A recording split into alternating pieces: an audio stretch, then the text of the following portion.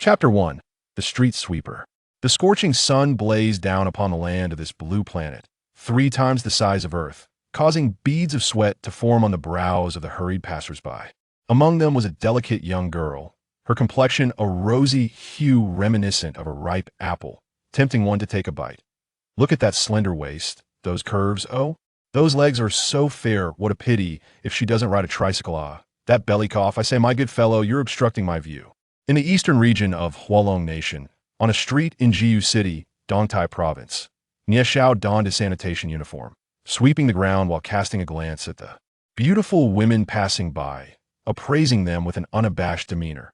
Despite the sweltering heat and waves of hot air, he remained unperturbed, devoid of sweat, though his unrestrained comments garnered many hostile glares, which he dismissed with indifference. Mommy, that uncle is working so hard in this heat.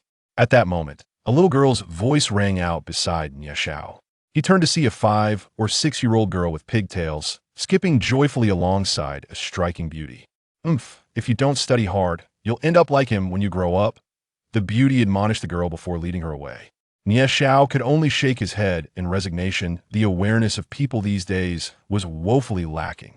While they adorned themselves beautifully, this city also required embellishment. Without sanitation workers like him, what would become of the urban landscape? After a brief moment of grumbling, Nie Xiao resumed his sweeping, his eyes darting about like a thief in search of treasures. Suddenly, his eyes widened in astonishment. Across the road, a breathtaking woman was leading a 3-year-old girl dressed in a princess gown. The woman, standing around 1.7 meters tall, wore a deep blue gown that complemented her rose-like visage, adorned with large, autumn-like eyes. Her long, straight legs ignited wild imaginings, and her aloof expression exuded an aura of do not approach. Like a fleeting shadow on earth, the lotus rises from the water, gazing longingly, oh, where does this beauty bring forth springtime? The willows intoxicate, evoking sorrow. Oh, such sorrow. Nie Xiao hummed a verse, inspired by the sight before him. Whether it was his loud voice or the enchanting nature of his singing, the woman and the little girl cast a glance in his direction. Several young ladies passing by stifled their laughter, likely pondering. What a peculiar street sweeper, yet truly talented. Daddy! Suddenly, the little girl, holding the hand of the enchanting beauty, called out and dashed toward Nie Xiao, releasing her grip. Daddy! Nie Xiao was momentarily taken aback, turning his head in search of the daddy she referenced, curious to discover which celestial being had captured such a stunning woman. But found no one. Roar, a thunderous engine noise erupted as a car sped towards them, racing through the crowded street, a reckless act. Indeed, door. The beautiful woman opposite reacted just in time, but the little girl had already dashed into the middle of the road, coinciding with the approach of a speeding black sedan. Witnessing this scene, the exquisite Bowtie's face contorted with terror and despair as she screamed at the top of her lungs. Under normal circumstances, most drivers would slam on the brakes and swerve to avoid such a situation. However, the oncoming vehicle showed no sign of slowing down. As the car was less than 2 meters away from the little girl, everyone instinctively closed their eyes. What a lovely and charming child. Would she meet her fate beneath the wheels today? At that moment, a dark figure leapt into action, soaring through the air towards the little girl. Just as he scooped her up and moved her away from the path of the vehicle, the car roared past. This figure was none other than Nie Xiao. He cradled the little girl. He prepared to fall to the ground, but with a swift turn of his body, he positioned the girl on top of him, absorbing the impact with his back as he landed heavily on the ground. What happened? The little girl was saved. That's wonderful. As the crowd opened their eyes, they sighed in relief upon seeing that the little girl was unharmed, engaging in a flurry of discussions while turning their ire towards the driver. To their astonishment, the driver had crashed into a large tree by the roadside, leaving the front of the car severely damaged, but thankfully, no one was injured. At this moment, the stunning woman finally regained her composure and rushed to Nie Xiao's side, embracing the little girl tightly as she cried out, "Door, what were you thinking? Do you have any idea what would have happened to Mama if something went wrong?" Nie Xiao, unsteady as he stood up, rubbed his backside and grinned. Well, don't blame the child, she was frightened too. You should comfort her. Just as he was about to turn away, the girl's voice rang out again. Daddy is right, Mama shouldn't be angry with Door. Cough, cough, Nie Xiao sputtered, nearly choking on his words, when he was interrupted by the beautiful woman. Who is your daddy? Didn't Mama already tell you that your daddy is far away and won't be back for a long time? After speaking, the beautiful woman stood up and offered Nie Xiao a gentle smile, illuminating the world around them in an instant, nearly causing the 27-year-old Nie Xiao to lose his composure. Thank you for saving Dor. Here is 200,000. Consider it a token of my gratitude, the enchanting woman said, handing him a bank card softly. Haha, no need for such formalities. Saving a life is worth more than constructing a grand pagoda. Money is rather trivial, Nie Xiao replied, turning away and waving his hand as he headed towards his broom. The onlookers erupted in applause, as if they had been the ones to save a life, with some even pulling out their phones to capture the moment on video. Daddy, don't leave Dor. Don't you want Dor anymore? The little girl protested as she saw Nie Xiao departing, her voice plaintive as she attempted to run after him, only to be held back by the beautiful woman. Dor, what's wrong? I've already told you, your daddy is not here. The exquisite woman gently reassured the little girl. Her name is Mei Aoshua, originally from Tianhai City. Due to certain circumstances, she found herself in Jiu City and gave birth to a daughter. Yet, even she remains oblivious to the identity and whereabouts of the child's father. Mommy is lying, he is indeed daddy. Duer, with her innocent, wide eyes, gazed at Mei Aoshua, tears shimmering in her eyes, evoking a deep sense of sympathy in those who beheld her. Although Nie Xiao resumed sweeping the floor, his heart was anything but tranquil at that moment. Upon witnessing the peril faced by the little girl, an overwhelming sense of urgency and anger surged within him. When he cradled her in his arms, an undeniable feeling of affection enveloped him. Chapter 2. The enigmatic daughter, Mei Aoshua, was comforting the little girl, while Nie Xiao found himself lost in thought. Could it be that I have fallen prey to one of those melodramatic tropes from online novels, where someone is drugged and subjected to unfortunate circumstances? Nie Xiao mused to himself. He meticulously reviewed his experiences over the years, ensuring he had overlooked no suspicious detail. He had departed from this world in the latter half of his sophomore year at 20 and returned to this city at 24. For the subsequent 3 years, he had led a life of tranquility, free from conflict. Could it be that this little girl is the child of my kin? Yet, I have no relatives. He shook his head vigorously, inhaling deeply to calm his restless heart. This was the first occurrence in years that stirred such tumult within him. Meanwhile, on the opposite side of the road, little Duo was insistent on finding Nie Xiao, refusing to leave despite Mei Aoshua's attempts to coax and comfort her. Even the usual tactics employed to entice young children proved ineffective, leaving her quite exasperated. However, Mei Aoshua was also puzzled, wondering if her daughter had discovered something significant. Could this person truly be? No, that cannot be. She hastily shook her head, dismissing her thoughts. Such coincidences are improbable. With no other option, she guided Duo toward Nie Xiao to ascertain what her daughter intended. If all else failed, treating Nie Xiao to a meal would not be unreasonable. Oh, we're going to find Daddy. Upon seeing her mother lead her toward Nie Xiao, Duo's face lit up with joy, and she began to skip and shout, her twin ponytails bouncing adorably with her movements. Mei Aoshua could not help but smile at this sight. As long as her daughter was happy, any effort was worthwhile. Daddy hug. Just as Nie Xiao was deep in contemplation, the little girl's voice chimed again. He glanced at her in bemusement as she reached out her arms toward him, an unmistakable plea for a hug, instantly awakening a paternal instinct within him. However, with her mother present, he hesitated to embrace her openly and redirected his gaze to Mei Aoshua. I apologize. I'm also unsure why Duo calls me Daddy. Mei Aoshua, who typically exuded an air of aloofness, quickly lowered her head and spoke softly upon meeting Nie Xiao's gaze. Where is her father? Nie Xiao inquired with a hint of exasperation. I really don't know. Mei Aoshua replied awkwardly, struggling to explain the situation. Daddy hug. Duo's voice rang out once more. You're Duo, right? Why do you call me Daddy? We have just met. Nie Xiao knelt down to ask the little girl. He felt a strange sense of familiarity with her, and upon closer inspection, he noted that Duo bore a slight resemblance to him. Could it be? One absurd plot twist this is. I have remained a bachelor all my life. Duo isn't as foolish as Mama. She knows her own husband. You are Duo-er's daddy, the little girl declared with a stubborn yet earnest expression, her adorableness undeniable. However, I assure you, I'm not your father. This is our first encounter, and I'm not acquainted with your mother either. Nie Xiao wished to stroke the little girl's head, but upon realizing that her mother might find him unclean, he withdrew his hand. Father, do you not want Duo-er anymore? Duo-er is very well behaved and will not make you angry, the little girl exclaimed, her innocent eyes welling with tears upon sensing Nie Xiao's lack of recognition. Oh, please do not cry. I did not mean to reject you, Nie Xiao uttered, unable to bear the sight of her distress. Oh, father wants Duo. The little girl exclaimed joyfully, bouncing with delight and clapping her hands, followed by planting a kiss on Nie Xiao's cheek. Mei Aoshu, witnessing this scene, widened her eyes in astonishment. She had never seen her daughter grow so close to anyone. At that moment, she also noticed the striking resemblance between her daughter and Nie Xiao. Heavens, could it be? She pondered, a thought flashing through her mind. Nie Xiao, bewildered, touched the spot where the little girl had kissed him, his gaze softening.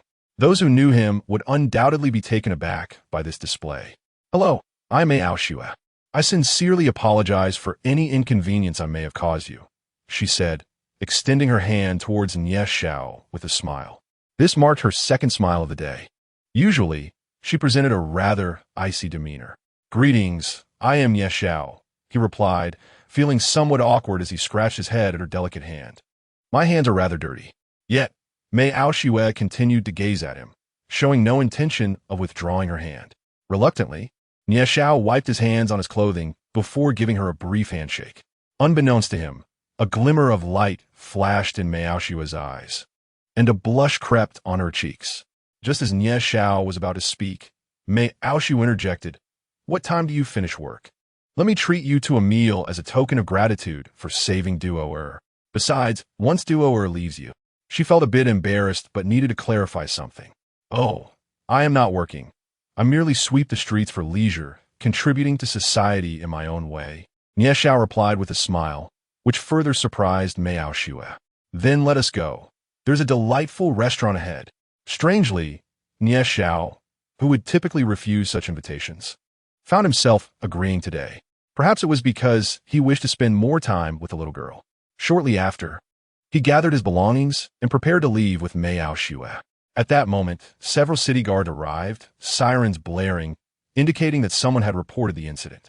Just as Nie Xiao was about to step forward, he suddenly halted, a flicker of menace flashing in his eyes. He had been so preoccupied with the little girl that he had neglected to assess the driver's condition. As the guards dragged the severely injured driver from the vehicle, Nie Xiao's gaze swept over the scene, and he noticed something amiss. What is it? Mei Aoshu inquired softly, noticing his hesitation. Nothing, let us proceed. Nie Xiao acted as if nothing had happened, smiling lightly and humming a little tune as she followed Mei Aoshu away. Was that poem you just sang your own creation? Mei Aoshu inquired, glancing back. What? Oh, inspiration surged forth the moment I saw you, Nie Xiao replied calmly. The two continued their conversation as they walked, with Nie Xiao playfully tugging at Duo-er's little ponytail, eliciting peals of laughter from the little girl, whose porcelain-like face was adorned with charming dimples. Chapter 3. An unfortunate accident at the Ishland restaurant, an upscale Western dining establishment in Jiu City. Nie Xiao and Mei Aoshu were seated by the window, with Duo-er nestled against Nie Xiao, her round, expressive eyes fixed intently on him. Duo-er, why are you staring at uncle like that? Mei Aoshu gently asked her daughter, unable to contain her curiosity. Mommy, he is not uncle, he is daddy. The little girl earnestly corrected, her voice sweet and innocent. Nie Xiao and Mei Aoshu exchanged a glance, his eyes filled with confusion while hers revealed embarrassment and shyness. Miss Mei, may I ask a rather presumptuous question? Who exactly is Duo-er's father? Nie Xiao inquired, his gaze unwavering, as he found himself grappling with profound doubts about his own existence. Actually, I'm still single, Mei Aoshu murmured, lowering her head. What?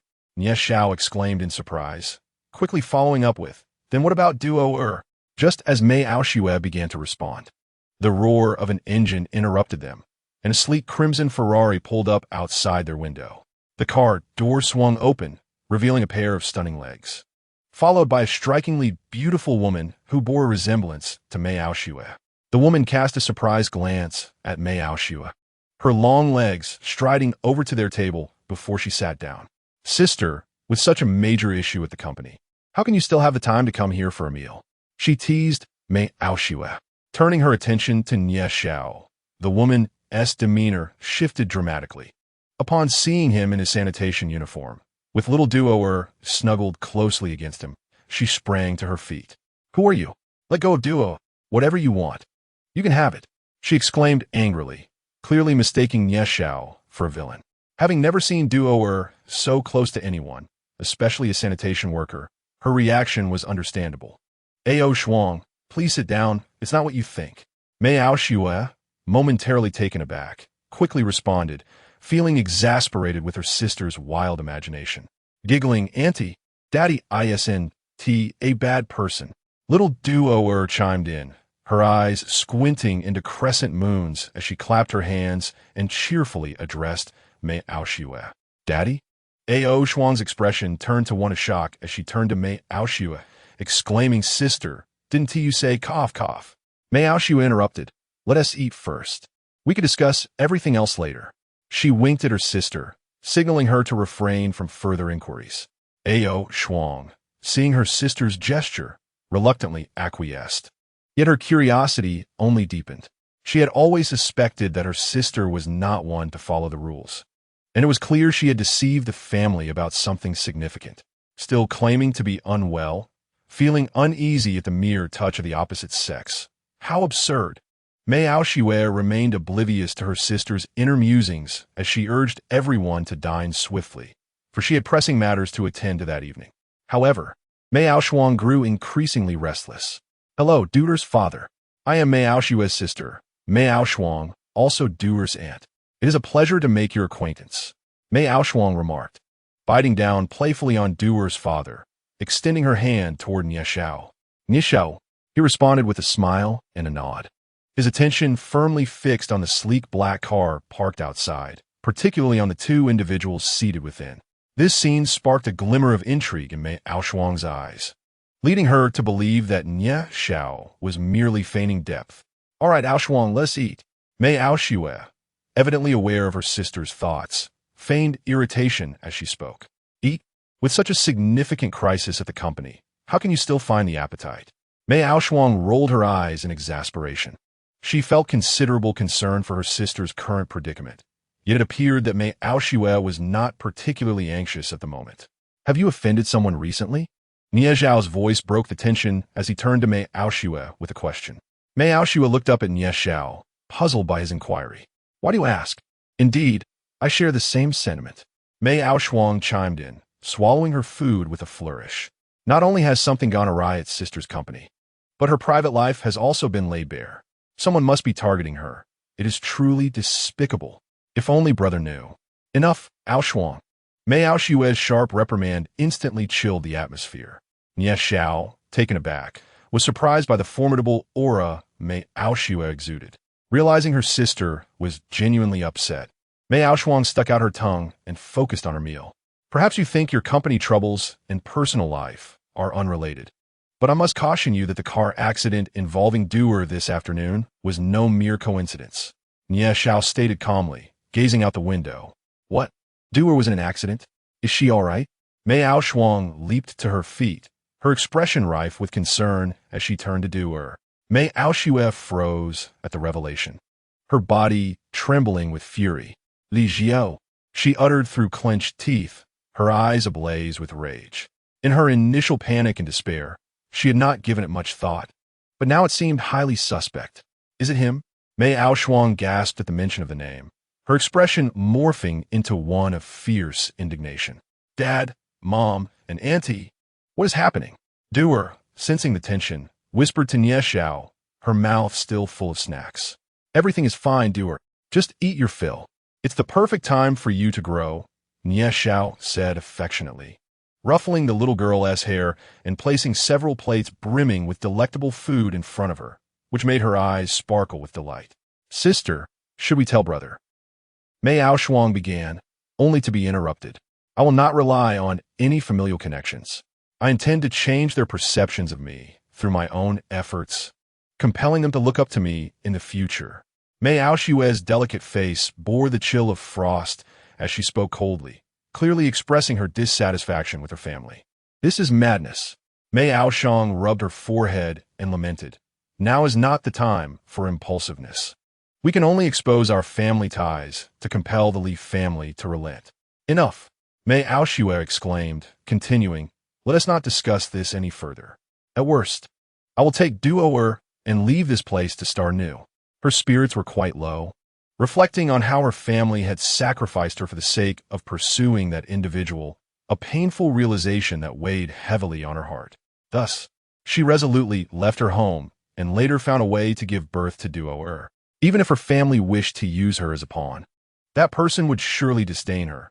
Yet, this course of action ultimately burdened her younger sister. Ah, Aoshue, what a coincidence to find you here.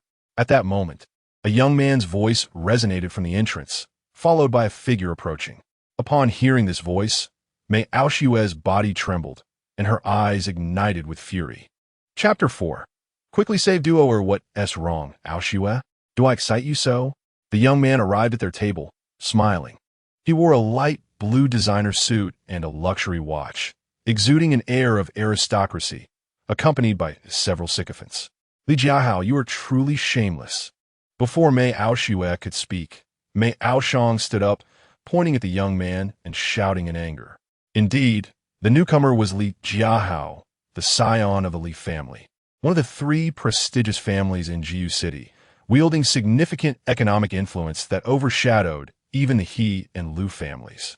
Upon hearing her words, a glint of malice flashed in Li Jiahao's eyes, but he quickly restored his smile, saying, I am unaware of how I have offended Miss Aoshang to warrant such insult. Just as Mei Aoshang was about to respond, Mei Aoshue gestured for her to sit down and remain silent. Daddy, Duoer is full, but what if I still want to eat? At that moment, Duoer's voice rang out. She gazed at the abundant delicacies on the table. Her little face suddenly clouded with sorrow, a sight that stirred a deep urge in Ye Xiao to cherish her. However, noticing that the little girl's belly was already round and swollen, Ye Xiao dared not allow her to eat more. Duoer, how about Uncle buys you delicious treats often in the future? Ye Xiao gently gathered the little girl's disheveled ponytail and asked softly, It's not Uncle. It's Daddy. The little girl corrected him earnestly. And who is this? Upon hearing Duoer call him Daddy, a glint of murderous intent flickered in Li Jiahao's eyes, and he feigned casualness as he inquired. His disdain grew as he noticed Ye Xiao clad in sanitation worker attire, scoffing inwardly at the notion that Mei Aoshue had associated herself with a sanitation worker and even bore a daughter, all while pretending to maintain an innocent fade before him. Since Li Jiahao's entrance, the malice and hostility he exuded had not escaped Nie Zhao's perception. He seemed to grasp the underlying cause. Likely, it was yet another instance of a wealthy heir fixating on a beauty, only to encounter resistance from her, a rather tiresome narrative. Have you all finished eating? I have matters to attend to shortly. Let us depart. Mei Aoshue rose, cradling Duoer, and made her way outside, followed closely by Mei Aoshuang and Ye Xiao. Halt! Li Jiahao's cold voice cut through the air as he glared at them, showing no regard for his authority. Yet, Mei Aoshue appeared oblivious, continuing her advance. This only intensified the venomous expression on Li Jiahao's face. He waved his hand, and several of his lackeys encircled Ye Xiao. What are you up to, Li Jiahao? Mei Aoshue demanded with icy fury. Oh, nothing much. Just a few words I wish to exchange with this brother of yours. Li Jiahao replied with a smirk, though his eyes glinted with malice. Daddy, are these all bad people? Why are they stopping us? The little girl inquired innocently, pointing at the men. Not all, they are my friends and have something to discuss with me. Could you please wait outside with Mommy? Nixi ayo gently pate dua eshet, smiling rea sua ingli. He then nodded at Mei Aoshue, signaling her to exit first. No way, we leave together. Mei Aoshue stepped forward, ready to protest, but was interrupted by Ye Xiao. Trust me, just give me a few minutes, he said, lightly patting her shoulder. Mei Aoshue gazed into Ye Zhao's eyes for a moment before finally nodding. carrying Duoer outside. Sister. Mei Aoshuang hurried to catch up with her and asked, "What if Li Jiahao targets Nie Xiao? He is just a sanitation worker. How can he contend with these ruffians?" Mei Aoshue's concern mirrored Mei Aoshuang's as she peered through the glass, anxious that she would rush in to intervene if anything went awry with Nie Xiao. Inside the restaurant, Li Jiahao, exuding arrogance, coldly remarked, "You have quite the audacity, meddling in my affairs." Nie Xiao turned to glance out the window, a warm smile gracing his lips, before delivering a decisive kick. With a grunt, Li Jiahao was sent flying backward, crashing into two of his lackeys. This spectacle left Mei Aoshue in shock, and she quickly covered Duoer's eyes. The lackeys soon regained their senses. "Damn, that kid ambushed us. Everyone get him!" shouted a blonde-haired thug as they all charged at Nie Xiao. The patrons had already screamed and scrambled to safety. With a devilish smirk, Nie Xiao dispatched each lackey with swift precision. Within 10 seconds, they lay sprawled on the floor, howling in pain. "Should you dare provoke me again, I will take your life," Nie Xiao coldly warned, casting a disdainful glance at the curled-up Li Jiahao before striding out. Mei Aoshue exchanged a look of surprise and confusion with her sister. "Sis, after defeating Li Jiahao like that, he will surely retaliate." Mei Aoshuang expressed her concern, fully aware of the struggles her sister faced in establishing her company. If Li Jiahao were to bring it down, it would be catastrophic. "Don't worry. I've arranged for Shadow to arrive tonight. With his skills, he should be able to restore the company's intelligence system and recover the leaked files." Mei Aoshue sighed, rubbing her temples. "Shadow, the world's third-best hacker, just behind Little Fox Fairy and Void?" Mei Aoshuang gasped, astonished that her sister could summon such a formidable figure. "Arrogant Frost, please keep an eye on Doer for me. I am uncertain how late I will be." Mei Aoshue sighed as she placed the little girl into her sister's embrace. Due to the leak of sensitive documents and the collapse of the company's intelligence system, the stock prices plummeted, approaching the brink of disaster.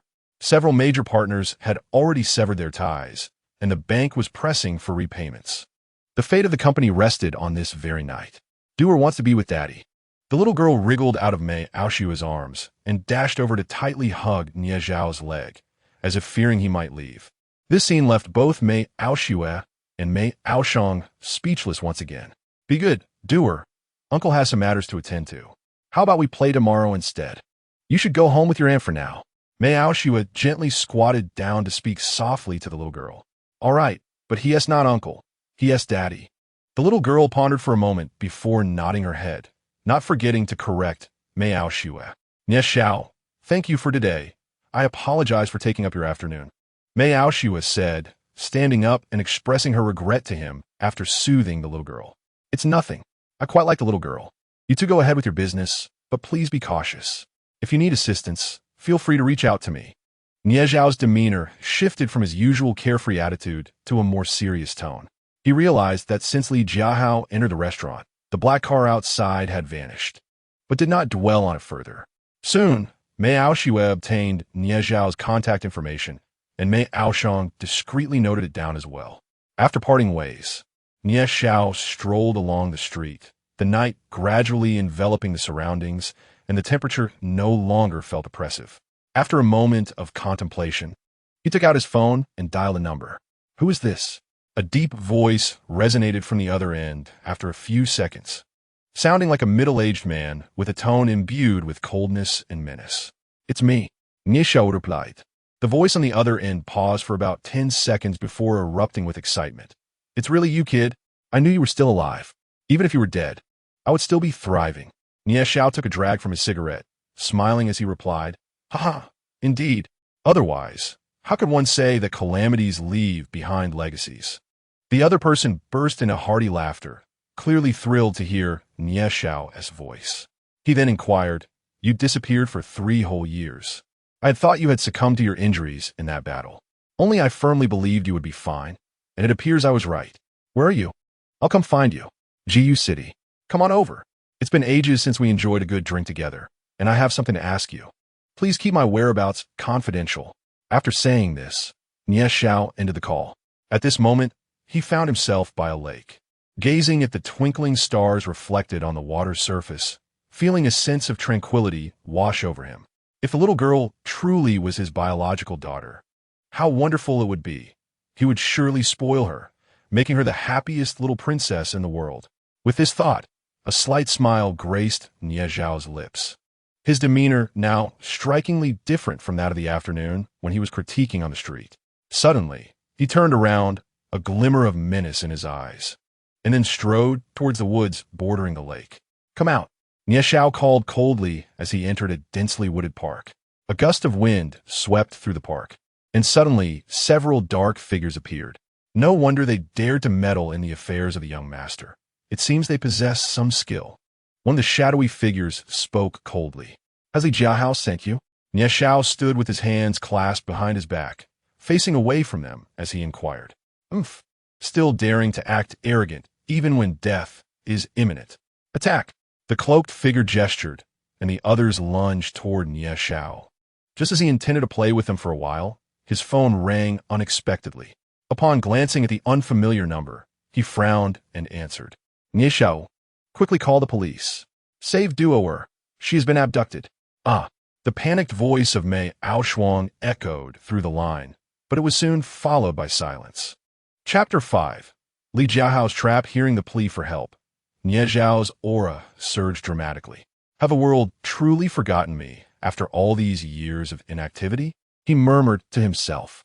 Looking at the dark figures, they had already collapsed under the weight of his imposing presence. Even the leader curled up on the ground. A look of horror etched on his face. "Why, you are a master, a grandmaster?" he stuttered, trembling as he pointed at Nie Zhao. "Farewell." At this moment, Nie Zhao's thoughts were solely focused on the young girl, leaving no room for further engagement with the cloaked figures. He swiftly dispatched them without hesitation. Then, pulling out his phone, he dialed a number. Before the other party could respond, he rapidly recited a sequence of numbers, asserting, "Locate this number and the whereabouts of the abducted girl within half a minute." On the other end, a sound of something being knocked over followed by gasps erupted. Soon, the clatter of a keyboard filled the air. "Reporting, Master, they are at the Empire Maple Hotel in Jiu City, Eastern Tai Province of Hualong Country," a sweet voice announced. Without uttering a word, Nie Zhao hung up and vanished in an instant. The Empire Maple Hotel, one of the prestigious establishments in Jiu City, belonged to the Li family. At that moment, in a private room, Mei Aoshue sat across from a Western man with yellow hair. "Mr. Shadow, if you help me resolve the issues at my company, this 20 million will be yours," she said, producing a bank card to the Western man. This man was none other than the highly renowned hacker known as Shadow, ranked 3rd in the world. "Ah, Miss May, let's not rush. First, allow me to pour you a drink," Shadow said, filling both their glasses before raising his in a toast to her. A mix of greed and derision occasionally flickered across his features, though he skillfully concealed it. Mei Aoshue furrowed her brow, lifting her glass and downing the contents in one go, a trickle of red wine escaping the corner of her mouth, adding a touch of allure to her demeanor. Just then, the door to the private room swung open and several figures entered, led by a young man who clapped as he walked. "Aoshue, what remarkable drinking capacity you have! But such exquisite wine, and you didn't wait for me?" the young man exclaimed with a smile. It was Li Jiahao. He then nodded at Shadow, saying, "Mr. Shadow, thank you for your efforts. You all?" Mei Aoshue finally regained her senses, realizing she had been deceived. She attempted to rush toward the door, but a wave of dizziness washed over her, causing her to collapse back onto the sofa. "Aoshue, why must you leave in such haste? Look, your sister and daughter have arrived as well." Li Jiahao lifted Mei Aoshue's wine glass, inhaled its fragrance with an intoxicated expression, and remarked. At that moment, the screen in the private room flickered to life, displaying footage from another chamber. Mei Aoshuang lay unconscious on a sofa, bound by ropes, a trickle of blood staining the corner of her lips. Meanwhile, Duoer trembled violently, froth bubbling from her mouth. Mei Aoshue's fury surged like a tempest, and she spat a mouthful of blood. Like a vengeful specter, she lunged at Li Jiahao. "You beast! What have you done to Duoer?" Her voice was raw with anguish. Her daughter was the very core of her being. How dare anyone harm her? If anything befell the child, She swore with every fiber of her soul that she would make this man suffer a fate worse than death. Yet she soon realized the wine she had consumed had been laced with something. Her limbs grew leaden as she collapsed to the floor, weeping. Li Jiao, do you comprehend the consequences of your actions? If you dare lay a finger on Duo or Aoshuang, the Mei family of Tianhai will ensure your existence becomes a living hell. What? Li Jiahao, who had been basking in triumph, jolted upright as if struck by lightning. Mei, you're from the Mei family of Tianhai. His voice quivered. Exactly. Release me at once. If Duo comes to harm, I will ensure the Li family regrets it for generations. Mei Aoshue no longer cared about her family's stance toward her. Her only thought was her daughter's safety. Mr. Li, the deed is already done. If we let them go, they will seek retribution. It will be wiser to. The shadowy figure known as Enying whispered to Li Jiahao, drawing a finger across his throat in silent suggestion. No, spare us, and I swear no harm will come to you. Mei Aoshue shuddered, desperation lacing her voice. I trust only the dead to keep secrets. Li Jiahao's demeanor turned eerily composed. If he was to act, he would see it through, ensuring the Mei family could never trace it back to him. But before that, a twisted grin spread across his face. We mustn't let such exquisite beauty go to waste. Ah, yes, and your equally enchanting sister. His laughter rang out, unhinged and cruel. Monster, I will haunt you from beyond the grave. Mei Aoshue's eyes burned with murderous intent. Under my hand, you won't even get the chance to become a ghost.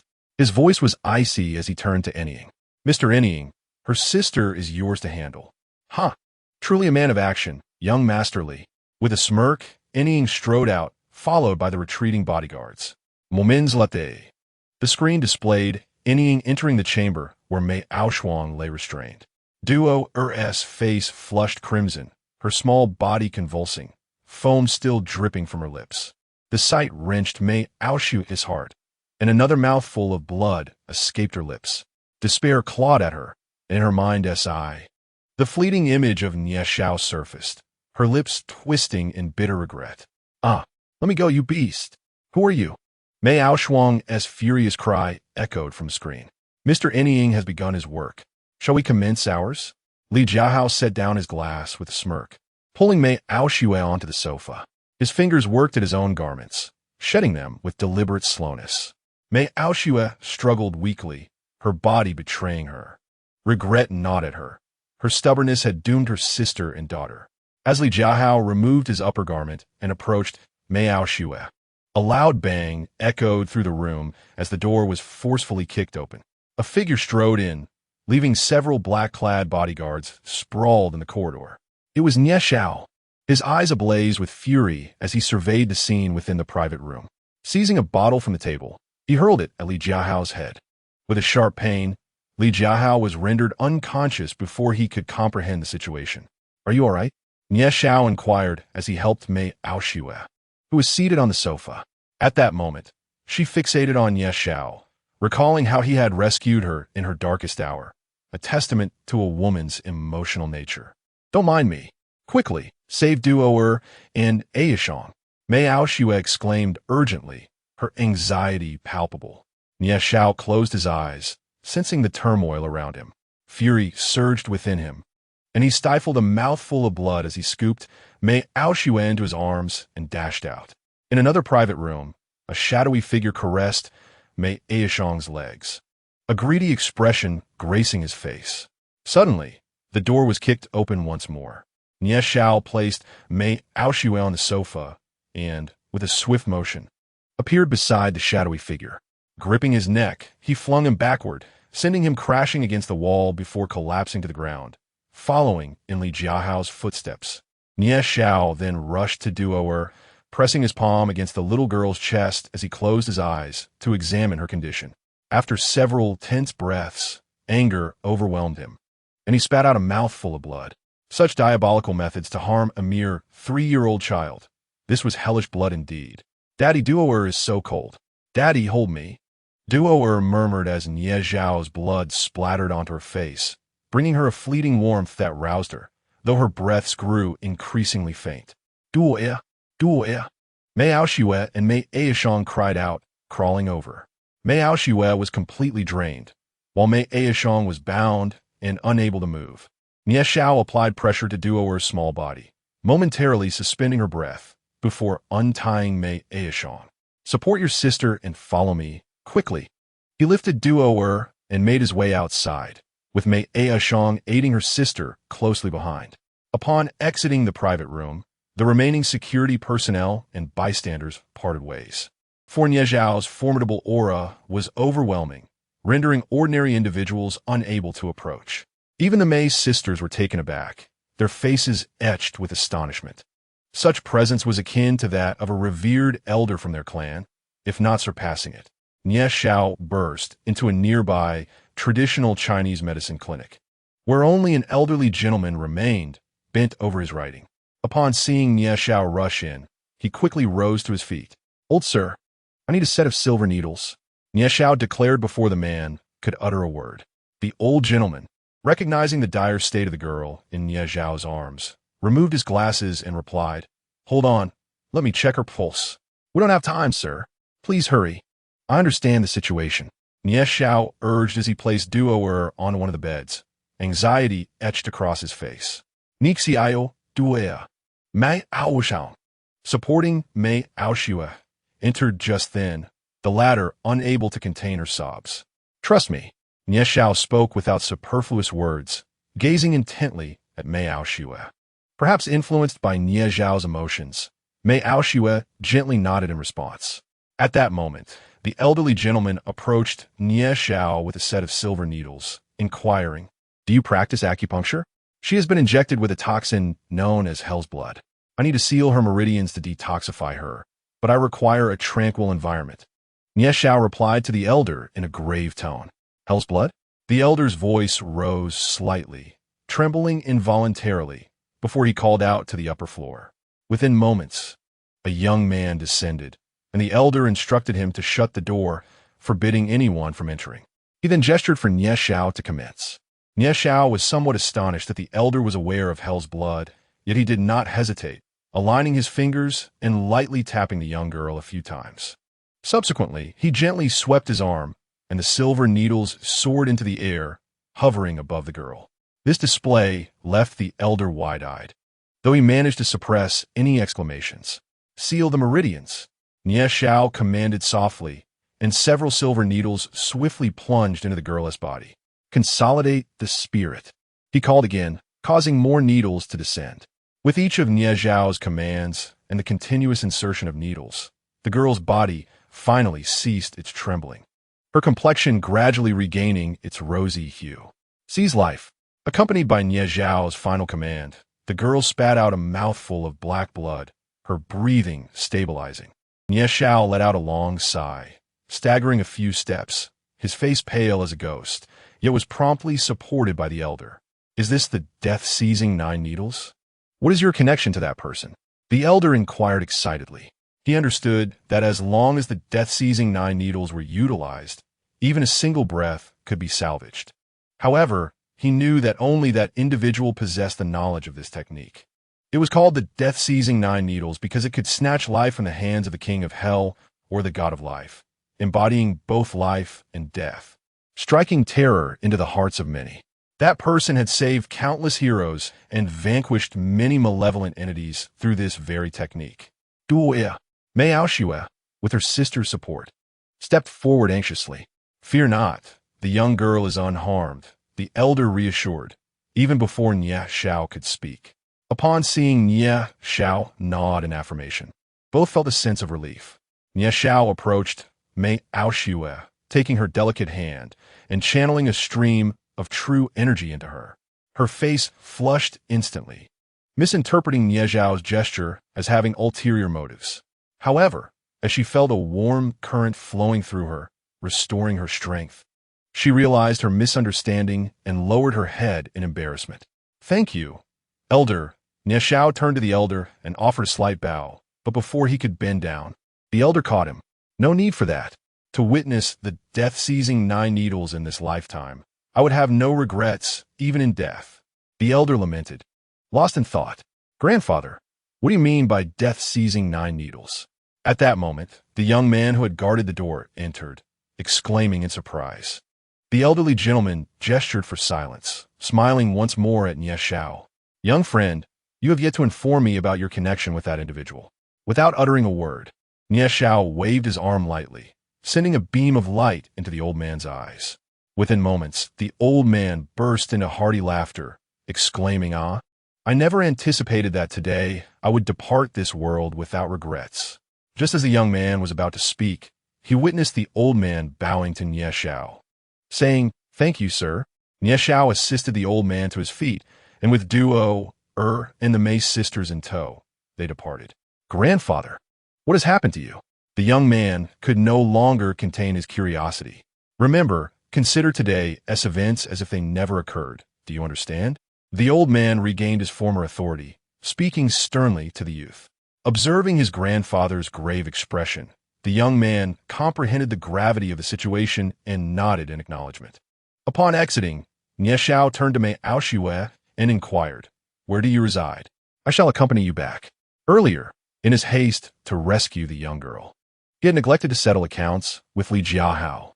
It was evident that Li Jiahao would make further moves, and he was determined to safeguard the young girl. For the longer he spent in her company, the stronger their mutual attraction grew, a bond forged by blood.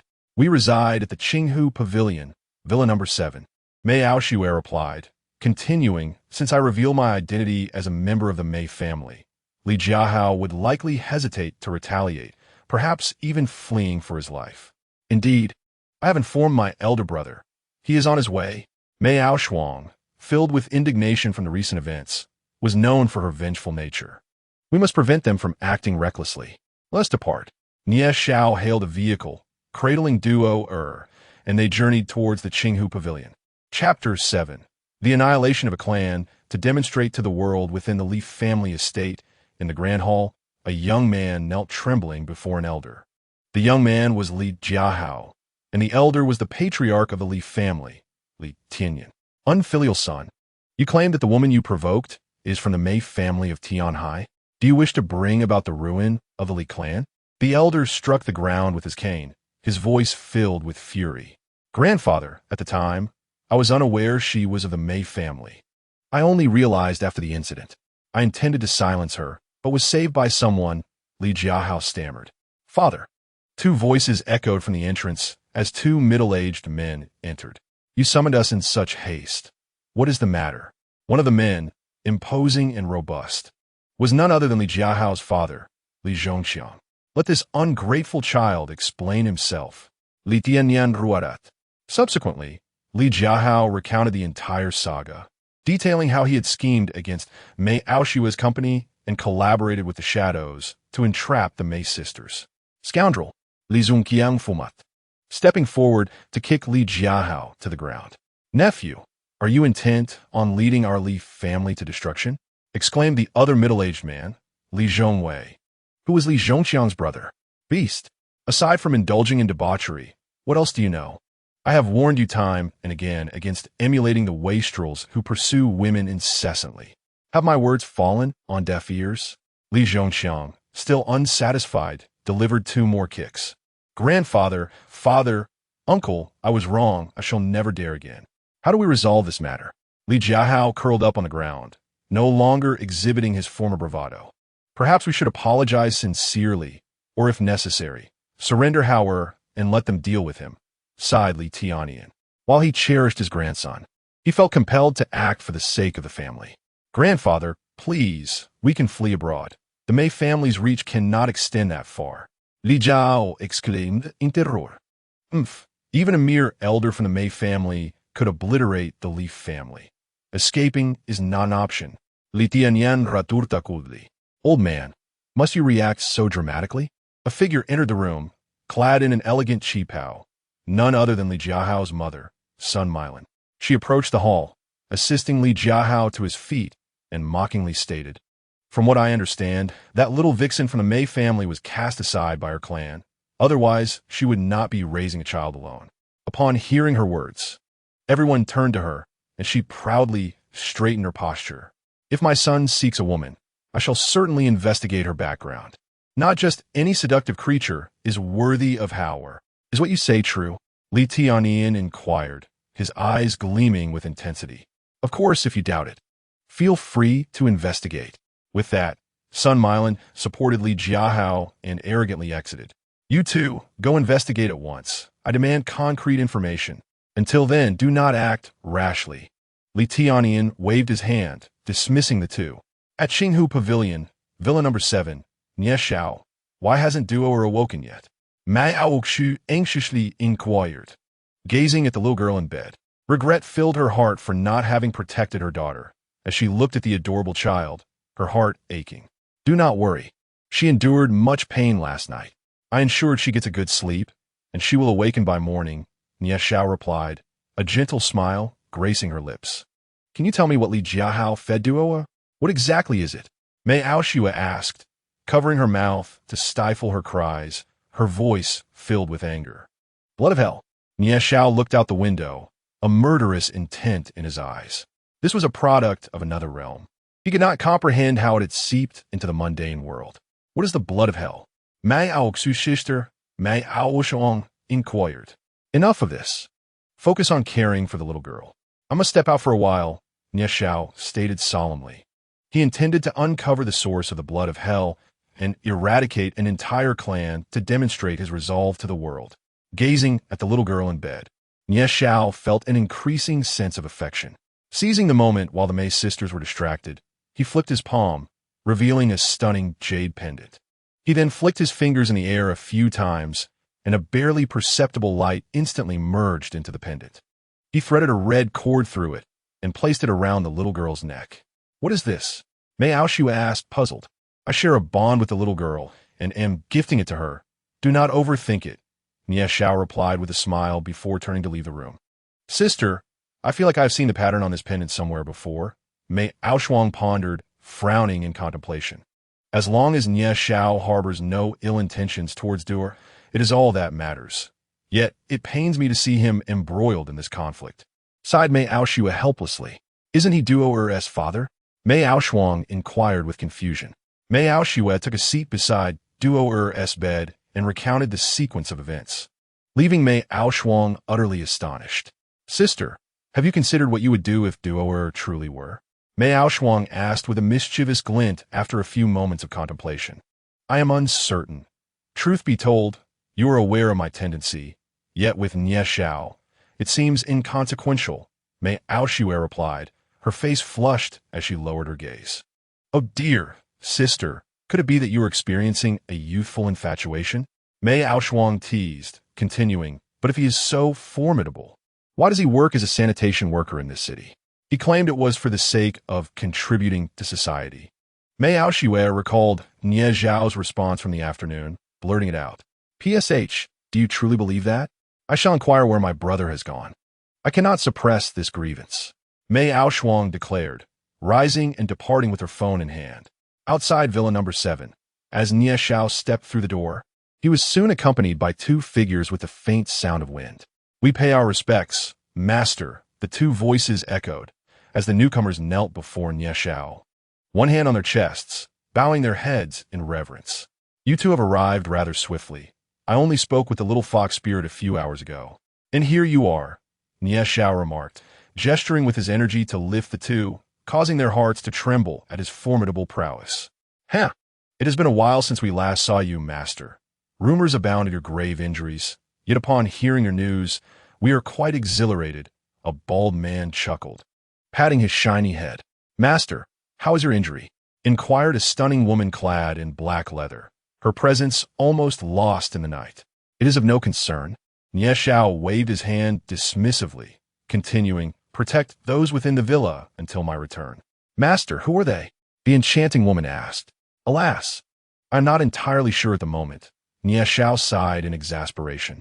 This left the two perplexed, yet they were resolute in executing the master's command. After Nie Xiao departed, their figures faded into the night, vanishing without a trace. Chapter 8. The source of hell, South Blood, Li family estate at this moment. The Li brothers had returned to the hall after thoroughly investigating the matter. Li Jiahao's father, Li Zhongxiang, was reporting the findings to the elder, Li Tianyin. So, it appears the old man was reckless, Li Tianyan exhaled deeply, continuing, summon Howard. Moments later, Li Jiahao limped into the hall, his eyes reflecting a hint of fear. Apprehensive that his grandfather might hand him over to the Mei family. Howard, come sit here. Li Tianyan beckoned Li Jiahao to take a seat beside him. Grandfather, Li Jiahao said nervously, casting a wary glance at his grandfather. Li Tianyan waved his hand dismissively. It was merely that I was too anxious earlier. Do not hold it against me. No, no. How could I dare to blame grandfather? It is all the child's fault, Li Jiahao stammered, taken aback by the elder's words. Howard, what do you think of that girl from the Mei family? Li Tianyan asked as he poured tea for himself and Li Jiahao. Grandfather Li Jiahua was unaware of the true meaning behind his grandfather's words, and thus felt hesitant to voice his thoughts. Although the girl from the Mei family had been cast aside by her clan, she remained one of them, and we must not provoke her further. Li Tianyan, after all, was a cunning old fox. His ability to elevate the Li family to prominence attested to his meticulous mind. Yes, yes, grandfather, I will not provoke her again. Li Jiahua astili afirmat. Listen to me. Li Tianyan waved his hand and continued, while we shall not provoke her, Howard, you may still pursue her, but do not force her. It is best if she willingly accepts you. Father, do you mean Li Zhongxiang's eyes sparkled with understanding as he grasped his father's intent? Howard, you mentioned that a young man saved them. Do you know this individual? Li Tianyan inquired, taking a sip of tea. I do not know him well. I encountered him briefly this afternoon. He is a sanitation worker, and surely with our family's connections, we can track him down. Li Jiao called Nishao. His eyes filled with resentment. If it were not for that little wretch, he would not have fallen into such dire straits. Very well, find him. You know what to do, Li Tianyan concluded, rising from his seat and patting Li Jiahua's shoulder before preparing to leave. Oh, may I ask, old sir, what do you intend to do once you find that young man? A youthful voice, cold and filled with fury, pierced through the hall. Of course, I intend to kill him, Li Tianyan realized only midway through his declaration, his voice rising in anger. Who dares to cause trouble in the Li family? Li Zhongxiang and his brothers immediately grew alert. Having been raised within a prominent family, they were well-trained and capable of handling ordinary individuals with ease.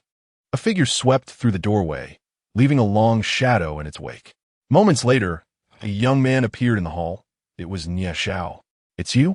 Li Jiahua exclaimed, jumping up and pointing at Nie Xiao. Grandfather, is the young man. Well, I was not even looking for you. Yet you have come to me, Li Tianyan scoffed.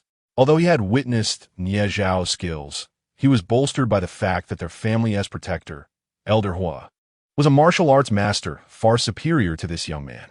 I have come here solely to clarify one matter, Nie Xiao declared, standing with his hands clasped behind his back.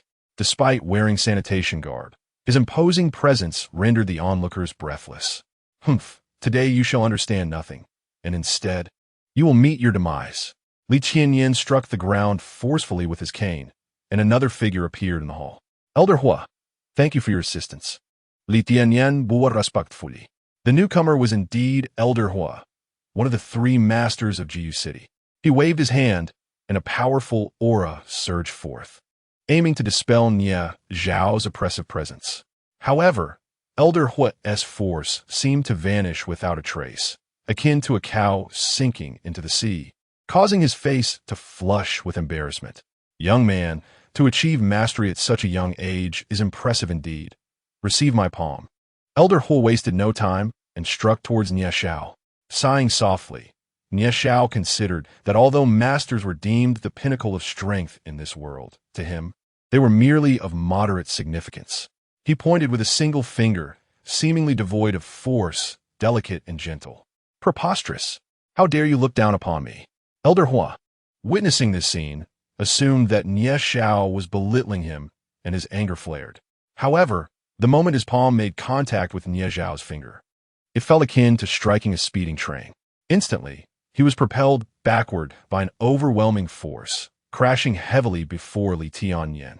With a cough, blood spewed forth. You! How dare you cripple my Dantian? Elder Hua curled inward, pointing at Nie Xiao with venomous hatred in his eyes. He realized that he was utterly incapacitated. All the years of hard work had evaporated in an instant. He seethed with rage, wishing nothing more than to flay Nie Xiao alive. Meanwhile, the four members of the Leaf family trembled, stunned by the ease with which a master had been defeated. They dared not contemplate further. Nie Xiao slowly turned to face Li Jiahao, saying, "Now, tell me, from whence did you acquire the blood of hell?" As he spoke, he approached the elevated seat, pouring himself a cup of tea to savor. Blood of hell? What blood of hell? Li Jiao kibarat inkirat. My patience is finite. If you believe that death is the most terrifying fate in this world, you are gravely mistaken. There are far worse horrors than death, and I would be more than willing to let you experience one. Nie Xiao stated calmly, "I truly do not comprehend your words." Li Jiao shota, his heart racing with dread, yet he dared not utter the truth, lest he suffer the torment of soul-devouring. Unfazed by his response, Nie Xiao raised his hand and gestured at Li Jiahao from a distance. "What have you done to me?" Li Jiahao felt a few taps on his body, but sensed nothing amiss. However, mere moments later, his screams echoed throughout the hall as he writhed on the ground, rolling and crawling, frothing at the mouth. "Beast, what have you done to my son?" At that moment, Li Jiahao's mother, Sun Mylan, rushed in, horrified by her son's plight, and lunged at Nie Xiao.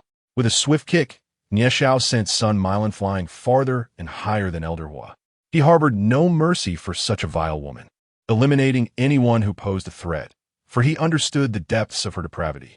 I will speak. Please release me." Finally, Li Jiahao could no longer endure the agony and cried out.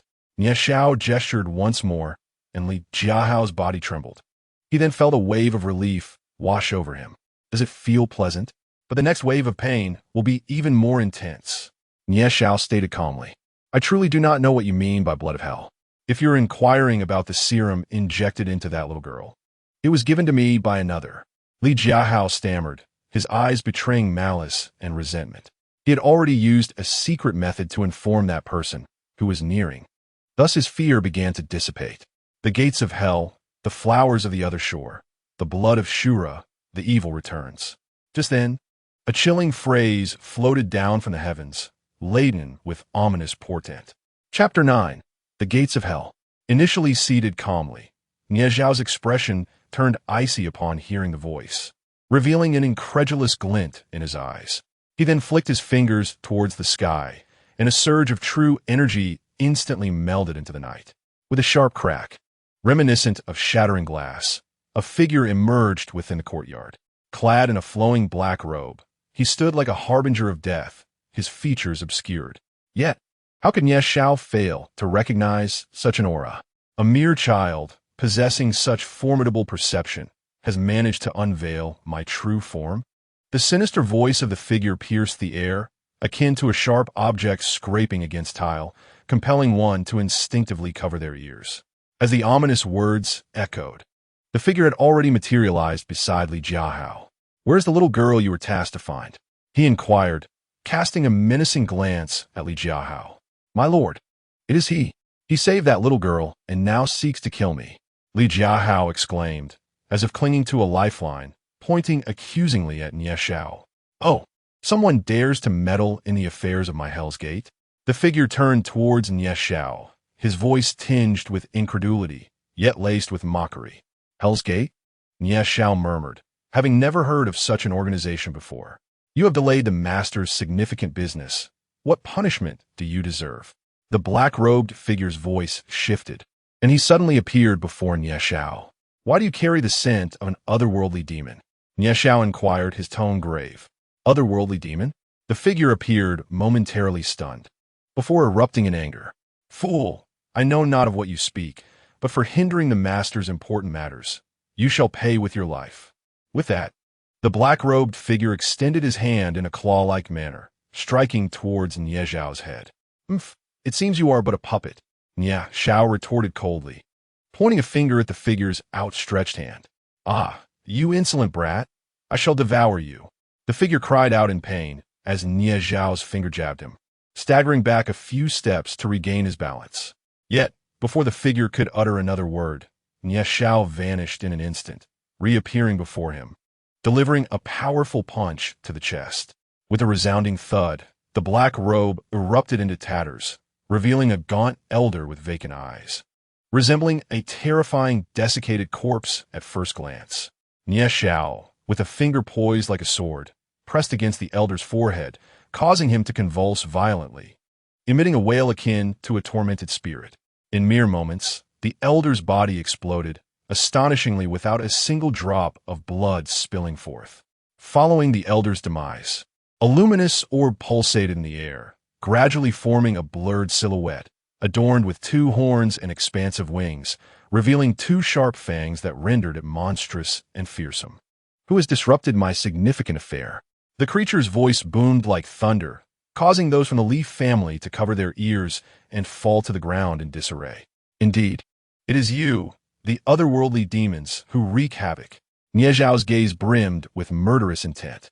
Through the soul-searching technique, he had gleaned some insights. Although the elder had been turned into a puppet, fragments of imagery still lingered in his mind. Bold one, how dare you insult me? No, your aura, impossible. The otherworldly demon began to speak, but suddenly realized something unfathomable, its ethereal form quaking. Tell me, how did you emerge, and what is your purpose? Nie Xiao commanded coldly, binding it in place with a wave of his hand. You may try to dismiss me, but even if you were alive, what difference would it make? You will never comprehend the immense strength of our great king. Just wait, that day is not far off. With these words, his ethereal figure slowly dissipated, leaving the entire hall enveloped in silence. Nie Xiao fell into deep contemplation. There were only 4 entrances to the mundane world.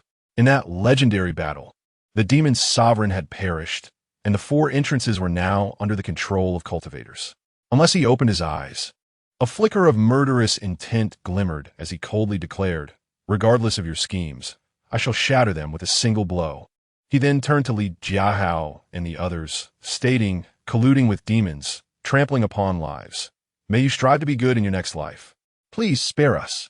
Li Tianyan and the others knelt, their foreheads touching the ground, overwhelmed by the unprecedented shock of the day.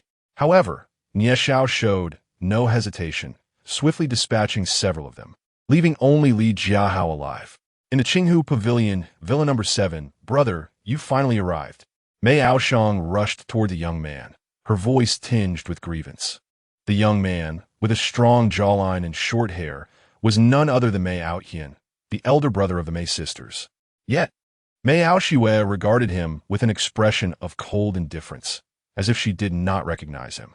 All right, little sister, tell me what happened, Mei Aotian said, affectionately patting Mei Aoshang on the head. She recounted the events in detail, embellishing the narrative to ensure her brother would seek vengeance. Those scoundrels, the Leaf family, very well.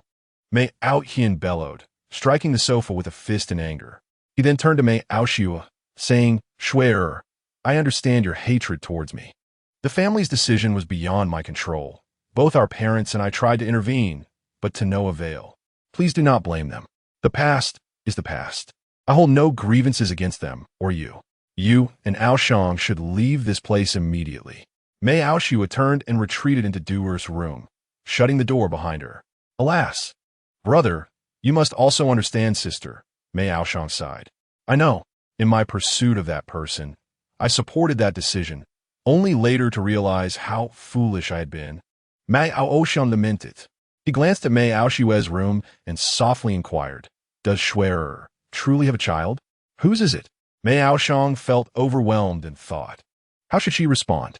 Finally, she said, You should ask sister directly another day. I know nothing about her matters, as I have only just arrived. Very well, then stay here with Shuer. I shall go to the Li family and bring back that Li Jiahao.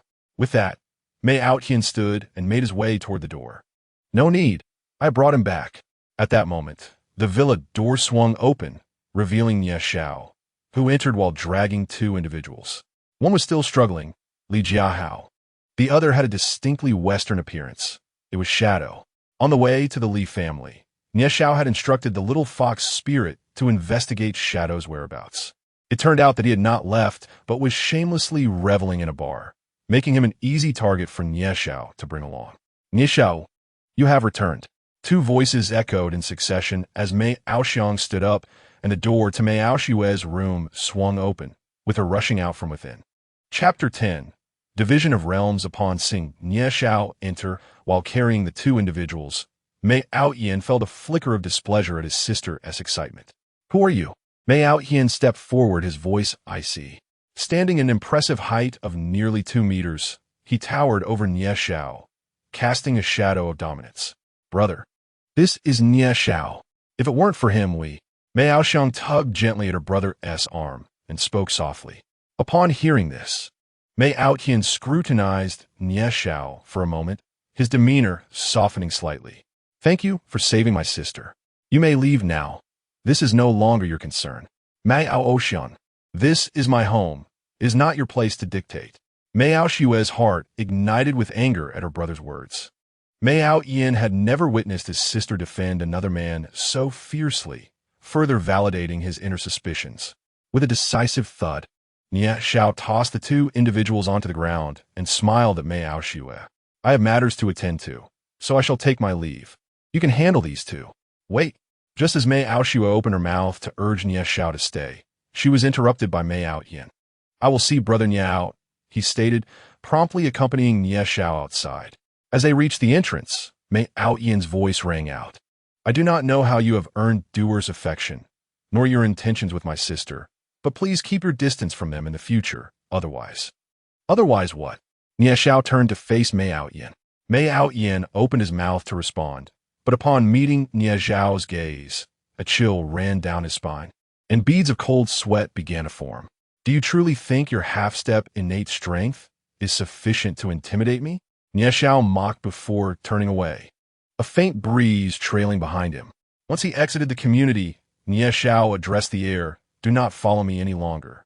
Investigate the organization known as the Gates of Hell, and have the brothers there check if any demonic entities have emerged." "Understood." Two voices responded before silence enveloped the surroundings. As Nie Xiao strolled through the night, his thoughts remained a mystery to all. Not long after, he arrived at a tranquil park, where the only sound was the gentle rustle of the wind through the willows. He halted, and a figure emerged ahead, obstructing his path. The newcomer was a middle-aged man clad in traditional Tang attire, a stark contrast to Nie Xiao's sanitation uniform. They exchanged glances, and in an instant, the middle-aged man vanished. Lunging toward Nie Xiao, "Diamond Fist!" he exclaimed, unleashing a golden punch that surged through the air toward Nie Xiao. However, Nie Xiao effortlessly raised a finger, dissipating the punch in an instant. Then, as if a ghost, he surged forward, leaving a long shadow in his wake, arriving before the middle-aged man in a heartbeat. The man stood momentarily stunned, and after a few seconds, he sighed in resignation. "I had heard that you were gravely injured. It seems you have only become more formidable." A smile broke on his face as he embraced Nie Xiao. "Old master you, it has been quite a while since we last met." Nie Xiao has once again adopted a carefree demeanor. Indeed, this middle-aged man is none other than the current national protector of the Hulong Kingdom, Yu Batian, whose status is second only to that of the kingdom's ruler. "Haha, you rascal. In the past, I could exchange a few moves with you, but now I find myself at your mercy. I truly wonder how you have honed your skills." The middle-aged man chuckled heartily, patting Nie Xiao on the back. Since their last encounter at that fateful juncture, they had not crossed paths again. Now, with the reunion of old friends, a tinge of nostalgia was inevitable. "You are not doing too badly yourself. You have already reached the divine origin realm," Nie Xiao remarked, playfully thumping the middle-aged man's chest. "Alas, while the divine origin realm is considered a pinnacle achievement in the mundane world, it pales in comparison to other realms," Yu Batian replied, shaking his head. However, as if recalling something, he continued, "Ever since your battle with the evil lord, those who have reached the divine origin realm have retreated to their core territories, seemingly plotting some nefarious scheme. Never mind that. We shall concern ourselves with future matters later. Let us indulge in some drinks," Nie Xiao declared, eager to drown his sorrows. For it had been far too long since he last enjoyed a hearty bout of revelry. At a bustling barbecue stall, Nie Xiao and Yu Batian sat opposite each other, the table laden with grilled meats and several crates of liquor strewn across the floor. "Young lad, how fares your injury?" Yu Batian inquired between bites of meat. "It is of no consequence now," Nie Xiao replied, taking a hearty swig from the bottle and waving his hand dismissively. I knew your resilience would prevail. I suspect your stay in this city is not solely for recuperation, is it? Ubatian took a swig of his own drink, raising an eyebrow. What else could it be for? Surviving such grievous wounds is already a feat, Nie Xiao quipped, followed by a teasing jab. Unlike you, old man, who enjoys the protection of the state, living in security. You only know how to jest at my expense. We both understand that had it not been for you, the world might be quite different, Ubatian sighed. Enough of your flattery. There would have been others in my stead. Nie Xiao rolled his eyes and continued. I say, old master you, why have I not heard news of you lately? You are, after all, a prominent figure in the nation. It is precisely due to my entanglement with certain accolades that my progress has stagnated. I wish to learn from you, to let go of everything, and perhaps find enlightenment in a mundane life, Ubatian said, fixing his gaze upon Nie Xiao with earnest intensity. Old man, I find your imagination quite expansive. Now, let us drink. Nie Xiao shook his head in bemusement, raising his bottle to clink it against Ubatian's, and they drank heartily. Now, young lad, you can enlighten this old man about the upcoming divisions of realms, can you not? Ubatian inquired. Why don't you take a guess? Nie Xiao responded, narrowing his eyes at Ubatian. We initiate our training with physical cultivation. Upon reaching perfection, we harness internal energy, which then evolves into true qi, leading to the master realm, Ubatian murmured thoughtfully. Following the master realm, we refine true qi into true essence, then open the divine pool to achieve spiritual communion. He continued, furrowing his brow. Next, we condense the soul into the divine soul, securing it within the divine pool to reach the divine origin realm. At this stage, while a cultivator may perish, the divine soul can endure, allowing for the possibility of reincarnation. At this moment, Ubatian's eyes were fixed on Nie Xiao as he continued. Both body and soul have reached their zenith. I surmise that the next step pertains to the inner essence. A look of astonishment flickered in Nie Xiao's eyes. What might that be? Ubatian inquired urgently. Bloodline, Nie Xiao replied nonchalantly. Bloodline? Ubatian questioned, furrowing his brow in contemplation. Indeed, it is bloodline. This step represents a chasm that has thwarted countless individuals. Nie Xiao sighed. He recalled the moment he reached this juncture, feeling utterly trapped and uncertain of the path ahead, until he captured a high-ranking extraterrestrial demon in that world and, through their techniques, attained sudden enlightenment. Chapter 11. The Division of Realms. 2. Nie Xiao gazed up at the night sky, the moonlight casting an enchanting glow upon his visage. He reflected on the perilous lengths he had gone to in order to discover the path of his subsequent cultivation, daring to risk his life and employing cunning to ensnare a minor leader of extraterrestrial demons who was 2 realms above him. Although he had meticulously set a trap, that encounter had left him gravely injured, teetering on the brink of death. Had he not experienced a sudden epiphany and successfully broken through, he might have perished that very day, and the subsequent battle with the demon overlord would never have transpired. However, it must be said that upon grasping the next realm, Nie Xiao felt an overwhelming sense of despair. This next step was intertwined with his family and his legacy. As an orphan, he was oblivious to the whereabouts of his family and uncertain whether he possessed any bloodline powers. Thus, he approached the breakthrough with a mindset of risking all for the chance of success. Yet, to his astonishment, upon awakening his bloodline power, the entire world erupted in tumult. Celestial phenomena occurred, with purple lightning crackling ominously. He had not anticipated the magnitude of his bloodline. In that moment of awakening, he felt an inexplicable call from beneath the earth, a sensation so familiar, akin to reuniting with a cherished child.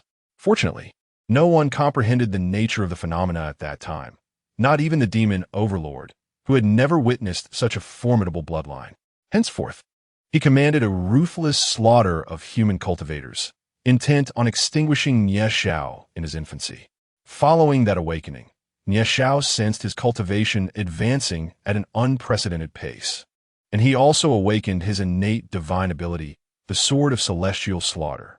This only deepened his curiosity about the nature of his family and why they had forsaken him. Thus, The next step was to awaken his bloodline power. If he failed to do so, would this path be irrevocably severed? Yu Batian interrupted Nie Zhao's thoughts, frowning as he asked, "Is the current path thus?" Nie Zhao nodded affirmatively. In that world, he had witnessed extraterrestrial demons seizing powerful bloodlines, seeking to merge them within themselves through secret arts to achieve breakthroughs to the next realm. So, how does one unlock the power of the bloodline? Yu Batian inquired anxiously, now sharing Nie Zhao's initial feelings of having emerged from an ordinary family and inadvertently embarking on the path of cultivation. However, if one cannot awaken the power of their bloodline, what will become of them in the future? The old man, do not fret. Nie Zhao took a puff of his cigarette and continued, once you reach the pinnacle of the divine realm and your spiritual power attains a certain level, you will be able to sense your bloodline factors. At that time, you will know how to proceed. Sigh. My concern lies with Yu Batian, who sighed and shook his head. Yet Nie Zhao waved his hand, offering comfort. I understand your worries, but I now believe my previous assumptions were mistaken. Must you always be so roundabout? The old man's heart is already in a twist. Yu Batian glared at Nie Zhao with fury, resembling a ravenous beast. Nie Zhao smiled gently and continued, I believe that we humans, residing in this world, trace our bloodline origins back to ancient times, which means that each of us possesses a bloodline inheritance. But why is it that some can awaken their powers while others cannot? Upon hearing this, a glimmer of intelligence flashed in Yu Batian's eyes, followed by another question. It is not that they cannot awaken, but rather that their bloodline power is too weak or their spiritual strength insufficient to sense it. Nie Zhao took a sip of his drink and continued. Those powerful families have upheld the principle of marrying within their social class since ancient times. Thus, their descendants seek partners of considerable strength, resulting in offspring whose bloodlines are not only unweakened, but may also integrate numerous advantages, becoming ever more potent. So, you mean to say that those cultivators who cannot awaken their bloodline powers do have the potential to do so, but their bloodline strength has been diluted to the point of being too weak to awaken? Yu Batian leaned forward, excitement palpable in his voice. Precisely. Nie Zhao nodded slightly. Yu Batian exhaled a breath, visibly relieved. As long as there is hope, he is confident he will succeed. How many realms are there beyond? Yu Batian fixed his gaze intently on Nie Zhao, asking with gravity. How would I know how many realms remain? Do you think I am a deity? Nie Zhao shot him an exasperated glance. No, I mean, what realms do you know that follow? Yu Batian queried, puzzled. After the divine realm comes the fated destiny, and after that, the path of enlightenment. Each realm is still divided into early, middle, late stages, and the pinnacle. Holding a skewer of roasted meat in one hand and a bottle of wine in the other, Nie Zhao indulged in his feast. What else? Yu Batian inquired. Recalling your battle against the demon lord, surely there were more realms beyond that, right? The demon lord mentioned the immortals. Who were they? I say, old Yu, knowing too much can affect your path. You ought to take it one step at a time. Now let us drink. Nie Zhao looked at him, speechless, and gulped down half a bottle of wine. Alas, you always leave me in suspense. Yu Batian sighed, resigned. To be honest, old Yu, having met so many people, I find you the most agreeable. Nie Zhao clinked his bottle with Yu Batian's, downing another half bottle of wine. They dined and drank, conversing merrily, while the surrounding tables were filled with empty bottles, leaving onlookers in a state of astonishment. You rascal! Yu Batian exhaled a breath of wine, his face flushed from drinking. Although they could use their true energy to expel the alcohol from their bodies, it was unnecessary. The essence of drinking lies in this very sensation. By the way, do you have any thoughts? Yu Batian inquired further. Not much on my mind, just a desire for a tranquil existence, to savor this impending storm serenity, Nie Zhao replied, tilting his head skyward after letting out a burp. Do you share that sentiment? Yu Batian asked, his tone grave. The gates of hell, the blooming of the other shore flowers, the blood of Shura, the return of the malevolent spirits. Nie Zhao slowly recited 4 lines of poetry. What does that mean? Yu Batian furrowed his brow. Nie Zhao recounted the events he encountered at the Leaf family, suggesting that it would be more appropriate for the state to investigate discreetly. What?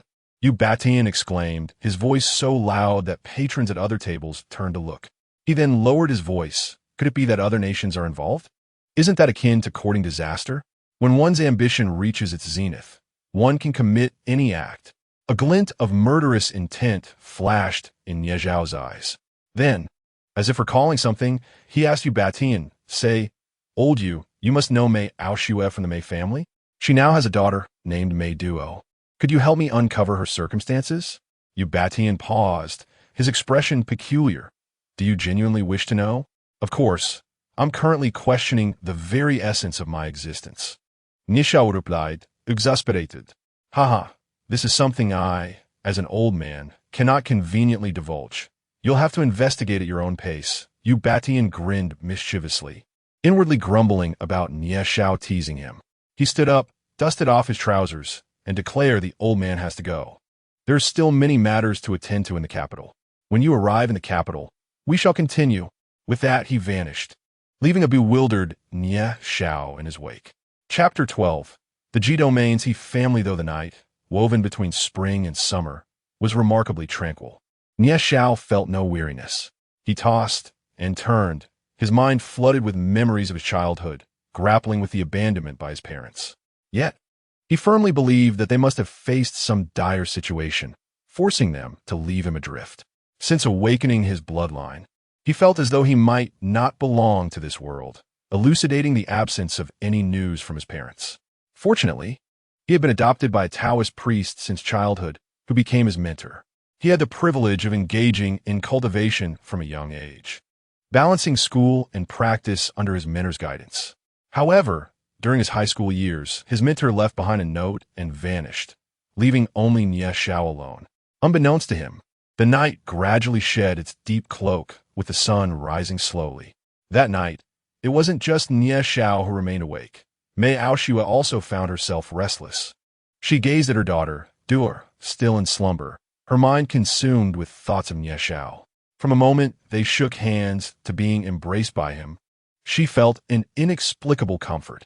Since childhood, she had suffered from a peculiar ailment. Any physical contact with the opposite sex would cause her extreme discomfort and a sense of losing her sanity. Thus, she had avoided close interactions with males. Yet, since meeting Nie Zhao, she realized she had no adverse reaction at all and instead felt a surge of emotions, leaving her both perplexed and hopeful. "Mom, you're awake." The gentle murmurs of Duer's voice filled the air as the little girl opened her drowsy eyes and rubbed them with her tiny hands. Upon hearing her daughter's voice, Mei Aoshue quickly sat up, her gaze fixed on the anxious child. "Duer, how are you feeling? Is anything bothering you?" she inquired with concern.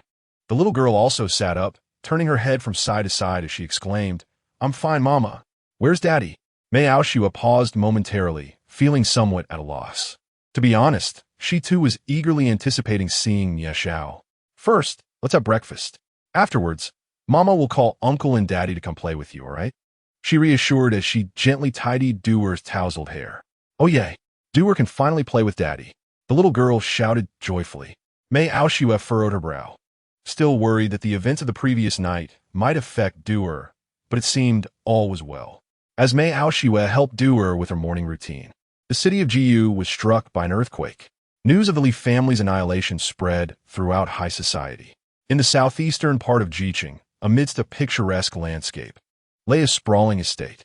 A sign hung at the gate, inscribed with the characters He Mansion. At the foot of the estate's back mountain, an elderly man reclined in a rocking chair, eyes closed in repose. He was He Jinnan, the head of the He family. Beside him stood a handsome young man and a stunning young woman. "Old master." Suddenly, a figure approached at a hurried pace, their excited voice preceding their arrival. "Shanbo, grandfather is resting. Please keep your voice down," protested the beautiful young woman as the person drew near. Without hesitation, she leapt onto the newcomer like an octopus, tugging at his beard with her small hands. "Ouch, little ancestor, Shanbo was wrong. Please let go." The newcomer was also an elderly man, his grizzled goat beard curling slightly, adorned with round spectacles. If Nie Zhao were present, he would surely recognize him as the elderly gentleman from the Chinese medicine clinic the previous night. "Huaner, cease your antics." the elder in the rocking chair mildly chastised, though his tone was laced with affection and indulgence.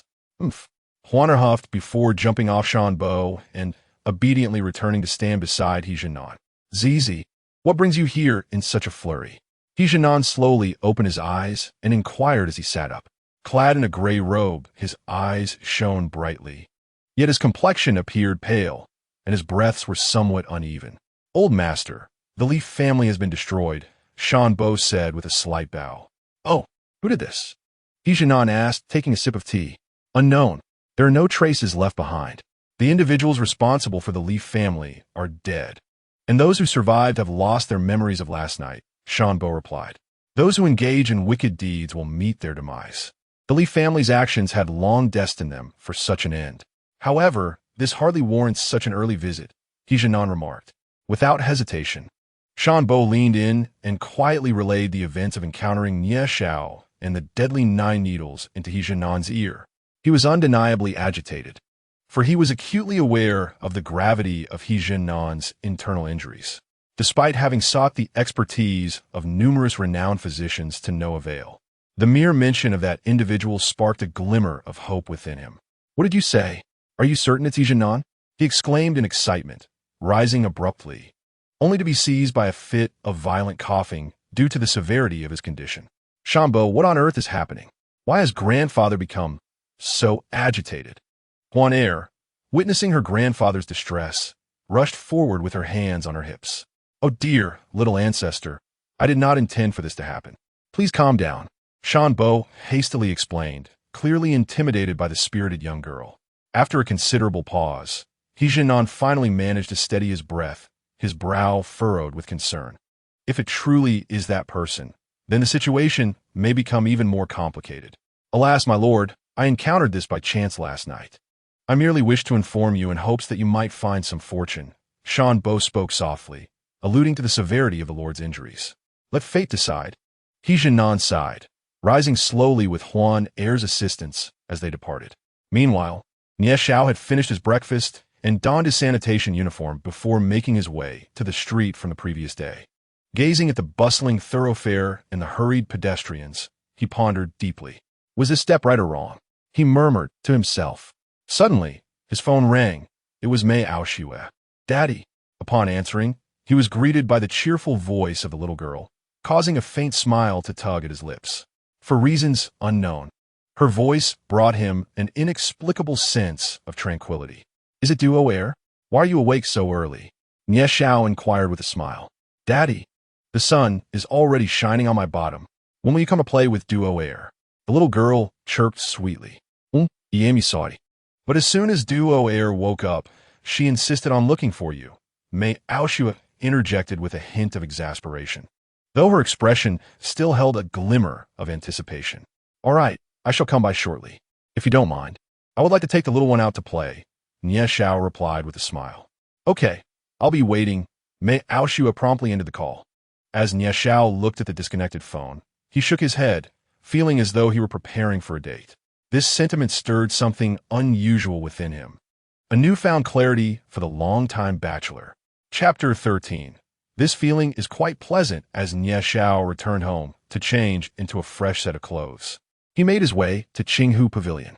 Meanwhile, in the central region of Hualong country, atop Huafeng Peak, clouds swirled and rays of light danced across the sky. In the midst of this ethereal scene, an elderly man was seated in meditation, practicing his breathing techniques. "Master, something is amiss." A voice laced with urgency pierced through the shifting clouds, followed by the appearance of a young man. The elder, upon sensing the disturbance, concluded his practice, exhaling deeply, and opened his eyes. At that moment, it seemed as if 2 beams of golden light shot forth from his gaze, piercing through the mist ahead. "What is it, you reckless one?" the elder chided, clearly displeased by the interruption to his meditation. The young man, drenched in sweat and panting heavily, had evidently sprinted up from the foot of the mountain. He took a deep breath, his voice tinged with urgency. "Master, the second master." The second master he referred to was the late Elder Hua, who had been slain by Nie Xiao. Upon hearing this, the elder rose abruptly, his gaze fixed on the young man with a fierce intensity. What has happened to my junior brother? The second master has been killed. In a Li family courtyard of Jiu City, Dongtai province. The young man wiped the beads of sweat from his forehead, his voice trembling. He was acutely aware of his master's formidable abilities, yet his master had chosen seclusion for the past decade. The world had long since forgotten the existence of such a person. The elder stood rooted to the spot, devoid of any movement or sound. After a prolonged silence, he let out a deep sigh and turned to face the sheer cliff, gazing into the ethereal horizon. Do you know who is responsible? He inquired. I do not know. Those responsible from the Li family have been eradicated, and the survivors have lost their memories, the young man reported, but he quickly added, I have dispatched people to transport the second Master's body back. It is currently en route. Well done. The elder nodded slightly. Looking skyward, he sighed. Alas, my master treated me as his own son. Were it not for him, there would be no later sword emperor of the northern desert. He then turned, descending the mountain, his voice echoing across the summit. Now that the only son of my master, my junior brother, has been slain, I shall offer the head of that scoundrel as a sacrifice to honor my brother's soul. The young man was startled, jumping in place. Is the master truly resolved to leave his seclusion? He remained unmoved even during the emergence of that world. This is chaos, utter chaos. In the serene lakeside villa number 7, Nie Xiao stepped into the courtyard only to find two figures bound to a tree, Li Jiahao and Shadow. Both were barely clinging to life, their bodies marred with wounds. Nie Xiao shook his head in resignation, pondering whether this was Mei Aoshang's idea or the handiwork of Mei Aoyan. Did they not fear being seen by passers-by? Fortunately, the residents here were either affluent or noble, thus the foot traffic was sparse. Inside the villa, the Mei siblings were seated at the dining table, preparing to eat. The little girl, Duo sat beside Mei Aoshue, clad in a long black shirt, exuding the essence of a little queen. Her two long ponytails draped over her shoulders. She rested her chin on her small hand, her face a picture of youthful seriousness. Duo, what are you thinking about? Mei Aoshang inquired, unable to suppress a smile at the girl's demeanor. I miss Daddy, Duo replied listlessly, her large eyes devoid of their usual sparkle. Mei Aoshue exchanged glances with her sister, observing the teasing expression on her younger sibling's face, rendering them speechless. At that moment, however, Mei Aoyan was oblivious to their conversation. His gaze was fixated on the jade pendant adorning Duo. From a moment he first laid eyes on her that morning, he had been captivated by her cuteness and beauty. Yet upon seeing the pendant, his brow furrowed in contemplation. He was certain he had seen the design on it somewhere before, though he could not recall where. Just then, a knock echoed through the villa. Oh, Daddy's here. Before anyone could react, the little girl had dashed barefoot down the stairs. As the door swung open, Nie Xiao caught sight of Duo's petite figure. Father, you finally arrived. I missed you so much. The little girl, Duo, leapt into Nie Xiao's embrace, clinging tightly to his leg. Nie Xiao promptly squatted down, lifted the child into his arms, and playfully pinched her tiny nose, saying, I missed you too, Duo. Shall we play together today? Yay! Father is wonderful, Duo exclaimed, planting a kiss on Nie Xiao's cheek and bursting into laughter, her joy infectious. Mei Aoshue also stood up, her demeanor slightly shy, yet she managed to smile, saying, Thank you, Nie Xiao. Please come and eat with us. I have already eaten. You all enjoy your meal, Nie Xiao replied, nodding slightly at Mei Aoshue and then at Mei Aoshuan. Father, let me tell you, breakfast was lovingly prepared by Mama. I usually don't get to eat Mama's cooking, Duo chimed in, her small hand wrapped around Nie Xiao's neck while the other formed a half-cone shape against his ear. She leaned in and whispered excitedly, before breaking into a fit of giggles that showcased her adorable dimples.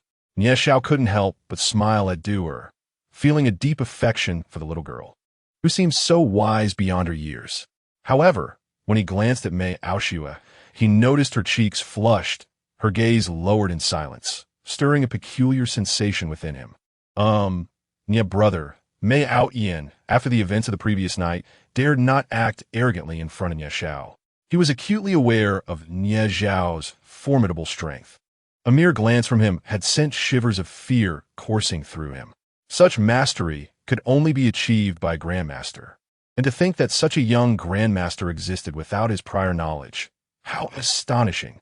Nie Xiao nodded slightly and leaned closer to Duer, whispering, "Duer, why don't you eat first? Once you're done, I'll take you out to play, all right?" "Yay."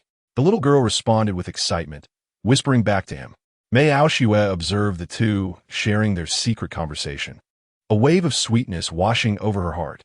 She felt increasingly convinced that Nie Xiao was indeed Duer's biological father. However, she was determined to obtain a strand of Nie Xiao's hair or some other item for testing. If it were true, then she hesitated to think further. For this was not just about her.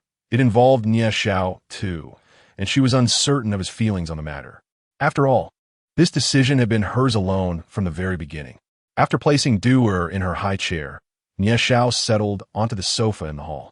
The bottleneck in his cultivation, which had remained unyielding for half a year, now stirred slightly, as if he had grasped something elusive. He glanced at Duer and Mei Aoshue, only to find Mei Aoshue secretly observing him as well. Their eyes met briefly before she quickly averted her gaze. A shiver ran through Nie Xiao's heart. This sensation felt rather pleasant. Chapter 14. Approaching completeness, seated on the sofa, Nie Xiao pondered deeply, sensing that something vital was missing from his path. He had experienced the myriad flavors of life, the joys and sorrows, the bitter and the sweet. Yet since his recovery 6 months ago, his cultivation had stagnated, refusing to advance further. Could it be that I have consistently perceived these matters from a third-party perspective, and that these reflections do not genuinely represent my own feelings? Instead, they are merely the objective sentiments imparted to me by others, he pondered. I have naively assumed that the emotional transformations experienced by others in certain circumstances are the changes I objectively perceive, yet this is not the case. Some individuals endure great suffering while maintaining a spirit of optimism, whereas others find themselves amidst brightness, yet harbor darkness within. My rapid advancement in that realm was due to the daily confrontations with life and death, despair and hope, trials and tribulations. Those experiences were intimately mine. Hence, both my emotional state and cultivation have flourished exponentially. Excluding the 2 years devoted to recovery, I have not personally encountered any significant events in the remaining 6 months. Until he lifted his gaze to behold the round belly of the little girl, his eyes sparkled with realization. He rose slowly and approached the dining table. Everyone looked up, some puzzled. Had he grown hungry watching us eat? Nie Xiao picked up the little girl, still munching away, and gently pinched her nose, saying, "Look, your little belly is all puffed up." The onlookers turned their attention to the child's stomach, which indeed strained against her loose-fitting shirt, leaving them speechless. "Daddy, Mommy's cooking is so delicious," the little girl exclaimed, shaking her head, her ponytail swaying, her face scrunched in dismay. "No more for now. If you eat any more, you'll feel uncomfortable. After we play outside and you tire out, I'll buy you some treats," Nie Xiao coaxed as he settled onto the sofa with her. "Oh yes, Daddy keeps his promises." The little girl, still young, found joy in the simplest things. "Of course. Or shall we seal it with a pinky swear?" Nie Xiao tousled her hair. However, the little girl pondered for a moment, shook her head, and replied, "I believe Daddy would never deceive me." Suddenly, Nie Xiao recalled something, lifted the little girl onto his lap, and whispered in her ear, "Can you tell me why you call me Daddy the moment you see me?" The little girl considered earnestly for a moment before leaning into Nie Xiao's ear and softly responding, "Because I feel you are my daddy." Soon, the Mei siblings finished their breakfast. Nie Xiao, "I have no plans today. Shall we take Duo out to play together?" Mei Aoshue said as she tidied up the dishes and sat on the sofa. "Oh, is there nothing happening at your company?" Nie Xiao asked, surprised. Mei Aoshue nodded, stating, "It's all settled now. Yesterday, after you brought back Li Jiahao and Shadow, they immediately restored the company's intelligence system and returned the lost documents without a word." Nie Xiao understood, realizing that the two had been thoroughly intimidated by his methods. "Oh dear, I almost forgot." Mei Aoshuang, who was munching on an apple, suddenly exclaimed, "Those two are still outside tied up. I wonder how they are faring?" Mei Aoshue straightened up, glancing at Mei Aoyan. Nie Xiao was left speechless at their lack of awareness. They had tortured those individuals all night and yet had forgotten. If Li Jiahao and Shadow were to find out, they would surely be incensed to the point of spitting blood. What is there to fear? The fact that I Haven T executed them directly is a testament to my mercy. The rugged voice of Mei Outyin resonated. Why do you keep those two around? Nie Xiao glanced at Mei Outyin, recalling how those two nearly destroyed the Mei sisters and tormented the young girl with such cruel methods. If it were Nie Xiao, she would not hesitate to make them suffer a fate worse than death. Her elder brother suggested threatening the Li family to exchange half of their assets. But upon seeing her sister's gaze, she fell silent. Just kill them. The Li family would no longer exist. Nie Xiao whispered, covering the young girl Duo'er's ears. She then stood up, cradling Duo'er in her arms as she headed toward the door. Hey, where are you going? Mei Aoshue, taken aback by Nie Xiao's words, quickly called out as she saw Nie Xiao attempting to leave with Duo'er. Aren't we just taking the little one out to play? Nie Xiao replied, puzzled. Yes, mommy. Duo'er wants to go out to play. The little girl exclaimed, shaking her tiny head. Just wait a moment. I'll put on some makeup and change my clothes. Mei Aoshue said bashfully before rushing upstairs. Nie Xiao exchanged a glance with the little girl, feeling helpless while Duo'er clapped her hands and giggled. At that moment, Mei Aoshue stared at her phone in shock, then looked up at Nie Xiao and asked, Did you do this?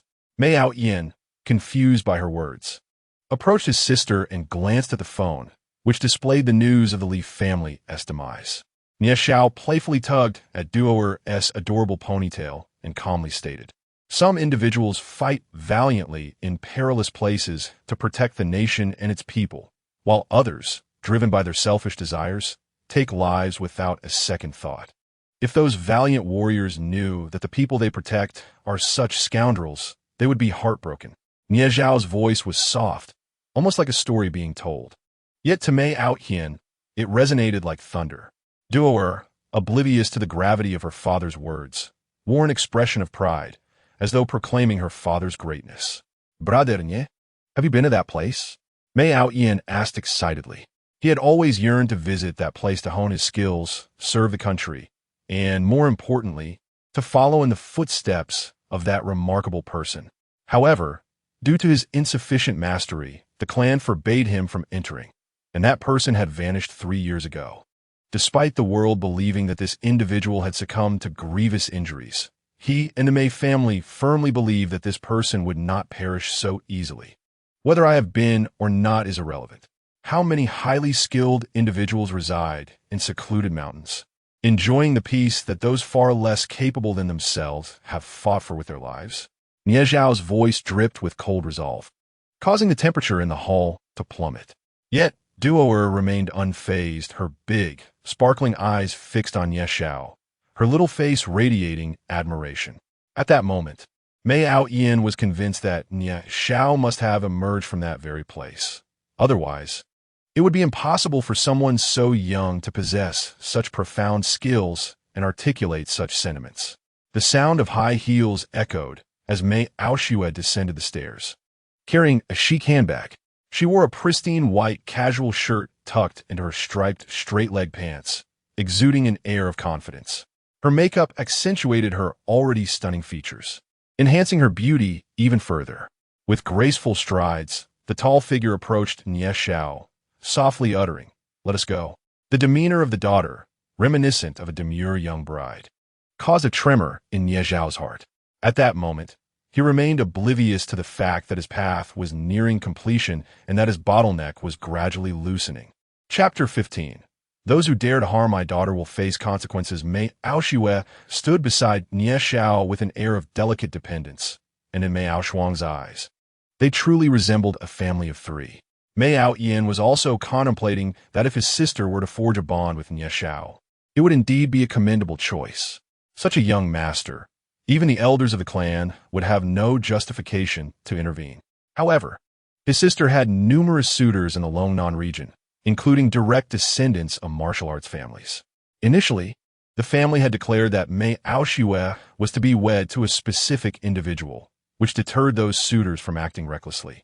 Yet, since the news of that individual suffering severe injuries and succumbing to them spread, Those wealthy scions had begun to emerge, inquiring about his sister's well-being. Although Nie Xiao was a master, there were indeed formidable practitioners among those families. Perhaps allowing them to remain hidden in Jiu City would be a prudent choice, as it would ensure that his sister experiences greater happiness, Mei Outyin mused. Oh, let's go out to play. Duoer clapped her tiny hands in Nie Xiao's embrace, her petite form swaying side to side, exuding an overwhelming cuteness. Nie Xiao gazed fondly at the little girl in his arms, his heart brimming with warmth. He covered Duoer's eyes gently as they stepped outside, for there were still two individuals bound in the courtyard. However, these small gestures only served to reinforce Mei Aoshue's perception of Nie Xiao's reliability.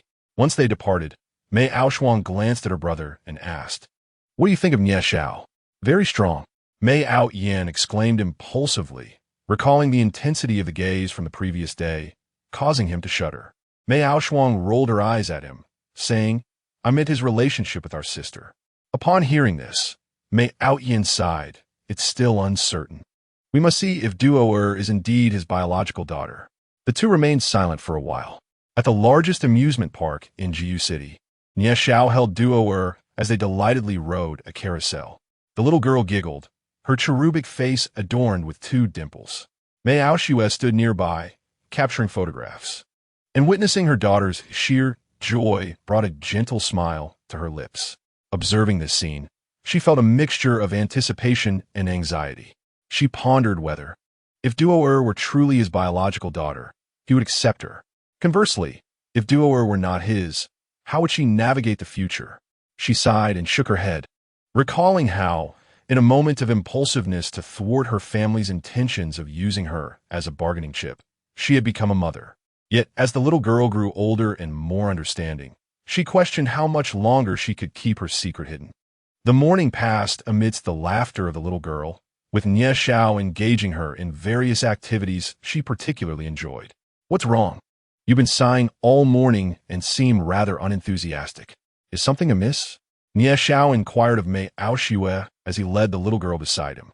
"No, it's nothing," Mei Aoshue replied nervously, uncertain of the relationship between Duoer and Nie Xiao, making it difficult to speak openly.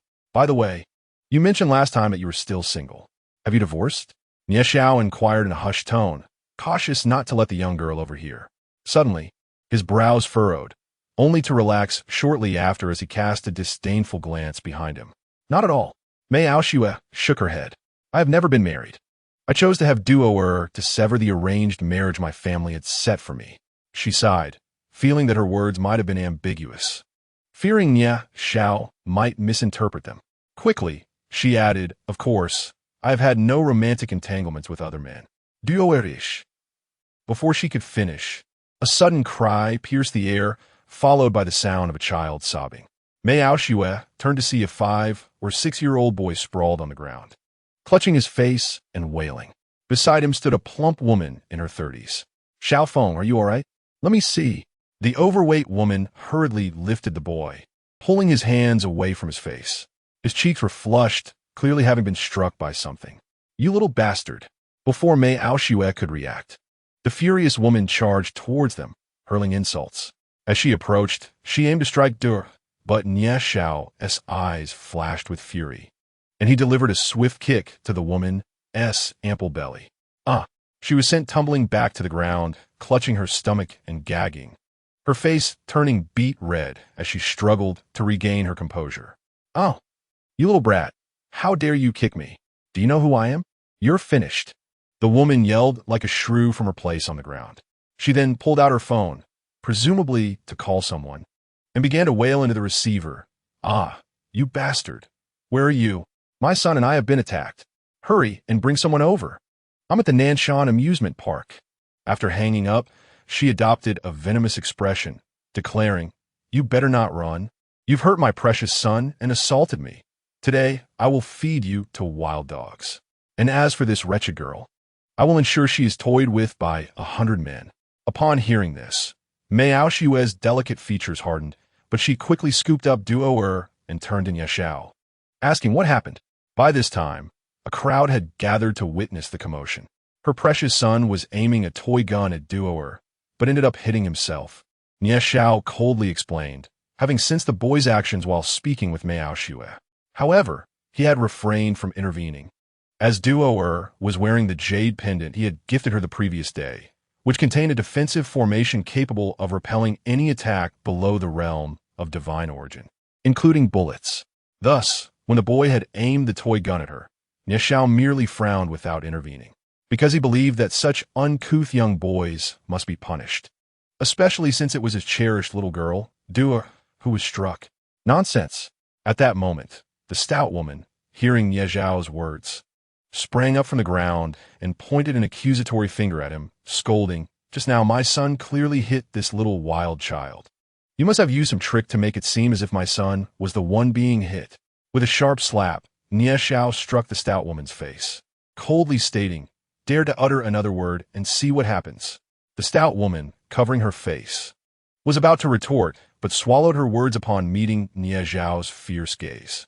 At that moment, Mei Aoshue also grasped the situation, anxiously glancing at Duo to check if the little girl was harmed. However, the little girl merely gazed around with her innocent, large eyes, oblivious to the turmoil. "It's all right, don't worry," Nie Xiao reassured as he took Duo into his arms, channeling a stream of energy into her body to soothe her emotions. Mei Aoshue, however, exuded a formidable aura as she angrily addressed the stout woman. "Is people like you, lacking in decency, who raise such ill-mannered children? How can a toy gun, with such potency, be aimed at another? Today, Duo is unharmed, but if you had harmed my daughter, I would make you pay dearly. Let me see who dares to speak so boldly and threaten us." A gruff voice boomed, causing the crowd to part as dozens of suited bodyguards accompanied a middle-aged man to enter. Chapter 16. The distressed third master. The newcomer was a bald man with a scruffy beard. In terms of stature, he rivaled Mei Aoyan. Upon approaching, he disregarded his wife and child, fixating instead on Nie Xiao and Mei Aoshue. When he laid eyes on Mei Aoshue, a glint of greed flashed in his eyes, though he quickly reined it in. "So it is you two who have harmed my wife and child?" he demanded, his gaze menacing. The bodyguards moved forward, encircling Mei Aoshue and Nie Xiao. He was the owner of Longting Entertainment, the third master. Heavens, this girl and this young man are in for it. Having crossed paths with the third master, they're bound to face dire consequences. A voice among the onlookers sighed, lamenting the unfolding drama. Nie Xiao gently placed Duo into Mei Aoshue's embrace, ruffling her little head as he had managed to lull her into a deep sleep to spare her feelings. It was midday, and many tourists, having spent the morning exploring, were on their way to dine, now drawn to the commotion. Not far off, a little girl was bouncing towards them, blissfully enjoying an ice cream cone. However, trailing behind her were several seemingly unrelated passers-by, her family-assigned bodyguards. Unbeknownst to the little girl, she was being discreetly protected. Upon noticing the unfolding scene, her eyes lit up, and she scampered over, clearly eager to witness the excitement. "What? Do you intend to defend your wife and child?" Nie Xiao turned, his icy gaze fixed on the third master. "What a bold lad. It's the first time someone has dared to be so audacious in my presence." The third master chuckled darkly, stroking his bald head. Suddenly, his expression turned cold as he said, "Are you not aware of the consequences of being arrogant in front of me, third master?" Nie Xiao furrowed his brow and swiftly delivered a kick. With a dry heave, the third master was sent flying, colliding with several bodyguards he had brought along. "Goodness, this young man is incredibly fierce. He speaks little but acts decisively. However, this is the third master. The lad is far too impulsive." The onlookers were taken aback by Nie Xiao's actions and began to voice their astonishment. "Get rid of him." The third master whimpered on the ground, one hand clutching his stomach while the other pointed angrily at Nie Xiao. The bodyguard were momentarily stunned. They had not anticipated Nie Xiao's sudden aggression. No, rather his sudden kick. They had an overwhelming numerical advantage on their side. Upon hearing the third master's furious shout, the bodyguards regained their composure and charged at Nie Xiao. "Humph, a bunch of oblivious fools," Nie Xiao murmured, then advanced rather than retreating.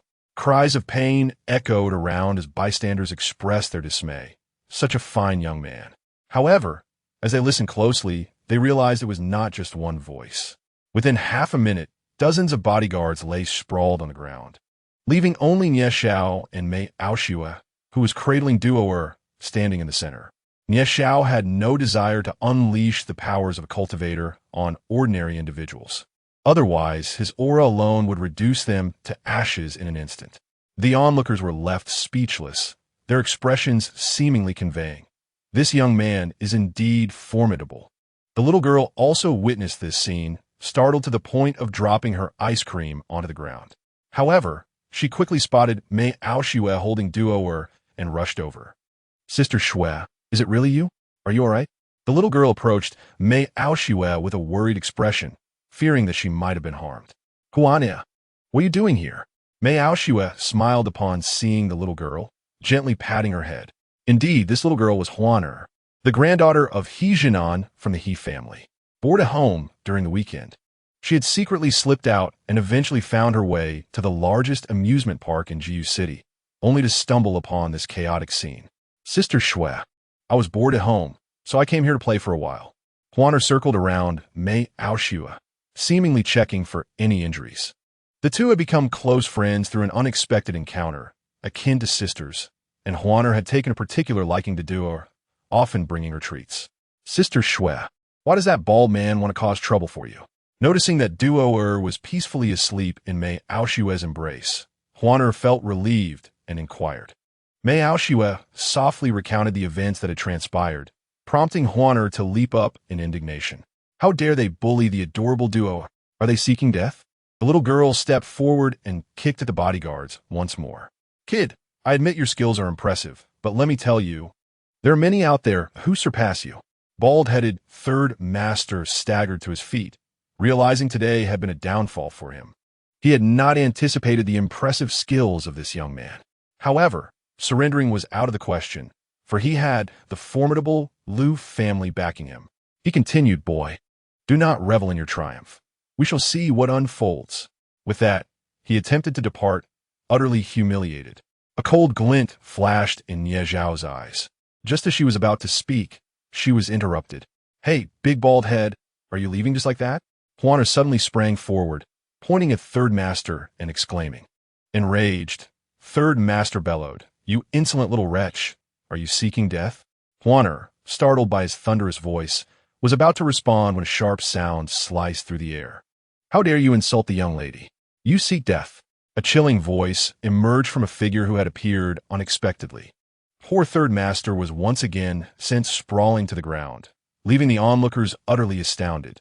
Today's events had certainly provided them with ample entertainment. "Who are you?" Third Master seethed, feeling utterly humiliated. "He family, Xianfeng," the newcomer replied disdainfully while casting a glance at Third Master. He then turned to Huaner, bowing respectfully. "Greetings, young lady." "Oh dear, weren't we instructed not to follow you? How did you manage to locate me?" Huaner exclaimed, covering her forehead, her expression one of dismay. "She is indeed from the He family," Mei Aoshue remarked, equally astonished. The master commanded that the safety of the young lady must not be taken lightly. All right. I must go dine with Sister Shui now. You may all withdraw." Huaner bounced over to Mei Aoshue's side, waving her hand at Xianfeng. Third Master was now thoroughly frightened. He had inadvertently provoked the young lady of the He family, a family so powerful that even the Lu family would not dare to confront them. Cursed be this situation. He cast a murderous glare at his plump wife, wishing he could eliminate this troublemaker. Once everyone had departed, the little girl Huaner rolled her eyes, scrutinizing Nie Xiao, seemingly plotting something mischievous. Chapter 17. A new continent. Nie Xiao squinted at the horizon, feeling a pang of melancholy. It baffled her how, in this day and age, some individuals so delight in creating chaos. She did not expect grand contributions to the nation, but was it truly so difficult to coexist harmoniously? Your wealth is your own achievement, and your strength is your capability. Yet, if you wield these attributes to unprovokedly bully the ordinary, that is simply unacceptable. "Hello, handsome." At that moment, the little girl's figure leaped in front of him. Nie Xiao snapped back to reality, appraising the child with a smile and a nod. "Are you the bodyguard that Sister Shui hired?" "Quite impressive," Huaner remarked, hands clasped behind her back, adopting a pose of authority. "Huaner, allow me to introduce this gentleman. Nie Xiao, he is my friend. Mei Aoshua, holding duo approached Nie Xiao to make the introduction. Oh, a friend? Huaner shook her head, elongating her voice, harboring some unknown mischief in her heart. I see him as a boyfriend, she teased, leaping away from Mei Aoshua and laughing loudly. Stop your nonsense. Mei Aoshua's face flushed as she discreetly cast a glance at Nie Xiao, only to glare at Huaner afterward. Huaner, with a playful flick of her little tongue, made a face at Mei Aoshua. Observing Mei Aoshua's bashful demeanor, Nie Xiao felt a peculiar sensation, a blend of anticipation and anxiety. As the four of them strolled along, the ground suddenly trembled violently, causing pedestrians to stumble and fall. Run! An earthquake! Someone shouted. Nie Xiao extended his true essence, enveloping those nearby to steady their footing. Then, sensing something amiss, he furrowed his brow and gazed toward the southwest, as if his eyes could pierce through time and space. Moments later, tranquility returned, and thankfully, no one was injured. The crowd exhaled in relief, pulling out their phones to share their recent experiences. How could there just be an earthquake out of the blue? Mei Aoshua remarked, patting her chest. She had felt as though she were about to fall, only to be inexplicably steadied by some unseen force. She looked up at Nie Xiao, only to find him deep in thought, his brow furrowed. You scare me, Huaner. I almost fell, but thankfully something held me up, the little girl exclaimed, finally catching her breath. Thank you, Mei Aoshua whispered to Nie Xiao, her childlike demeanor eliciting a strong desire in him to hold her close and cherish her. How should I be thanked? Perhaps by offering yourself to me? Nie Xiao teased, reverting to his usual nonchalant demeanor. Upon hearing this, Mei Aoshua's cheeks flushed once more as she shot him a glare. I truly wonder what kind of person you are, she retorted, striding ahead with her long legs, holding on to duo. Huaner glanced between Mei Aoshua and Nie Xiao, deep in contemplation. All right, little one, stop overthinking. Nie Xiao playfully flicked Huaner on the forehead, matching Mei Aoshua's pace. Ouch, the little girl exclaimed, suddenly jolted from her thoughts, and then indignantly shouted. I'm not a little girl. Nie Xiao chuckled, but offered no reply. Huaner leaped a few steps to catch up with Mei Aoshua, reporting Sister Shui. Your boyfriend is bullying me. Turning her head back toward Nie Xiao, she bared her teeth in a mock growl. You little rascal, don't say such nonsense. Nie Xiao and I are not what you think, Mei Aoshua retorted, though inwardly, she felt a small thrill at Huaner's words. Just then, Nie Xiao's phone rang. Old man, what do you want? Nie Xiao answered casually, clearly recognizing the caller as Ubatian. Kid, another continent has emerged in the West Ocean. This time, we can see its outline in shadow, indicating that the seal is about to break. I'm on my way there now, and forces from around the world are being organized to prevent any unforeseen incidents. Ubatian's anxious voice relayed the situation in one breath. Oh, was that tremor caused by the emergence of the new continent? Nie Xiao inquired, unfazed by such occurrences, as he had once joined the ranks of cultivators during his freshman year due to the emergence of that same world. However, the seal of that continent is merely loosened, with only 4 spatial rifts leading into it. It seems that this new land is a manifestation of a shattered seal. Otherwise, it would not have directly revealed its ethereal shadow. Indeed, my young friend, this situation is far more grave. If the seal is broken and entities escape into the mundane world, do you comprehend the ramifications it would entail? Ubatian sighed, continuing, I truly wonder how many worlds like this still exist. Why did the ancient powers choose to seal them rather than eradicate them entirely? Do not fret, elder you. Perhaps this incident will compel those reclusive giants hiding within the mountains to reveal themselves. Nie Xiao reassured him. Our primary purpose is to discuss the possibility of reinforcing the seal. As long as we can ensure that the entities within cannot escape, we should face minimal issues. As for those beings, you'll have to take action when the time comes. Ubatian remarked. I say, elder you, do not flatter me too much. The Dragon Lord's cultivation is no less than mine. Nie Xiao yawned and added, you are in your position to manage affairs, while I shall indulge in a meal. I have spent the entire morning playing with that little girl, and am indeed quite famished. With that, he hung up the phone. On a helicopter, Ubatian's lips twitched as he gazed at the disconnected call, shaking his head with a resigned smile. It seems that nothing can be concealed from this young man. He even knows the cultivation level of the Dragon Lord. The Dragon Lord, the sovereign of the Hualong, possessed formidable strength even before Yu Batian had embarked on his own journey of cultivation. Otherwise, why would those hidden ancient figures refrain from acting recklessly?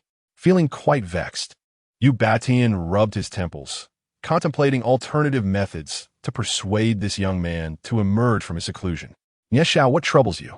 Mai Aokshu inquired, noticing his pensive expression as she approached him. "It's nothing. Let us be off," he replied, shaking his head before breaking into a smile. "Hand me Duo. You have held her for quite a while, and I imagine you must be weary."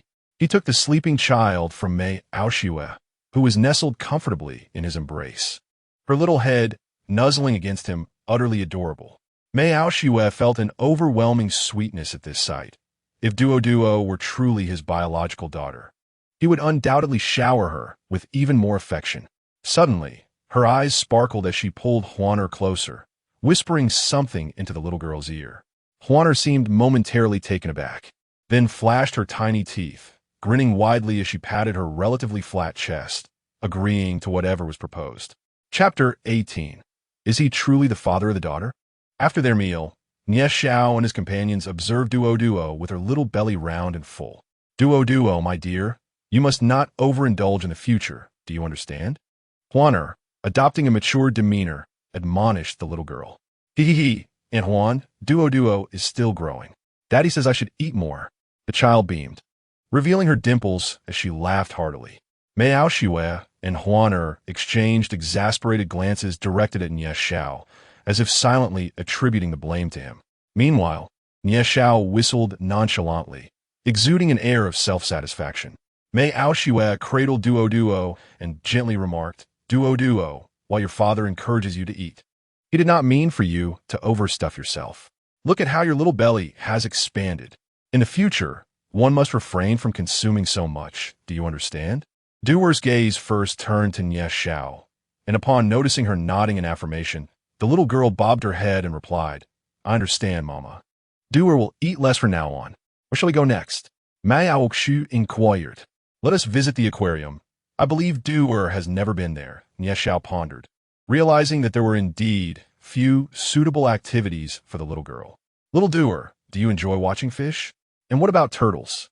Huan's eyes sparkled as she gently caressed the little girl's cheek, tempting her with the prospect.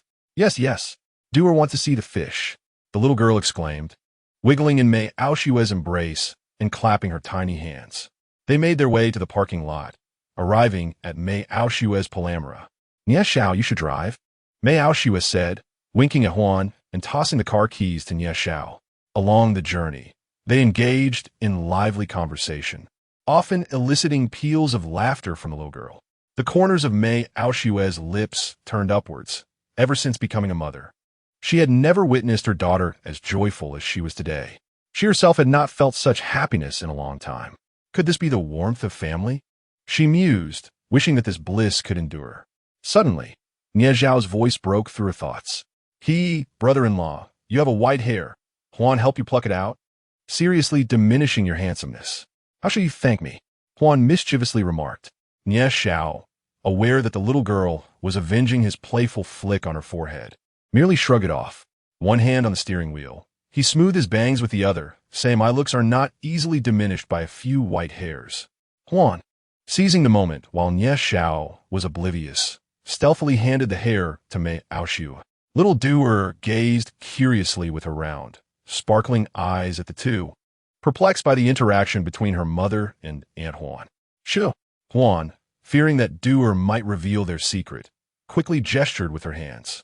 Giggling, the little girl did not comprehend their antics, but was amused by Huan's expression. Mei Aoshue and Huan exchanged knowing glances, as if sharing an unspoken secret. After approximately half an hour, they arrived at the newly constructed and currently the largest underground marine world in Jiu City. This aquatic wonder could rank among the finest in Huajian country, sprawling over a vast area and teeming with diverse marine life. Although Jiu City was not coastal, it was not too far from the sea. After purchasing tickets, they led the little girl inside. Instantly, Duer was captivated by the enchanting scenery within. her big eyes wide with wonder as she darted her gaze from one fascinating sight to another, her twin ponytails swaying excitedly. Is it fun, Dua? Mei Aoshue observed her daughter's delight, unable to suppress a smile. The little girl was too engrossed to respond, nodding her head as she watched the fish swim by. Oh, Dua spotted a turtle. Her eyes narrowed into crescent moons as she clapped her hands and bounced with excitement. Why are you so thrilled about the turtle? My dear Dua, Huan squatted down, looking curiously at the jubilant little girl. Because I had recounted the tale of the tortoise and the hare to her. She developed a fondness for the tortoise within the story. Upon seeing a real one, she might have been overwhelmed with excitement. Mei Aoshue gently touched her forehead, feeling a bit embarrassed. Dua, who often requested stories before bedtime, would always ask for the same tale of the tortoise and the hare, as it was the only story she knew well. Nie Xiao seemed to have guessed Mei Aoshue's thoughts and shot her a glance, almost conveying, "You are truly foolish." In response, Mei Aoshue glared at Nie Xiao and stuck out her tongue before taking a photo of Dua. The entire afternoon was spent amidst the joyful laughter of the little girl, a delightful experience that Mei Aoshue had not had the chance to share with her before. Sister Shui, I truly wonder how you managed to be a mother, Huan Er remarked on their way back, while the little girl was peacefully asleep in Mei Aoshue's arms. Exhausted from their day of play, Mei Aoshue felt a pang of guilt, had it not been for Nie Zhao's sudden appearance. She and her daughter might have faced dire consequences at the hands of Li Jiahao. All right, I've arrived. Thank you, brother-in-law, for bringing me back. Half an hour later, the He residence came into view. Would you like to come over and play? She asked Mei Aoshue as she alighted from the car. No, I have matters to attend to shortly. Let's play another day, Mei Aoshue replied, as the vehicle gradually departed. What do you have to do? Nie Xiao inquired, glancing at Mei Aoshue through the rearview mirror. At his question, Mei Aoshue's body tensed momentarily before she relaxed and replied, I need to stop by the company for a bit. What is your company's name? Nie Xiao asked, still gazing at her through the mirror. It is called Aoshue Group, specializing in apparel and cosmetics, Mei Aoshue explained. As the car slowly entered the Qinghu Pavilion courtyard, Mei Aoshue carefully carried Dua out. Nie Xiao, I apologize for troubling you again, she said, placing Dua into his arms with a hint of regret. It's no trouble at all. I genuinely adore this little girl. In fact, I am considering taking her on as my apprentice, Nie Xiao remarked while affectionately ruffling Dua's hair. Apprentice? Mei Aoshue was taken aback, quickly realizing that it was no wonder he could not fathom the possibility of her having a daughter. A single man, without a partner, suddenly faced with a little girl calling him daddy was indeed a humorous thought that made her chuckle uncontrollably. Nie Xiao stood frozen, and even Mei Aoshue's sister, Mei Aoshue, emerged from the house, equally astonished. Was this truly her sister? Realizing her uncharacteristic outburst, Mei Aoshue hastily offered a few words before driving away. Today, she did not intend to visit the company. She had far more pressing matters to attend to. She retrieved a small transparent bag from her purse containing 2 strands of hair, one short and one long. The shorter strand belonged to Nie Xiao, tugged off in the car by Huan Er, while the longer one naturally belonged to Dua. She had made up her mind to investigate whether Nie Xiao was indeed the father of her daughter. Chapter 19. As long as I am here. No one can harm them. To the southwest of the Blue Star, an expansive ocean lay before them, typically devoid of many vessels. The sea was now teeming with countless ships and warships. 100 miles ahead, a colossal phantom of land floated, appearing at the horizon where the sea and sky converged. Upon an immense aircraft carrier, a multitude of individuals congregated within a conference room. Among them was Yu Batian, prominently present, flanked by several elderly figures. I propose that we unite all the array masters to reinforce the seal to prevent whatever lies within from breaching into the mundane realm. Yu Batian's unequivocal voice resonated throughout the chamber. I concur, came the agreement from various leaders of nations present. However, fortifying the seal requires an excessive amount of resources and cannot be sustained for long. I still suggest we first create a breach and send personnel in to investigate, countered the representative from the Tianzhong Empire. A few smaller nations voiced their agreement as well. Time is already of the essence. By the time we dispatch investigators and await their findings, our window will only diminish. If calamity ensues, can you bear the responsibility?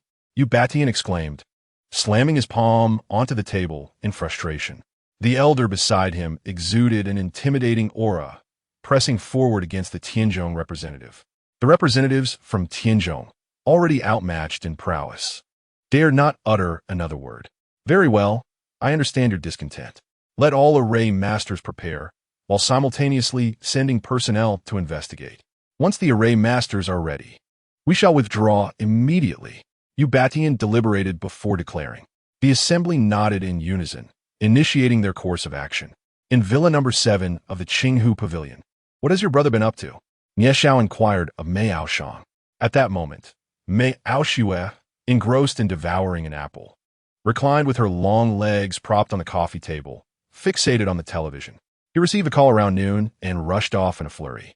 Mentioning something about a new continent, Mei Aoshang replied vaguely, what about those two fellows? Nie Xiao recalled the emergence of the new continent, which had evidently spread throughout the martial arts community. However, he then remembered Li Jiahao and the Shadow, and inquired further. Big Brother utilized Li Jiahao to transfer the Li family's assets in his sister's name. Mei Aoshang left the thought unfinished. Nie Xiao nodded, recognizing that despite Mei Aoyin's imposing stature, his mind was quite astute. He mused that if he had the opportunity, he might offer guidance to that individual, as achieving a breakthrough to the Grandmaster level seemed entirely feasible. Sister, open the door. As Nie Xiao contemplated, Mei Aoyin's robust voice resonated from outside. Exchanging a glance with Mei Aoshang, she remarked, I'll go. Ah, Brother Nie is also here? Upon opening the door, Mei Aoyin was momentarily taken aback at the sight of Nie Xiao, then continued, Did you not leave? Nie Xiao nodded in response and queried, Indeed, but I was just about to depart. I returned to bid farewell to Aoshue. Mei Aoyin scanned the room, but noticed Mei Aoshue's absence, his demeanor visibly dimming. He recalled fondly how close the three siblings had been in their youth, always standing up for one another, especially when his sister faced bullying. Even as they grew older, their bond remained strong, until that fateful incident 3 years prior. Now, he felt a profound sense of regret. Brother, Aoshue has yet to return. Mei Aoshang seemed to understand her elder brother's sentiments and offered comfort. Hearing this, Mei Aoyin appeared to exhale in relief, as he had feared that his sister was deliberately avoiding him upon learning of his return.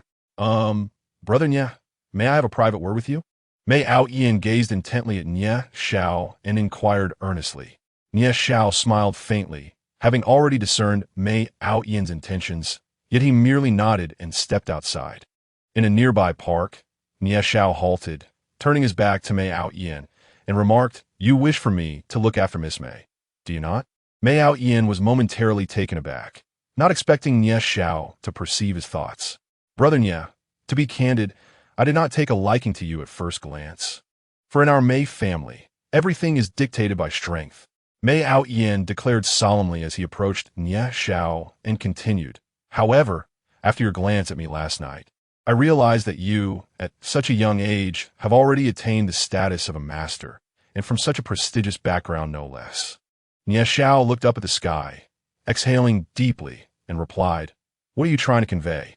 I mean to say, Mei Aoyin continued, that when our family sought to use Aoshue as a pawn for a strategic alliance with that individual, I initially supported the idea, which ultimately shattered our sibling bond. I regret it deeply, but I do not wish for her to suffer any longer. I hope for her happiness. Do you understand? Mei Aoyin struck himself forcefully, pressing on. I believe your youthful mastery will undoubtedly earn your family as respect, but I must caution you, with that individual rumored to be gravely injured.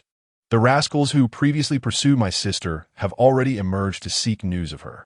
If you truly care for Aoshue, be prepared to confront these scoundrels. And then what? Nie Xiao replied nonchalantly. This is precisely what I wish to impart to you. Despite your mastery, those rascals have powerful individuals in their families. Some even boasting ancestors of the divine realm who wander the world. Mei Aoyin sighed. He fixed his gaze firmly on Nie Xiao and continued, If you and Aoshue truly unite, I implore you to take care of her and do her. Can you promise me this? Nie Xiao locked eyes with Mei Outyin, both staring at each other for several seconds. If I were to be with Miss Mei, as long as I live, no one in this world shall bring them harm. Nie Xiao asserted resolutely, word by word. Mei Outyin sighed in relief, playfully thumping Nie Xiao's chest, exclaiming, I did not misjudge you. He then turned to leave. Wait. Nie Xiao's voice rang out from behind. What is it? Mei Outyin queried, perplexed. Nie Xiao remained silent, pointing a finger at his forehead. Before Mei Outyin could react, he felt a tumult within his dantian. Subsequently, streams of genuine energy surged from his dantian, coursing through his limbs and bones. With a loud pop, it felt as though something had shattered within him. Almost instantly, his aura surged, as if a tempest had swept through, though Nie Xiao ensured the area within several meters remained unaffected. After a brief moment, as Mei Outyin's energy subsided, he gazed at his hands, overwhelmed with excitement. Is this mastery? Have I broken through to the master level? His voice trembled with disbelief. Nie Xiao patted his shoulder and turned it apart. Brother Nye, thank you. Mei Outyin called out, clasping his hands in gratitude. He was elated. Having achieved mastery, he felt far more confident for his upcoming exploration of the new continent. Upon encountering those little rascals again, one must decisively deal with them. He gazed at Nie Xiao's departing silhouette, lost in silence for a long while, his trembling body betraying the depth of his excitement. Was it truly the work of a master to assist others in breaking through barriers with such ease? He had only recently transcended to the threshold of a half-master himself. Ordinarily, one would need to consolidate their skills for 2 years, transforming internal energy into true qi, and only after achieving a higher understanding could one hope for further breakthroughs. At this moment, he found himself increasingly perplexed by Nie Xiao. Chapter 20. The unusual behavior of Mei Aoshue as night gradually enveloped the world. The silvery moonlight cast a veil of mystique over the surroundings. In the villa of Qinghu Pavilion, Nie Xiao and Mei Aoshue engaged in a casual conversation. Nie Xiao, with your remarkable skills, why do you still work as a sanitation worker? Mei Aoshue quipped, happily munching on a bag of potato chips. For the benefit of society, he retorted playfully. Mei Aoshue shot him a glance, continuing, but seriously, what are your thoughts on your relationship with my sister? What are my thoughts? Nie Xiao furrowed his brows, feeling like an eternal novice in matters of the heart. Yet, regarding his connection with Mei Aoshue, he felt a flicker of anticipation and a hint of yearning. Moreover, as he spent more time with Mei Aoshue and Duoer, these feelings intensified. By the way, do you know where that little girl's biological father has gone? To be honest, while Nie Xiao relished this feeling, there remained a nagging discomfort in his heart, akin to a thorn lodged within. Mei Aoshue paused, then replied, You ought to ask my sister about that. No sooner had she spoken than the roar of an engine echoed through the courtyard. Moments later, the villa's door swung open, revealing Mei Aoshue's figure entering. Sister, you're back. Mei Aoshue turned to greet her elder sibling. Yes. Mei Aoshue nodded and turned to Nie Xiao, saying, Thank you for your hard work, Nie Xiao. Please stay for dinner. No need. Nie Xiao began to refuse, but upon meeting Mei Aoshue's determined gaze, he acquiesced with a nod. A slight smile graced Mei Aoshue's lips as she mused inwardly. I have prepared the meal myself. How could you dare refuse? Is Duoer still asleep? Mei Aoshue inquired after setting down her bag and taking a sip of water. Yes, she's still sleeping. After a day of play, she's truly exhausted. Nie Xiao replied with a smile and a nod. He had been contemplating finding an appropriate time to guide the little girl in refining her skills, slowly imparting some fundamental methods of cultivation. Although she was young, it was indeed the prime age for learning, and he had resolved to take her as his disciple. Thus he could not afford to waste this precious time. Why did he always feel such a sense of familiarity with the little girl? Could it be that she possessed the same constitution as his own? Nie Xiao pondered quietly to himself. In his childhood, his master often remarked that he possessed a natural life form, and whenever Nie Xiao inquired about what that meant, his master would always say that he would understand in due time, which left him rather vexed. What are you thinking about? Mei Aoshue settled beside Nie Xiao. Having changed into comfortable home attire, her hair cascading lazily around her.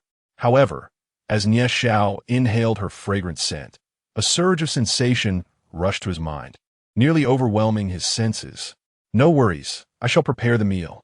He bit down on his tongue, the sharp pain pulling him back to reality, and promptly rose to head towards the kitchen. Mei Ao Shui paused for a moment, but upon observing Nie Zhao's earlier demeanor, she seemed to deduce something. A delightful smile gracing her lips as she secretly reveled in her thoughts. "You can cook?" Mei Ao Shuang inquired, her tone laced with incredulity, her expression clearly questioning the edibility of his culinary skills. "Don't underestimate me," Nie Xiao retorted, confidently striding into the kitchen. "I promised to cook today as a token of gratitude." Mei Ao Shui shot her sister a reproachful glance and followed him into the kitchen. "Oh dear, you two are quite enough. Does pairing a man and woman together not lighten the load?" Mei Ao Shuang chimed in, relishing the unfolding drama. "Close your mouth." Mei Ao Shui feigned annoyance. Mei Ao Shuang stuck out her tongue and resumed watching television. Seeing Mei Ao Shui enter the kitchen, Nie Xiao felt a wave of frustration wash over him. Having cultivated to this level, he couldn't help but marvel at his own willpower. Yet, in the presence of Mei Ao Shui, he found his resolve evaporating, completely overtaken by impulse. Their eyes met, and Nie Xiao cleared his throat, saying, "Today, you shall experience my culinary prowess. You can take a break." "Why do I feel like you're avoiding me?" Mei Ao Shui stepped closer, less than 20 centimeters away, gazing into his eyes as she posed the question. "No, why would I avoid you?" Nie Xiao bit his tongue again, a shiver coursing through him, and hurriedly turned to wash the vegetables. Mei Ao Shui shook her head, a smirk adorning her lips, covering her mouth as she stifled a laugh. Suddenly, she recalled something and feigned nonchalance, asking, "Nie Xiao, at your age, why are you still unmarried?" "Am I that old?" Nie Xiao infaded deeply. Realizing that Mei Ao Shui was teasing him, he fell back into his previous carefree demeanor. "No, I meant that at your age. It's time to consider marriage and children." Mei Ao Shui rolled her eyes, helping to wash the vegetables as she continued her inquiry. "I haven't thought about that yet." Nie Xiao hummed a cheerful tune as he placed the ingredients on the cutting board and began to chop. "Aren't your family anxious about this?" Mei Ao Shui wiped her hands and asked with curiosity. "I am an orphan. It's just me," Nie Xiao replied nonchalantly. Mei Ao Shui was taken aback by this revelation, apologizing. "I'm sorry, I didn't know." "It's nothing. No need to worry," Nie Xiao said, showcasing his remarkable knife skills, leaving Mei Ao Shui astounded. What kind of divine knife skills are these and such speed? Is this the result of over 20 years of being single? She blurted out, quickly realizing her words and flushing with embarrassment. Nie Xiao pondered, what has gotten into this Mei girl behaving like a rogue? "Nie Xiao, may I ask you a question?" Mei Ao Shui reverted to her previous innocent demeanor, speaking softly. "Haven't you asked enough questions?" Nie Xiao replied, bemused. "No, this question is quite significant." Mei Ao Shui asserted earnestly, her voice resolute. Nie Xiao paused his activities, nodding in agreement. If Dory is your daughter, what would you do?" Mei Ao Shui asked, instantly lowering her head, unable to meet Nie Xiao's gaze. Nie Xiao furrowed his brow slightly, taken aback by Mei Ao Shui's inquiry. Yet he refrained from responding immediately, instead staring pensively out of the window. The kitchen fell into an eerie silence for over 20 seconds, dominated only by the sound of their breathing. If one were to listen closely to Mei Ao Shui's breath, they would sense her palpable tension. Surely, he would spoil her to the heavens, right? Finally, Nie Zhao's voice broke the stillness, as if he had come to a realization, the corners of his mouth lifting slightly. Anyone blessed with such a beautiful and charming daughter would undoubtedly dote on her. "And what about me? If Dora were your daughter, how would you contemplate our relationship?" Mei Ao Shui summoned all her courage, stepping closer to intently meet Nie Zhao's eyes. Nie Xiao turned back to his task of chopping vegetables, shaking his head and jesting. "Stop joking. I'm still a lifelong bachelor." Chapter 21.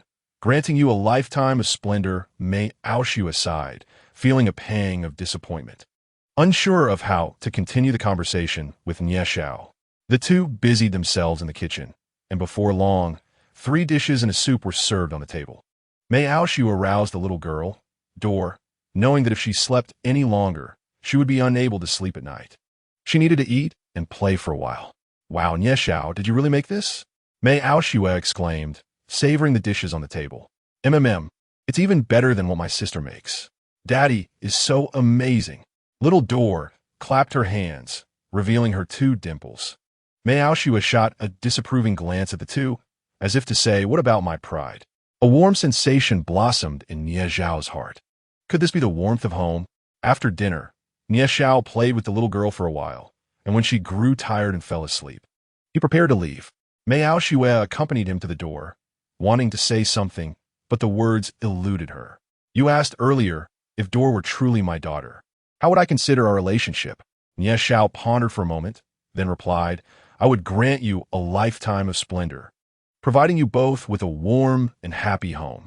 With that, Nie Zhao turned and departed, leaving Mei Aoshue gazing at his retreating figure, her small fists clenched, a smile forming at the corners of her mouth. In Tianhai City, a grand mansion nestled halfway up a mountain stood as the residence of the prestigious Mei family. In the hall, more than a dozen individuals were seated, engaged in serious discussion. Jianfeng, are we truly sending out Yin this time? An elderly man with graying hair, seated at the head of the table, inquired of a middle-aged gentleman below him. This elder was Mei Aoyin's grandfather, Mei Kaishan, whose cultivation had reached the late stage of the spirit connection realm. He held a significant position in the Huahong martial arts community, wielding considerable influence. Yes, father, I have made my decision. Tian lacks the necessary experience, and this trip is undoubtedly an opportunity for him, Mei Jianfeng affirmed. Will the other family S youngsters be attending as well? Another elder seated to Mei Kaishan's left asked with a smile. Indeed, the Ouyang family, the Gu family, and several clans from the Longbei region will also send representatives. Mei Jianfeng replied. Ah, was it not that individual who was among the first to enter? Having traversed countless life and death trials, they achieved an earth-shattering level of prowess. Indeed, thus this time, these clans are eager to stake their fortunes, allowing their descendants to mature amidst the crucible of life and death. The elders of the clans began to voice their thoughts. Grandfather, father, esteemed elders, came the voice of Mei Aoyin from outside the door. Aoyin has returned. Come in, Mei Kaishan said, gazing benevolently towards the entrance. He cherished this particular grandson above all, recognizing his exceptional talent and upright character, unlike the other wayward scions. With a commanding stride, Mei Aoyin entered the grand hall, bowing respectfully to the assembly. What imposing aura! Mei Kaishan exclaimed in astonishment as he observed Mei Aoyin. Young man, Mei Jianfeng remarked, rising to his feet to scrutinize him closely. On this journey to Jiu, I encountered an extraordinary individual and thus experienced a fortuitous transformation. Mei Aoyin chuckled, lightly touching his forehead. His aura suddenly surged forth. Mastery level, truly, you have reached the mastery stage. Mei Kaishan exclaimed, abruptly standing and swiftly moving to Mei Aoyin's side. Mei Aoyin, his aura retracting, briefly recounted the circumstances in Jiu City. Excellent. Ha ha ha. The elders laughed heartily, rejoicing in the prospect of the Mei family having a worthy successor. Such a young master in Jiu City? How was I unaware of this? Mei Kaishan furrowed his brow in confusion. This fellow was working as a sanitation worker, concealing his true abilities. What on earth was he up to? Mei Aoyin then recounted his encounter with Nie Zhao, leaving the elders in a state of astonishment. Alas, poor Shui, that girl has truly suffered. Mei Kaishan sighed heavily. It had been years since he last beheld his most beloved granddaughter. Had it not been for Mei Aoyin revealing her whereabouts, he would have remained oblivious to when he might see her again. My sister is doing quite well, accompanied by brother Nie. She harbors some grievances against the family, but once those are resolved, she shall return. Mei Aoshan assured. Once matters here are settled, I shall visit with Mulan, Mei Jianfeng declared solemnly, referring to his wife and the mother of the Mei siblings. The others nodded in agreement. In Jiu City, within a somewhat dilapidated community, Nie Xiao sat quietly cross-legged on his bed, his body shimmering with a mystical glow. A closer inspection would reveal that the moonlight filtering through the window permeated his skin, seeping into his very being. With a deep exhale, Nie Xiao released a breath of stale air and opened his eyes. Something is still amiss. What could it be? He pondered, furrowing his brow in contemplation. This state of uncertainty had persisted for 6 long months. Today, he sensed a loosening of his bottleneck and had returned to immerse himself in meditation. Yet after several hours, he found no progress. Master, Master, 2 voices echoed, and suddenly, 2 figures appeared in the room. Luoyin, Zhao, were you not tasked with investigating the gate to hell? Nie Xiao rose and approached the window, gazing skyward. Master, we have made some discoveries. Luoyin stepped forward, stating, the brethren there have uncovered irregularities among the guards of the Tianzhong Empire, but further investigation is ongoing. Moreover, reports of missing children have emerged globally, accompanied by the presence of malevolent energies. I suspect. What could they possibly want with the children? Nie Xiao's brow furrowed, a surge of murderous intent igniting in his eyes. At present, the situation remains unclear. Undoubtedly, a conspiracy is afoot. Luo Yun remarked coldly. Very well, continue your investigation. Furthermore, dispatch Xiao Luo and Yin Yang to the New World to ascertain the circumstances. Nie Xiao waved his hand, issuing the command. Yes, master, the 2 bowed in obedience. Yet Luo Yun stepped forward, as if he had something to articulate. Is there anything else? Nie Xiao inquired with a solemn tone. Master, given your stature, it is perplexing that you reside in such a place. Luo Yun observed the cramped room of less than 10 square meters, a hint of confusion evident on his face. Indeed, master, when it comes to wealth, who can rival our heavenly sovereign sect? Ilu stroked his bald head, equally bewildered. I once lived here with my master. It serves as a nostalgic memory. He sighed, wondering where his esteemed master might be now. He turned to the 2 and continued. You need not concern yourselves with my affairs. The paramount task is to uncover the truth regarding the gate of hell. I suspect the Tianzhong Empire has betrayed all of humanity, forging some sinister alliance with the malevolent entities from beyond, who themselves harbor ulterior motives. Understood. The 2 acknowledged the command and departed. Is this step truly so arduous? The path of life, what is it lacking? Nie Xiao gazed quietly out the window. In the conference room aboard the aircraft carrier in the Western Ocean, Yu Batian rose, questioning. Are you saying there are no living beings inside, only ancient relics? This group of cultivators braved peril to explore within, only to find it devoid of life. Merely ancient remains, which took them by surprise. However, they did manage to investigate several relics and returned with some valuable items. Chapter 22. The gathering of heroes. Yu Batian was perplexed, as were they all. Yes, but many areas are protected by formations or seals. One misstep could lead to death. A surveying cultivator nodded. Could such places be utilized by the powerful to train their successors? Yu Batian furrowed his brow in contemplation and added, No. I must promptly report this to the Dragon Lord and send more personnel. If only that individual were here, who would dare contend with our Huolong nation. The elders surrounding Yu Batian sighed in unison. Upon hearing this, Yu Batian's eyes brightened, for he recalled that during Nie Zhao's ventures in that world, he went by the name Xiao Shuai and wore a Shura mask, his true visage unknown to anyone. Only he was aware that Xiao Shuai was, in fact, Nie Xiao. He pondered for a moment, then moved to a secluded area, retrieving his phone to make a call. He first reported the situation to the Dragon Lord and expressed his desire to summon Nie Xiao. After receiving the Dragon Lord's approval, he promptly dialed Nie Zhao's number. Old Yu, disturbing one's peaceful slumber in the dead of night is quite an unethical act. Nie Xiao's nonchalant voice echoed, causing Yu Batian's lips to twitch. Young man, this time, the old fellow truly needs your assistance. Yu Batian gravely recounted the situation. Oh, such a remarkable place exists? Nie Zhao's eyes sparkled. Currently, he lacked neither treasures nor techniques, having acquired numerous ancient legacies during his time in that world. However, who would refuse more treasures? I can't shake the feeling that this sounds dubious. No living beings, only relics? Nie Xiao mused thoughtfully. I believe this is a place left for future generations to hone their skills. Mused Batian, continuing. What concerns me is that such a location will undoubtedly attract those reclusive masters to emerge from their seclusion. So what if they do? If there are treasures, should we not allow them to compete for it? Nie Xiao replied, exasperated. If this place truly exists, it all depends on individual fortune. Who could possibly hinder others? Do you think that when they emerge, there will still be a chance for others? Batian quipped, you better not get involved with them.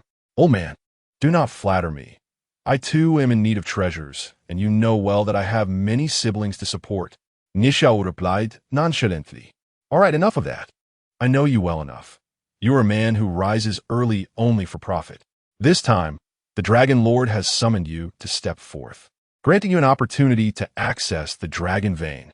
Batian glared, puffing with indignation. Really? Upon hearing this, Nie Xiao's eyes sparkled with excitement. The largest, most refined dragon vein in Hulong country lies beneath the imperial capital, with its entrance known solely to the Dragon Lord. This was also what Nie Xiao coveted the most. A sliver of dragon energy from the vein would significantly enhance his strength. However, his desire for this dragon energy was not for himself, but for the young girl. He wished to fortify her foundation immensely. Once the Dragon Lord has spoken, it is as binding as the four horses cannot chase back. Batian huffed angrily. This lad had coveted the dragon vein for an eternity, had he known the entrance. He would have ventured in countless times by now. Hey, I say, old you know I'm utterly destitute. I still need to eat. Nie Xiao chuckled. Enough of the useless chatter. When will you come over? Batian inquired. I shall come when the time is right. Farewell, old man. Nie Xiao promptly ended the call. Batian stared at the disconnected phone, his lips twitching. He then walked to the deck, gazing toward the mysterious continent, murmuring with that person's return, the world shall surely be set ablaze. For some reason, he felt a mixture of anxiety and anticipation. The sky gradually brightened. It was Monday, and Mei Aoshue was heading to work while the young girl was off to school. Mama, will Daddy not take Dodo to school? The little girl asked Mei Aoshue as soon as she awoke. Mei Aoshue was momentarily speechless, then replied, Dodo, Daddy is very busy with work. Would you let your aunt take you instead? But all the other kids say that Dodo is a child without a father. Now that I have found Daddy, I want to tell them that Dodo has a daddy too. The little girl insisted, her expression resolute and earnest. Upon hearing this, Mei Aoshue's eyes reddened, and she turned away to cover her mouth. Initially, she had only thought of having a child and raising her with her own capabilities, believing it would be entirely feasible. However, as her daughter grew, the issues became increasingly apparent. Children need the love of both parents. Then, would you call Daddy and ask him? She gently offered her phone to the little girl. The young girl nodded eagerly, taking the phone. Her small fingers pressed the numbers one by one. What an intelligent daughter she was. She only needed to hear Nie Xiao's number once, and she had memorized it. Daddy, the little girl joyfully exclaimed, clearly having heard Nie Xiao's voice.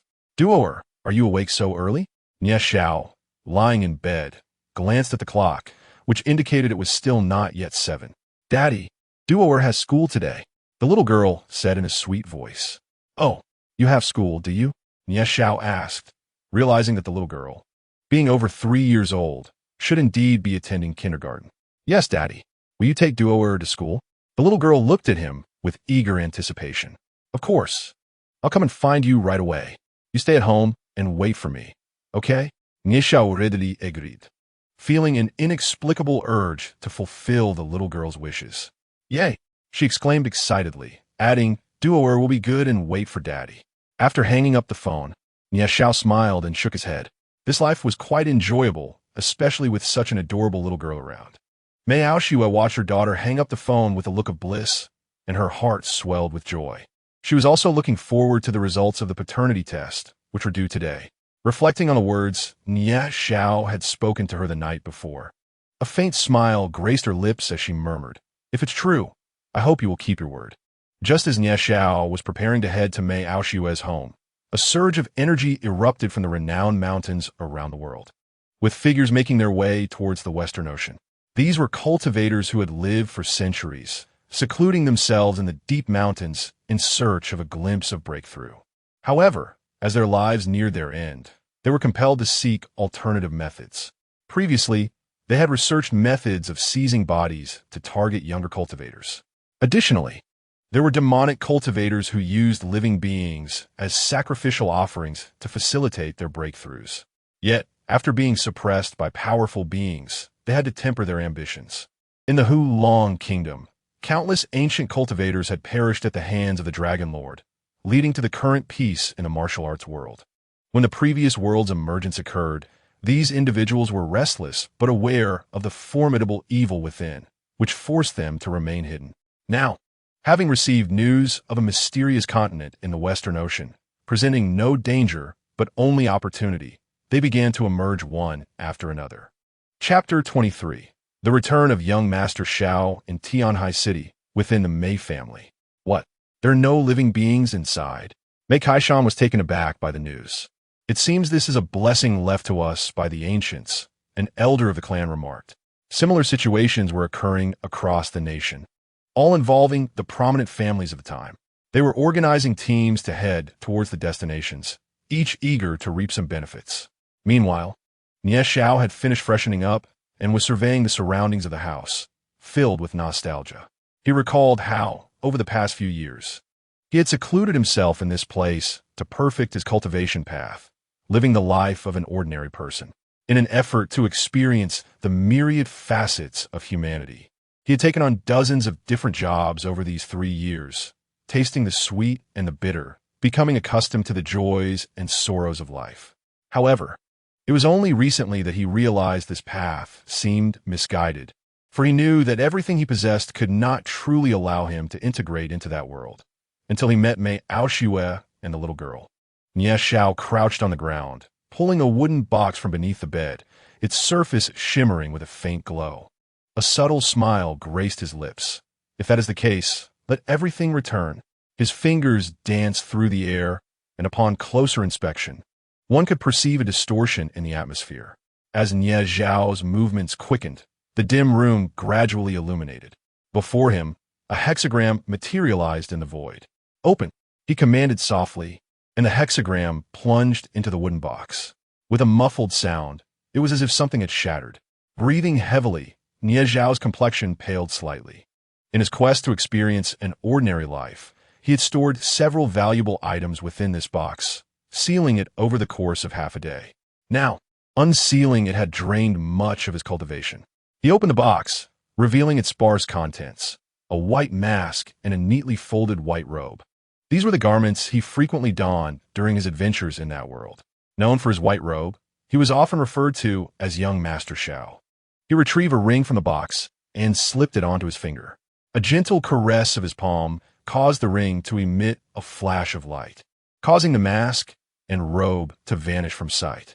This was another treasure he had acquired in that realm, a storage ring, exceedingly rare. To his knowledge, fewer than 5 individuals possessed such a ring in that world, including himself and the Demon Lord. Peering into the box, he found a few bank cards, several car keys, and a photograph of himself with his master. Once more, he brushed his palm over the box, rendering it utterly empty. Time to find that little girl. Nie Xiao chuckled softly. For reasons unknown, the mere thought of the little girl's adorable visage brought a smile to his face. Exiting the room, he made his way to a nearby 5-star hotel. Indeed, his car was stored in a private garage, having chosen to return to a normal life. He intended to retrieve all his belongings. Moreover, this was his first time escorting the little girl to school, and he could not afford to be late.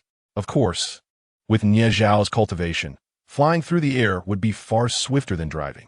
However, given that he was in the mundane world, revealing his abilities as a cultivator could incite unnecessary panic. In the underground parking garage, a cluster of luxury vehicles was parked in one area. At that moment, 2 young girls were broadcasting live, their voices exuberant and commanding. Checking the time, Nie Xiao noted it was already 7:20. The little girl needed to leave for school around 8 o'clock. He could not afford to be tardy on this first occasion. He approached a striking red supercar, a Ferrari LaFerrari. "Hey, who do you think you are? Move aside." A sudden sharp voice interrupted him. One of the girls from the live stream cast a disdainful glance at Nie Xiao, shouting at him. "What's the matter?" Nie Xiao replied, puzzled. He was pressed for time and had no inclination to engage with them. "You're blocking my car," the girl exclaimed again, her tone demanding. "Oh, your car?" Nie Xiao raised her eyebrows and inquired.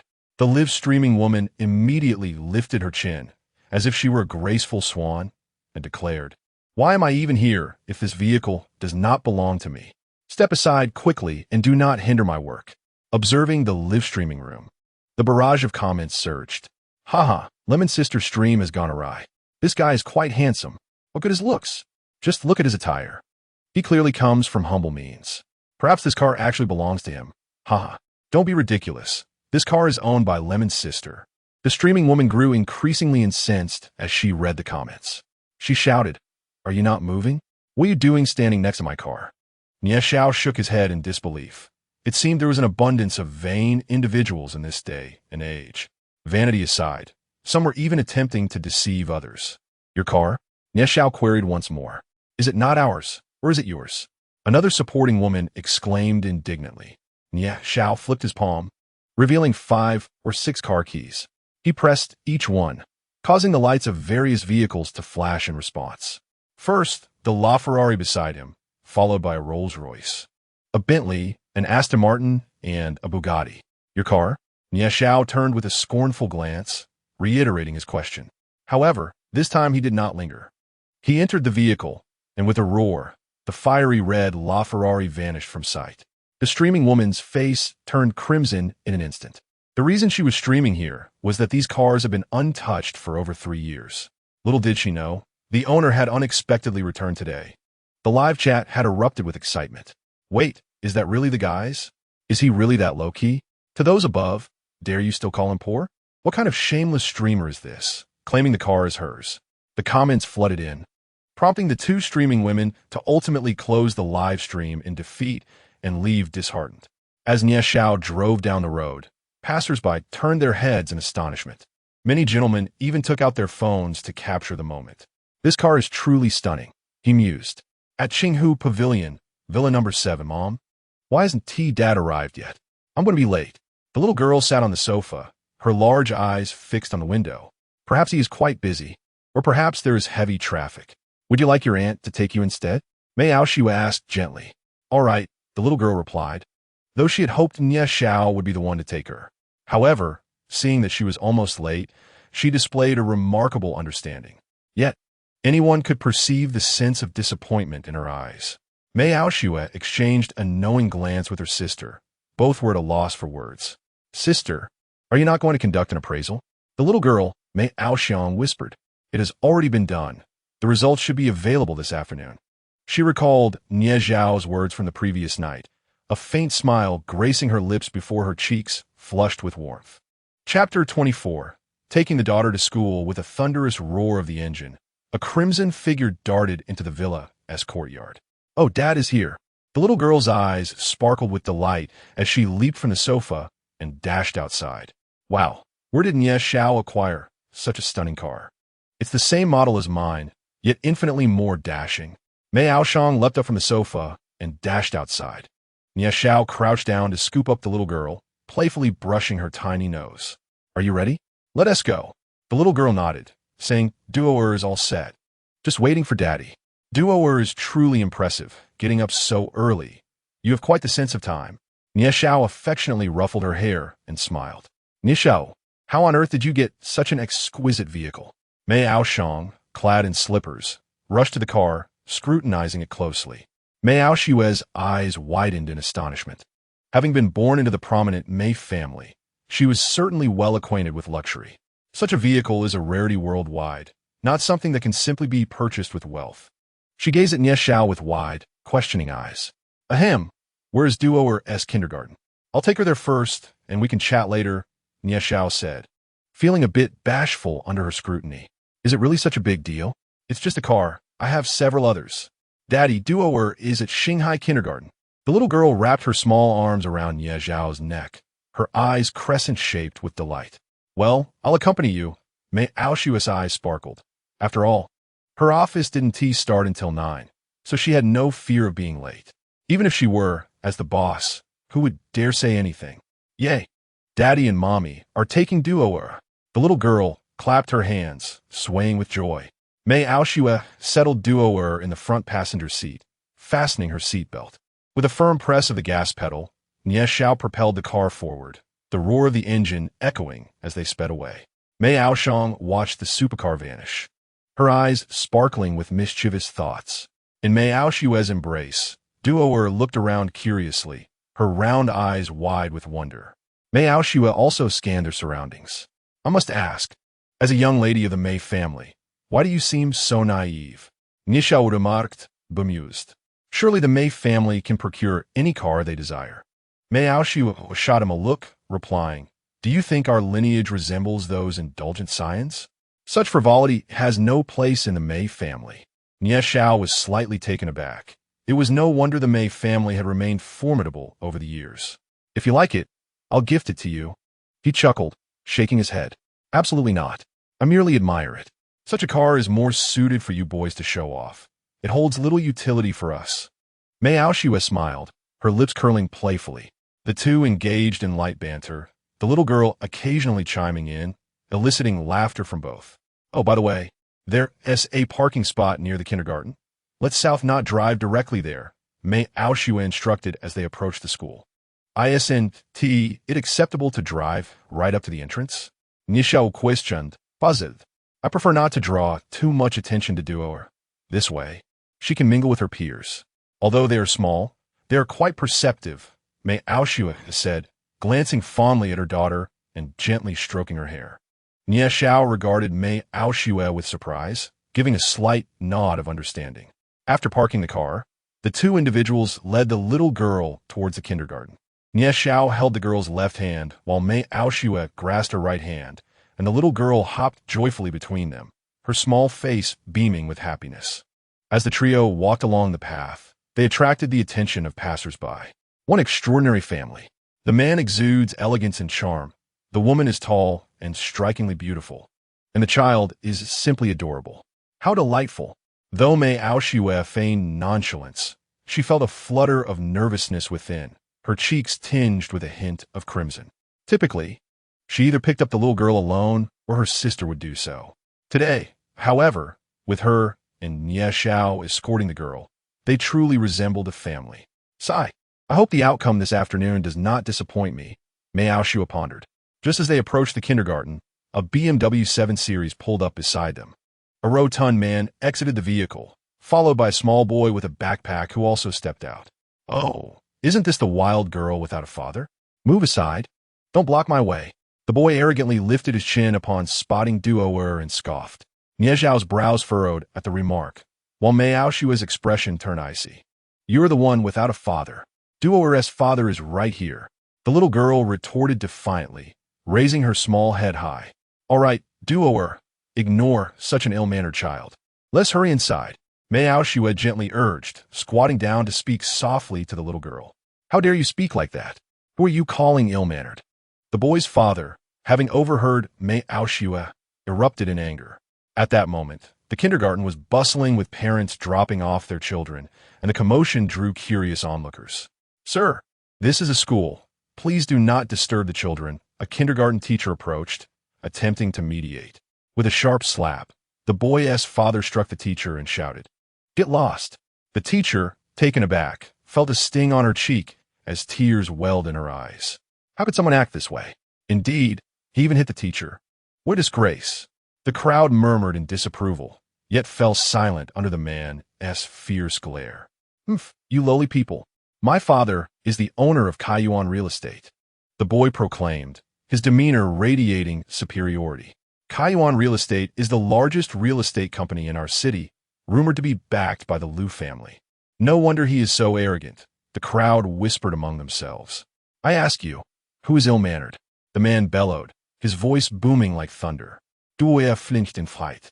With a resounding crack, the man who had just been boasting was suddenly sent crashing against his own vehicle before rolling onto the ground with a cry of pain. Wow, this guy is formidable.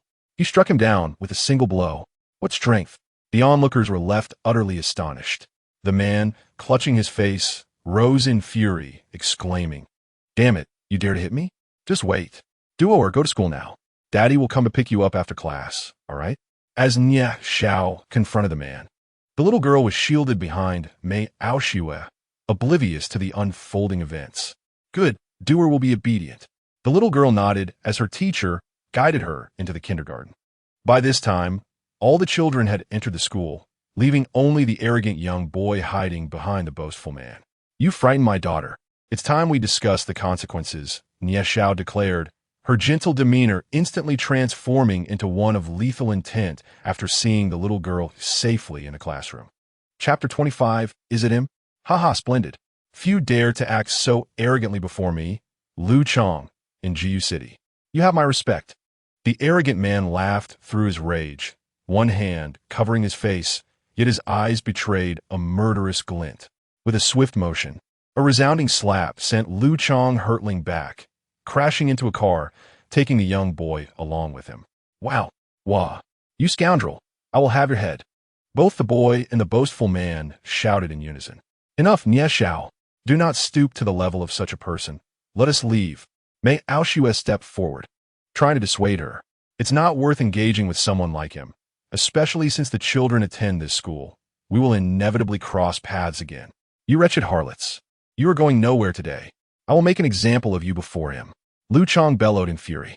Just as Lu Chong finished his threat, Nia Xiao unleashed a kick, sending his corpulent body flying several meters before crashing heavily to the ground, clutching his abdomen in pain. Mei Aoshue, equally incensed, felt her blood boil at the venomous words that had been uttered. Kaiyuan Real Estate, is it? Nia Xiao sneered, retrieving her phone to make a call. Your Excellency. The call connected, and a panicked voice came through. Jiu City, Kaiyuan Real Estate, disappear within 2 minutes. Anyone who obstructs this shall meet the same fate. Without further ado, Nia Xiao ended the call. Ha, cough, cough. Lu Chong, curled on the ground, finally caught his breath, only to hear Nia Xiao's voice, provoking another derisive laugh, followed by a fit of coughing. Who is this young man? He is exceedingly arrogant. Indeed, that is Kaiyuan Real Estate, backed by the Lu family. Who could rival them besides the He family? The onlookers murmured, deeming Nia Xiao's confidence excessive. Even the He family would not dare claim that a single phone call could bring about the downfall of Kaiyuan Real Estate. As the murmurs faded, Lu Chong's phone began to ring. Hello. He glanced at the screen, recognizing it was his secretary, and frowned before answering. President Lu, it's bad. Our partners have severed ties with us, and our stock has plummeted. The secretary's voice was filled with alarm. Calm down. We will discuss this later. Lu Chong snapped, unsteadily rising to his feet, his gaze fixed on Nia Xiao. You did this, didn't you? He coldly inquired, though his tone lacked any trace of panic. Let us see how you plan to bring my company down in 2 minutes. Before he could finish, his phone rang again. Frowning, he looked at the screen once more, his expression turning to one of alarm. Hey, old man Lu, he said with a fawning demeanor, just as a thunderous roar erupted from the other end. You insolent fool. The Kaiyuan Real Estate is on the brink of bankruptcy. My Lu family has risked everything to save it, yet we've suffered losses exceeding half our fortune. Whom have you offended? Speak the truth, or else. A voice, aged yet resounding, echoed through the speakerphone, clear for all to hear. Good heavens, how remarkable! Exclaimed one person. It's not merely remarkable. Even a script wouldn't dare to depict such a scene. This individual is both formidable and humble, unlike some others. The crowd regarded Nia Xiao and Mei Aoshue with admiration and respect. In stark contrast, the arrogant man Lu Chong was drenched in cold sweat. His gaze filled with terror as he looked at Nia Xiao. Speak, he urged. I see you wish for death. Another furious shout resonated from the other side. You must listen. The arrogant man Lu Chong relayed the recent events without a hint of concealment, feeling as if he had offended someone beyond his capacity to reckon. Hand the phone to that person, commanded old man Lu through the receiver. Trembling, Lu Chong approached Nia Xiao and handed him the phone. Nia Xiao shot a cold glance at Lu Chong before taking the phone. Speak, he demanded tersely, his eyes narrowing, an aura of authority emanating from him. I do not know who you are, but crossing the Lu family will lead to dire consequences. He began, but before old man Lu could finish, Nia Xiao furrowed his brow and crushed the phone in his grasp. He then retrieved his own phone and dialed a number. You and Luo Yun. Make your way to the Lu family in Jiu. Give them a stern warning. Nie Zhao's voice was laced with a murderous intent. Understood, came the affirmations from the other end, from Jile and Luo Yun. Return and convey this to the Lu family. If they wish to survive, they must come to Aoshue Group and seek me out. Nie Zhao declared menacingly to the arrogant man Lu Chong. He then recalled something and continued, from this day forth, your son is forbidden from appearing at this school. Otherwise, mark my words. Lu Chong, drenched in sweat, realized that he could only rely on the Lu family. Yet, could the Lu family contend with someone capable of evaporating half their assets with a mere flick of the wrist? The crowd stood in stunned silence, watching as Nie Zhao and Mei Aoshue departed in a sleek red Ferrari. Is that a LaFerrari? One bystander exclaimed. They drive such a luxurious car and yet refrain from flaunting it at the entrance. Truly, the more impressive, the more unassuming. Unbeknownst to Nie Zhao, he had inadvertently showcased his prowess before the crowd. Nie Zhao, who exactly are you? I feel as though I have known a false version of you, Mei Aoshue remarked. Her large eyes fixated on him without blinking since they entered the vehicle. Oh, just an ordinary person, nothing more. Nie Zhao waved dismissively, nonchalantly brushing off the notion. Mei Aoshue, momentarily speechless, pouted adorably, prompting Nie Zhao to feel an irresistible urge to kiss her. Meanwhile, within the Lu family, old man Lu seethed with rage. As a distinguished martial arts master, he had never endured such indignity. Thus, he summoned all his resources, including his 2 sons, 1 daughter, and several elder clan members. Old Master Lu recounted the events that had just transpired, shattering 4 or 5 teacups in the process. Bring that little rascal to me. I shall flay him alive, he exclaimed, his fury palpable. The head of the Lu family truly possessed a formidable temper. At that moment, a cold snort echoed from outside, followed by the sound of rushing wind, and 2 figures materialized in the center of the hall. One was ethereal in attire and strikingly beautiful, while the other was a towering figure with a gleaming bald head, none other than Luo Yun and Jile. Who dares to be so audacious before me, an old man? Lu was consumed by rage, disregarding the identities of the newcomers as he bellowed. Does the old man believe that being a grandmaster makes him invincible? Jile chuckled as he stroked his shiny head. Suddenly, his expression turned icy, and an overwhelming aura erupted from him. In an instant, everyone in the hall was sent flying. Lu and several clan elders coughed up blood. Ba, my apologies. It seems I may have used excessive force, Giles said, clasping his hands together with an apologetic smile. Then once again touching his bald head. Luo Yun, standing beside him, remained expressionless, yet a murderous intent flickered in his eyes. Those who dare to provoke our Lord shall meet their demise. You possess spiritual powers. Lu gasped, spitting blood as he pointed at Jile, trembling. If you wish to avoid annihilation, go to the Aoshue group and repent. With that, the 2 vanished as if they had never been there. Is it him? Lu murmured before losing consciousness.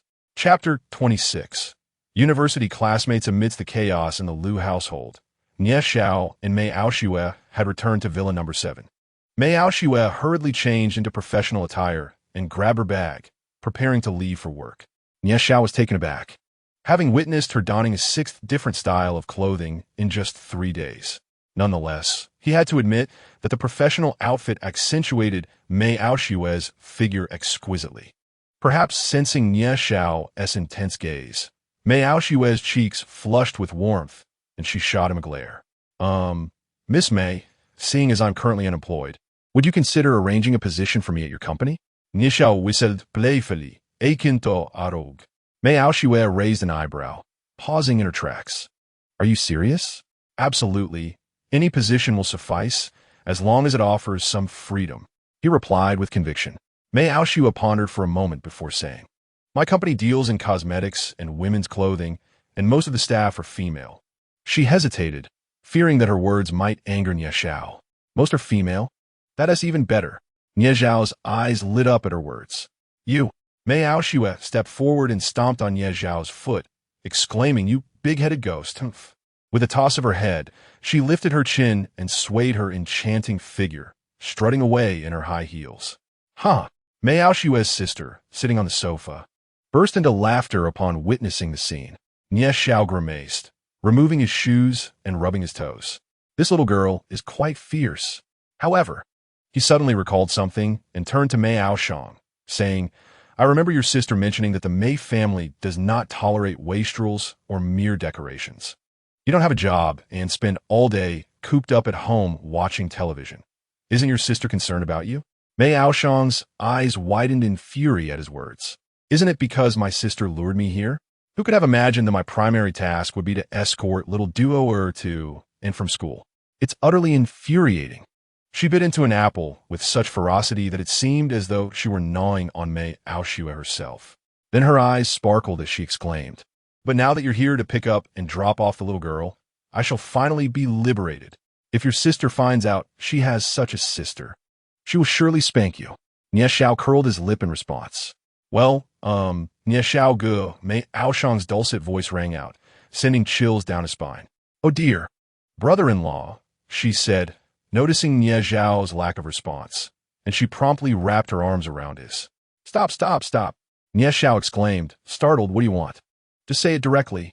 Hee, she grinned mischievously, pointing towards the LaFerrari outside. Nie Xiao was momentarily speechless. If you want to drive, just say so. Why bring all this nonsense into it? What would your sister think? But I don't have any connection with Mei Xiaoyou. He sighed, dismissing the thought, and tossed the car keys to Mei Aoshang. I have something to attend to. I'll pick up the little girl tonight. How will you go? Mei Aoshang inquired, puzzled, since she had taken a car. Who told you that brother only has one car? With that, Nie Xiao departed, leaving Mei Aoshang in stunned silence. Rich man, I must confront the wealthy. Once she regained her composure, she leapt off the sofa, dashed upstairs to change her shoes, and then hurriedly ran out. Before long, she sped off in the fiery red LaFerrari. As Nie Xiao strolled along the road, observing the bustling crowd, his mind was preoccupied with thoughts. The path of life is so close to perfection. What could it possibly be? He murmured to himself. Why does the barrier shake when I am with the little girl and Mei Xiaoyou? His brow furrowed in contemplation as he wandered aimlessly. Excuse me, sir. May I interrupt you? Our Nanshan Villa community is now open for sale. Would you be interested in a viewing? While he was lost in thought, a young man blocked his path, smiling as he handed him a flyer. Nie Xiao pondered for a moment. Indeed, it was time for him to purchase his own house, preferably in a location rich in spiritual energy, conducive to his cultivation. He accepted the flyer and examined it closely. Behind the young man, a young woman dressed in professional attire held a stack of flyers, regarding Nie Xiao with a scornful expression and shaking her head. After glancing at the location and the style of the houses, which seemed to meet his requirements, he lifted his gaze, intending to ask the young man to guide him for an on-site visit. However, as he looked up at the young man, both of them froze in place. Nie Xiao, Hao Chong. Their voices echoed simultaneously. Indeed, you rascal. After your freshman year, you vanished without a word, leaving your friends in a state of concern, exclaimed the young man named Hao Chong, playfully striking Niu Xiao's chest before enveloping him in a warm embrace. Niu Xiao, reciprocating the affection, patted Hao Chong's back and explained, I had urgent matters to attend to, and the school was informed. Well, my friend, I shall call them right away. Let's arrange a gathering for this evening. With that, Hao Chong retrieved his phone and began reaching out to their companions. Niu Xiao observed with a smile. He cherished the camaraderie he shared with his college roommates. During his freshman year, he was somewhat of a semi-residential student, often away from the dormitory due to training commitments. However, this did not hinder the strong bond among the six of them. They shared countless nights out, reveling in drinks and laughter, and reminiscing about those times brought a wave of nostalgia over Niu Xiao. Within 2 minutes of Hao Chong's calls, their friends expressed unanimous enthusiasm for an evening reunion upon learning of Niu Xiao's return. You venture into real estate now? Niu Xiao inquired, glancing at Hao Chong. Their bond was particularly close, akin to brothers. During their college days, when Niu Xiao struggled financially, Hao Chong would often buy an extra meal, citing various excuses. I'm not quite sure what to do now. selling houses, hoping for luck, perhaps. A single sale could yield a decent profit. Hao Chong replied nonchalantly. Niu Xiao was aware of Hao Chong's humble beginnings, having emerged from a rural background, yet he admired his resilience and sincerity. Come on, take me to see the properties, Niu Xiao said, draping an arm around Hao Chong's shoulder with a grin. What? Niu Xiao, don't jest. The properties here are quite expensive, Hao Chong lamented, feeling overwhelmed. Let us go. Merely looking wouldn't be too much to ask, would it? Niu Xiao raised an eyebrow, unable to resist Niu Xiao's insistence. Hao Chong reluctantly led him toward the development. This new area, nestled against the mountains, boasted a newly excavated lake nearby. It was indeed a picturesque setting. Just as they entered a villa for a tour, a woman, who had been trailing them unbeknownst to them, interjected, Hao Chong, how dare you bring your classmate here without permission? I will inform the manager. Chapter 27. Purchasing a home today marked the opening day of the Nanshan Villa community, with the project manager and major stakeholders in attendance, thus ensuring no disturbances were tolerated. At such a critical juncture, Hao Chong's decision to bring a classmate for a tour seemed nothing short of disruptive. If his classmate were affluent enough to make a purchase, it would be one thing. Yet, judging by his attire, clearly derived from street vendors, he could hardly be deemed wealthy. Lu Qian, who I choose to bring for a tour, is of no concern to you. Furthermore, does the company have a policy against bringing guests? Mind your own business. Hao Chong retorted boldly. You are truly reckless. Are you not aware that the major stakeholders are present today? You dare to invite this impoverished individual to cause a scene. Lu Qian exclaimed, her frustration evident as she gestured animatedly at Hao Chong. Lu Qian, watch your words. I respect your tenure with the company and wish to avoid embarrassing you, but we both know the questionable actions you've taken in pursuit of sales. Hao Chong bellowed in fury, then immediately turned to Nie Xiao with an expression of apology. Nie Xiao waved dismissively, indicating that it was of no consequence, and continued to embrace Hao Chong as they ascended the mountain. Meanwhile, Lu Qian, left behind with a flushed face, stamped her foot in irritation and hurried off towards the sales hall, clearly intending to lodge a complaint. I'm sorry, Nie Xiao. I never anticipated Hao Chong began, but he could only sigh in response. Never mind. Others are entitled to their opinions. We need not concern ourselves with them. Nie Xiao reassured him with a pat on the shoulder as they continued their ascent. Along the way, he observed the surrounding villas, each displaying its unique style. There were classical designs suited for the elderly and elegant ones for the youth, both Chinese and Western influences. Suddenly, his eyes sparkled as he caught sight of a villa atop the mountain. Quickening his pace, he arrived before the mountaintop villa 10 minutes later. He surveyed the structure, his gaze radiating excitement. This villa complex was intriguing. From a bird's-eye view, it formed a Tai Chi symbol. The peak where Nie Xiao stood was at the center of this design, with the rear mountain representing the Yin and the front slope embodying the Yang, showcasing the villas arranged at the intersection of these dualities. Hao Chong, this villa is the Nanshan Villa King. The entire estate at the summit is included, he explained, though he hesitated to mention the price. Indeed, it is quite remarkable, Nie Xiao exclaimed, circling the mountaintop with satisfaction. The aura in the vicinity was far more potent than that of the city, and this villa was distanced from the others, ensuring tranquility. Accompanied by such a vast estate, there was no doubt he would claim it. Let's go, he called back to Hao Chong, descending the mountain. Right away, Hao Chong hurriedly followed, engaging in light-hearted banter about how he too aspired to reside in such splendid accommodations. The two of them laughed as they reached the foot of the mountain. Nie Xiao, I must attend to my duties. Today marks the opening day, and all the higher-ups have arrived, Hao Chong said, scratching his head in embarrassment. You sell houses, and I buy one. What? Do you intend to rush your clients away? Nie Xiao joked, patting his shoulder as he headed towards the sales hall. Hao Chong stood momentarily dumbfounded, trying to comprehend the situation.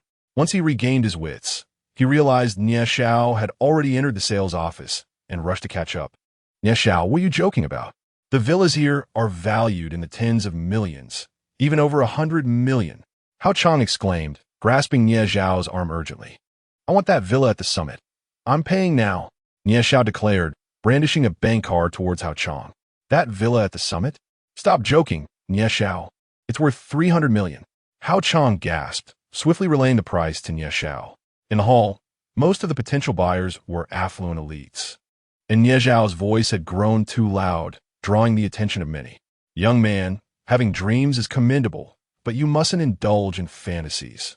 A middle-aged man advised with a hearty voice. Ha ha ha. This young man must not be aware of the value of these homes. He seems to think it's as simple as buying a mobile phone. Another voice chimed in, mocking. Indeed, the current generation of youth seems oblivious to the heights of the heavens and the depths of the earth. Just look at that wretched appearance they don. Unmistakably a mark of rural origins. A woman in her 40s, draped over a septuagenarian, exudes an air of arrogance. Hao Chong, feeling the heat of their scorn, tugged at Nie Xiao, signaling for a hasty retreat. With a sigh and a slight shake of her head, Nie Xiao remarked, in today's society, some individuals possess a myopic view, looking down upon others, utterly ignorant of their own folly. The crowd glared at her in indignation. Come, let us settle the bill. I have matters to attend to, she declared, wrapping an arm around Hao Chong's shoulders as they made their way to the payment center. I am curious to see how he will manage to leave here after causing such a ruckus, unaware that this is a family estate. The affluent woman once again interjected with a condescending tone. Come, let us witness this. Those eager for spectacle trailed behind Nie Xiao. Hao Chong, witnessing the unfolding scene, felt increasingly lost. Do not fret. When have I ever deceived you? Nie Xiao reassured him, then inquired, what is your commission for selling properties here? Oh, due to the significant background of this estate, the benefits are quite generous. My commission stands at 5,000. Hao Chong replied. This commission rate is considered relatively high among real estate companies. Nie Xiao nodded slightly. So, if I were to purchase the Villa King today, you would earn 15 million? Hao Chong was taken aback, never having contemplated the possibility of selling the Villa King. In theory, that is correct. He recalculated, trembling with disbelief. They reached the payment center, followed by dozens of onlookers. The attendant was taken aback, wondering what was unfolding. Miss, this gentleman is here to make a payment. He intends to buy the Villa King on the mountaintop. The affluent woman clung to the old man's arm, exclaiming once more. The attendant furrowed her brow, but soon relaxed. They were members of a reputable family, unlikely to create a scene over trivial matters. I will take that mountaintop villa. Let us proceed with the transaction. Nie Xiao stepped forward, presenting her bank card to the attendant. The attendant eyed her with skepticism. That villa is priced at 300 million. Are you certain? You'll find out once you process the card. Nie Xiao waved her hand dismissively. The attendant nodded, realizing that the success of the transaction would confirm Nie Xiao's claims. Within moments, the attendant concluded the transaction, and upon Nie Xiao entering her password, a receipt printed with a confirming beep. Hao Chong's eyes widened in shock. 300 million. Did Nie Xiao truly just spend that amount? No, it could not be. Merely swiping away 300 million? By heavens, she actually purchased it? The crowd, initially drawn to witness the spectacle, was now left in astonishment. Chapter 28. The Villa King as medical fee. The affluent woman's face flushed, her entire being trembling. She glanced at the old man beside her with disdain, then turned to observe Nie Xiao, who radiated confidence. The elderly man seemed to have noticed the expression of the noblewoman, and with a swift slap, he struck her across the face, bellowing, "Wretched woman, vile creature." Having vented his anger, he stormed away. The noblewoman, shouting, pursued him, fully aware that someone like Nie Xiao would never regard her with favor. Thus, she could not afford to lose the old man. As for Nie Xiao, he remained unfazed by the 300 million he had just spent, even oblivious to the exact amount he had used. The assets under the heavenly sovereign's command spanned the globe, encompassing every profitable industry. As cultivators, wealth was essential for them. Hence, money had become nothing more than a mere string of numbers in his eyes. The young woman collecting payments regarded Nie Xiao with a glimmer of intrigue. Assessing him closely, Miss, the sales agent who showed me the property is Hao Chong. Please do not confuse him. Nie Xiao reiterated. The young woman nodded vigorously, affirming that she had not made an error. Just then, he roused the astonished Hao Chong. Quickly, Prepare the contract for me. Nie Xiao urged, exasperated. Oh, yes, yes. Hao Chong finally regained his composure and cast a grateful glance at Nie Xiao as he went to prepare the contract. A staff member attempted to escort Nie Xiao to the VIP lounge, but he declined, choosing instead to sit quietly on the sofa in the lobby. Others wished to approach him for conversation, but lacked the courage, while having a net worth of over 100 million was impressive. Who could casually produce 300 million in funds? This young man undoubtedly had a significant background. Delighted by the tranquility, Nie Xiao busied himself with his phone as he awaited Hao Chong. During this time, a commotion arose from the second floor of the lobby, followed by the descent of a group of people. Among them were men and women of varying ages, including a youthful little girl. At that moment, Hao Chong happened to return with the contract in hand. Manager, this is him. He casually brought his classmates to tour the place. If anything gets damaged, can he afford to compensate? The young woman, Lu Qian, pointed at Nie Xiao and Hao Chong, raising her complaint to a slightly plump middle-aged man. Beside him stood an elderly gentleman in traditional attire, his complexion somewhat pale. Flanking the elderly man were two others, one wearing glasses and the other a little girl. Upon hearing Lu Qian's words, many clients turned their attention toward Nie Xiao and Hao Chong, halting in their tracks. Hao Chong, however, cast a disdainful glance at Lu Qian. Now that Nie Xiao had purchased the villa, he felt a strong sense of confidence. Brother Nie Xiao? The little girl, upon spotting Nie Xiao, exclaimed in delight and rushed toward him. Meanwhile, the bespectacled elder trembled upon seeing Nie Xiao, his face filled with excitement. Why are you here, little girl? Nie Xiao inquired with curiosity as the girl approached him. This caused her to stumble slightly before she flashed a grin, revealing her tiny fangs. I am he you want, not just a little girl. She dashed in front of Nie Xiao, tugging at his arm as if to bite him. Hey, calm down, Sister Huaner. Don't bite, Nie Xiao exclaimed, jumping back to maintain a safe distance. Indeed, this little girl was Huaner, and the bespectacled elder was the same Mr. Shan Nie Xiao had encountered at the traditional medicine clinic. The elder in traditional garb was none other than He Jun Nan. At this moment, the plump manager was drenched in cold sweat. He shot a glare at the young woman Lu Qian, relieved that he refrained from reprimanding Nie Xiao and Hao Chong, for they were friends of the young lady. Lu Qian, I have previously asserted that Nie Xiao is indeed my friend, but his foremost identity is that of a client. When a client requests to view a property, how could I possibly refuse? Hao Chong cast a disdainful glance at Lu Qian, unperturbed by the reactions of those around him, and launched into a scolding.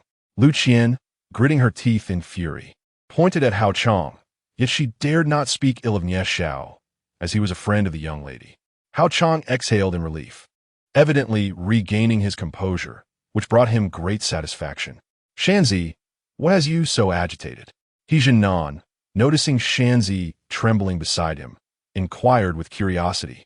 Shanzi promptly leaned in to whisper about Nie Xiao's circumstances. Is he the one you mentioned? He Jinan's eyes sparkled with insight, realizing that his granddaughter's connection with Nie Xiao was quite significant, hinting at a potential remedy for his ailment. Nie Xiao, are you here to purchase a property? Where is Sister Shui and the adorable little duo? Huaner, with wide eyes, questioned curiously. Before Nie Xiao could respond, he observed He Jinan approaching him slowly, bowing in respect. However, his words were interrupted by Nie Xiao, who remarked, Old sir, are you perhaps mistaken? Have we met before? He discreetly released his inner energy to prevent He Jinan from bowing too low. He preferred not to attract undue attention, especially with onlookers recording the scene on their phones. He Jinan quickly grasped Nie Xiao's intent and chuckled. It seems I am indeed muddled. Young friend, are you here to buy a property? Greetings, esteemed sir. Hao Chong bowed to He Jinan, unaware of their identities, but recognizing the manager's presence indicated their authority. He presented Nie Xiao's contract and continued.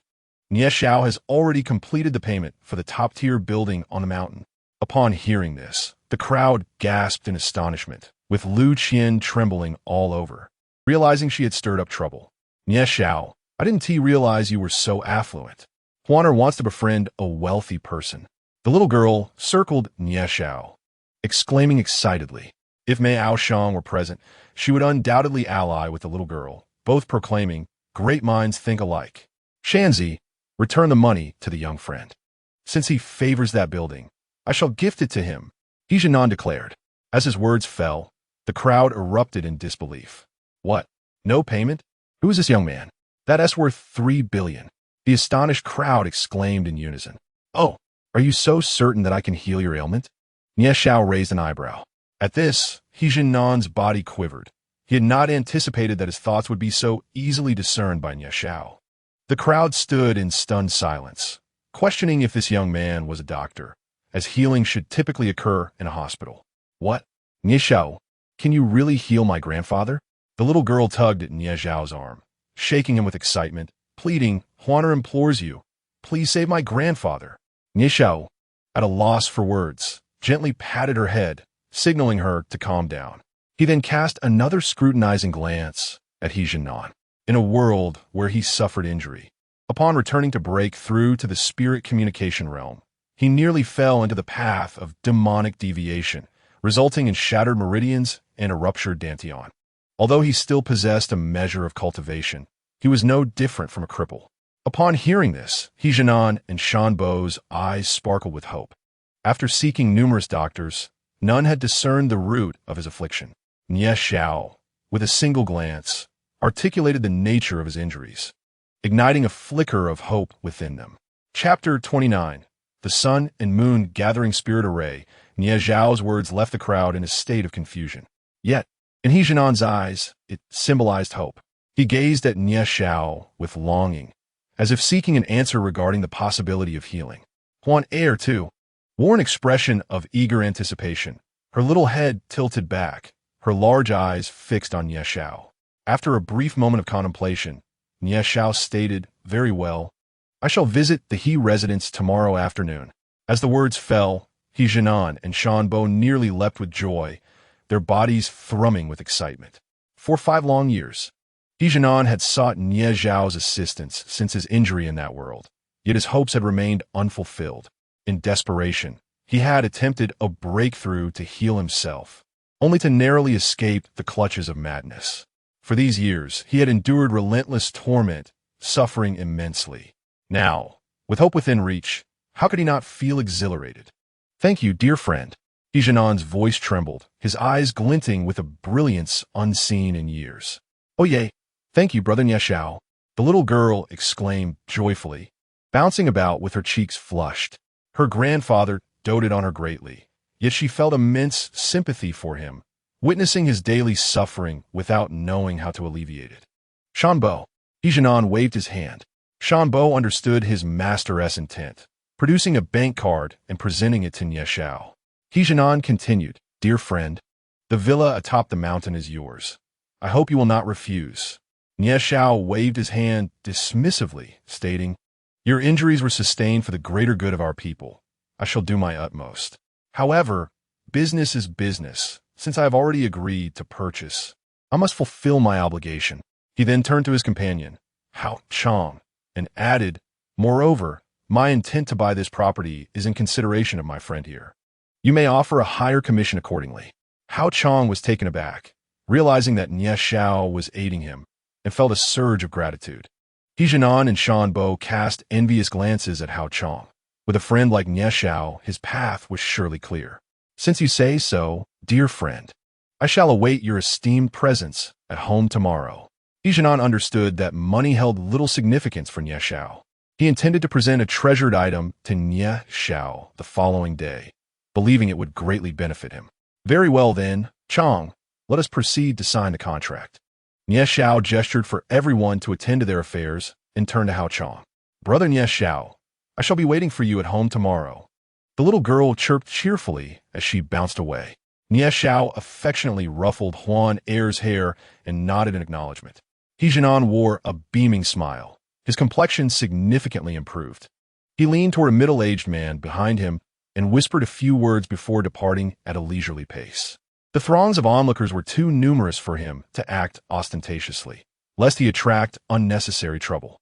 Nie Xiao seized the contract and, without so much as a glance, swiftly inscribed his name.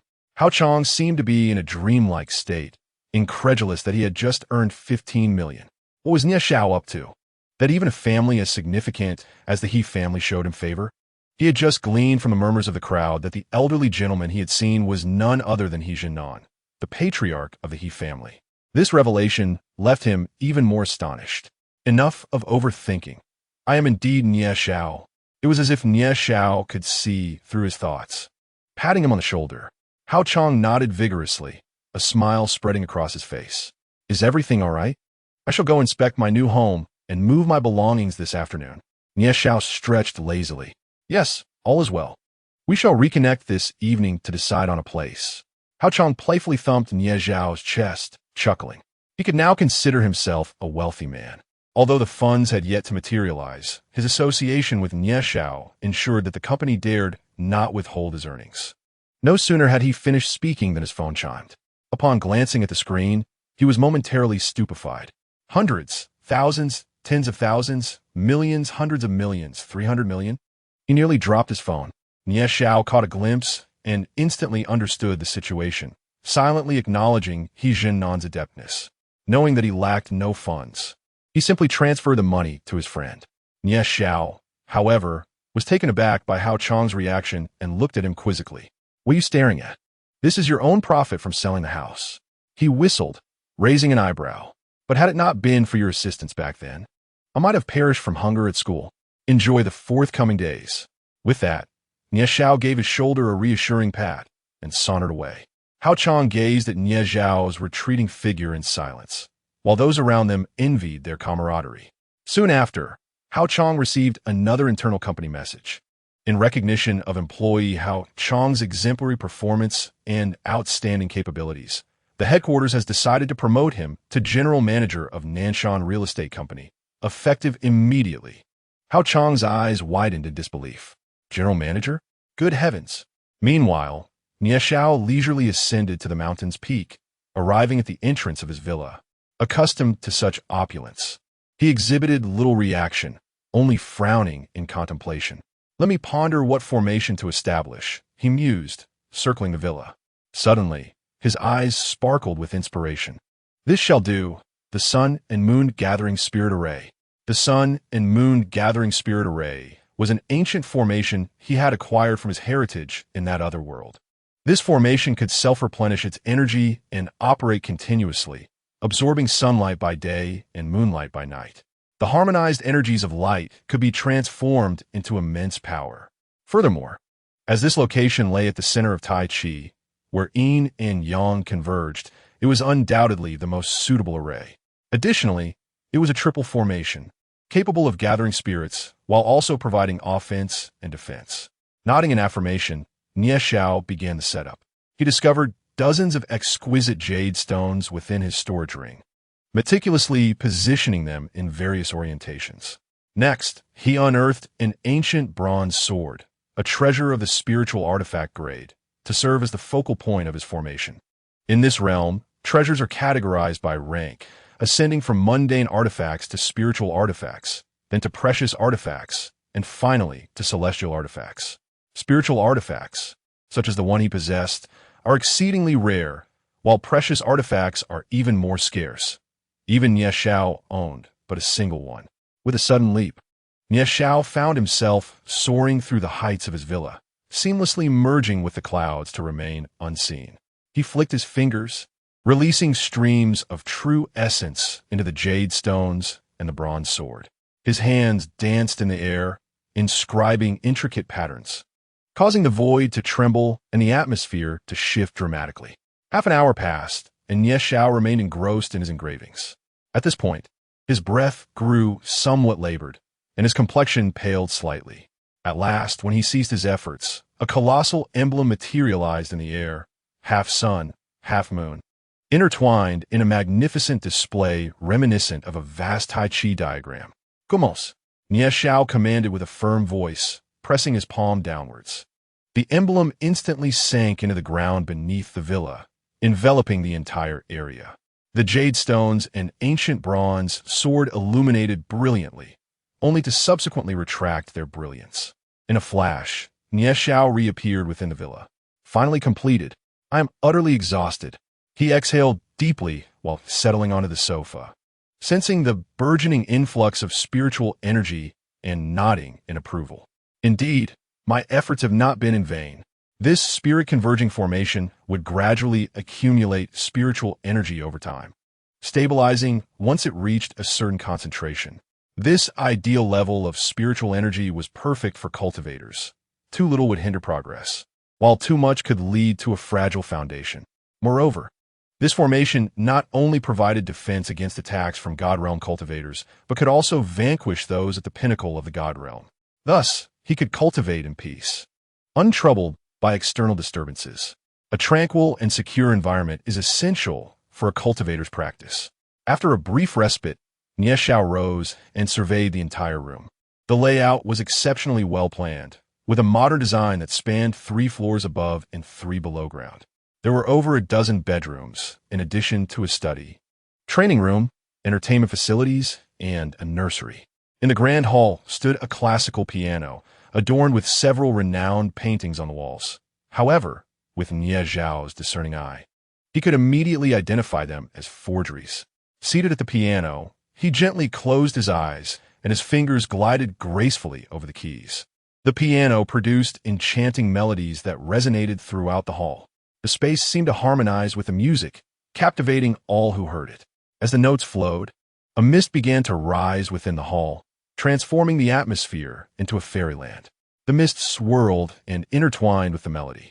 Moments later, as the music came to an end, the clouds dispersed, leaving a lingering sense of euphoria.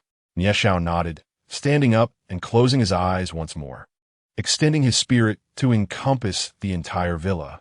Instantly, he became aware of the purpose of each room and the surrounding circumstances. I must have someone bring the car inside. Otherwise, exiting will be inconvenient. Nie Xiao murmured to herself before stepping outside. In the Liujia clan of Jiu City, after enduring half a day of recuperation, Elder Liu and the other clan elders gradually gathered. Had it not been for the mercy shown by Gile, they would have long departed from this world. At this moment, their faces still bore a faint pallor. Elder Liu exhaled a heavy sigh, opening his eyes. What shall we do next? He squinted at the assembly. The old master instructed me to convey a message. If you wish to survive, you must go to Aoshue Group and kneel before Lu Chong, the owner of Kaiyuan Real Estate. Lu Chong trembled as he spoke. He was uncertain how the Lu family would address his involvement in this predicament, which had entirely arisen due to his actions. Were it not for him, the Lu family would not have found themselves in such dire straits. Aoshue Group? It seems those 2 individuals from this morning were undoubtedly sent by that young man. Elder Liu stated calmly, surprisingly devoid of anger. Father, Aoshue Group? Lu Jihong. Elder Liu's eldest son inquired, puzzled. I remember now. After the Li family was annihilated a few days ago, their assets were acquired by Aoshue Group. Could it be that this young man is behind it? Lu Yun, Elder Liu's daughter, gasped in astonishment. The clan elders also exhibited expressions of shock. It appears we are not mistaken. I wonder from whence this young man emerged. I had not heard of him before. His actions are nothing short of earth-shattering. Merely 2 of his subordinates possess the cultivation of the spirit communication realm. What about him? Elder Liu spoke gravely, his astonishment growing with each word. While the Liu clan deliberated, an elderly man clad in a linen robe and bearing a sword appeared atop Nanshan in Jiu City. He extended his spiritual sense, his spiritual power cascading into the city like a torrent. The cultivators within the city felt a surge of spiritual energy, followed by a message resonating in their minds. I'm the Sword Emperor of the Northern Wilderness. I have come to avenge my junior brother, Hua Bufan. To those who killed my brother, I await you at the summit of Dongyue at sunrise tomorrow. Given his current strength, he was unable to envelop the entire city with his spiritual power. Thus he changed locations multiple times to deliver his intent to all cultivators in Jiu City. Ultimately, the message that appeared in Nie Xiao's mind was, young man, tomorrow's battle will end with either your death or mine. Do not think to evade this fate. The cultivators in Jiu City were thrown into a frenzy, particularly the Liu clan. The Sword Emperor of the Northern Wilderness has emerged, and he seeks vengeance for that young man? Ha ha! The clan elders laughed heartily. Grandfather, father, Who is the Sword Emperor of the Northern Wilderness? Lu Xinxing, Elder Lu's grandson and Lu Jihong's son, inquired. Elder Lu pondered for a moment before replying. The Sword Emperor of the Northern Wilderness gained fame 50 years ago, renowned for his frosty solitude sword technique that defined that era.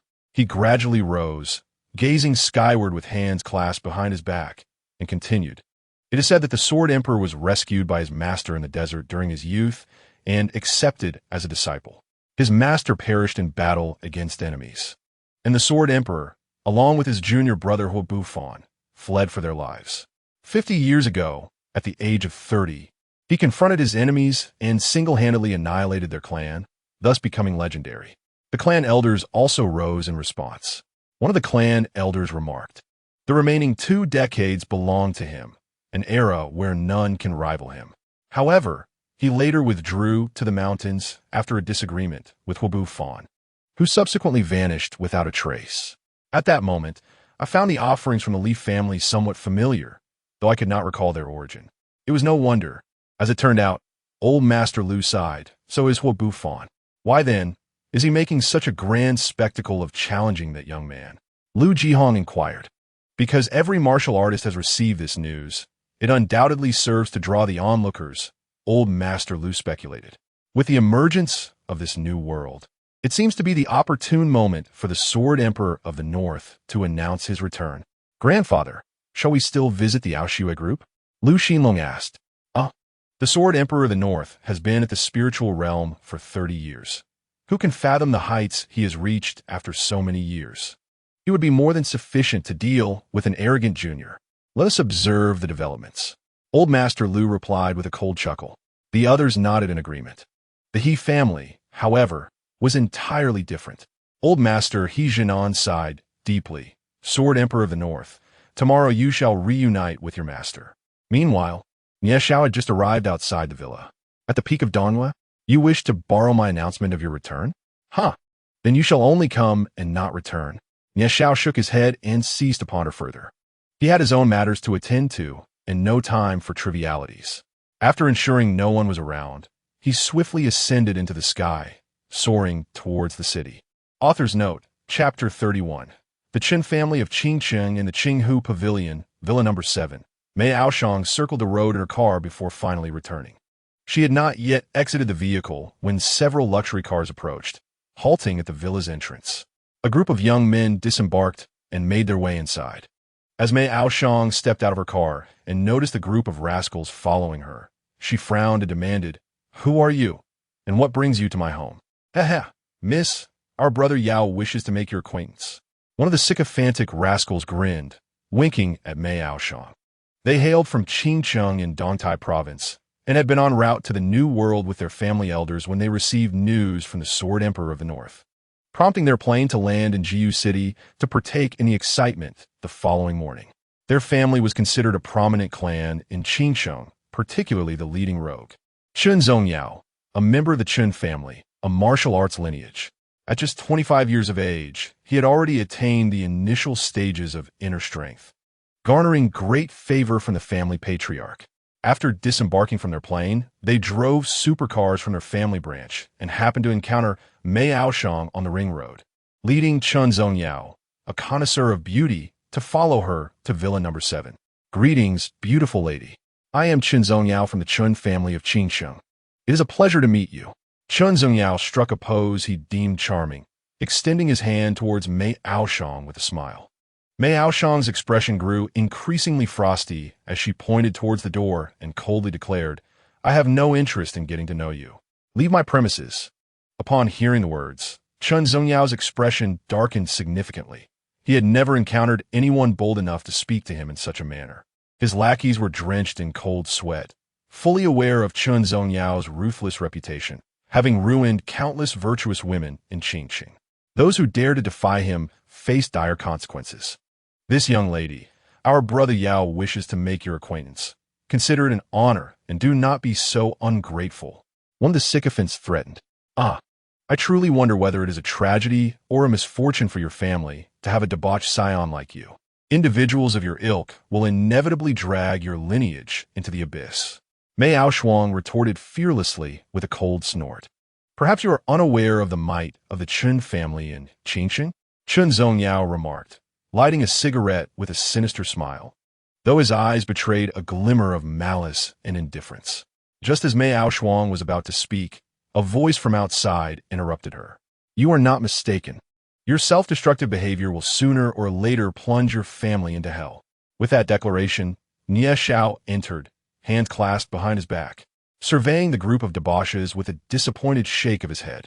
Who are you, daring to meddle in Brother Yao's affairs? One of the lackeys barked. Chun Zongyao squinted at Nie Xiao, intrigued to learn more about this audacious youth. Brother-in-law, you've arrived, Mei Aoshuang exclaimed, visibly relieved at his presence, fearing that the ruffians would cause her harm. Are you not afraid your sister will punish you for that? Nie Xiao raised an eyebrow and glanced at Mei Aoshuang. Rogue. She rolled her eyes in response. Chun Zongyao, seeing that Nie Xiao ignored him completely, felt his anger ignite, shouting, You seek death, don't you? The lackeys surrounded Nie Xiao menacingly. Mei Xiaoniao, do you have any friends in Jiyu who can drive? Nie Xiao disregarded the threats and directed his question at Mei Aoshuang. Hearing the way he addressed her, she gritted her teeth, as if ready to devour him, and replied, I've only just arrived. I have no friends. Alas, what shall we do? Nie Xiao feigned contemplation, lowering his gaze. Kill him.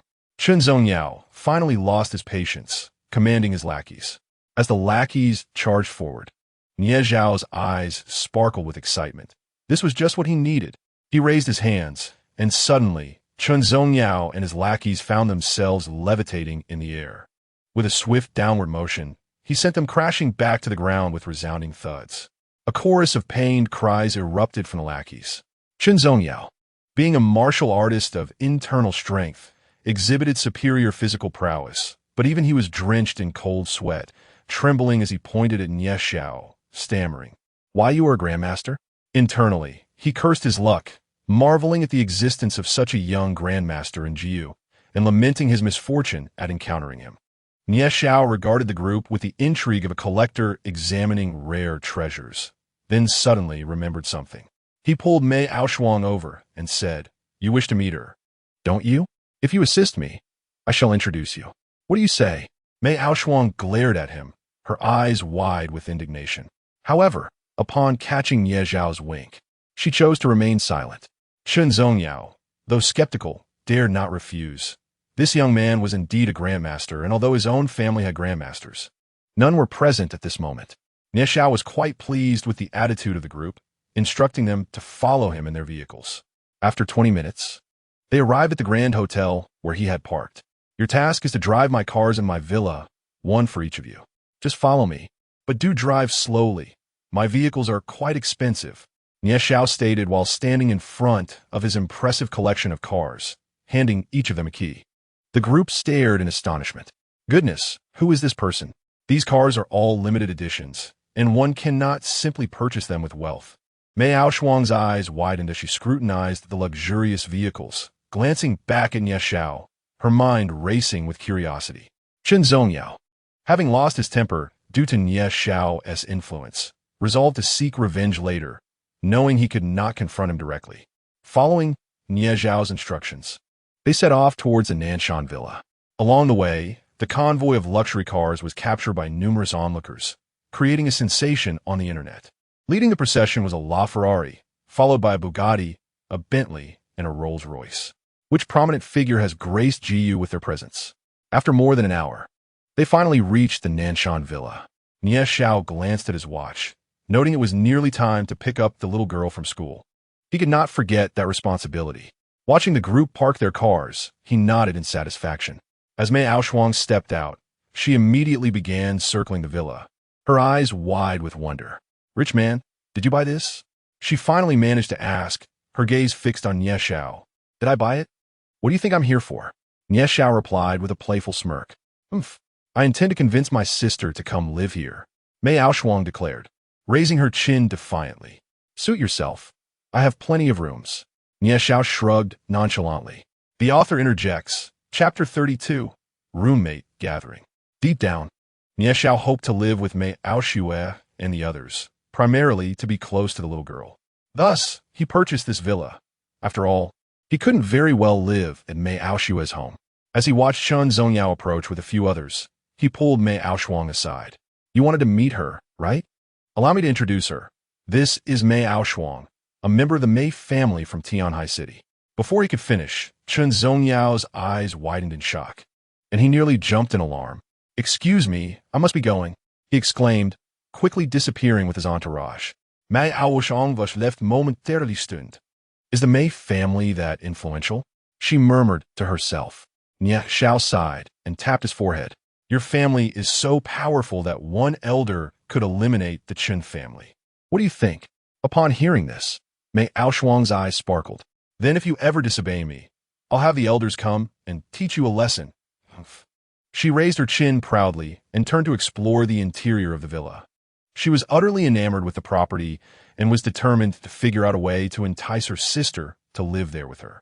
As she examined the rooms, her mind was already concocting plans. Sister-in-law, it is sweltering outside, yet your villa remains so refreshingly cool. Moreover, I noticed that not a single air conditioner is running, and the air here feels distinctly different from that outside. It's as though each breath I take fills me with vitality. I have arranged a formation here. The spiritual energy in this place is exceptionally abundant. It greatly benefits cultivators and can extend the lifespan of ordinary individuals. For young ladies like you, it particularly helps in delaying aging, Nie Xiao boasted with pride. His intention was to entice Mei Aoshuang, hoping to persuade Mei Aoshua to move in as well. Unbeknownst to him, Mei Aoshuang had already taken a liking to this place upon her first glance. Now, having heard Nie Xiao's words, she had made up her mind in secret. The two did not linger long before departing, as he still had to pick up the little girl. This time, Nie Xiao was driving a Maserati, which he deemed understated. Mei Aoshuang occupied the passenger seat. Why aren't you driving the LaFerrari? Nie Xiao inquired with curiosity. Mei Aoshuang, her eyes twinkling, replied, I plan to move tonight and need to bring my own car. Otherwise, there won't be enough space. Upon hearing this, Nie Xiao felt a surge of joy within him, realizing the young lady had finally fallen into his trap, though he did not allow his elation to show. When they arrived at the kindergarten, the little girl was just getting out of school, her petite frame struggling under the weight of a large backpack, leaving Nie Xiao speechless. Daddy, the little girl exclaimed upon seeing Nie Xiao, bouncing with delight. Many parents recognized Nie Xiao from the incident that morning and greeted him with friendly smiles and nods. Kneeling down, Nie Xiao embraced the little girl, smiling as he asked, Dua, were you tired in class? Not at all, she shook her small head, snuggling into Nie Xiao's embrace with a blissful expression. Before long, the trio arrived at Villa number 7. Nie Xiao played with the little girl for a while longer, and after she fell asleep, he took his leave. He had dinner plans with his roommates that evening. Earlier that afternoon, he had received a message from Hao Chong, arranging to meet at Meng's courtyard, a place they often frequented during their university days. The barbecue joint was a favorite among them, and the thought of savoring grilled meat and enjoying beer was immensely appealing. Driving the Maserati, he found a parking spot near the courtyard and proceeded towards it. Are you Nie Xiao? Upon reaching the entrance, he heard a voice from beside him. A beautiful woman, accompanied by a well-dressed young man, approached. Nie Xiao scrutinized the woman, finding her somewhat familiar, yet he could not recall her identity. Tanning, what are you doing here? Just as Nie Xiao was at a loss, he heard Hao Chang's voice behind him. Suddenly, recognition dawned upon him. Tanning was the belle of their class and also the campus beauty. They had once been the subject of rumors, but after Nie Xiao left, the matter faded into obscurity. Hao Chang, you're here too. Tanning responded with a smile. Tonight, our dormitory is having a gathering, and after much consideration, we thought this place would be the best choice. Hao Chang said with a grin, playfully punching Nie Xiao on the chest in greeting. However, the young master beside, Tanning narrowed his eyes as he scrutinized Nie Xiao, sensing an unusual fondness from his girlfriend towards her. Nie Xiao smiled and nodded at Tanning before wrapping her arm around Hao Chang as they entered. Why aren't you speaking with Tanning? Hao Chang inquired, puzzled. Didn't you notice she has a boyfriend? If we talk too much, it might lead to misunderstandings, which would be inappropriate. Nie Xiao replied, patting his shoulder. Hao Chang nodded slightly, grasping Nie Xiao's intention. Although they often appeared unserious at university, they never pursued women who were already taken. This was their principle, and it was precisely because of their similar characters that their bond remained strong. The two found a corner, pushing 2 tables together and arranging the chairs. Before long, their roommates began to arrive, each approaching Nie Xiao with a friendly punch to the chest, followed by warm embraces. Lao Zhu, Xiangzi Wei Ge, Fatty. Hao Chong greeted enthusiastically. Their eyes glistened with emotion, as they had feared something had happened to Nie Xiao and had been inquiring about her at school. The response had been simply that Nie Xiao had chosen not to attend. There were no other reasons. When they received Hao Chong's call today, their excitement was palpable, and seeing her again brought tears to their eyes. All right, stop acting all sentimental. Let us order. We're not leaving until we're drunk, Nie Xiao said with a smile. Right. Today I'm treating. Order whatever you like. We want to leave until we're drunk, Fatty proclaimed generously, knowing the situation of the others, as he was the only one doing somewhat better. All right, today's on me. No one needs to pay.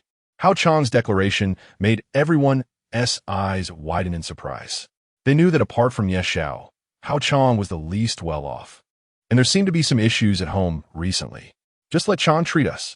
Nie Xiao laughed, patting Fatty on the shoulder. The group nodded, cautiously ordering, fearing they would burden Hao Chong financially. This left both Nie Xiao and Hao Chong amused. 200 skewers and 5 pounds of lobster. Nie Xiao ordered a plethora of dishes in one breath, causing her friends to stare in astonishment. Are you not worried about bankrupting Chong? They exclaimed in unison. Don't worry, Nie Xiao reassured them with a calm demeanor. Hao Chong also placed his bank card on the table, declaring grandly, Today, eat whatever you want. The group exchanged puzzled glances before turning their attention back to Hao Chong and Nie Xiao. Meanwhile, Mei Aoshue had just finished work and was preparing to drive to the testing center to collect her results. I hope everything goes well, she thought, her mind briefly flashing to Nie Xiao, her cheeks slightly flushed. Taking a deep breath, she drove away. Author's note, Chapter 33. I have little interest in money. Nie Xiao was unaware of Mei Aoshue's circumstances. At that moment, she was enjoying drinks with her roommates. They discussed their university lives and current situations, feeling immensely grateful that they were all in Jiu City. Otherwise, it would have been much harder to meet. Chong, you're so generous today. Have you struck it rich? The stout man, munching on a skewer, mumbled a question. Hao Chong glanced at Nie Xiao and then at the others, recounting the events of that afternoon. Their camaraderie was devoid of any ulterior motives, so Hao Chong spoke candidly. No way. Is this for real? Incredible. The group widened their eyes, looking at Nie Xiao and Hao Chong. Recently, they had indeed made some money in Nie Xiao. With a serious expression, offered, if any of you need assistance, you can reach out to me or Chong. However, smiles adorned the faces of the others. The stout man waved his hand and remarked, Among us, you and Chong had the toughest circumstances. Now that you're doing well, we are all genuinely happy for you. He beamed at the other three and continued, I'm living quite well now. I find satisfaction in this life and desire nothing more. Me too. I now hold a steady job with less pressure. Xiangzi chimed in cheerfully. It seems I have little interest in money throughout my life. Immediately, 2 voices echoed the same sentiment. Lao Zhu and Brother Wei exchanged glances before playfully mocking. Your true interest lies with women. Laughter erupted among the group. Come on, let us drink, the stout man exclaimed, grabbing a bottle of liquor. They all clinked their bottles together and tilted their heads back, guzzling nearly half the bottle. Just then, as Xiangzi was drinking, he unexpectedly spat out his drink, coughing violently. The others set their bottles down, astonished at his eagerness that led to such a spectacle. However, once he regained his composure, Xiangzi suddenly stood up and shouted angrily at a burly man behind him. Are you looking for trouble? At that moment, Nie Xiao and the others furrowed their brows, realizing the situation was not as they had presumed. The table behind them had 5 robust men, all brawny.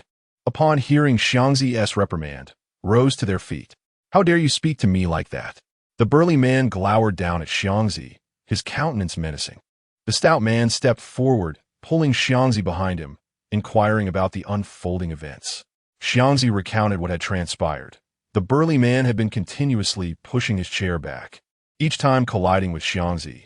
And during this last encounter, the man had bumped him hard while he was drinking, causing Xiangzi to choke and tear up. Nie Xiao scrutinized the burly man, coldly asking, "Who sent you to stir up trouble?" The others turned to Nie Xiao, puzzled by his words. "Huh, you really don't know," when it backed down. The burly man, furious yet amused, responded, "I asked who sent you." Nie Xiao took a few steps forward, locking eyes with the burly man as he pressed on. "Today is the day I'll teach you a lesson." The burly man began, but before he could finish, Nie Xiao delivered a swift kick. The burly man's hefty frame crashed onto the table before rolling to the floor, clutching his stomach and gagging. The remaining burly men were taken aback, and before they could react, each was sent flying by Nie Xiao's swift kicks. Fortunately, they were in a corner and did not collide with anyone else. Meanwhile, the crowd around them had already begun to rise, intrigued by the unfolding drama. The boss also rushed out to mediate the conflict. Hao Chong and his companions were utterly astonished. Was this really the Nie Xiao they knew? A mere disagreement had escalated into a physical altercation, and the group of burly men were no match for him. Looking at Nie Xiao, he had one foot planted firmly on the chest of the Tiger Lord, wielding a skewer of grilled meat menacingly towards the Tiger Lord's eyes. "Speak. Who sent you? I grant you 10 seconds. Once that time elapses, I will ensure you lose an eye." His voice was eerily calm, devoid of any hint of malice or tumult. Yet, this very tranquility frightened the Tiger Lord even more. This man was audacious. How could he dare? I'll talk. It was Wang Yin. He instigated us to cause trouble." The Tiger Lord finally succumbed. He had never encountered someone so composed. Such individuals were unpredictable and could act on their words. "Who is Wang Yin?" Nie Xiao inquired. "It's him," the Tiger Lord bellowed, pointing at a youth in the crowd. At that moment, Tanning was also incredulously gazing at the young man beside her. Indeed, this was Wang Yin, her boyfriend, whom she had just encountered at the entrance. "You're speaking nonsense. I have no grievances with him. Why would I cause him trouble?" Wang Yin, realizing the situation had turned against him, hastily denied the accusations and attempted to flee.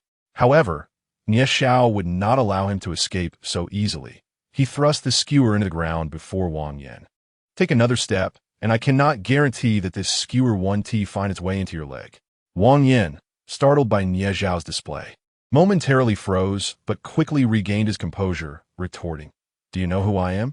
I am the son of Wang Tianrong from Tianrong Group. If you dare to lay a finger on me, I will ensure you meet a grim fate." So he's the son of Wang Tianrong. No wonder. The Tianrong Group. Was it not second only to the now prestigious Aoshue Group? Wang Tianrong was once a figure in the underworld, now merely reformed. Upon hearing this, the crowd began to murmur. "Did you hear that? Kid, wise up and kneel before me, and I shall spare you." Wang Yin's confidence surged once more in light of the audience's words. Yet Nie Xiao had no intention of indulging such a spoiled brat. He kicked out once more. Wang Yin finally tasted the bitterness of defeat, collapsing to the ground, retching. Nie Xiao. Tan and her roommates looked on with concern for Nie Xiao, though no blame was directed at him. Tan detested those who resorted to such underhanded tactics to harm others, while her roommates were resolute in facing any trouble together. Nie Xiao gestured for them to remain calm. However, at that moment, Wang Yin regained his composure and pulled out his phone to call his father, his voice dripping with indignation, fearing his father would not come to his aid. "Just wait, kid. When my dad arrives, I will make sure to end you." He hung up, staggering to his feet, pointing at Nie Xiao and shouting. This time, however, Nie Xiao ignored him and motioned for his companions to sit back down, resuming their revelry. Hao Chong had already informed the others about Nie Xiao's connection to the He family, and they were initially stunned but soon felt relieved. With this familial tie, who in Jiu City would dare to disrespect them? Witnessing this scene, everyone raised their thumbs in admiration for Nie Xiao. Even in such a dire moment, he could still enjoy his meal. The author has something to say. Chapter 34 Identification results. Approximately 10 minutes later, a cacophony erupted outside, and a group of furious individuals stormed in. "Father!" Wang Yin exclaimed upon seeing the middle-aged man at the forefront, his voice filled with excitement. The newcomer was none other than Wang Tianrong, accompanied by several bodyguards. "Who struck you? I will ensure they pay dearly." Wang Tianrong bellowed upon witnessing his son's battered state. It was that little scoundrel. Wang Yin pointed accusingly at Nie Xiao, who was leisurely indulging in food and drink, his voice laced with hatred. You dare to strike me. Wang Yan's words were abruptly cut off as Wang Tianrong caught sight of Nie Xiao's face, causing him to swallow the remainder of his sentence. His robust form trembled violently, cold sweat instantly soaking through his shirt. Father, what is wrong? Quickly, capture these ruffians. I desire to torment them. Wang Yin anxiously urged as he observed his father-esque in action. Rascal! Wang Tianrong was taken aback by the outburst and slapped Wang Yin across the face. He then hurriedly approached Nie Xiao, bowing deeply. I did not realize you were dining here. My apologies for the disturbance. The onlookers were wide-eyed at this unexpected turn of events, including Wang Yin, who comprehended that he had encountered someone formidable, a person even his father dared not provoke. Oh, you recognize me? Nie Xiao responded, somewhat surprised. He reflected carefully, realizing he had indeed never encountered this man before. Today, at the sales office, I was fortunate to witness your esteemed presence. Wang Tianrong continued, still bowing, not appearing fatigued, smiling amiably. It is no jest. One cannot offend someone who has the favor of old Master He. Very well. Knowing me makes this matter simpler to resolve, Nie Xiao remarked after a brief contemplation.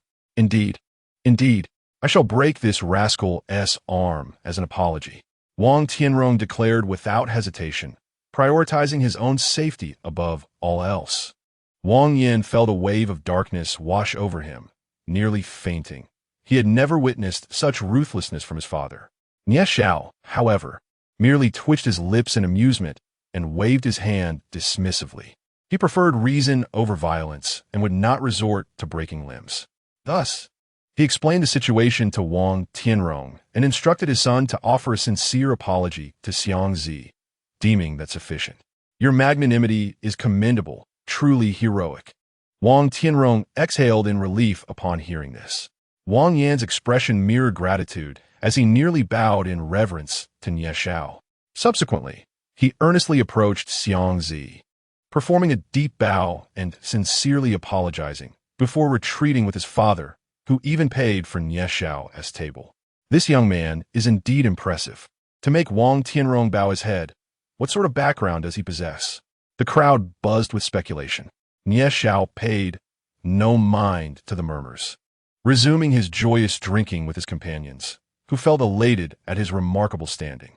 Meanwhile, Tan Ning, filled with disappointment towards Wang Yin, turned away dejectedly. The group led by Hu Yi had long since vanished. At a paternity testing center in Jiu City, Mei Aoshua had arrived, having driven there, and sought out the staff to explain her purpose. On that fateful day, the staff member was off, and the remaining employees assisted with the processing, subsequently handing the file to Mei Aoshua. Upon receiving the file, she inhaled deeply several times, her hands trembling as she opened it, extracting the document. Her gaze fixated on the results, and in an instant, her pupils constricted, her body went rigid, and she stood frozen for what felt like an eternity. Her eyes locked onto the words before her. He is not Duoer's father.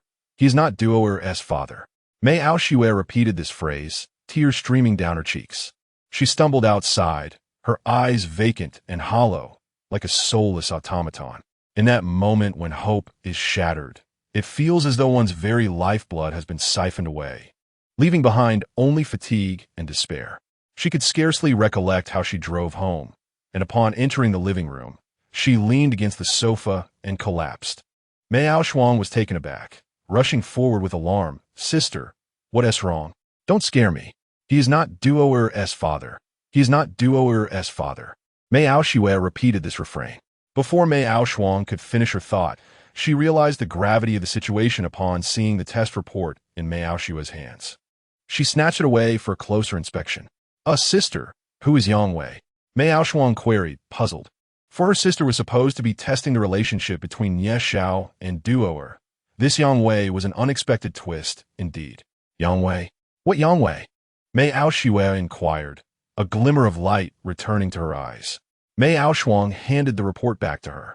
Mei Aoshua glanced at the document once more, and upon seeing the name, she leapt up in surprise. It must be a mistake. Her eyes sparkled with renewed hope as she dashed towards the door.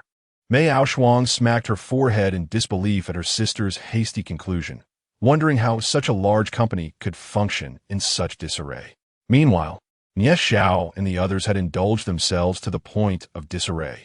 Gentlemen, let us call a night. There will be plenty of opportunities to gather again. The poorly one declared with a belch. All were employed, and staying out too late would adversely affect their work the following day. They nodded in agreement, wobbling as they made their way out. I say, Fatty, you are still as lecherous as ever. Back in college, it was you who coaxed us into those embarrassing situations.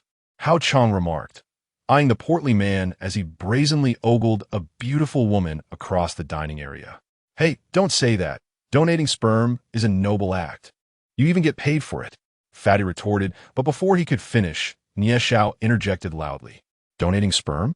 Fatty's expression turned to one of bewilderment as he pondered the statement, then suddenly burst into laughter. No wonder, no wonder. So that is how it is? He laughed maniacally. Nie Xiao, what is wrong with you? The others observed his peculiar state with concern. Haha, I'm fine. I'm perfectly fine. I'm off now. Let us keep in touch, brothers. If anything comes up, just give me a call. Nie Xiao laughed heartily, then planted a kiss on the chubby man's cheek before dashing towards Villa number 7. The man, taken aback, only realized what had happened a moment later and, covering his face, let out a loud shout, prompting hearty laughter from the onlookers. Unable to drive, due to his inebriation, Nie Xiao found a secluded spot and, with a flicker of his figure, vanished into thin air. His heart raced with anticipation as he yearned to find Mei Aoshue and clarify whether her feelings aligned with his own. Unbeknownst to him, Mei Aoshue had already faced a setback regarding this matter and had returned to the paternity testing center once more. The author wishes to express, your support is greatly appreciated. Thank you. Chapter 35. The Wonders of Fate. Fortunately, the testing center had extended hours, and when Mei Aoshue arrived, several staff members were still on duty. She explained the mix-up regarding her report and clearly stated her name and contact information from that day. Then, she anxiously awaited their response. At that moment, Nie Xiao had already arrived at Villa number 7. Given his current cultivation level, he could traverse the distance from Jiu City to the capital in merely 15 minutes. Especially in a state of heightened excitement, flying at full speed. He burst into the villa's living room, only to find Mei Aoshuang alone. Where's your sister? Nie Xiao asked, closing his eyes momentarily to sense the surroundings, only to realize that Mei Aoshue was not present in the villa. Noticing Nie Xiao's unusual state, which seemed to be tinged with exhilaration, Mei Aoshuang replied, she went to the paternity testing center. After a pause, she decided to inform him.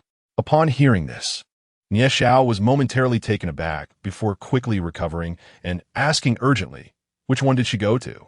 Mei Aoshuang, feeling a bit embarrassed, shook her head. Although she had seen the report, she hadn't memorized the name. Nie Xiao closed his eyes again, his spiritual force swiftly extending throughout the city until he soon sensed Mei Aoshue's location. He hurriedly dashed out, his figure once more disappearing into the void. Meanwhile, unaware that Nie Xiao was searching for her, Mei Aoshue had already received her report. This time, she did not hesitate. With a stoic expression, she opened the envelope and extracted the report. After carefully examining the name and confirming its accuracy, her gaze shifted to the results. When she verified that Nie Xiao was indeed the biological father of her child, she nearly leaped for joy. Her cheeks flushed with excitement, and she waved her small fists in the air, exhaling a long breath. Her previously anxious heart gradually settled, leaving only exhilaration and a beaming smile. After thanking the staff, Mei Aoshue slowly made her way outside.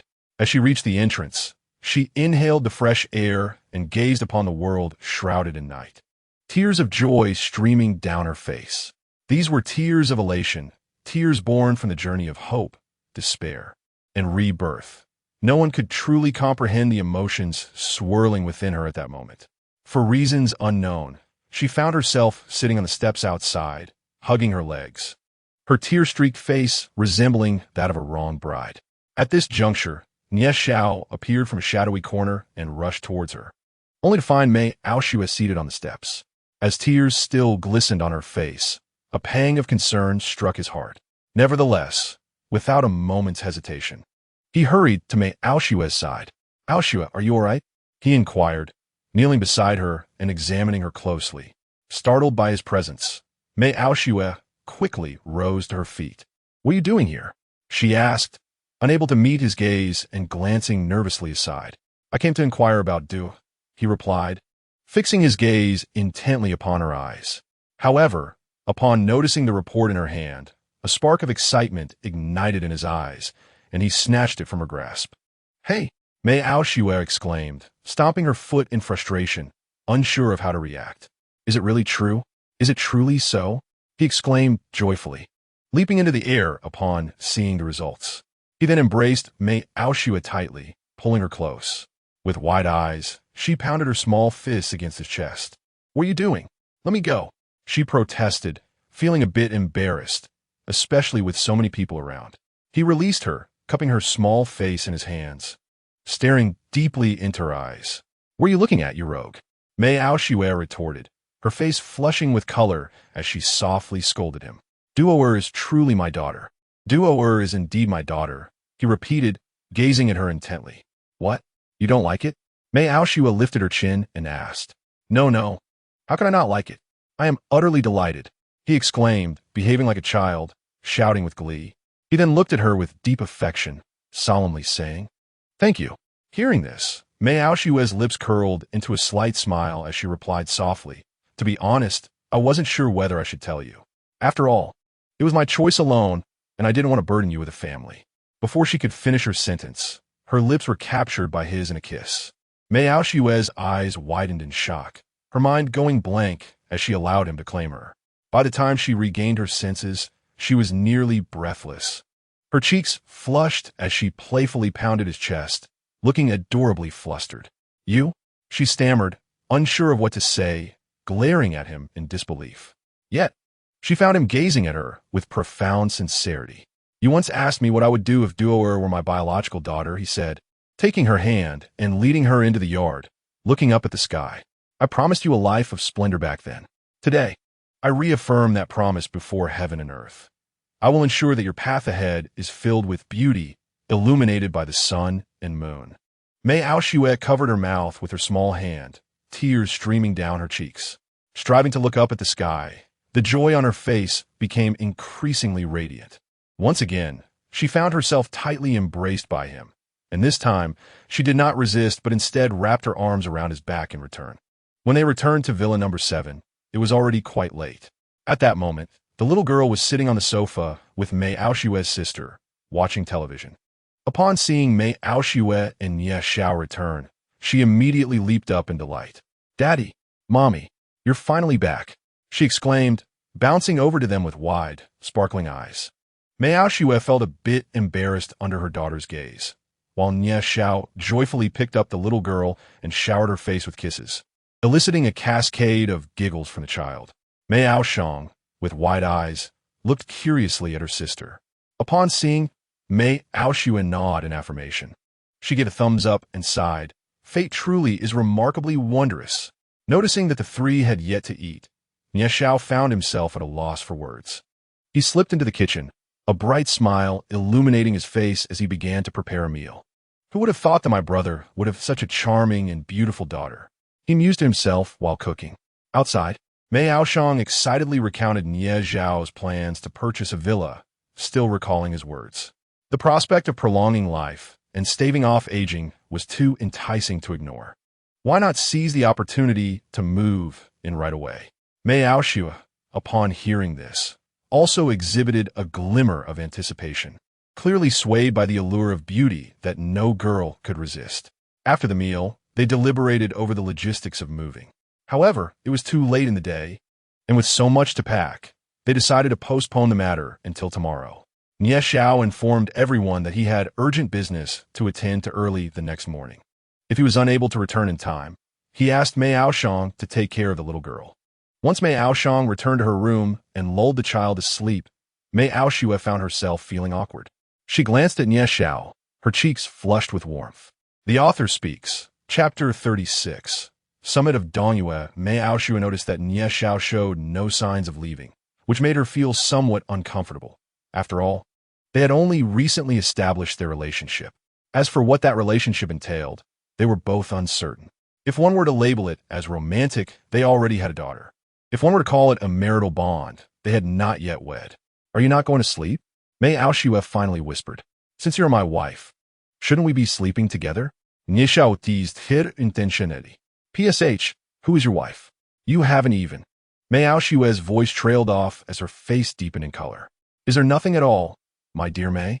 Nie Xiao seated himself beside her, causing Mei Aoshue to feel like a startled fawn, her heart racing. "Nothing," she replied, striving to avoid his gaze to calm her fluttering emotions. "Then, shouldn't you be attending to your husband?" Nie Xiao said with a playful glint in his eye.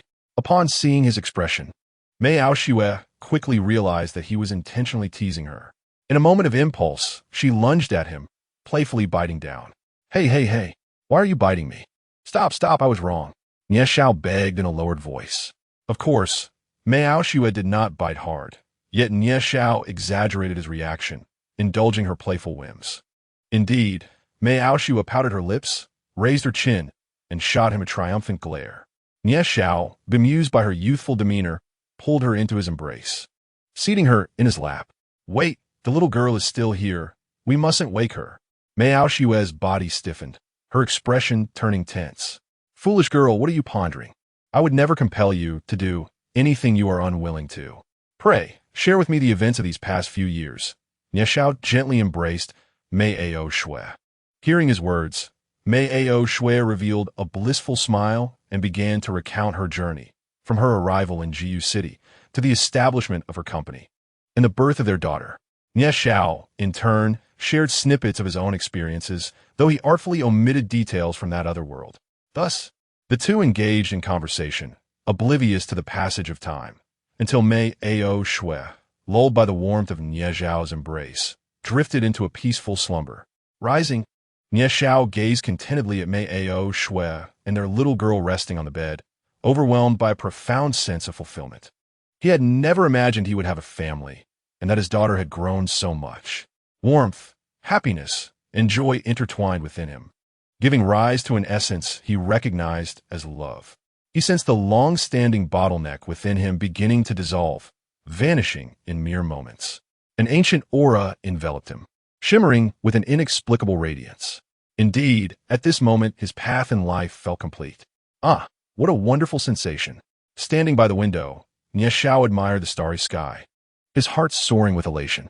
A glance at the clock revealed it was already past 4, and the time until the dawn showdown at the summit of Dongyue was drawing near.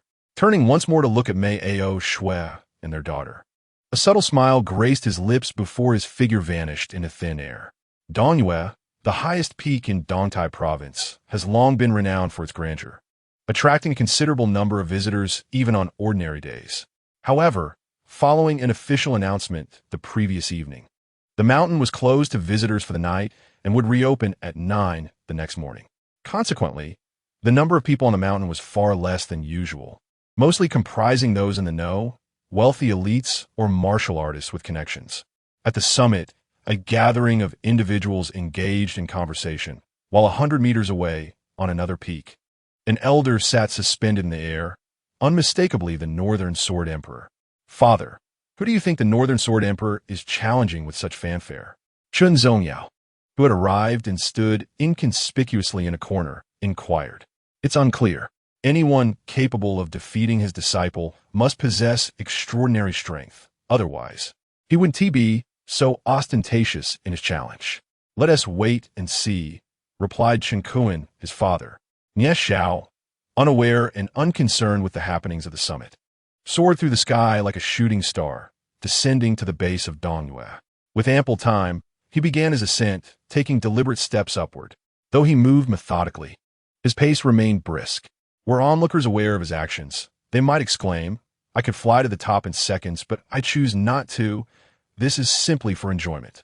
As the rich darkness of night gradually thinned with the passage of time, a faint white light began to emerge on the horizon. At this moment, Nie Xiao had ascended to the famed 18 steps of Dongyue. Throughout his journey, he pondered the path of life, deeply contemplating its intricacies and communing with the forces of the universe. having attained a state of perfection in this realm. His next endeavor was to harness the Great Way to unlock the power of the world and ascend to a higher dimension. Aware of the impending tribulations that the world would face, he had never allowed himself a moment's respite. Moreover, with the presence of Mei Aoshue and the young girl, he was even more determined to ensure their safety. Thus, Nie Xiao felt an urgency to enhance his own strength. He remained oblivious to the identity of the one challenging the Northern Sword Sovereign. Perhaps they were not of significant stature, and the Northern Sword Sovereign might merely be seizing this opportunity to announce his return, while Nie Xiao continued his ascent, attuning himself to the world's energies. He became aware of several voices conversing behind him. "Oh, it seems there is someone ahead." A melodious female voice chimed, soon followed by others who noticed Nie Xiao's presence. "Isn't the mountain closed to visitors? How could anyone still be climbing up?" Someone voiced in confusion. Observing Nie Xiao ascending leisurely, step by step, they assumed he was merely a tourist. Perhaps he is a local who slipped in through some unknown passage. Another speculated. The group, swift of foot, caught up with Nie Xiao in half a minute.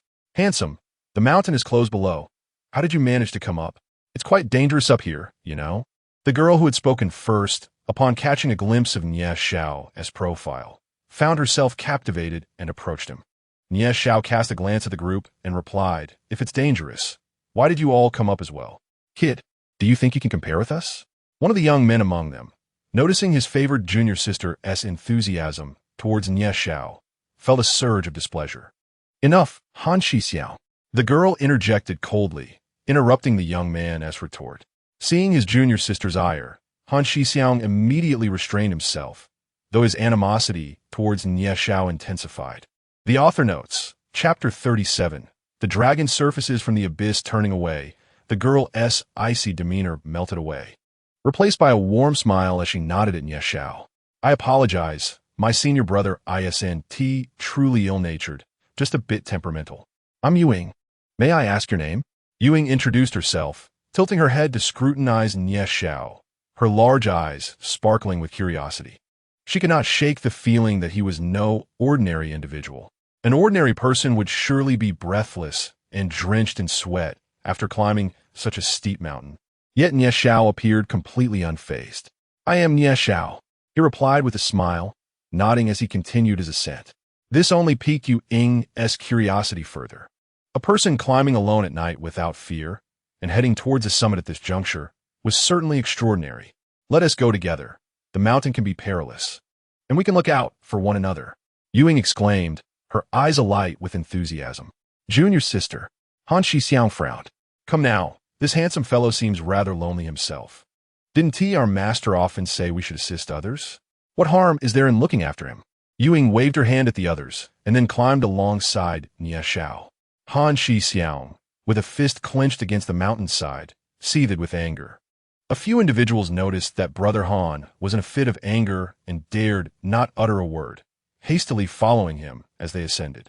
However, as Yuing climbed higher, her heart raced with trepidation, struggling to keep pace with Nie Xiao. He was undoubtedly a martial artist. She pondered whether he was an innate warrior or a master of internal energy. The group trailing behind was also slightly astonished by Nie Xiao's rapid ascent. Yet, Brother Han regarded Nie Xiao as an ordinary person, convinced that he must be a local accustomed to mountain climbing, which accounted for his swiftness. Meanwhile, Nie Xiao was lost in his own world, oblivious to the intentions of those around him. Yet, he felt a surge of exhilaration as he finally sensed a fragment of the other forces present in this world, more profound than the power of the Great Way, seemingly all-encompassing, yet capable of annihilation. "Is this the power of the world?" he murmured to himself, feeling both alarmed and exhilarated by its mere presence. This was fundamentally different from the principles he had previously comprehended. This power reached straight to the essence of the world, representing a true transcendence. After this battle, it would be time to cultivate tranquility and break through to the next realm, he mused. At last, as the dawn broke on the horizon, they reached the summit. Nie Xiao surveyed his surroundings, frowning at the considerable number of people present, ranging from innate warriors to those at the divine origin realm. Among them, he spotted the elderly He Jianan, who, despite his severe injuries, had come to witness the event, truly commendable. Fortunately, He Jianan was unaware of Nie Xiao's thoughts. Had he known, he would have vehemently protested. Others might not recognize Nie Xiao as Xiao Shuai, but He Jianan certainly did. Witnessing the brilliance of Xiao Shuai was a dream for many, and he would not let this opportunity slip away. Ignoring the crowd, Nie Xiao strolled to the edge of the cliff, the nearest precipice just 100 meters away. At that moment, Chen Zongyao caught sight of Nie Xiao and trembled, a glimmer of hatred igniting in his eyes. If he could not deal with Mei Aoxiang, could he not confront Nie Xiao? Aware that Nie Xiao was a master, he was emboldened by the presence of his family's elite fighters. Leaning toward a middle-aged man, he whispered a few words, to which the man nodded and cast a glance at Nie Xiao. Yuang, now beside Nie Xiao, inquired, "Handsome, what brings you here? My sect is over there. Would you care to join me?" Nie Xiao declined her kind offer. Yet, before she could depart, a burly figure collided with her, none other than the middle-aged man accompanying Chen Zongyao. "Get out of my way. Are you seeking death?"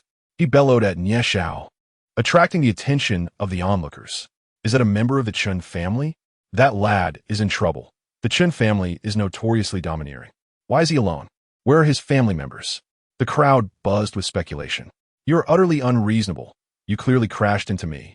Yuang retorted sharply at the middle-aged man. "This does not concern you. Be gone." The man unleashed his oppressive aura toward Nie Xiao. Yuang, infuriated, felt her heart racing as she glared at the middle-aged man.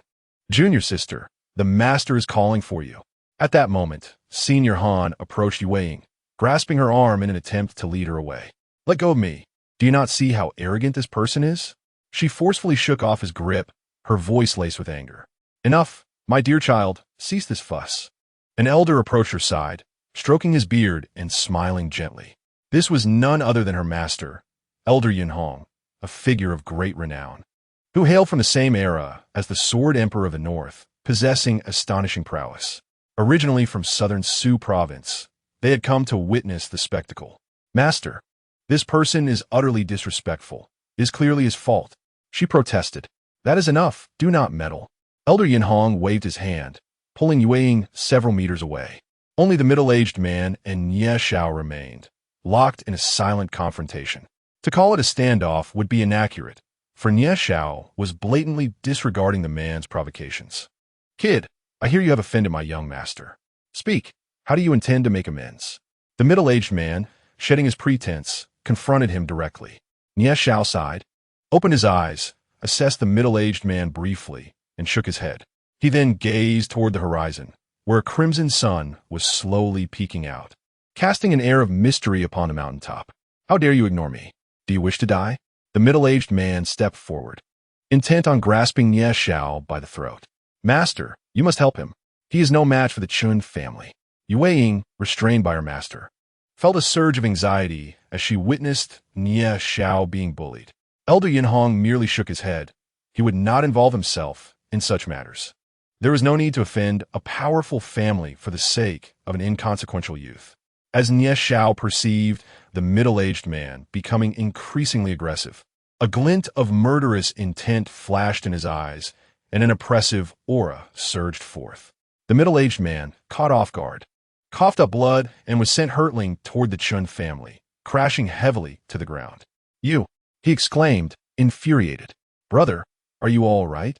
The Chun family members momentarily stood in shock, then began to point at Nie Xiao, but their words were interrupted.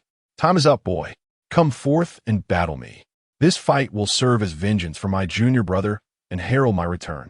At that moment, 100 meters away atop the mountain, the Sword Emperor of the North opened his eyes, his voice resonating across the summit. The author wishes to convey, "Dear readers, please lend your support."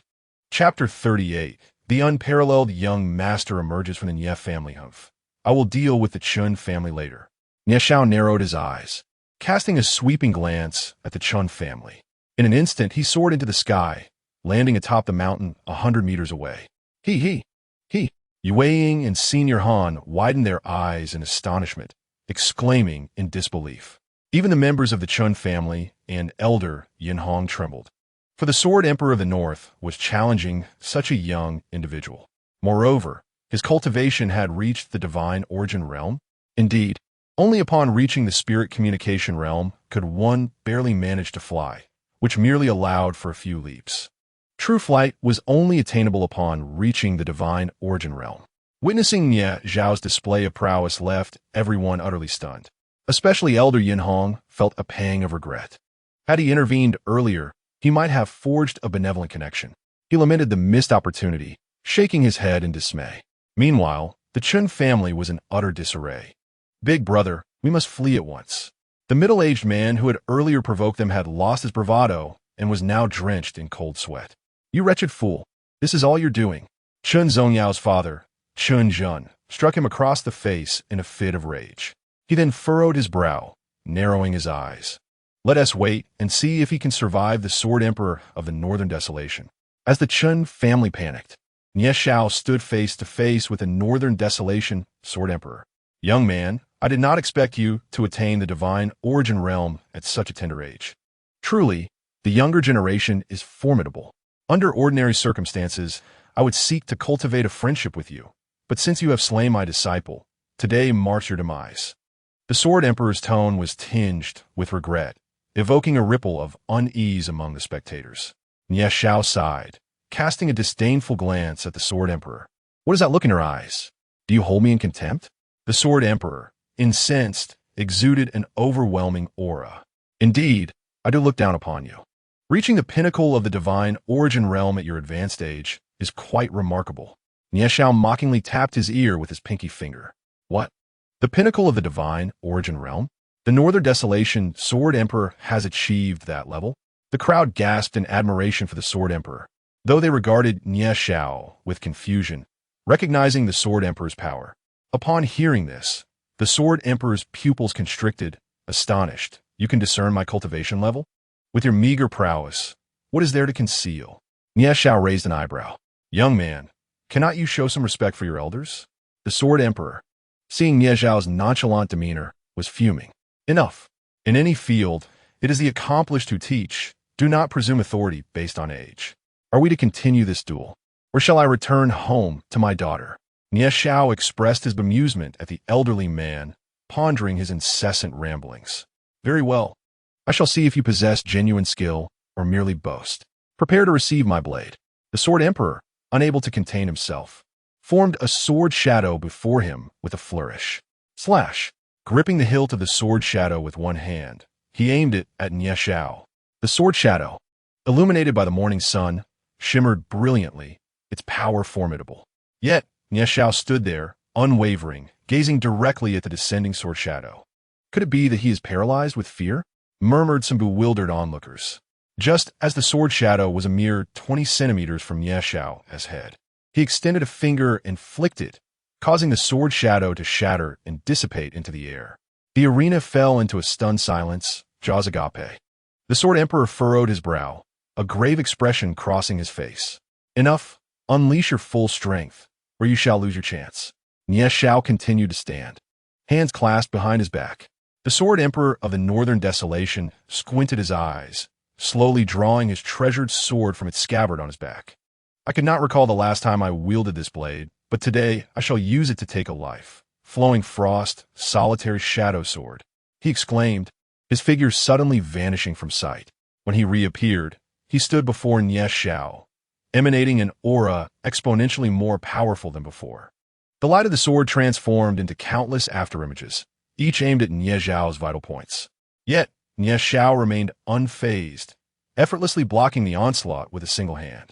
After a brief moment, the Sword Emperor of the Northern Desolation flashed away, retreating to a distance of several meters. "What's the matter? Is that all you can muster?" Dressed in casual attire, Nie Zhao's nonchalant demeanor accentuated his air of elegance and composure. A resolute glint flickered in the eyes of the Sword Emperor. "Very well, young man.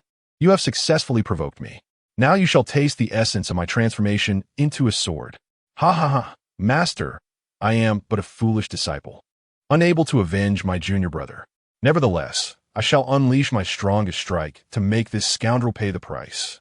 The Sword Emperor, consumed by fervor, raised his hands high, palms pressed together above his head.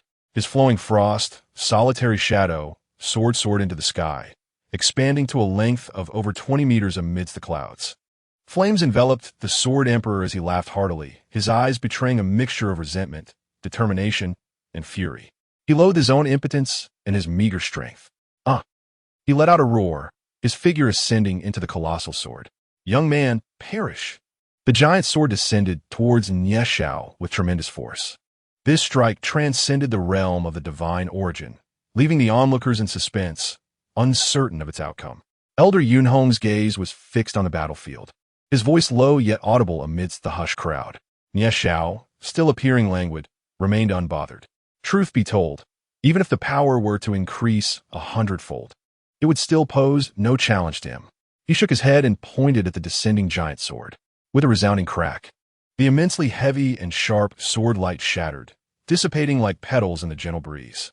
Almost immediately, a figure was sent flying, crashing heavily to the ground. Gasping, he spat a mouthful of blood onto the earth. The Sword Emperor of the Northern Desolation was defeated. Who was this young man? And how could he so effortlessly withstand the Sword Emperor's transformation into a blade? The crowd of cultivators was struck with astonishment. Elder Yunhong sighed and shook his head. He too was of the divine origin realm, albeit in its mid-stages. He longed to advance further, yet the path to the next realm remained shrouded in mystery. He had squandered a golden opportunity. Nie Xiao paid no further attention to the Sword Emperor, turning to depart. "May I know your name?" The Sword Emperor asked weakly, his breath barely a whisper. Elegant and charming, the Flower Slayer, the unparalleled scion of the Nie clan, Nie Xiao, echoed his voice throughout the mountains, even as his figure faded from sight. The author has something to say.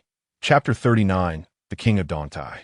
Before the crowd could fully comprehend the situation, his voice reverberated through the valley once more. "For every member of the Chun family, sever one arm, I shall spare you. Otherwise, humph."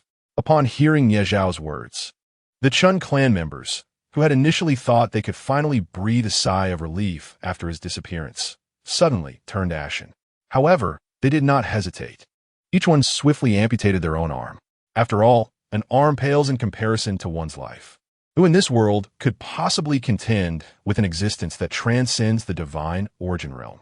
Only those reclusive old monsters and that figure from the imperial capital could pose a challenge. As realization dawned upon the crowd, they collectively sighed. When did Dontai province produce such an extraordinary prodigy? What connection does he have with that individual? Otherwise, how could I feel as though I've lived my life akin to a dog? Each person who witnessed this battle harbored their own thoughts. The graceful and charming young master, Nie Xiao, evoked admiration even from the elderly Yunhong. "Master, I told you to assist him, but you wouldn't listen. Are you regretting it now?" Moonshadow pouted, furious enough to pluck the old man's beard. "Moonshadow, did he ever tell you his name?" Elder Yunhong inquired with a fawning expression. He regretted not heeding the words of his precious disciple. Did he not proclaim, the graceful and charming 100-flower killer, the unparalleled young master of the Nie clan, is undoubtedly Nie Xiao? Moonshadow squatted down, tossing pebbles before her with a look of lament. Such a handsome young man, and his strength is so formidable. Where can one find another like him? Then why not Nie Feng? Elder Yunhong questioned with confusion. Moonshadow explained. Senior brother Hans said, "Master, when we ascended the mountain, we came up with him. At that time, he told Sister Moon his name, Nie Xiao." Elder Yunhong stroked his beard, nodding slightly.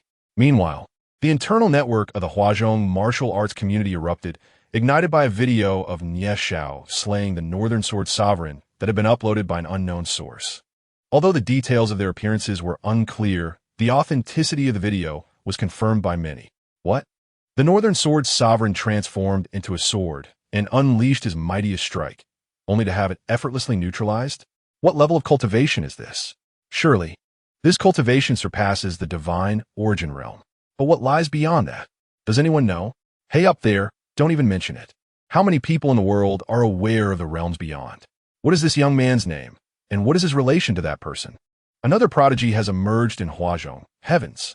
In his final moments, the Northern Sword Sovereign inquired of his name, leaving behind but a single phrase: the graceful and charming 100-flower killer, the unparalleled young master of the Nie clan. On this day, the entire Huazhong martial arts community was shaken, Even the reclusive, old monsters who had reached the Western Ocean furrowed their brows upon hearing the news. While some among them could easily eradicate those at the divine origin realm, it was said that Nie Xiao was yet to turn 30.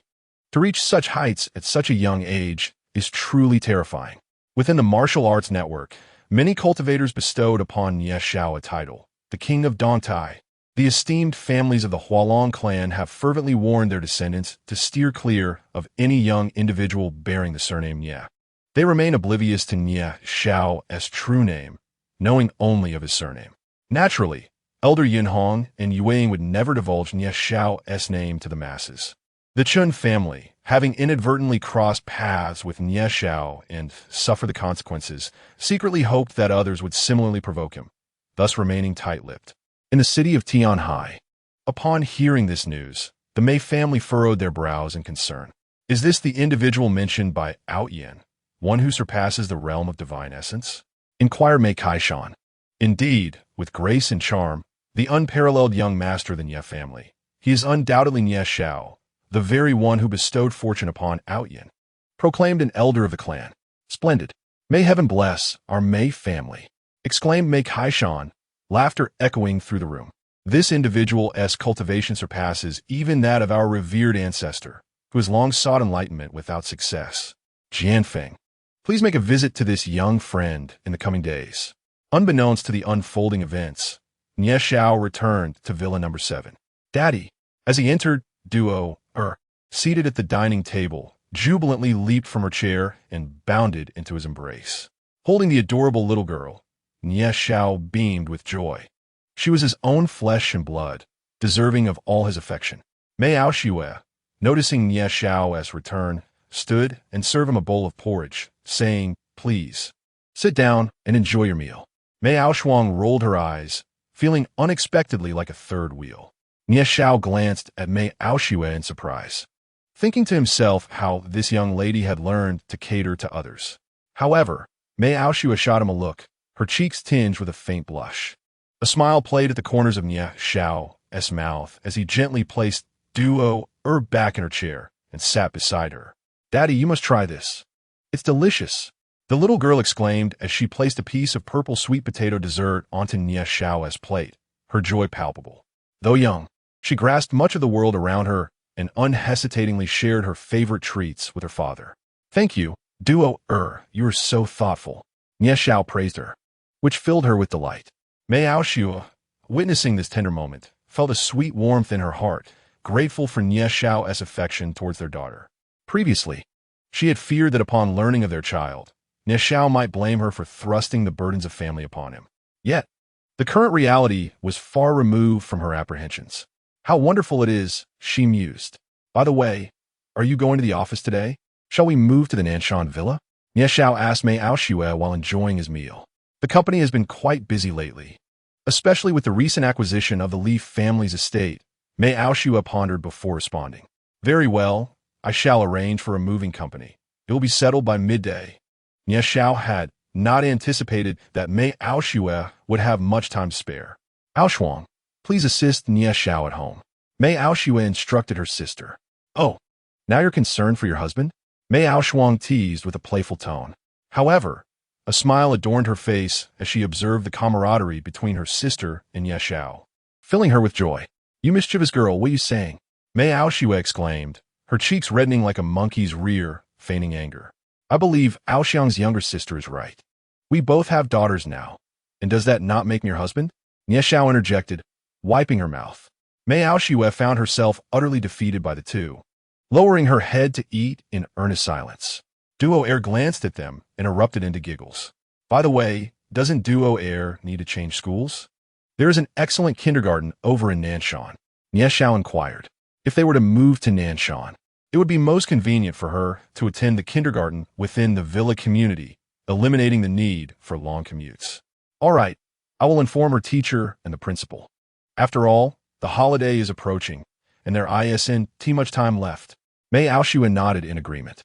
"Duo, would you like to switch schools and attend one near a new home?" Nie Xiao asked, cradling the already sated little girl. Yes, Duo will listen to Daddy," the little girl replied, nodding her head and snuggling into Nie Xiao's embrace. Miao Xue glanced at Nie Xiao, hesitating to voice her thoughts, feeling somewhat bashful. Just then, a powerful force descended from above, striking towards the villa. Chapter 40.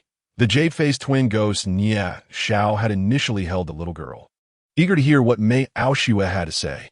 Little did he know that someone would dare to showcase the powers of a cultivator in a mundane world with such reckless abandon. As the force approached within 20 meters of the villa, Nie Xiao gently placed the little girl onto the nearby sofa, his figure vanishing in an instant. Miao Xue and Miao Xiong quickly rose, puzzled by the sudden turn of events. However, coming from the Mei family, they were not entirely unfamiliar with cultivators, thus not overly alarmed. Duo Air, on the other hand, was quite different. She stared wide-eyed, her little head twisting from side to side, bewildered by her father's abrupt disappearance. Looking up, Nie Xiao found himself hovering above the villa, his arms sweeping through the air as a surge of true essence shot forth. When the true essence collided with the incoming force, a resounding boom echoed, soon dissipating. Glancing skyward, he beheld two figures clad in black, both wearing white masks, hovering among the clouds. Hand over your secrets, and then take your own life here. My brother, and I can spare your family and child, the one on the left coolly demanded. As for sparing his child, that was out of the question. And those two beautiful girls? That would be an unexpected prize. Nie Xiao was now seething with rage. Very well. I had no intention of revealing myself so soon. But you leave me no choice. Suppressing the fury threatening to erupt, he calmly inquired, Who are you? And what is your purpose here? Do not think that slaying the Northern Sword Emperor grants you the right to act arrogantly before the jade-faced twin ghosts. The black-clad figure shouted once more.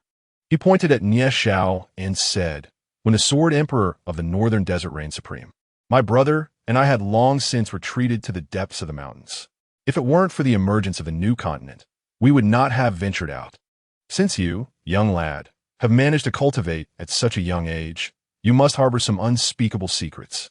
Hand them over, and I shall grant you a swift end. Nie Xiao nodded at these words, a sardonic smile spreading across his face. Splendid. I was just lamenting my inability to find a reason to give you dark rats a lesson. You two are quite impressive. With that, his figure vanished, only to reappear right before the two men. Since you are so ungrateful, allow me to teach you a lesson. The duo exchanged glances, raising their hands to clap together, their combined aura surging even higher. This was their confidence, although they were both at the peak of the divine origin realm, like the Sword Emperor of the Northern Desert. They had always acted in unison. Furthermore, they could consolidate their powers, which bolstered their assurance. Is the fusion technique of true essence your source of confidence? Nie Xiao scoffed, striking out with a palm toward the two. Against such insignificant insects, he felt no need to employ martial skills, let alone divine abilities. The duo, upon witnessing Nie Xiao's casual strike, displayed contempt, believing the tales of his prowess had been exaggerated. However, as the palm imprint crushed their attack and reached them, fear and horror flashed across their faces. Before they could utter another word, their bodies had vanished without a trace. Nie Xiao glanced towards the Western Ocean, nodding as he said, Very well, await my arrival. With that, he flickered and appeared in the villa. Are you all right? Miao Xue rushed forward, concerned upon seeing Nie Xiao's sudden appearance. Surprisingly, Nie Xiao refrained from teasing her and merely brushed aside a few stray strands of hair from her forehead, reassuringly saying, I am fine, do not worry. Daddy. The little girl, astonished by Nie Xiao's sudden appearance, joyfully dashed towards him. Haha, Dodo. Shall I perform a magic trick for you? Nie Xiao lifted the little girl, affectionately ruffling her hair. Yes. Daddy is so amazing. One moment he disappears, and the next, he returns. The little girl, struggling to articulate her feelings, spoke in her sweet, childlike voice. Everyone couldn't help but chuckle. The little girl was simply too adorable. Today, you shall not go to the company. Wait for me to handle a few matters before we head out, Nie Xiao said to Miao Xue. He had heard that the news of his slaying the Sword Emperor of the Northern Desert reached the ears of those ancient beings. Nie Xiao was concerned they might act recklessly, just like the jade-faced twin ghosts. While he could fend for himself, he would not allow any mishaps to befall the Mei sisters or the little girl. It seemed he would need to take time to upgrade the formations within the jade pendants he had given them. Previously, the pendants could only defend against attacks below the divine origin realm, but now that ancient beings of that realm and beyond had resurfaced, he had to prepare for the worst. He also called Luo Yun and Gile, instructing them to return and ensure the safety of the Mei sisters and Dodo, for he had to visit the He family in the afternoon before heading to the Western Ocean. Nie Xiao is an individual of remarkable thoughtfulness, striving to ensure that every endeavor is executed flawlessly. Otherwise, he would not have survived in that harsh world, continuously making strides forward. Mei Aoshue, sensing that something may have transpired, nodded in agreement. Naturally, her family holds greater significance to her than her company. In the remaining hours, the group diligently organized the belongings in the villa, ensuring that everything was prepared for the move. They summoned a moving company, which took over 3 hours to complete the task. Within the Nanshan villa, Mei Aoshue gazed with wide eyes as she explored the rooms. The little girl, Duor, frolicked about joyously, exuding an infectious happiness. How much did this villa cost? Nie Xiao, Mei Aoshue asked, her expression one of astonishment. It was a gift, Nie Xiao replied, engaging in playful banter with the young girl. A gift? Are you joking? Mei Aoshue shot him a disapproving glance, continuing her exploration with great enthusiasm. Nie Xiao recounted the events of the previous day, leaving the Mei sisters utterly astounded. By the way, there's something I forgot to ask you both. How is it that you, being from the Mei family, have not pursued cultivation? Nie Xiao inquired, looking at the two with curiosity. Upon hearing this, Mei Aoshue fell silent. Clearly embarrassed, Mei Aoshuang shot him a glare, as if to say, why bring that up? Observing their expressions, Nie Xiao scratched his head and exchanged a puzzled glance with Duo. Had he erred in his questioning? All right. What is there to feel shy about? We simply lack the talent for cultivation. Despite 5 years of effort, we have made no progress and had to concede. Mei Aoshue sighed with resignation. That cannot be. Given that you were born into such a martial arts family, you should possess considerable aptitude. When the opportunity arises, I shall demonstrate. Nie Xiao refused to believe that they lacked talent. Perhaps they had merely not employed the correct methods. While the Mei family is regarded as a martial arts lineage in Hualong country, many ancient teachings have long since faded. It is understandable that they do not know how to embark on the path of cultivation. The author has something to say. Chapter 41, The Seal Shatters. Having gained numerous inheritances and techniques in that world, there must surely be something suitable for the two women. Furthermore, the unrest in this world is escalating. He must ensure the safety of those around him to allocate time for other matters. Ah, splendid. Mei Aoshue's eyes sparkled upon hearing this. She was aware that Nie Xiao was a cultivator, and his achievements seemed quite impressive. Otherwise, her elder brother would not exhibit such trepidation. Moreover, cultivators typically enjoy a lifespan significantly longer than that of ordinary individuals, and she did not wish to find herself aging while Nie Xiao remained unchanged. By the way, sister, our parents mentioned they would be visiting in the next few days, Mei Aoshuang said, retrieving a bottle of drink from the refrigerator and sipping as she spoke. What brings them here? Mei Aoshue stumbled slightly, her eyes widening in surprise. What else could it be?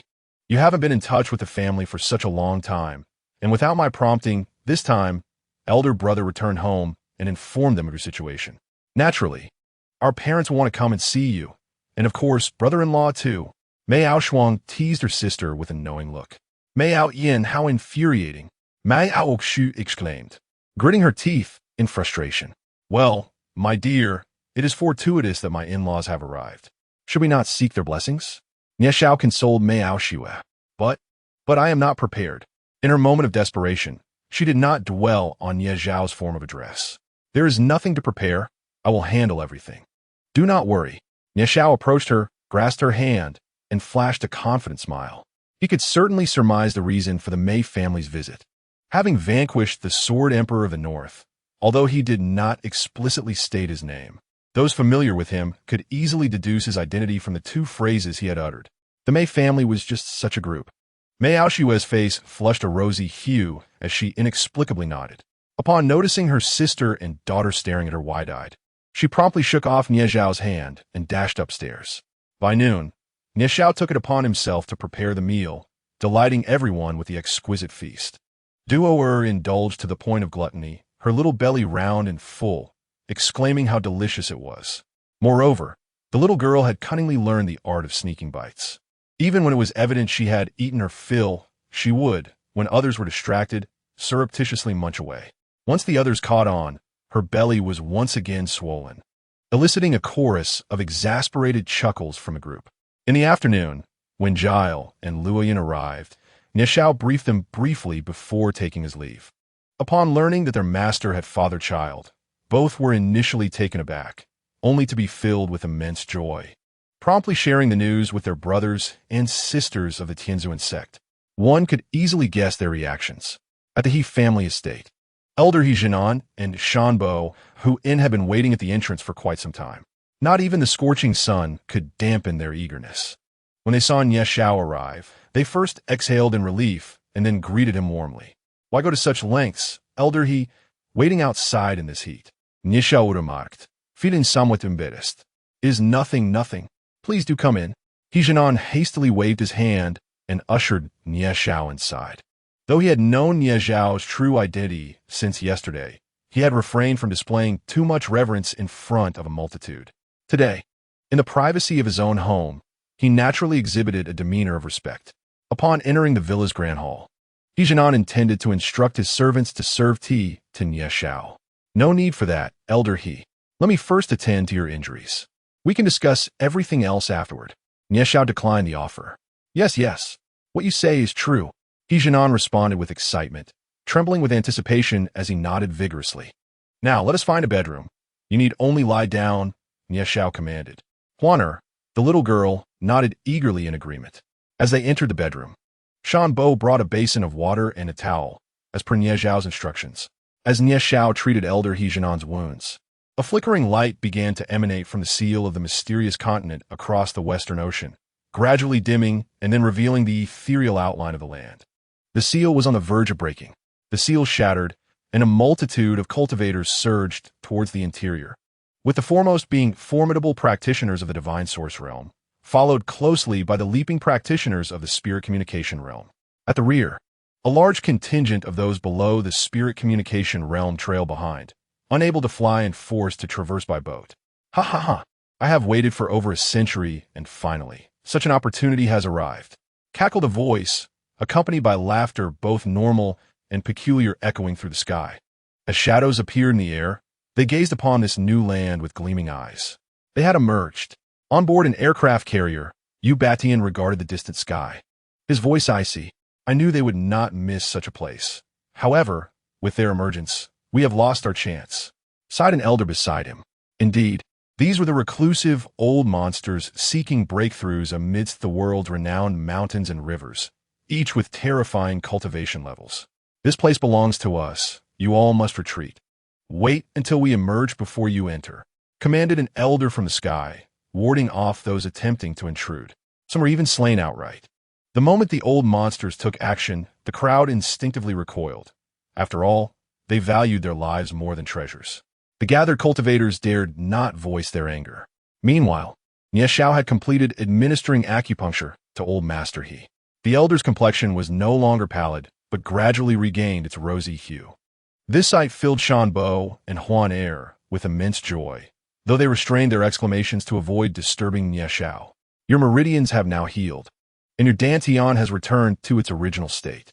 However, the ruptured meridians are blocked and can only be cleared using true energy, Nieshao declared, retracting the silver needles and assisting Old Master He to his feet. What should I do? Old Master He asked, his face alight with excitement. He could feel the absence of the previous debilitating weakness and the intense pain in his dantian, finally restored to his former self. Your initial breakthrough established the divine pool. You are but a step away from fully converting your true energy into true essence. Allow me to lend you my strength, Nieshao stated, positioning himself behind Old Master He, placing a hand on the elder's shoulder and channeling a robust force of true essence into him. Now, activate your techniques, Nieshao urged. In an instant, Old Master He comprehended his intent, and, as he activated his technique, the true energy in his dantian began to gradually transform under the compression of Nieshao's true essence. Minutes passed, An old master, he felt his dantian swelling, as if on the verge of explosion. He gritted his teeth, knowing Nie Xiao would ensure his safety. Just as he felt he could no longer endure, Nie Xiao withdrew the compressing true essence. Instantaneously, the true essence within old master he erupted, surging through his limbs and bones. The blocked meridians were swiftly cleared and grew sturdier. His aura expanded outward, but Nie Xiao halted it with a wave of his hand. Ha ha! Spirit communication realm. This is the spirit communication realm. Old master, he laughed heartily. Enough. What is there to be proud of in achieving a spirit communication realm? Nie Xiao replied, exasperated. The author has something to say. Chapter 42, Tears of the Immortal. Both Huaner and Shan Bo wore expressions of excitement. Dad! Dad! At that moment, two voices echoed from outside, and two figures hurriedly appeared in the bedroom. Dad, I heard Qinger say you found a young lad to treat your injuries. Are you losing your mind? One of them exclaimed anxiously toward He Zhennan. The other was about to say something, but upon noticing Nie Xiao standing beside He Zhennan, was instantly enraged, declaring, You brat, if anything happens to my father, I will skin you alive. You scoundrel. He Zhennan, overwhelmed with excitement, was just regaining his composure when he heard his two sons disrespecting Nie Xiao. Infuriated, he raised his hand and struck out towards his two sons. Slap! Slap! After the two sounds rang out, they were sent flying backward, crashing against the wall. Dad, you! Although they had been struck, the thrill on their faces revealed their realization that their father had truly recovered. Otherwise, he wouldn't have used his powers. Come here. Kneel and apologize to Mr. Nie, or I will ruin you. He Zhennan shouted angrily as he descended from the bed. He was genuinely furious. Nie Xiao had painstakingly healed his injuries, and yet his two worthless sons were disrespecting him. Was this not tantamount to courting death? The two were momentarily stunned, exchanging glances. And one of them said, Dad, do we have to be so serious? You want us to kneel before a young lad? Then go die. He Zhennan's ruthless side emerged as he struck down towards their heads. His murderous intent was clear. Keeping two useless sons was of no benefit. Though both were internal strength warriors, upon realizing their father was truly enraged, they immediately understood the gravity of their mistake and knelt in submission, offering their apologies to Nie Xiao. Enough, old master, why such fury? Nie Xiao interjected, then gently patted the little girl's head before turning to leave. Oh dear, you two have truly caused a calamity. Do you even know who he is? Shan Bo sighed, exasperated, as he followed old master out. Huan adopting Amatula Dimianoa. Shot her father and Uncle Aglaire before skipping away. Sir, my two worthless sons. He Zhennan, appearing visibly anxious, attempted to speak, but was interrupted by Nie Xiao. It's all right, old master, I will not hold it against you. Your willingness to fight for your country in that world is commendable and deserving of my respect. There is no need for further discussion. I must embark on a journey to the Western Ocean. We shall converse again when the opportunity arises. Nie Xiao clasped his fist toward He Zhennan and prepared to depart. Please, sir, wait. He Zhennan sighed in relief, but then called out to Nie Xiao. He took out a jade box and handed it to Nie Xiao, saying, Sir, your noble character puts an old man like me to shame. I am aware that you have little regard for worldly possessions. This item is something I chanced upon in that realm. I do not know its worth, but I present it to you in hopes that it may serve a purpose. Upon hearing this, Nie Xiao furrowed his brow slightly and replied, Since it is something the old gentleman acquired from that world, it must be extraordinary. I cannot accept it. You must not decline, He Zhennan insisted earnestly. This treasure will only be wasted in my hands. You have repeatedly placed your life at risk for the country and its people. It is a fortune for our nation. I implore you to accept it. With a resolute demeanor, He Zhennan urged. Nie Xiao nodded in acknowledgement and accepted the jade box. Upon opening it, his pupils constricted sharply as he exclaimed, Tears of the Immortal. His face then lit up with excitement as he looked to He Zhennan and said, Old gentleman, this item is exceedingly precious and immensely beneficial to me. I can offer other treasures in exchange. Seeing Nie Xiao's fervor, He Zhennan immediately understood the significance of the item and felt elated. He hastily replied, Sir, you jest. Since I have declared it a gift, I shall not go back on my word. Please accept it without concern. Nie Xiao expressed his gratitude with a glance and said, "Thank you, old gentleman. Should you require anything in the future, do not hesitate to reach out to me." He Jinan and Shanbo were nearly beside themselves with joy, for all their efforts had been to forge a connection with Nie Xiao. Then, after a moment of contemplation, Nie Xiao turned his gaze to the little girl, Ring, and gently tapped her forehead with his finger. Before anyone could react, the little girl was enveloped in golden light, radiating a mysterious aura. This was a legacy. He Jinan, fully aware of Nie Xiao's intentions, was overwhelmed with excitement. He had always cherished this girl and had contemplated many ways to guide her on the path of cultivation. However, he had neither the appropriate techniques nor the willful spirit of the girl, which had led him to abandon the pursuit. Now, with Nie Xiao bestowing upon her a legacy, it was evident that it was well suited for her. Otherwise, Nie Xiao would not have exerted such effort. After several seconds, Nie Xiao withdrew his hand, and the little girl, with her eyes tightly closed, emanated an ever-increasing aura. She will awaken in about half an hour. Guard her here and ensure she is not disturbed. Nie Xiao instructed He Jinan. Yes, yes. Thank you, sir, thank you. He Jinan beamed, bowing deeply to Nie Xiao, only to realize that Nie Xiao had already vanished from sight. He Jinan and Shanbo exchanged glances, their eyes brimming with excitement. Meanwhile, He Jinan's two sons cautiously emerged after Nie Xiao left, only to be met with a reprimand from their father.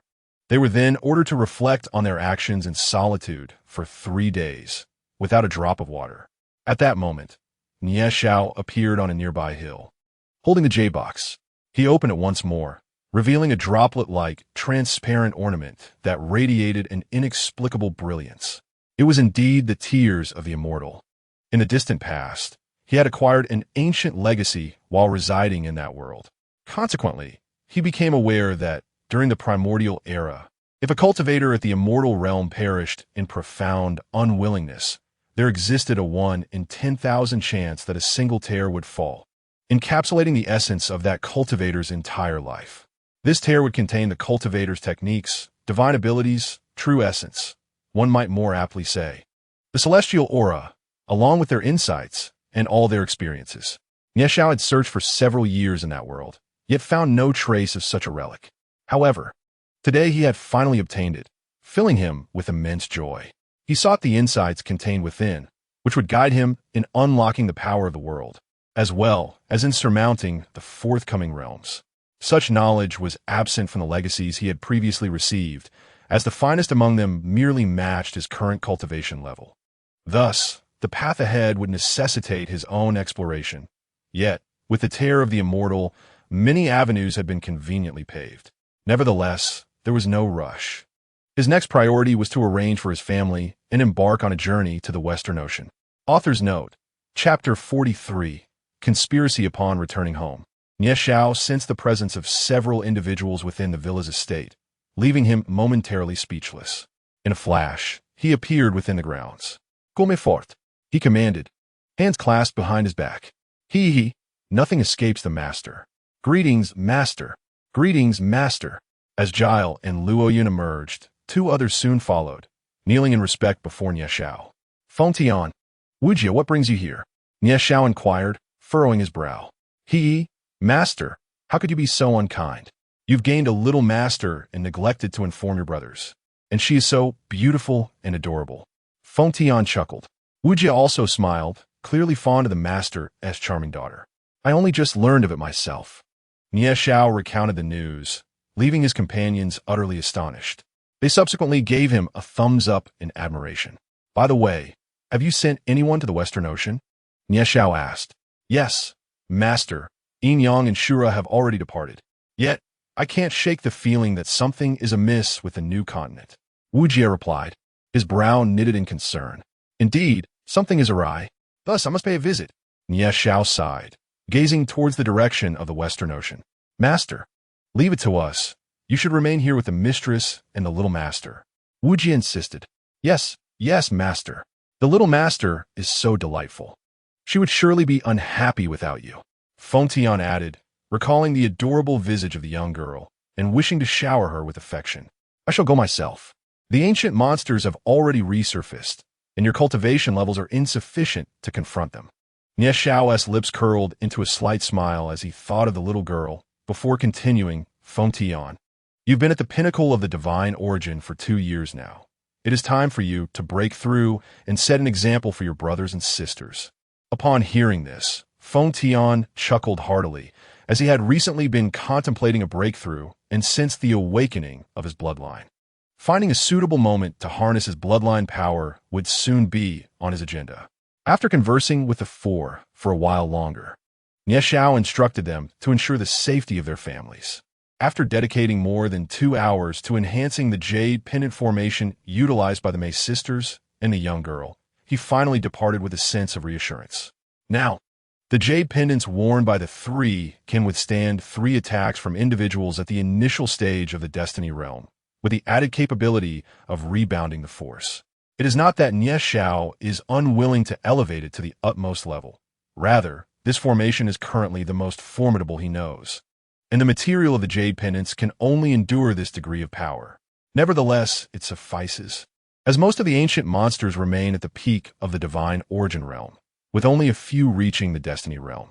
As Nie Xiao journeyed towards the Western Ocean, in an obscure location, several monstrous beings convened around a stone table, engaged in discussion. That world has emerged. Our great king's plan is about to commence, cackled a creature with dual horns and sharp fangs. Indeed, the great king possesses remarkable foresight, having laid such distant plans even in that era, remarked a creature resembling a bat with wings. Precisely, now we await those foolish humans to enter. The more the better. When the time comes, it will matter little if that boy is left alone, laughed another being with a wolf's head and a human body. This matter must not be disclosed to anyone, including those from that nation. Daring to negotiate with us, commanded a towering, serpent-like creature, its body entirely white. The assembly of beings nodded in agreement. Very well, relay the order to the divine origin realm practitioners to hasten their breakthroughs. Our grand path of vengeance is about to commence. It rose to its full height of 3 meters, its elongated arms waving. Yes, the assembly of beings echoed enthusiastically. Within the Western Ocean, the seal had grown exceedingly dark, and the new continent was becoming increasingly distinct. The mountains within loomed majestically, and the trees were lush with verdant foliage. This continent spans an area comparable to that of a nation, just as the seal was on the verge of shattering. Ubatian and other national leaders soared towards the emerging ancient monsters, displaying no intention of retreat. Indeed, there are those unafraid of death who dare to contest with us. One ancient monster remarked coldly, fixing its gaze upon Ubatian and his companions. Esteemed ones, I recognize your profound cultivation. However, there exist individuals in this world who surpass you in strength. We do not interfere with your quest for opportunities, but you cannot arrogantly exclude everyone else from entering. Ubatian's voice resonated like thunder, echoing across all cultivators. Impertinent, do you dare to threaten us? The initial ancient monsters were immediately incensed, launching a strike towards Ubatian. Ubatian's eyes widened in shock. He had not anticipated that the ancient monsters would resort to violence so readily. Summoning all his strength, he attempted to block the attack, but the disparity in cultivation was too great, and he was struck directly. With a violent cough, he spat blood towards the heavens, crashing onto the surface of the ocean. The accompanying elders quickly reacted, retreating several miles with Ubatian, their expressions filled with concern. No one expected that the ancient monsters would dare to act against the leaders of powerful nations. Batian, are you all right? The elder who had followed swiftly produced a healing elixir and pressed it into his mouth, inquiring with great urgency. Ubatian steadied himself from his injuries, rose to his feet, and directed his gaze toward the old monster who had struck, declaring, "Have you all forgotten how the Dragon Lord once showed mercy upon you? Do you truly believe yourselves worthy of such arrogance?" Though these old monsters hailed from various corners of the world, the majority were from the Huolong Kingdom, a nation renowned for its rich history of cultivation. Coupled with the legendary reputation of the Dragon Lord, every cultivator across the globe was well aware of his prowess. At the mere mention of the Dragon Lord by Ubatian, they trembled with apprehension. Yet, contemplating their dwindling time, They resolved to fight desperately, disregarding the implications of his words. In their minds, every additional adversary could potentially usurp a chance at survival. Moreover, these cultivators had many years ahead of them to live. What reason did they have to compete for anything? Child, spare me your talk of the Dragon Lord. We are running out of time and must risk everything. Even if he were here today, we would not cower. Death awaits us all, so why not seize the opportunity to fight? Exclaimed the old monster who had initiated the confrontation. Indeed, precisely, echoed the remaining old monsters in agreement. Thus, any who dare obstruct us shall perish. He shouted once more, unleashing a powerful strike toward Ubatian and his companions, intending to serve as a warning to others. This time, he exerted 7/10 of his strength, aiming to annihilate Ubatian and his group while instilling fear in the onlooking cultivators. As the force of the palm descended upon them, Ubatian and his companions displayed expressions of terror. The author wishes to convey. Chapter 44, The Star Emperor. The might contained within this strike was several times greater than the previous one. With his current cultivation level, he was utterly incapable of resisting it. Child, if the old man is to meet his end here, will you not make your appearance? He lamented inwardly. The assembled cultivators at the sea's edge were equally furious yet powerless. These old beings were prepared to fight to the death. At that moment, whoever dared to step forward would certainly be met with fatal consequences. As everyone anticipated that Ubatian and his companions would be crushed by this overwhelming strike, the tides of fate shifted dramatically. From several miles away, a crimson light shot forth from the clouds, directly piercing through the palm strike aimed at Ubatian. With a resounding boom, the two attacks dissipated into the wind. Who dares to meddle, revealing themselves like a rat? Bellowed the old monster at the forefront, enraged to discover that someone was obstructing him.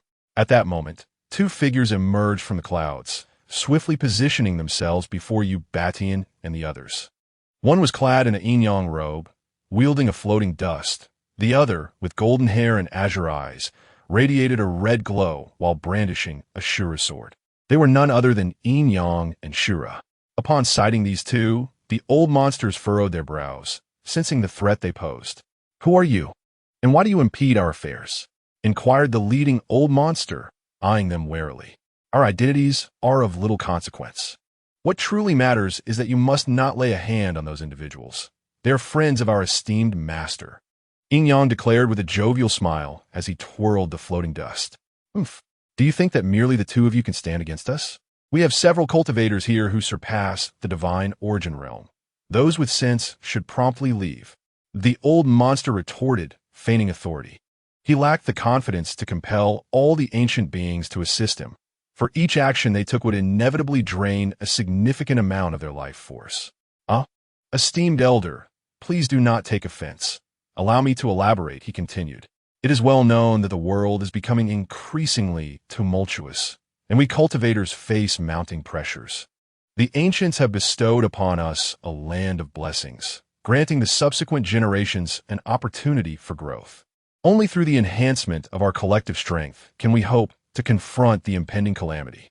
Should we remain ill-equipped to face this disaster, all of you shall perish within it, which would be a grievous loss."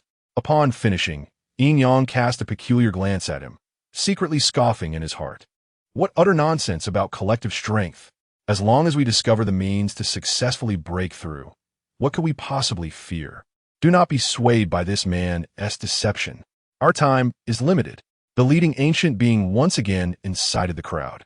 Indeed, the survival of the world matters little to us. As long as we possess strength, we shall have our place in it. Absolutely. The assembly of ancient beings exuded an imposing aura, ready to resort to violence at the slightest provocation. What a splendid notion! What does it matter to you? How delightful that mere strength guarantees survival. At that moment, an overwhelming pressure enveloped the heavens and earth, causing the weaker ancient beings to vomit blood and collapse. Only a mere handful of elders at the Destiny realm remained standing, struggling to endure. The onlooking cultivators were left in a state of shock, utterly bewildered. Only Ubatian comprehended the significance of the arrival of this individual. Suddenly, a figure clad in a white robe and a white mask descended from the heavens, akin to a divine being. The newcomer was Nie Xiao, currently assuming the identity of Xiao Shui within this realm. He landed upon the clouds, gazing down upon the assembly of ancient beings, and admonished them with a voice full of fury. I had no intention of interfering in your affairs, but you have left me sorely disappointed. Since the calamity of Blue Star is of no concern to you, then you shall not be granted entry into this blessed land.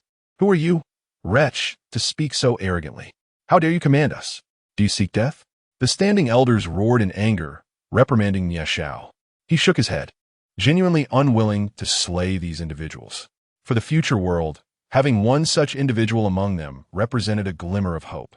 Yet, given the current circumstances, these people were solely focused on their own interests, utterly disinclined to fight for the world.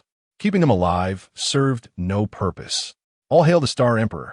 At that moment, the surrounding cultivators knelt, faces alight with excitement and reverence, bowing to Nie Xiao. It was this very person who, 3 years prior, had risked his own safety to battle the Lord of Demons, securing a respite for the world. Star Emperor? You are Xiao Shui, the elders at the Destiny Realm, clearly familiar with his illustrious name, exclaimed in a cold sweat. As the valiant soldiers fought desperately for the survival of the world, you scurried like shadowy rodents, hiding within the depths of the mountains, indulging in the tranquility that their lives had purchased. When fortune graced this world, your shameless selfishness knew no bounds, daring to keep the masses at bay. I, revered as the Star Emperor by these brave warriors, must bear the weight of their sacrifices. If you deem the fate of the Blue Star irrelevant to your existence, then let death be your fate. Nie Xiao calmly articulated these long-buried sentiments. Oof, young one, how audaciously boastful. While you may have made a name for yourself in that world, I am not one to be trifled with. Come at me, bellowed the most powerful among the ancient beings. Turning his gaze back to Nie Xiao, he raised his right hand, his index and middle fingers pointing skyward, before slowly lowering them to his eyes. The tips of his hair danced in the wind, and as he moved, a sword-like shadow, seemingly tangible, materialized, piercing the heavens, and descended to stand before him. Grasping the hilt with his right hand, he cast a cold, indifferent glance at the crowd. Charge, even if it means death. Let this boy accompany us to the grave. The ancient beings shouted in unison as they lunged towards Nie Xiao. Sky-slaying sword, Nie Xiao uttered quietly, sweeping his sword horizontally. As he unleashed the strike, the world appeared to ignite, causing all to shut their eyes momentarily. When they reopened them, a profound silence enveloped the surroundings, save for their heavy breaths. This boy is declaring his return with this sword strike. His prowess is sufficient to contend with them without resorting to any martial techniques, let alone his innate divine abilities. Yu Batian remarked, shaking his head in awe. Nie Xiao did not glance at the ancient beings again. He knew without looking that they had been reduced to naught but bones. Long live the Star Emperor! Long live the Star Emperor!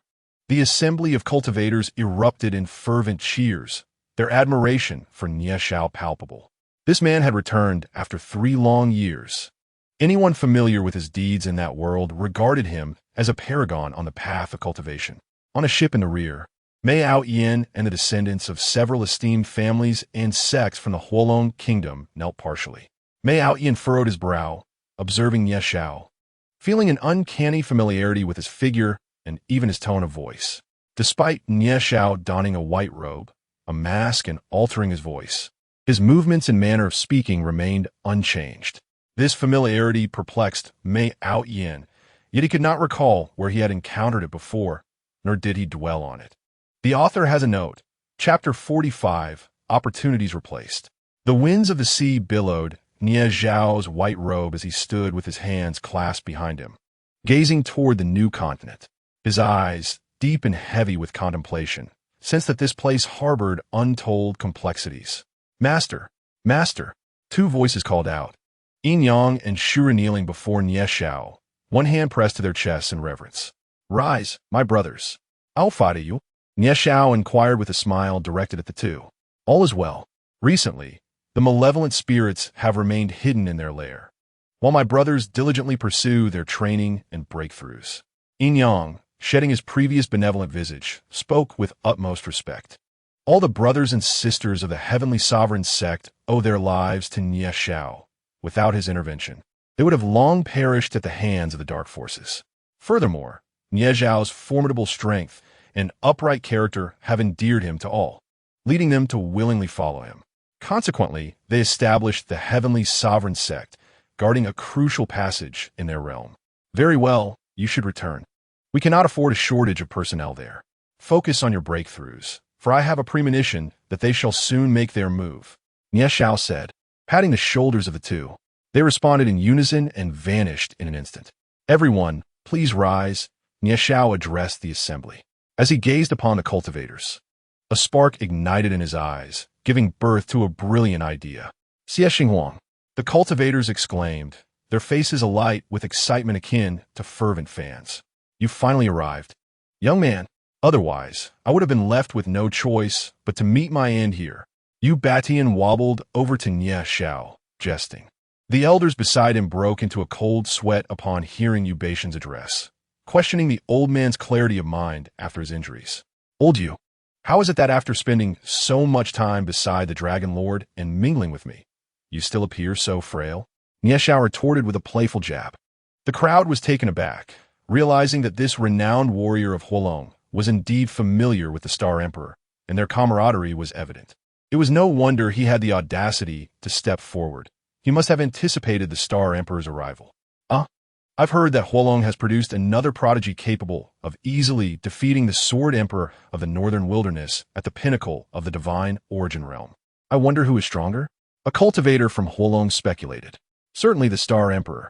He effortlessly dispatched so many formidable foes with a single move.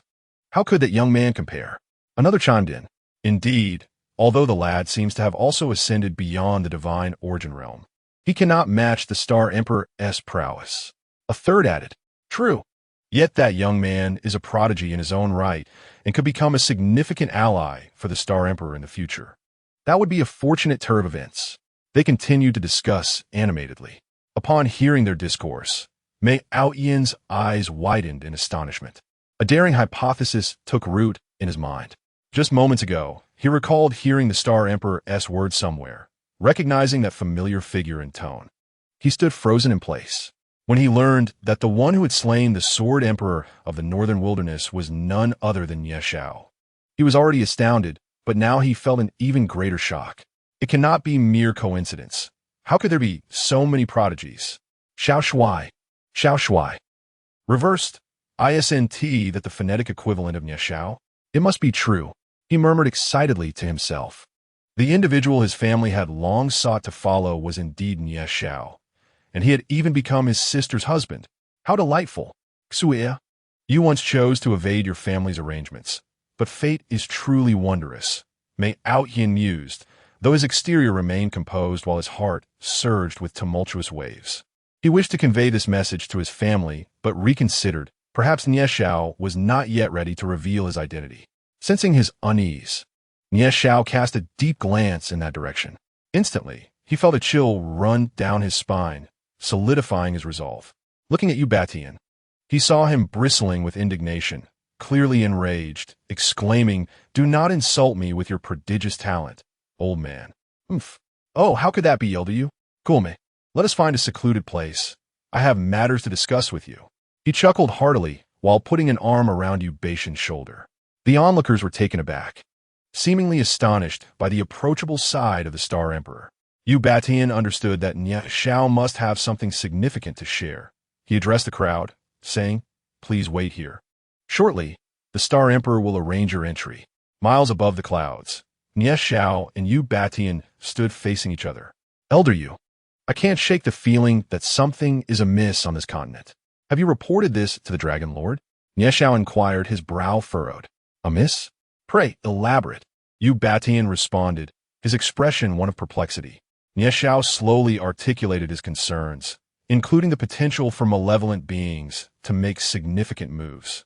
Are you suggesting that this continent is part of their scheme? Yu Batian furrowed his brow, deep in thought. I am uncertain and possess no evidence. It is merely my conjecture and intuition. However, if anything, it should be termed an overt conspiracy. Nie Zhao sighed, gazing towards the horizon as if attempting to pierce the veil of this world. I shall report this to the Dragon Lord and seek his insight, Yu Batian said. having reached an impasse as he picked up the phone to call the Dragon Lord. Meanwhile, Nie Xiao directed his gaze towards the capital, his eyes ablaze with fervent determination. This Dragon Lord truly conceals his prowess. Had I not sensed a trace of the world's power, I would have remained oblivious to the formidable individuals within the capital. Nie Xiao mused internally. When he learned years ago that Yu Batian was the war god Huazhong, he was left speechless. He had thought that apart from the hidden ancient beings and the Dragon Lord, Yu Batian represented the pinnacle of martial strength in Huazhong. Reflecting now on his earlier thoughts, he found them rather naive. Yu Batian was merely a pawn placed by the Dragon Lord to mislead the masses. He now distinctly sensed several powerful auras within the capital, rivaling his own cultivation. As Nie Xiao pondered, Yu Batian ended the call and approached him. The Dragon Lord shares your sentiments. The rest is for us to handle, he said, his lips twitching. That cunning old Dragon Lord. Is this a test for me? Nie Xiao also felt a twitch of annoyance, cursing inwardly. Yet, despite his frustrations, he could not treat the survival of the nation as a trivial matter. Nie Xiao was a man whose every thought was for the country and its people. If anyone sought to harm the descendants of Huazhong, he would spare no effort to eliminate them. He exhaled deeply and addressed Yu Batian. People are inherently selfish. If we deny them entry, they will undoubtedly resist. Yu Batian inquired urgently, "Are you suggesting we simply allow them to enter?" Nie Xiao shook his head and replied, "We cannot concern ourselves with other nations, but we must regulate the Hualong cultivators." After a moment of contemplation, he continued, "Their desire to enter stems from a quest for opportunity, which we can substitute with alternatives, allowing them the choice between entering or accepting our replacements." He then fixed a serious gaze upon Yu Batian and articulated, "Moreover, we must meticulously select a group of qualified cultivators to remain." The author interjects, Chapter 46, Martial Arts Academy. Yu Batian scrutinized Nie Xiao, furrowing his brow as he analyzed every word. "You fear unforeseen consequences, hence your desire to preserve humanity's hope. Yet, when you speak of alternatives to opportunity, what do you propose?" "There are so many here," he remarked, increasingly perplexed by Nie Xiao's intentions. "Does that old Dragon Lord truly lack treasures?" Nie Xiao rolled his eyes in mockery at Yu Batian's frugality. "You rascal," Yu Batian retorted, glaring at him in indignation. "Let's get back to the matter at hand. I've conceived an idea. Previously, our Hualong cultivators resembled scattered sand. We should unite those who possess patriotism, fearlessness, and integrity. By cultivating them collectively, they can achieve rapid advancement rather than merely seeking opportunities individually." Nie Xiao articulated his vision eloquently.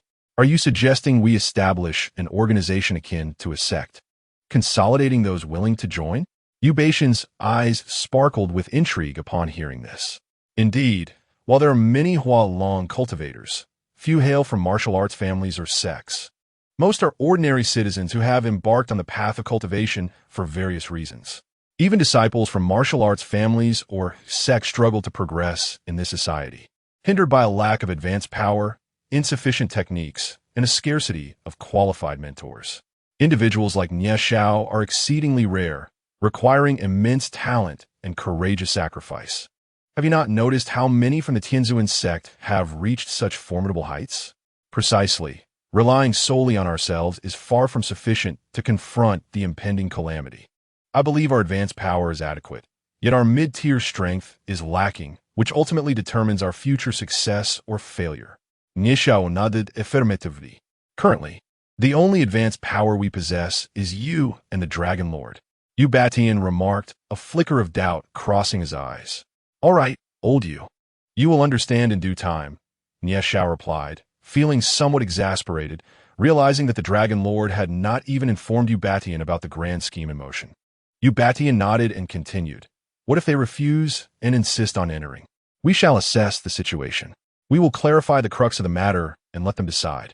Nie Xiao sighed and gestured dismissively. "I hope it does not come to the point where I must resort to force to keep you all here." He pondered silently, pondering what kind of sect they should establish and how to guide them.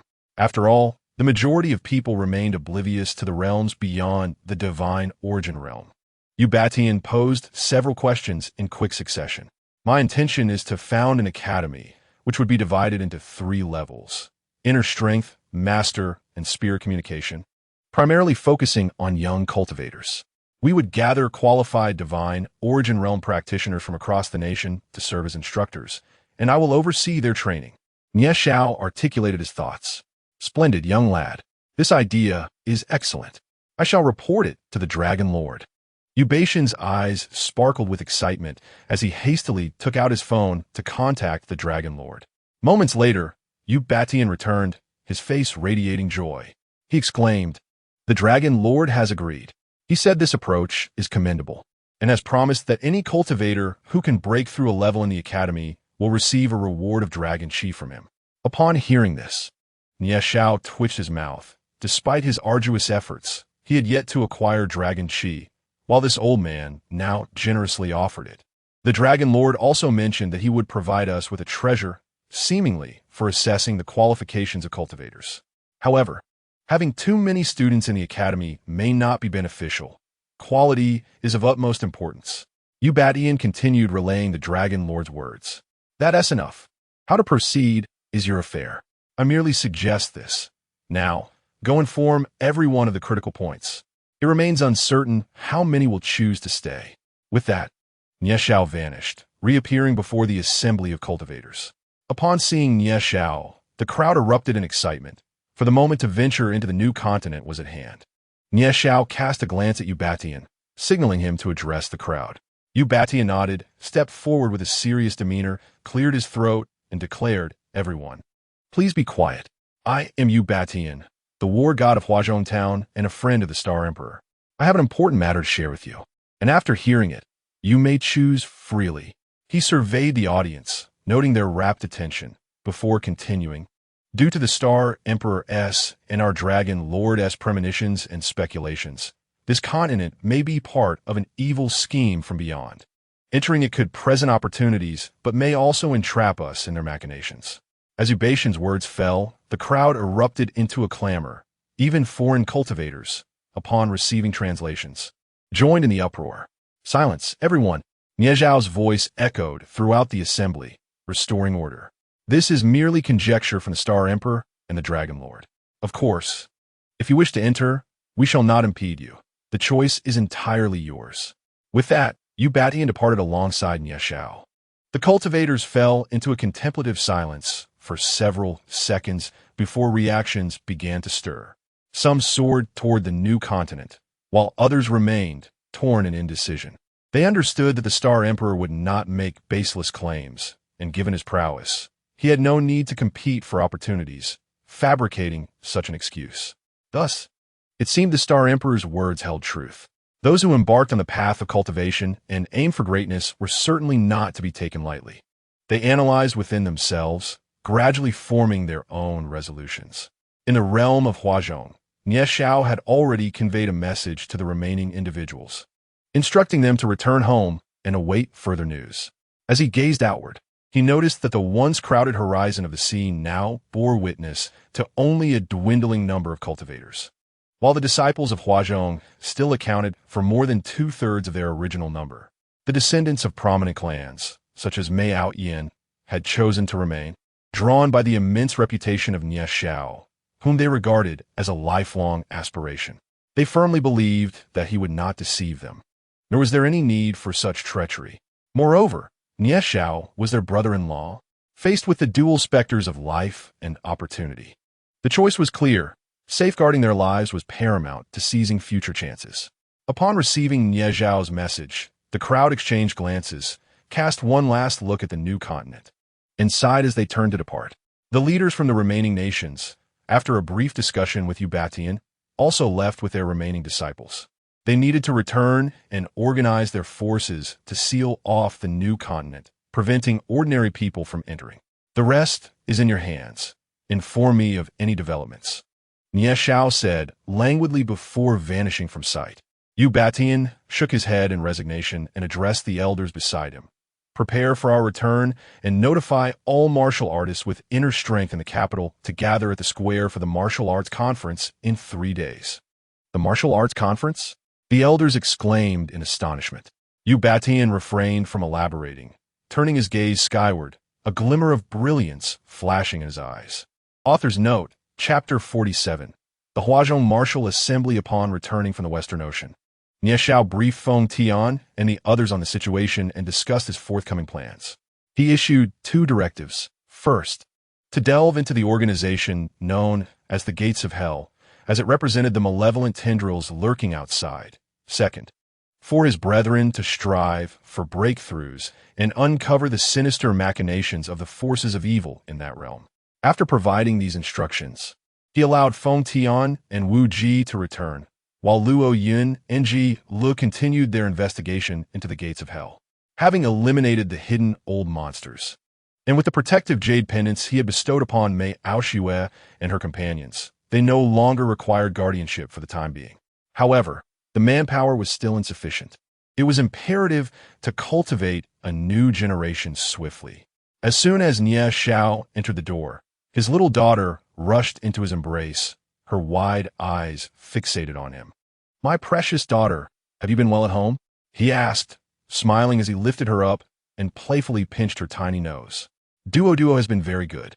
Unlike other children who cry all day long, humph, she replied with a precocious demeanor, her voice sweet and innocent. Laughter erupted among the others at her delightful antics. "By the way, you can go out in the future, but remember, never remove the jade pendants I gave you." Nie Xiao instructed the Mei sisters, who nodded in agreement. "Daddy, can Duo disappear like you and then come back?" the little girl inquired, nestled in Nie Xiao's embrace. Mei Aoshue and Mei Aoshuang exchanged glances, amused. "Ha! My darling daughter, do you wish to learn?" Nie Xiao asked as he settled onto the sofa, holding the little girl close. Duo wants to learn," she replied earnestly, nodding her head with determination. "Learning this is quite painful and exhausting, isn't it, my dear doer?" Nie Xiao gently inquired of the young girl. "I'm not afraid." Doer is not afraid of pain, nor of fatigue. The little girl replied earnestly, her expression utterly endearing. "Very well. Then promise your father that no matter how much it hurts or tires you out, you must not give up, do you understand?" Nie Xiao affectionately ruffled her little head. "But, Nie Xiao, isn't Doer still too young for this?" Mei Aoshue furrowed her brow, hoping for her daughter's happiness and wishing to shield her from such hardships. Rest assured, laying a solid foundation from a young age allows for swifter cultivation. The world is becoming increasingly tumultuous, and I wish for you all to possess the strength to protect yourselves. Nie Xiao regarded Mei Aoshue with a serious demeanor before shifting his gaze to Mei Aoshuang. "However, I heard that the troubles were resolved 3 years ago by someone named Yi. How can the world still be unsettled?" Mei Aoshue inquired, her brow still knit in concern. Coming from a prominent family, she was aware of these matters. Was it truly resolved? Nie Xiao murmured to himself, then declared, "Just do as I say." Both women nodded in response to Nie Xiao's stern expression, and the little girl followed suit. That very night, the martial world of Hualong was abuzz with excitement. For news had spread regarding the martial arts gathering in the imperial capital occurring 3 days hence, open to all practitioners of internal strength and above.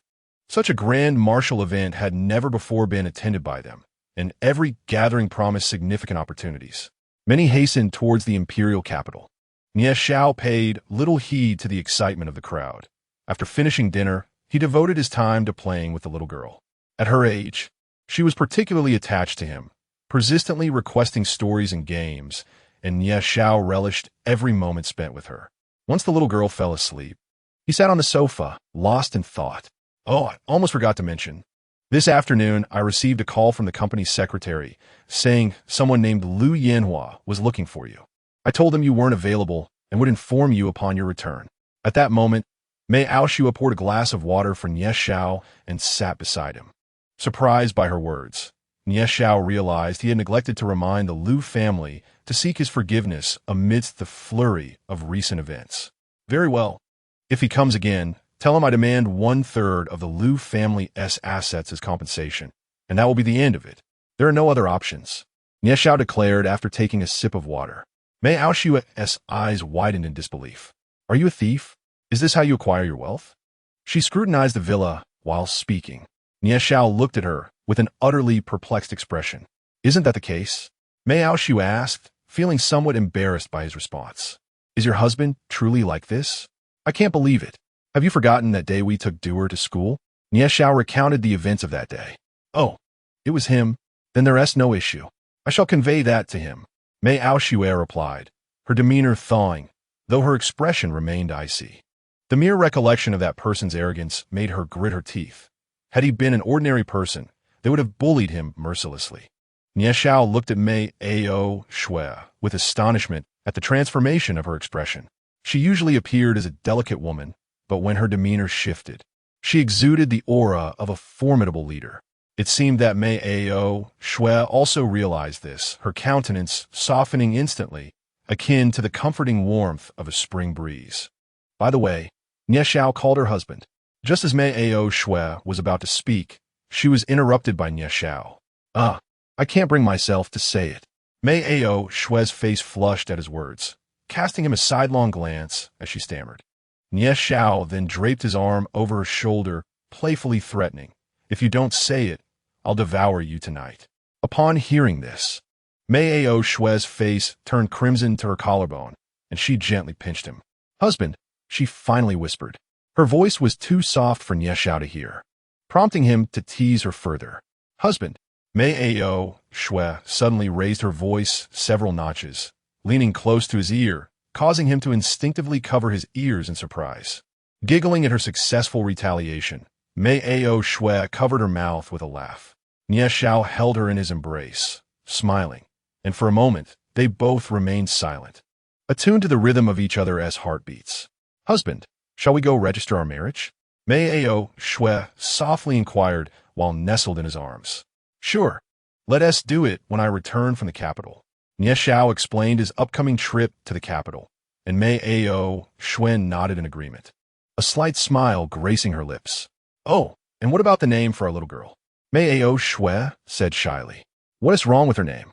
Nie Xiao asked, puzzled. With you here, she should take the surname Nie, right? Mei Aoshue gazed earnestly at Nie Xiao's face as she asked. I thought you had already named her. Let her keep the surname Mei Duo, it sounds lovely. We can't call her Nie Duo, can we? Nie Xiao remarked nonchalantly, indifferent to the name, for he would cherish her regardless. Moreover, he himself was not even certain of his surname. He had only heard from his master that he wore a jade pendant in his youth, inscribed with the character Nie. Then it's settled. She could take your surname next. Mei Aoshue said, snuggling against his chest, her voice gentle. Let us not delay.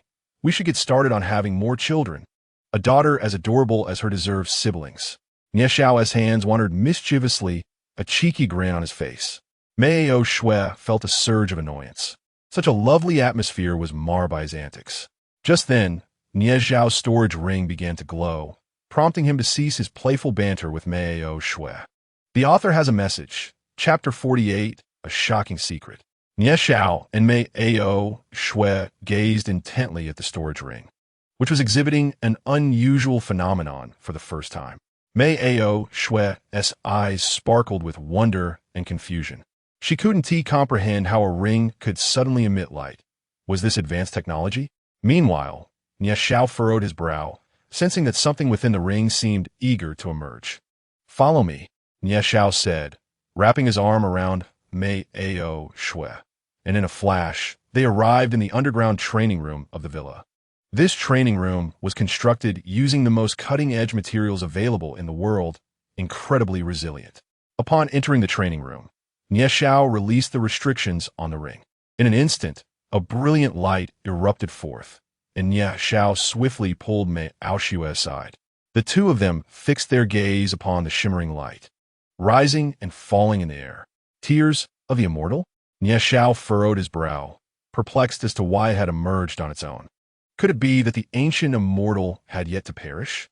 Mei Aoshue, with her mouth agape and wide eyes, scrutinized the luminous spectacle, feeling that since Nie Xiao had entered her world, an increasing number of astonishing events had transpired. Suddenly, the tears of the immortal blazed forth, radiating a dazzling brilliance that enveloped the two. Before Nie Xiao could react, he found himself shrouded in light, and they were soon transported to a foreign environment. Casting a glance around, Nie Xiao was relieved to see Mei Aoshue still by his side, and he began to survey this unfamiliar world. Abruptly, the ground trembled violently. In the sky within their sight, countless cultivators shouted fervently, battling against bizarre and grotesque beings. Time and space twisted before their eyes, revealing scenes of human cultivators fighting valiantly for their homeland, as well as the merciless slaughter of human cultivators by the otherworldly fiends. Hand in hand, the two gazed at the unfolding chaos, and Nie Zhao's emotions surged within him. Upon witnessing the fiends mercilessly slaying even children, he let out a furious roar, soaring upwards to confront these malevolent entities. One, two, then thousands. He lost track of how long he fought. Yet, the overwhelming numbers and formidable power of the otherworldly beings soon thrust him into a dire predicament, though his resolve continued to blaze bright. In the moment of his collapse, he beheld Mei Aoshue's expression of despair and anguish, which ignited a deep sorrow within him. He let out a skyward howl, his body exploding in a cataclysmic release, taking the fiends with him in the ensuing detonation. Just when he thought he would perish, Nie Zhao discovered that his consciousness remained remarkably clear. This was an illusory realm. Realizing this, he understood that his earlier frantic charge had been fueled by desperation, regardless of the world he found himself in. However, now that he had regained his composure, he perceived that everything was awry. The space shifted and time revolved. Nie Zhao's form coalesced beside Mei Aoshue, as if nothing had transpired. Nie Zhao, are you all right? You frightened me to death, Mei Aoshu exclaimed, throwing herself into his embrace upon witnessing his return. I am fine. None of this is real. Do not worry, he reassured her. At that moment, the heavens quaked once more, and a figure gradually materialized in the sky. It was an elderly man, his face etched with clear wrinkles, yet his complexion was unusually rosy, and his eyes sparkled with brilliance. For some unknown reason, Nie Zhao felt a sense of comfort in the depths of the elder's gaze. Elder, are you still alive?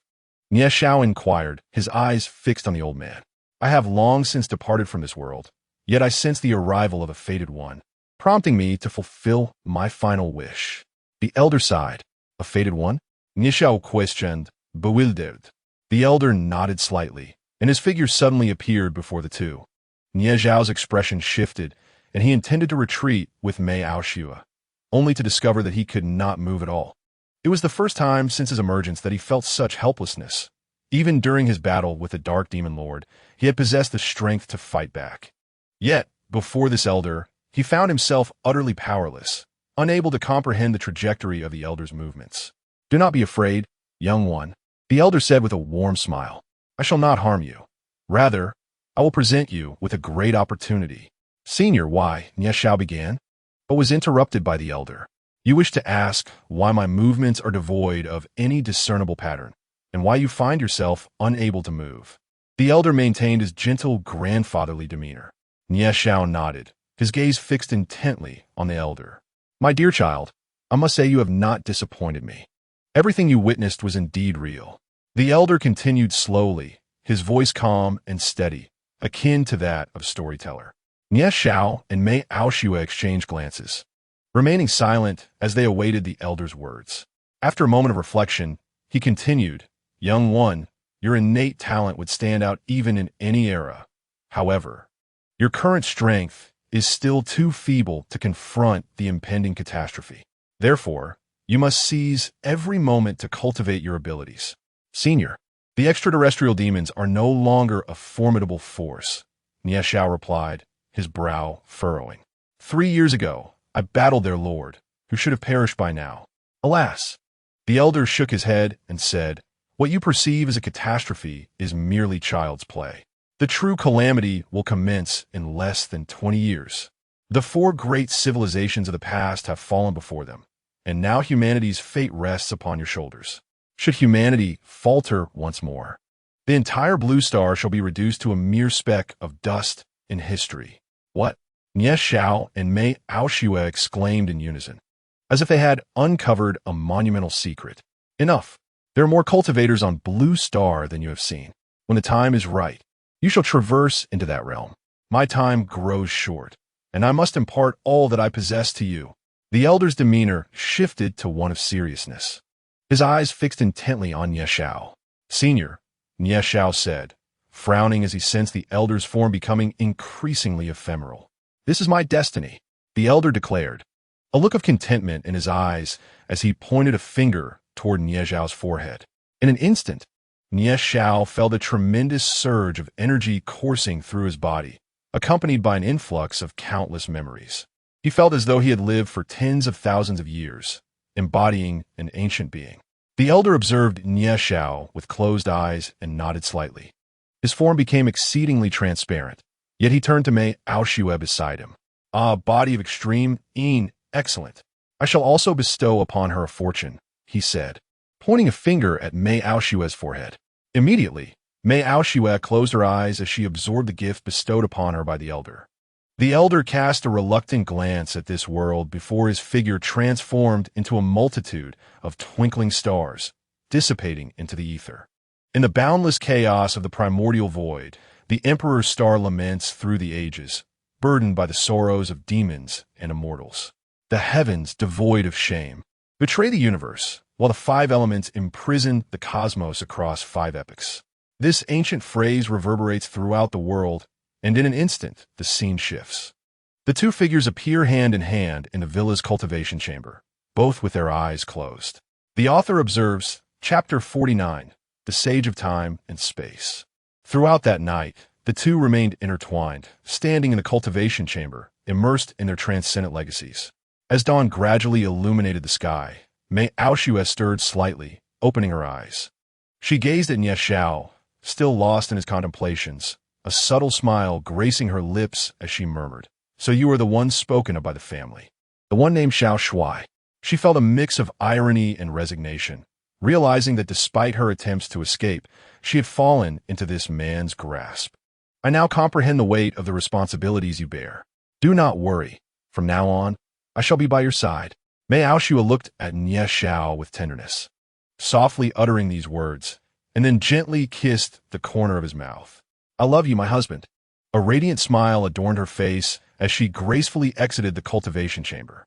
In the imperial capital, nearly all practitioners from the Huazhong kingdom had gathered over the past 3 days. Although Yu Batian had stipulated that only martial artists of internal strength and above could attend, many newly initiated practitioners came out of a desire to partake in the excitement, excluding those who had ventured into the new continent in search of opportunities. Fewer than 10,000 cultivators remained within the borders of Huazhong, and this count referred only to those of internal strength and above. On this day, close to 10,000 cultivators congregated in the square of the imperial capital, engaging in conversation and speculating about the purpose of the upcoming assembly. Almost all prominent families had brought their descendants to witness the majesty of the Star Emperor. In a corner, Elder Yinhong had also arrived with several disciples. While the other apprentices conversed with others, only Yue Ying scanned the surroundings, her head moving from side to side. "Child, are you still searching for that Nie Zhao from the other day?" Elder Yinhong shook his head in exasperation. Despite Nie Zhao's exceptional talents, today everyone had gathered in accordance with the Star Emperor's decree. Mind your own business." Yue Ying shot a glare at Elder Yinhong, lifting her chin defiantly. Elder Yinhong felt utterly helpless against his precious disciple's stubbornness, shaking his head in resignation. The Mei family of Tianhai, the family of Jiyu, the ancient families of the Central Plains, the Ba family of the Western regions, the Sword sect, and the Diamond sect. Nearly every notable family and sect had arrived. This demonstrated the immense prestige of the Star Emperor. Of course, a few reclusive individuals or wandering practitioners chose to abstain from the festivities, but such details were of little consequence. Yu Batian stood upon a stone platform several meters high, his gaze filled with satisfaction as he observed the scene. He had not anticipated that, following that event, the practitioners of Huazhong would unite so cohesively and with such vigor. This marked a significant step towards the prosperity and strength of a great nation. Unbeknownst to Nie Zhao, he remained deeply immersed in contemplation throughout these 3 days. Unaware of the happenings in the imperial capital, Mei Aoshue visited several times each day, concerned for his well-being. However, upon witnessing Nie Zhao's steady breathing, she refrained from intruding. The little girl had begun attending school recently, yet she persistently called out for her father during the nights. Mei Aoshue placated her, claiming that her father was away on important business. Fortunately, the young girl was remarkably understanding. She did not cry or throw tantrums, but instead adopted a miniature adult demeanor, sighing with an expression of helplessness. In the heart of the imperial capital, on the grand square, Ubatian noted that the hour had arrived, 9 o'clock. Clearing his throat, he proclaimed the commencement of the assembly, and the crowd gradually fell silent. I'm the dragon god of war, Ubatian. I trust you have heard of me. It brings me great solace to see that none of you have been tempted by the allure of that otherworldly opportunity. I can assure you, it is a scheme devised by nefarious entities. Ubatian's voice resonated throughout every corner of the square. Indeed, within these 3 days, the cultivators who entered that realm exhibited alarming similarities. Their bodies became emaciated, their gazes vacant, and monstrous appendages sprouted from their forms. Those who refrained from entry felt grateful for their choices, thus revering the Star Emperor even more. You have acted with prudence, a quality essential for us cultivators. We must not be lured by opportunities nor retreat in the face of adversity. Every situation warrants careful contemplation instead of reckless fervor. You have brought immense satisfaction to the Dragon Lord and the Star Emperor. Ubatian continued his official discourse, while the audience listened intently. As a martial gathering in the imperial capital unfolded fervently, Nie Xiao opened his eyes. Upon doing so, it seemed as if his gaze encompassed the entire universe, chaotic and primordial, profoundly deep. Am I to become a sage of time and space? I shall not betray your expectations. I will obliterate those miscreants within their realm. Nie Xiao gazed at his hands, fists clenched tightly. The path of time and space proved to be even more intricate than that of life itself. No wonder the predecessors moved without trace. They mastered both space and time.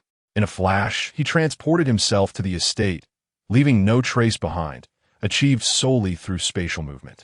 Observing a verdant branch outside, his eyes flickered as he witnessed the leaves gradually transition from vibrant green to withered yellow, eventually cascading downwards. Is this the acceleration of time? He murmured, only to shake his head moments later, continuing, currently, I can merely hasten the passage of time. I am far from achieving the capacity to glimpse eternity in a single glance. Moreover, I am light years away from the level of a sage of time and space, who can manipulate time and space at will. True mastery over time entails not only the acceleration of its flow, but also the ability to reverse it. I still have a long journey ahead. Nevertheless, he did not succumb to despair. Having accepted the inheritance of the sage of time and space, he believed he would eventually reach that pinnacle, and perhaps even surpass it. Are you awake? At that moment, Mei Aoshue appeared behind Nie Xiao, gently embracing him, her cheek resting against his back. Nie Xiao was immediately taken aback, but soon came to a realization. It seemed that the sage of time and space had bestowed a remarkable fortune upon Mei Aoshue. How else could this girl have ascended to the divine origin realm so swiftly? Though she was merely in the initial stage, it was still the divine origin realm. Truly, the disparity between individuals can be disheartening. He secretly lamented, recalling the blood-soaked battles he had endured in that world to achieve his own breakthrough, while this girl had effortlessly soared to greatness through a mere inheritance. Nie Xiao slowly turned around, cradling Mei Aoshue's delicate face in his hands, gazing at her with fondness. You have already reached the divine origin realm. You're almost catching up to your husband. Mei Aoshue's lips curled into a slight smile before she rolled her eyes and retorted, how could I possibly compare to our esteemed Star Sovereign? Such a majestic title. Does it mean the Emperor of Blue Star? Upon hearing this, Nie Xiao chuckled softly. This girl certainly had a knack for sarcasm. Nevertheless, he humbly replied, it's merely a hollow title bestowed by the masses. Before this, I might have truly believed myself invincible in this world, but now. He shook his head, his gaze fixed on the ground as if peering through the very earth itself. Suddenly, he recalled the call from beneath the ground when he awakened his bloodline, and his eyes grew resolute. All right, there's no need to put so much pressure on ourselves. No matter what, my daughter and I will always stand by your side. Mei Aoshue snuggled into his embrace, her voice soft and soothing. The breeze within the estate was gentle and refreshing, the air crisp and elegant. The two of them remained entwined, savoring this fleeting moment of beauty. At that instant, a steadfast belief blossomed within their hearts. They would transform this transient joy into something everlasting. Author's note, Chapter 50, The Steel of Hope, as the cultivators of Hualong gathered in the imperial capital square in an unknown location. Several monstrous beings convened around a stone table, engaged in fervent discussion. Their expressions and tones betrayed their profound anger. How could there be so few who have entered? Even in the outside world, the number of cultivators should not be so scant. And what of the mortals? The foremost being, resembling a white python, thumped the stone table and roared. According to the people of that nation, it was that boy who appeared and obstructed a significant portion of them, exclaimed a wolf-headed creature, slamming its fist on the stone table. The assembly of beings seethed with indignation. We cannot allow this to interfere with the grand plan of our great king.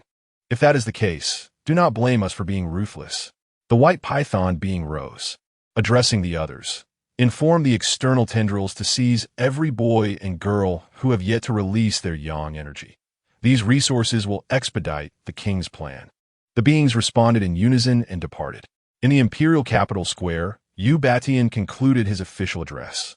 Although somewhat formal, it conveyed essential information to the gathered cultivators. For instance, the impending world may not remain tranquil. Even though the demon sovereign had been slain by the star sovereign, they were still concocting some nefarious schemes. Everyone must prepare themselves accordingly, and that preparation entailed rapidly enhancing their strength. Previously, they had fought individually, as those from prestigious families or sects were relatively few. Moving forward, the nation would integrate them, akin to schooling for unified cultivation. The assembled cultivators, upon hearing these words, were filled with immense excitement. Particularly the solitary practitioners who lacked profound techniques and resources for cultivation. The prospect of national support for their training presented an unparalleled opportunity for them. I have articulated my thoughts clearly. Now I shall reiterate the intent of the Star Emperor, regardless of any past grievances among you, from this moment forth. Set them aside and devote yourselves entirely to your cultivation. Should I discover any instances of conflict or infighting among you, severe consequences shall follow. Furthermore, do not mistreat ordinary individuals. Any proven transgressions will be met with execution. At last, Yu Batian addressed the gathered cultivators with a grave tone. If you feel the urge to spar, seek me out. I shall arrange for you to enter a designated arena to combat the malevolent beings. For each demon you vanquish, a reward of resources will be bestowed upon you. It must be noted that Yu Batian, appointed as the nation's leader and guardian deity of war by the Dragon Lord, possessed a remarkable ability to galvanize the spirits of the crowd. As anticipated, the crowd clenched their fists, for what they lacked was not talent, but resources. Yu Batian paid no heed to their reactions and gestured to the elderly man beside him. Subsequently, several elders formed hand seals, directing their energies towards the sky. The gathered essence coalesced, and it appeared as though a rift had formed overhead. A stone tablet emerged from the void, crashing heavily onto the platform. This tablet, towering at 10 meters, was divided into 9 distinct sections, each represented by a different color: red, orange, yellow, green, cyan, blue, purple, black, and white. At the bottom of the tablet lay an indentation shaped like a palm. The onlookers gazed at the towering stone with a mixture of curiosity and uncertainty. It is well known that cultivation is linked to innate talent, and thus, this tablet serves as a magical artifact to assess the cultivator's gifts, a precious endowment from the Dragon Lord. Yu Batian explained. Once the astonished murmurs of the cultivators subsided, he continued, as you can see, the tablet is divided into 9 sections, indicating the level of your talent from top to bottom. Simply align your palm with the indentation. Channel your inner strength, true chi, or true essence, and the section corresponding to your talent will illuminate. You may then inscribe your name, or God. Will each of us have the opportunity to test ourselves? A cultivator inquired loudly. Indeed, each one of you will have a chance, and the top 1,000 cultivators will be granted an audience with the Star Emperor. Remember, this tablet is called the Road of Aspiration. May each of you glimpse the path that lies ahead, Yu Batian declared. He then instructed the cultivators to approach for testing in order of their cultivation levels, starting with the inner strength warriors, while the more advanced practitioners would follow. The crowd was engulfed in a whirlwind of both excitement and trepidation. The thrill of finally being able to assess their talents clashed with the fear of discovering a lack thereof, raising concerns about their futures. Nevertheless, despite this internal conflict, anticipation and longing radiated from each individual. Even the venerable elders of the divine realm were filled with exhilaration, as they yearned for their talents to rank among the top 1,000, affording them the chance to meet the Star Emperor in person and pose questions regarding their cultivation, thereby avoiding countless detours on their paths. First to take the stage were the internal energy practitioners, the vast majority of whom were exceedingly youthful. Youth is a valuable asset. With sufficient talent, the potential for the future is boundless. The internal energy practitioners comprised more than half of the participants, lacking systematic training methods, and their techniques were rather rudimentary. It was already commendable that they had cultivated themselves to such a level. They ascended one by one to undergo testing as required. Merely the internal energy practitioners consumed nearly an entire day. Among the over 5,000 individuals, talents varied considerably, yet most hovered within the blue and purple zones, with a few dozen in the black zone. Notably, among these 5,000 internal energy cultivators, one individual astonishingly reached the yellow zone, while two others attained the green zone. A handful surpassed the blue zone, and Ubatian made sure to take note of these promising talents, as they held the potential to cultivate into the next Star Sovereign. As night gradually enveloped the surroundings, Ubatian announced the conclusion of the day's assessments. The evaluations for the masters and spiritual practitioners will be postponed until the following day. After all, everyone needed rest. Despite being cultivators, enduring a day under the scorching sun was burdensome for anyone. The internal energy practitioners who had completed their tests exhibited mixed emotions. Some were elated, while others felt disheartened. They gazed enviously at those whose talents surpassed the blue zone. However, a few maintained an air of indifference. Even if their talents did not measure up today, they remained undeterred, for their ultimate goal was to become the Star Sovereign. On the rooftop of a hotel near the Imperial City Square, Nie Xiao stood with his hands clasped behind his back, gazing up at the sky. After bidding farewell to Mei Aoshue in the morning, he had arrived at the Imperial City, eager to discern the remaining practitioners' talents, personalities, and character. This information was crucial for his forthcoming plans. Upon observing the performance of the top-ranking internal energy practitioners, he nodded slightly, feeling satisfied. At the very least, these individuals did not display arrogance or entitlement. May everything proceed smoothly, he murmured to himself. But what if it does not? At that moment, a voice resonated from behind him, and a figure emerged. The newcomer donned a robe of red and white, with flowing silver hair cascading to the waist. Dancing in the wind, the handsome visage was complemented by eyes that seemed to pierce through the vicissitudes of life. Chapter 51. The Dragon Lord appears. Nie Xiao appeared unperturbed by the arrival of the figure. He continued to stand with his hands behind his back, gazing at the night-shrouded sky. The illustrious imperial city, for which countless individuals yearned, was devoid of even a single radiant star. Was it that the stars lacked the strength to penetrate the shroud of clouds, unlike the sun, or was the night still insufficiently dark? He continued to murmur, shaking his head with a sigh before turning around. I did not anticipate that the Dragon Lord of Hualong would be such a strikingly handsome young man. Nie Xiao's lips curled slightly as he scrutinized the person before him. Indeed, this individual was the Dragon Lord frequently mentioned by Ubatian. At this moment, the Dragon Lord was also appraising Nie Xiao, a glimmer of astonishment flashing in his eyes. He often mentioned Nie Xiao over the phone through Ubatian, extolling his formidable strength. However, prior to this, the Dragon Lord had been in seclusion, never having met Nie Xiao. Now, standing before this individual, he realized that his prowess might surpass his own. It is worth noting that he hails from that world, tasked with fulfilling the family's mission. While this fellow has genuinely battled against evil, growing stronger step by step, perhaps, at last, humanity holds a glimmer of hope. Nie Xiao, unaware of the Dragon Lord's thoughts, found himself mildly astonished.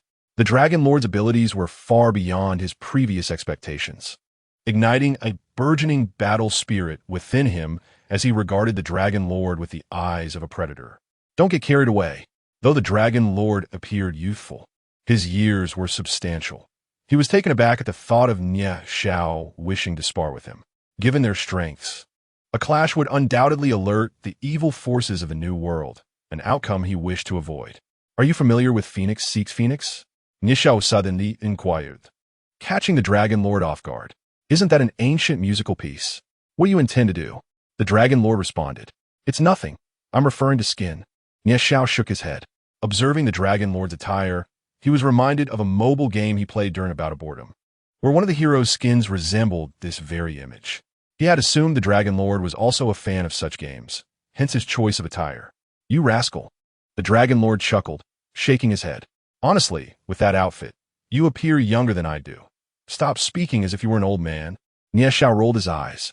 He couldn't quite comprehend why, upon their first meeting, it felt as though they were longtime friends. The Dragon Lord shared this sentiment. "Kulme, you have been yearning for Dragon Chi. Haven to you? Follow me," the Dragon Lord declared, and in an instant, his figure vanished. Nie Xiao raised an eyebrow and similarly disappeared from his location. In an underground chamber, the Dragon Lord's form reappeared. He furrowed his brow, unable to sense Nie Xiao's movement, presuming he had not followed. Yet, Nie Xiao's form soon materialized beside him. "Kid, what kind of power is this? How did you leave no trace?" The Dragon Lord gazed at Nie Xiao in astonishment. "It's not a supernatural ability, merely an application of spatial manipulation." Nie Xiao waved his hand dismissively, surveying the chamber. "You have grasped the path of space?" The Dragon Lord had never before displayed such a lack of composure, but the numerous revelations about this young man overwhelmed him. "Not quite mastery. I would say I've just begun to comprehend it," Nie Xiao replied. "Now, I must ask, as a sovereign, could you not maintain your composure?" He found the Dragon Lord's reaction somewhat amusing, as if he had never encountered the extraordinary. "You rascal, I cannot fathom what heights you might achieve in that world. Come with me," the Dragon Lord remarked, sighing, before proceeding deeper into the chamber. Upon hearing this, Nie Xiao's eyes sparkled with interest. It appeared the Dragon Lord was no ordinary figure, for he recognized that world as well. The two moved deeper into the chamber, with Nie Xiao observing their surroundings. Upon closer inspection, he realized that this place housed no fewer than 10 formations, each intricately layered upon the other. If a monk were to intrude, escaping would become exceedingly difficult. At the end of the secret chamber lay a pitch-black opening, leading deep underground. The Dragon Lord leaped down, closely followed by Nie Xiao. Approximately 20 seconds later, both landed gracefully. As Nie Xiao surveyed the surroundings, he beheld a spirit vein that resembled a colossal dragon, radiating glimmers of golden light. This was indeed the dragon vein, the largest in the entire Hualong, where the dragon energy was most refined. However, to harness it, one must earn the vein's acknowledgement. As the Dragon Lord conversed with Nie Xiao, he also communicated with the dragon vein. Suddenly, a resounding dragon's roar echoed through the heavens, causing the vein to shimmer as if it had come to life. An enormous dragon silhouette materialized in the sky, scrutinizing Nie Xiao with piercing eyes. This was Nie Xiao's first encounter with the legendary dragon, and even as a mere apparition, it was enough to leave him in awe. The dragon let out another roar, and with a flash of golden light, a surge of dragon energy surged toward Nie Xiao. He attempted to capture this energy to take back for the young girl. Yet no matter what methods he employed, he could not impede its movement. By the time he realized what was happening, the dragon energy had already merged into his being. "Young man, do you not comprehend that the spatial power of the Dragon Clan is unparalleled?" The Dragon Lord felt a pang of jealousy upon witnessing the pure dragon energy bestowed upon Nie Xiao. Reflecting on how he had only received a faintly glowing essence in his time, Nie Xiao furrowed his brow slightly, then turned his gaze back to the dragon's silhouette, trying to communicate with it once more. To his surprise, the dragon understood his intentions, rolling its immense eyes in a surprisingly human manner. In response, the vein glimmered again, and two identical streams of dragon energy swirled toward Nie Xiao. This time, however, the energies did not enter his body. Instead, they danced around him like two playful little dragons. Nie Xiao's eyes brightened as he retrieved 2 jade boxes from his ring to capture the essence. Expressing his gratitude to the dragon silhouette regarded him deeply once more before vanishing into the spirit vein, disappearing from sight. Young man, how could you? The dragon lord gritted his teeth in frustration. What is the matter? Nie Xiao looked at the dragon lord in astonishment, puzzled by his expression. How did you manage to receive such pure dragon energy? And 3 streams at that? The dragon lord asked in shock. Nie Xiao recounted his communication with the dragon, prompting the dragon lord to sigh in envy, lamenting his own inability to gain the dragon's recognition for such a precious essence. How infuriating it is to see others surpass me. Come on, hurry along. I don't wish to see you any longer. The dragon lord huffed, though he lacked any facial hair to puff out. Haha, thank you, old dragon lord. Nie Xiao laughed heartily before disappearing from sight. Hearing himself referred to as old, the dragon lord gritted his teeth once more. Oh well, who can blame him? After all, this young man bears responsibilities that rival my own.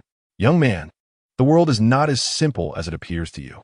The powerful families that have long been sealed away are on the verge of reemergence, and one can only fear the chaos they may bring. I hope you can withstand it. With a sigh, the dragon lord vanished from sight. As the dragon lord had foretold, recent seismic disturbances have frequently occurred in regions such as Kunlun, Tian Shan, Penglai, and Changbai Mountain. Locals have reported seeing ephemeral architectural shadows on the mountains, only for them to swiftly dissipate, causing a considerable uproar. Author's note, Chapter 52, The Star Emperor's Gift. Upon exiting the secret chamber, Nie Xiao intended to return to the hotel to assimilate the dragon energy within him. However, as he passed through the imperial capital square, he discovered that Yu Batian had not yet departed. In a flash, he found himself in a corner of the square. Old man Yu, quite dedicated, aren't you? Still on duty? Nie Xiao teased with a mocking tone. Hearing Nie Xiao's voice, Yu Batian's lips twitched as he turned around to retort, "You little rascal left this mess for me to handle, showing no respect for your elders." Several elders beside Yu Batian were taken aback, wondering where this young man had come from, to be so familiar with Yu Batian. They had only seen Nie Xiao in the guise of Xiao Shuai, thus they did not recognize his true identity now. Oh, how misguided. We are all here for our country and its people. Your realm is so lacking. It is no wonder your cultivation has stagnated. Nie Xiao continued his mockery. Yu Batian, aware of Nie Xiao's sharp tongue, fumed silently, refraining from engaging in further argument. Then, as if struck by inspiration, Yu Batian's eyes sparkled, and he said, "Young man, why not test your talent?" Nie Xiao glanced at the roadstone and shook his head. "My potential likely surpasses the limits of this stone's assessment. Best to leave it be." Upon hearing this, Yu Batian's curiosity was piqued. He was eager to witness the talent of the imperious Star Emperor. Thus, he prodded Nie Xiao, "If you're afraid, just admit it. Are you not concerned that the world will learn your talent pales in comparison to the exalted Star Emperor they revere?" Before he could finish, he caught Nie Xiao's glance and quickly rephrased, "Let the world find out that the talent of the king of Dongtai, once compared to the admired Star Emperor, is so meager, one could drown you in a sea of spit." The elders, upon hearing this, were even more astonished, realizing that this young man was indeed the one who had recently defeated the Sword Emperor of the North. No wonder. All right, you all may rest now. We shall continue tomorrow. Yu Batian waved his hand dismissively to the elders. Once they departed, leaving only Yu Batian and Nie Xiao in the square, Yu Batian inquired, "Why do you wish to conceal your identity? With your current prowess, who in the world could possibly rival you?" Nie Xiao shook his head and sighed. "Let's not forget that this world is far more complex than you perceive. Even if I were to reveal my identity, my wife and child would be thrust into daily peril. This is not the outcome I desire. We shall speak of it when the world finds tranquility. In times past, he had been able to manage alone. It mattered little if adversaries knew his identity. However, now with Mei Aoshue and the little girl by his side, he would not reveal everything unless absolutely necessary." Upon hearing this, Yu Batian suddenly understood. Indeed, after all the effort it took to have such an adorable daughter and a stunningly beautiful wife, who would want to see them harmed? Nie Xiao looked at Yu Batian, a slight smile gracing his lips, and said, "Old man, why don't we have a little competition?" Startled, Yu Batian instinctively stepped back several meters, donning a wary expression as if guarding against a thief. "What scheme are you concocting this time? Speak plainly. Have I ever schemed against you?" Nie Xiao retorted, unable to suppress a chuckle at Yu Batian's demeanor. "What shall we compete in? and how shall we determine the victor? Yu Batian was skeptical of Nie Xiao, recalling how often he had been duped in that other realm. Let us compare our talents. If I win, you must agree to fulfill a request of mine. If you win, I shall grant you one of your desires. What do you say? Nie Xiao raised an eyebrow, playfully winking at Yu Batian. You dare to claim this ISNTA trap for me? The outcome is all too clear. Yu Batian huffed, puffing his cheeks in irritation. Strength does not necessarily equate to talent, you know. Perhaps my aptitude is inferior to yours. Nie Xiao continued to entice him. Yu Batian furrowed his brow in contemplation. Although he knew he would undoubtedly lose, he was genuinely curious about Nie Xiao's abilities. Fine, old man agrees to your terms. It's merely a matter of fulfilling a request. So what shall it be? Yu Batian steeled himself and consented. I haven't decided on the task yet. I'll inform you when I require your assistance. You're the elder, so you go first. Nie Xiao replied, hands behind his back, exuding a nonchalant air. Yu Batian, undeterred, stepped forward and placed his palm against the indentation, channeling his true essence into it. Instantly, the colors on the stone tablet began to illuminate, first white, then black, followed by purple, pulsating rapidly. As green appeared, the pace slowed, culminating in a brilliant yellow. Yu Batian rubbed his eyes in disbelief. He could hardly fathom that his talent was so remarkable. Well, you old man, if anyone dares to call you foolish or dim-witted again, I shall be the first to contest it. Nie Xiao remarked casually. Get lost, you rascal. Who else would dare speak such nonsense about me? Now it's your turn. Yu Batian replied, irritation bubbling within him. Yet excitement surged at the thought of Nie Xiao's turn. Nie Xiao, unfazed, approached the stone tablet, placing his palm against the indentation and infusing it with his true essence. His current essence was no longer merely that. It was undergoing a gradual transformation.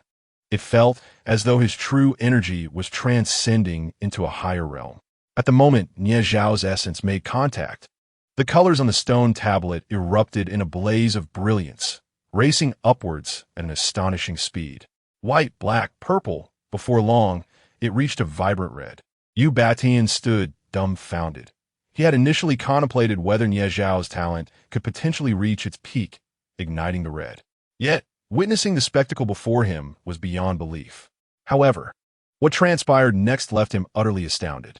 After a brief moment of illumination, a character appeared at the top of the stone tablet, almost invisible to the untrained eye. Saint, murmured Yu Batian, pondering its significance. Yet the revelation did not end there.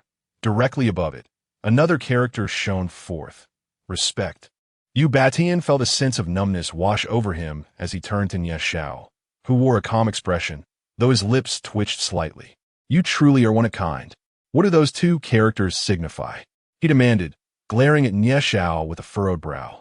How should I know? Isn't this your domain? Nie Xiao retorted, casting him a sidelong glance and waving his hand dismissively as he began to depart. Don't forget you owe me a favor.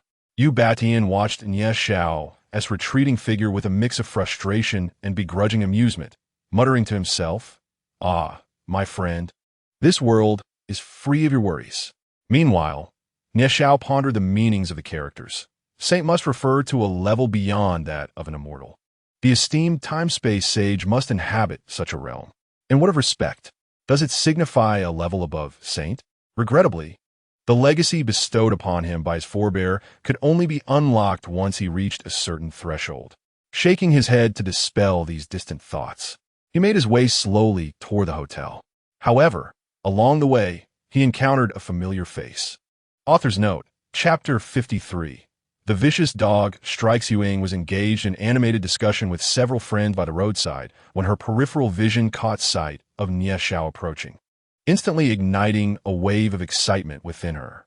Her companions were equally astounded. After all, Yuing was the most cherished apprentice of Elder Yunhong, and they had never witnessed her display such enthusiasm for anyone before.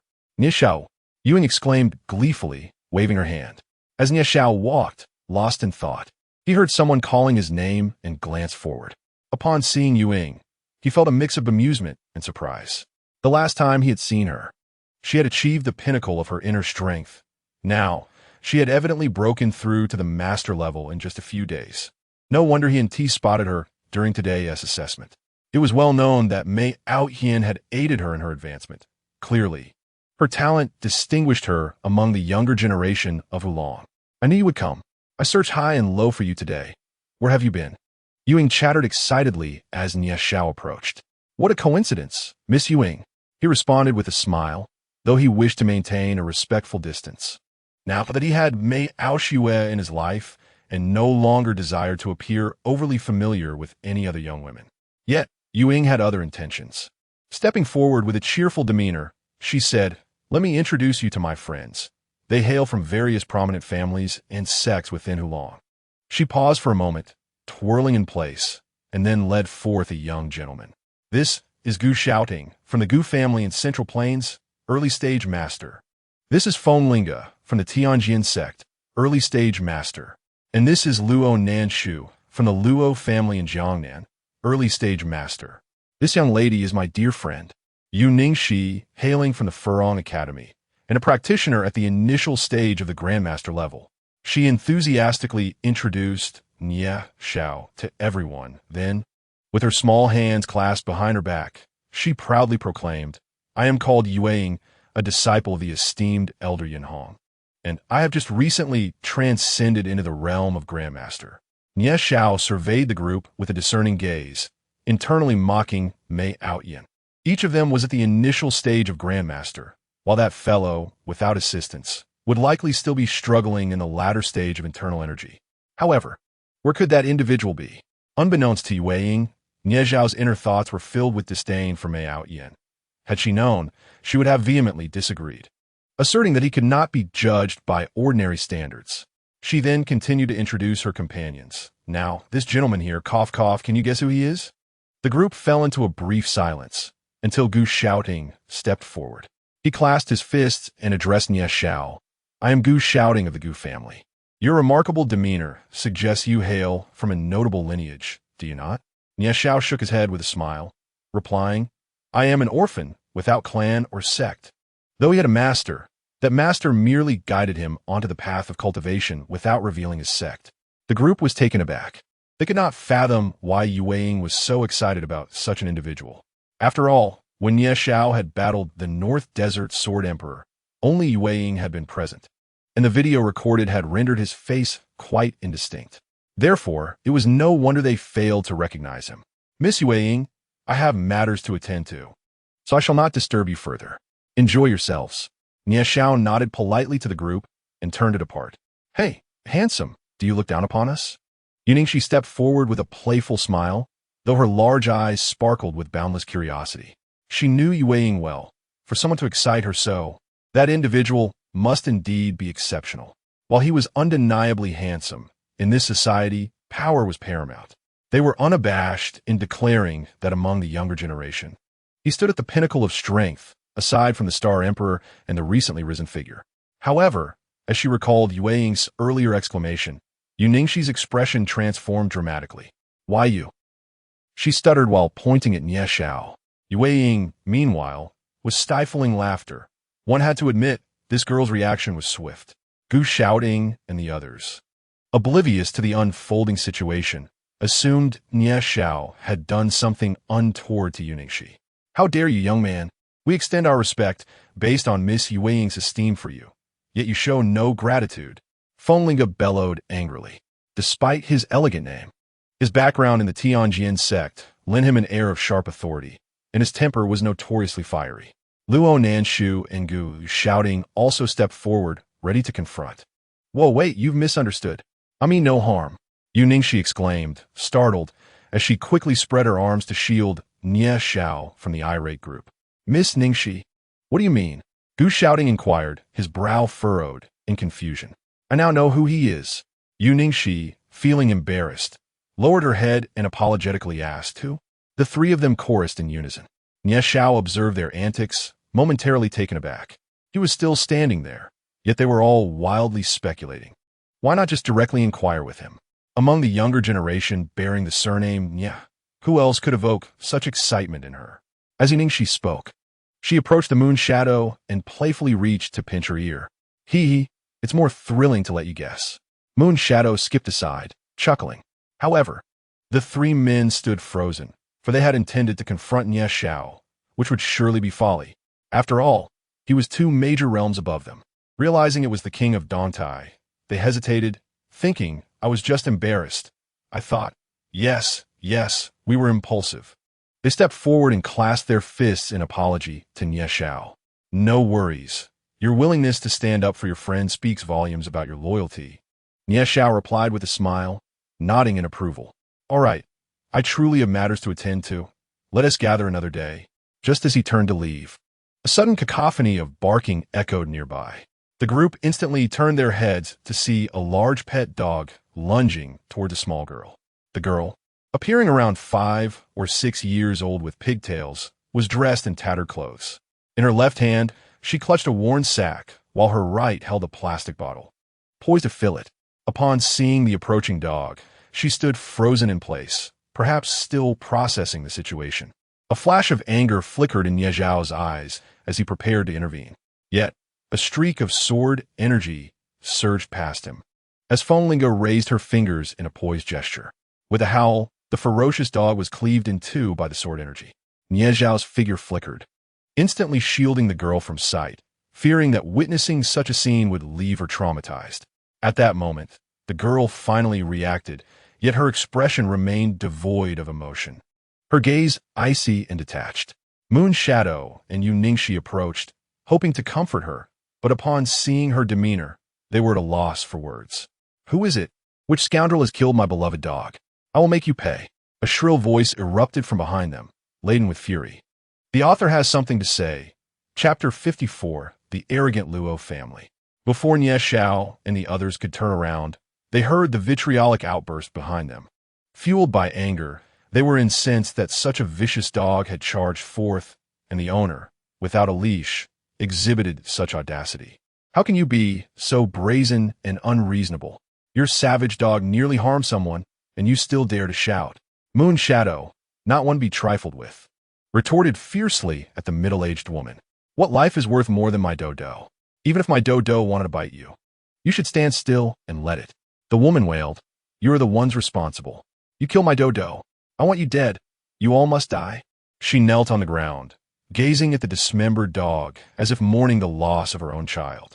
She cast a furious glare at the crowd, brandishing her phone and seemingly making a call, all the while pointing at the onlookers and shouting. By this time, a considerable number of spectators had gathered, retching at the sight of the dismembered dog, as none had ever witnessed such a scene before. What are you all doing here? If you have no business, leave at once. A city guard had noticed the commotion and approached to restore order. These ruffians have killed my beloved dog. You must detain them until my husband, Old Luo, arrives. I shall ensure you receive promotions. The middle-aged woman, viewing herself as the leader, commanded the guards. However, the guards seemed to ignore her and proceeded to handle the remains of the dog. How dare you touch my dodo? I will see you buried alongside my pet. She screamed, rushing toward the guards in frenzy. If you continue to obstruct our duties, we are authorized to arrest you. The lead guard shouted, brandishing a pair of handcuffs. The middle-aged woman appeared momentarily intimidated into silence, though the malice in her eyes intensified. Not long after, the roar of several vehicles echoed, followed by a procession of cars halting at the roadside. I shall see who in this imperial city dares to oppose the Luo family. A voice, even more boisterous than that of the woman, rang out before a robust figure emerged. Moments later, the doors of several cars swung open, revealing over 20 men clad in black. At the forefront stood a middle-aged man, sporting a slicked-back hairstyle, sunglasses, and a large gold chain around his neck. Husband, you have finally arrived. These ruffians have slain Dodo. You must avenge him. The woman's demeanor grew even more arrogant upon seeing her husband. The man's expression turned icy, and he waved his hand. Instantly, the black-clad men encircled Nie Xiao and his companions. Luo family? Are you familiar with them? Nie Xiao inquired of his companions. Indeed, it appears their patriarch serves under our esteemed war god Yu, but none of his descendants possess martial talents. Gu shouting reflected thoughtfully. Ruffians, do you now feel fear? Regret is futile. My beloved dog is beyond your worthless lives. I will have your families annihilated. The middle-aged woman, misinterpreting their hushed conversation as fear, shouted even louder. Seize them. The middle-aged man commanded sharply, prompting the black-clad men to advance. "How dare you? Who are you to unlawfully detain citizens?" The city guards roared, stepping forward to shield Nie Xiao and the others. Nie Xiao merely shook his head, extending his spiritual awareness. For they were not far from Yu Batian's office. He quickly sensed him and relayed the situation succinctly. At that moment, Yu Batian was engaged in discussions with several elders regarding the state of the cultivators tested that day when he suddenly heard Nie Xiao's mental transmission, prompting him to slam his hand on the table in agitation. He recounted the events to an elderly man beside him, whose expression suddenly shifted, prompting him to hastily rush outside. Yu Batian furrowed his brow in contemplation before following suit. The middle-aged man, upon witnessing several city guards daring to obstruct him, erupted in fury, exclaiming, "Get out of my way! Do you know who I am? I am Luo Xiaohu of the Luo family." The mention of the Luo family sent a ripple of concern through the crowd. Is he truly of the Luo family? This is dire. These handsome and beautiful guards might be in grave danger. They murmured, their tones laced with sympathy. However, Nie Xiao discerned from their demeanor that the Luo family had inflicted considerable harm upon many in the capital. Exchanging glances, the city guard's leader resolutely declared, "I care not who you are. It is unacceptable to detain innocent citizens without cause. I shall report this to my superiors." A flicker of surprise appeared in Nie Xiao's gaze. She had not anticipated finding officials in the capital who dared to stand against authority, willing to alert Yu Batian. "Seize them all!" roared Luo Xiaohu. At that moment, the impatient Gu Xiaoting, Feng Ling, and Luo Nanshu vanished in an instant, reappearing amid the throng of black-clad men. Within mere seconds, over 20 of these men lay sprawled on the ground. The middle-aged man, caught off guard, doubled over in pain and collapsed.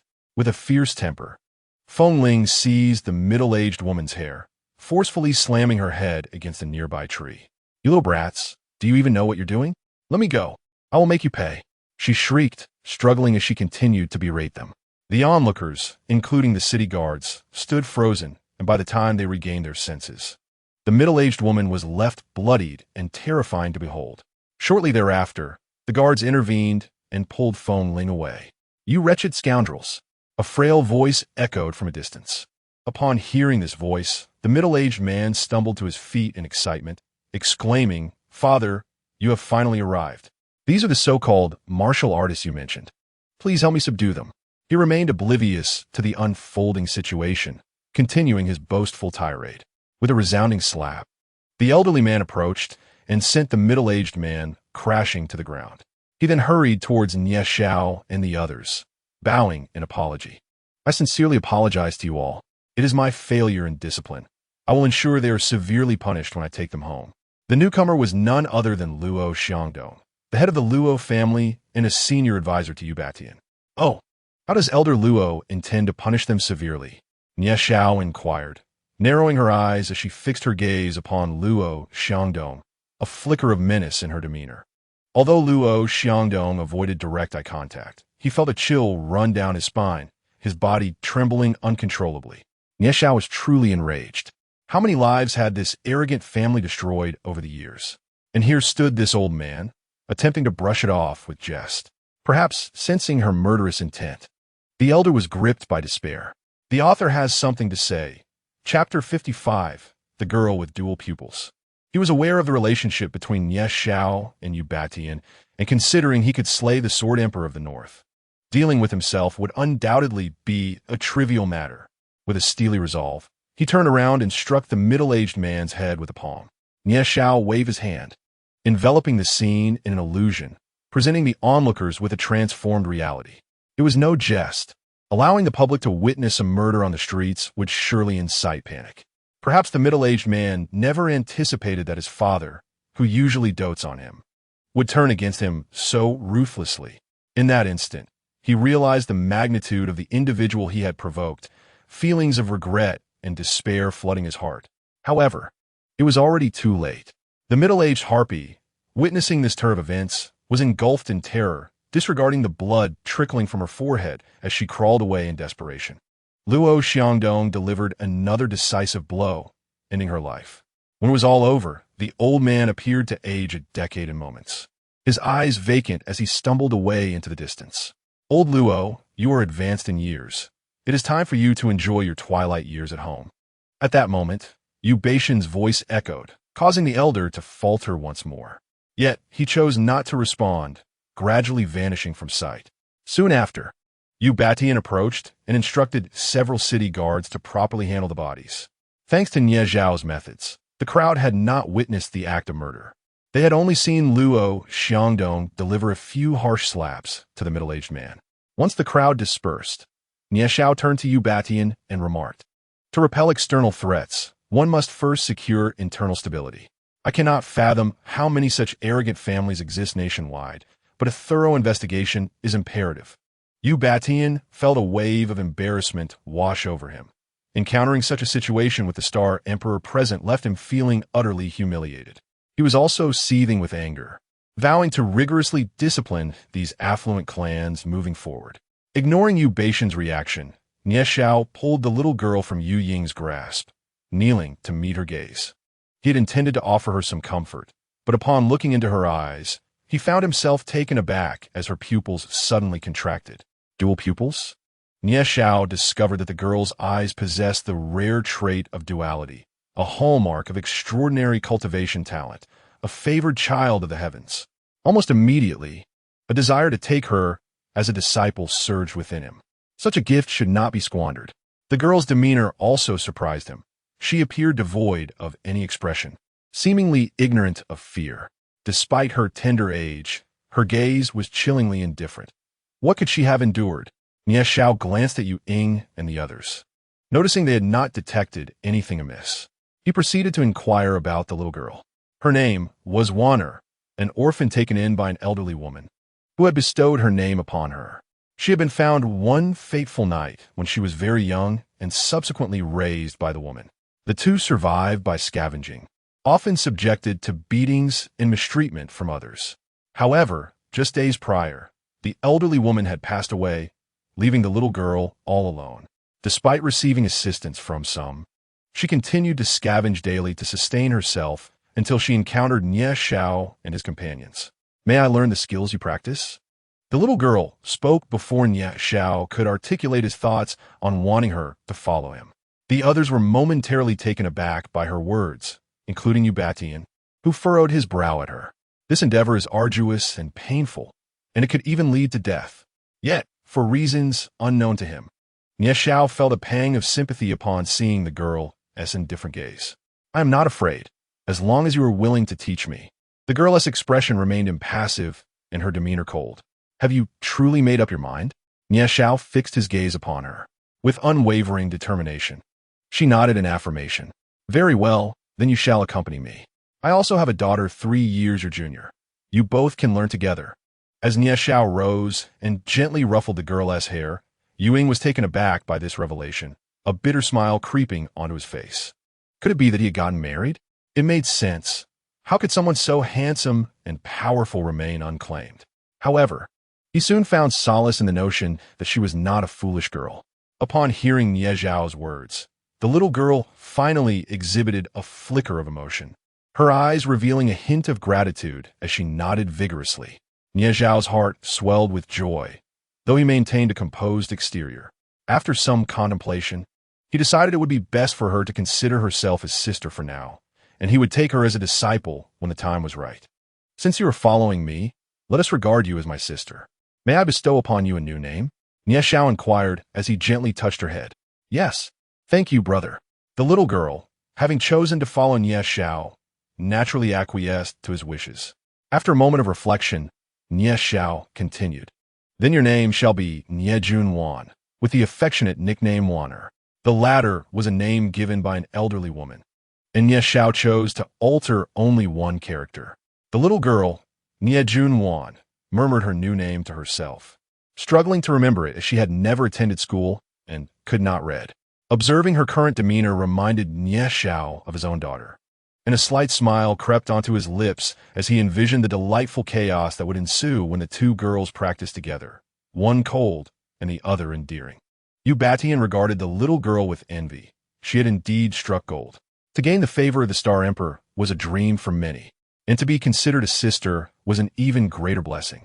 Nie Xiao, brother, how about we celebrate your new sister by indulging in a grand feast? Ying suggested. Her feelings for Nie Xiao now resolved. Yet as a cultivator, she knew the importance of seizing opportunities for knowledge. It was rare to encounter someone like him. She could not let him slip away easily. Gu Xiaoting and the others nodded in agreement. After all, the king of Dantai was a figure who could stand alongside the Star Emperor. Building connections with him could only be advantageous. Unable to resist their enthusiastic invitation, Nie Xiao acquiesced and invited Yu Batian to join them. They dined at the most luxurious restaurant in the imperial capital, and it was the little girl Wanner's first experience savoring such exquisite delicacies. She could not help but indulge herself, consuming copious amounts until Nie Xiao promised her that there would be plenty of such delicacies in the future. By the way, do you all know Mei Yin? As they exited the dining establishment, Nie Xiao suddenly recalled her elder brother-in-law and inquired of the group. Upon hearing her words, the others shivered slightly, with Ying commenting, "Who doesn't know that human-shaped Tyrannosaurus? He is utterly devoid of humanity. What heinous deeds has he committed to evoke such disdain from you all?" Nie Xiao asked, puzzled, as she considered her elder brother-in-law to possess commendable character. Subsequently, Gu Xiaoting and the others took turns recounting Mei Yin's recent actions, their voices filled with grit and teeth-clenching indignation. It turned out that ever since Mei Yin had achieved a breakthrough to the master level through Nie Xiao, he had incessantly sought out the group for sparring. While he called it sparring, it was essentially an exercise in beating them. The martial arts he practiced were notoriously difficult to master, yet once achieved, one's strength would greatly amplify. When he was in the late stages of internal energy, he was already able to contend with them equally. However, after breaking through to the master level, they could only endure his relentless onslaught. Yet, Mei Yin felt too bashful to spar with the ladies and had no choice but to exert himself against the three men. Nie Xiao's lips twitched slightly as she maintained an indifferent demeanor, observing with a calm heart. Chapter 56. Orange Talent. The night swiftly passed, and during this time, Nie Xiao absorbed the dragon energy within her body at the hotel. She felt that the energy contained within this dragon vein was truly immense and had deepened her comprehension of the way of space. Upon introspecting her own body, she discovered that her bones seemed to shimmer with a golden light. Moreover, she sensed that something new had entered her bloodline, though she could not quite perceive what it was. My cultivation has now reached the pinnacle of this realm. I fear I can no longer suppress it, she mused, exhaling slowly as she opened her eyes. She had been capable of breaking through when she vanquished the Mo Bay Sword Sovereign, but subsequently receiving the inheritance of the time and space age allowed her to grasp the way of time and space. Hence, she had restrained her true essence, wishing to achieve a complete mastery of the way of time and space before breaking through. However, given the current circumstances, it seemed that she could not wait until then. I shall break through first and then slowly comprehend, she resolved in her heart. Nie Xiao had originally intended to awaken the little girl Wanner to take her out for a meal, but upon stepping out of her bedroom, she found Wanner seated on the sofa in the living room. The girl maintained her icy demeanor, her eyes reflecting indifference. Yet, when she looked at Nie Xiao, a hint of gratitude and softness emerged in her gaze. Nie Xiao gently ruffled her little head and led her to the hotel restaurant for a meal. Brother Nie Xiao, will you teach Wanner martial arts? The little girl asked earnestly, her eyes wide with anticipation during their meal. Nie Xiao pondered briefly before replying. After we conclude matters here tonight, I will first guide you in the purification of your bones and marrow, imparting to you a set of techniques, explaining what cultivation is and how to practice it. Then, tomorrow, I shall take you to a place where you can train alongside the older brothers and sisters there. Once I finish my affairs, I will return to bring you back. How's that sound? Nie Xiao originally intended to personally guide the young girl in her cultivation, accompanied by the spirited little girl duo. However, upon reflection, he realized that he had quite a few matters to attend to recently. Having completed the talent assessment today, it was time for him to assist Yu Batian in establishing the academy. Those who did not meet the requirements would still need to be taken in by a few sections. Thus, he decided to send Wanner to that continent first, allowing Feng Tian and the others to nurture her. Moreover, on that continent, the young girl would be able to grow more rapidly and learn the art of combat. As long as Wanner could acquire knowledge, it mattered not where she was. The little girl nodded, her large eyes filled with determination. Unbeknownst to Nie Xiao, this little girl, he took him would one day become one of his greatest allies. After a night of repose, the sun rose once more, vibrant and vigorous, casting its fiery rays upon the earth. In the imperial capital square, cultivators had gathered, quietly awaiting proceedings. Yu Batian and several elders ascended the stone platform, and upon closer inspection, one could discern that there was one elder fewer than the previous day. The absent elder was naturally Luo Xiangdong, who had returned the day before and sternly admonished the elders beside him to investigate the prominent families within the Hualong sect. Any instances of bullying or oppression discovered would face strict consequences. Today, Yu Batian wasted no time and directly announced the commencement of the testing. There were approximately over 3,000 cultivators at the Master Realm and more than 1,000 at the Spirit Connection Realm. The number of venerable elders at the Divine Origin Realm barely exceeded 100. The Masters took turns to ascend the stage for testing, mostly comprising the younger generation. The outstanding descendants from the prominent families were typically in their 20s, brimming with potential. Nie Xiao stood atop the hotel rooftop, observing the happenings in the square. He noted that the Masters testing before him seemed to be scattered cultivators or those with less impressive talents. It appeared that individuals like Gu Xiaoting, whom he had encountered the previous night, had conspired to remain until the end. Meanwhile, he had not seen any members of the Qing Changchen family. Perhaps they did not trust him and had ventured to the new continent in search of opportunities. Yet, he paid it little mind. After all, in a vast nation like Hualong, where cultivators were countless, it was not something he could summon with mere words. He had not seen anyone from the ancient sects like Wudong or Shaolin. Perhaps they were simply unwilling to partake in worldly affairs. Today, Yu Batian intentionally accelerated the pace of the testing, with masters taking the stage one after another. It must be said that each individual who had cultivated to the Master Realm possessed, to some degree, a measure of talent. Among the thousands tested thus far, most exhibited talent within the blue and purple ranges. A few reached the green range, yet none had surpassed it. However, the likes of Mei Outyin and Gu Xiaoting had yet to be tested. It's almost our turn, Baolong. I'm eager to see whether your talent surpasses mine. Feng Lingus said, arms crossed and a cold expression directed at Mei Outyin. Of course it's me. Is there any doubt?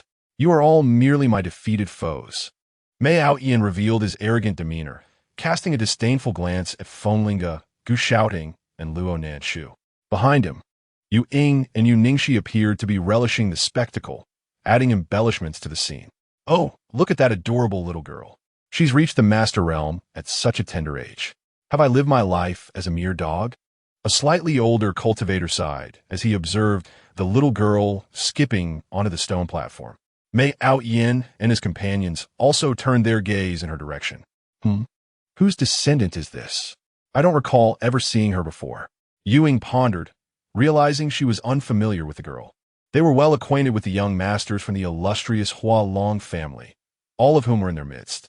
This little girl appeared to be significantly younger than them, yet she, too, was a master. The crowd of cultivators in the square fell into an unusual silence, all eagerly anticipating the little girl's display of talent. The little girl gleefully approached the stone tablet, examining it closely before placing her tiny hand into the recess. He Jianan, watching from the sidelines, clenched his fists, cheering for the little girl. Indeed, this little girl was none other than Huaner. She had already assimilated the inheritance bestowed upon her by Nie Xiao, propelling her cultivation directly into the Master Realm. Nie Xiao, observing the scene from the heavenly platform, was taken aback and remarked, "It seems this girl possesses considerable talent. Otherwise, she wouldn't have ascended to the Master Realm so swiftly." "Brother, what is talent?" Huaner inquired curiously. As Nie Xiao explained the concept to the little girl, he kept an eye on the happenings in the square. When Huaner infused her true energy into the stone tablet, its color suddenly ignited and surged upward at an astonishing speed. White, black, purple, blue, cyan, green, yellow. At this point, the audience fell into a hushed awe. No one had yet witnessed a talent above blue today, and this little girl had directly reached yellow, with the momentum indicating further ascent. The crowd held their breath, eyes wide, fixated on the unfolding spectacle. As the yellow light shone, its velocity finally began to slow, culminating in an orange glow. The author's note, Chapter 57, Testing Water. Upon witnessing the final orange glow, the crowd erupted in excitement. This little girl possessed an astounding talent. Just yesterday, they had debated for ages over a yellow talent, and now another orange had emerged. He Jinan's face flushed with pride, his countenance blooming like a chrysanthemum. He boasted to those around him in the spirit connection realm that this was his own granddaughter, eliciting waves of envy from the onlookers. Meanwhile, Huina Poodle displaying her dissatisfaction. Oomph. She glared at the stone tablet, stamped her little foot, and skipped off again. From afar, Nie Zhao's eyes sparkled with delight. This girl was impressive. Brother, why don't you go? Wana looked up at Nie Zhao with confusion. I've already tested, Nie Zhao replied with a smile. Can I test then? She asked again. After a moment's thought, Nie Zhao responded, you should be able to. Although you lack true energy, you could drop your blood on it. Vanya nodded, a glimmer of desire in her eyes. She also wished to ascertain whether she possessed a natural aptitude for martial arts. In the square, the little girl Huaner leapt joyfully to He Jinnan's side, eliciting a flurry of compliments from several practitioners of the spirit realm, which in turn filled He Jinnan with pride. Look, another orange. At that moment, the square erupted once more. A youth placed his small hand in a groove on the stone platform, channeling his true energy. This lad, with his delicate features, donned denim trousers and a white shirt, exuding an air of youthful exuberance. His jet black hair was styled in a side parting. In this society, he could aptly be described as a young heartthrob.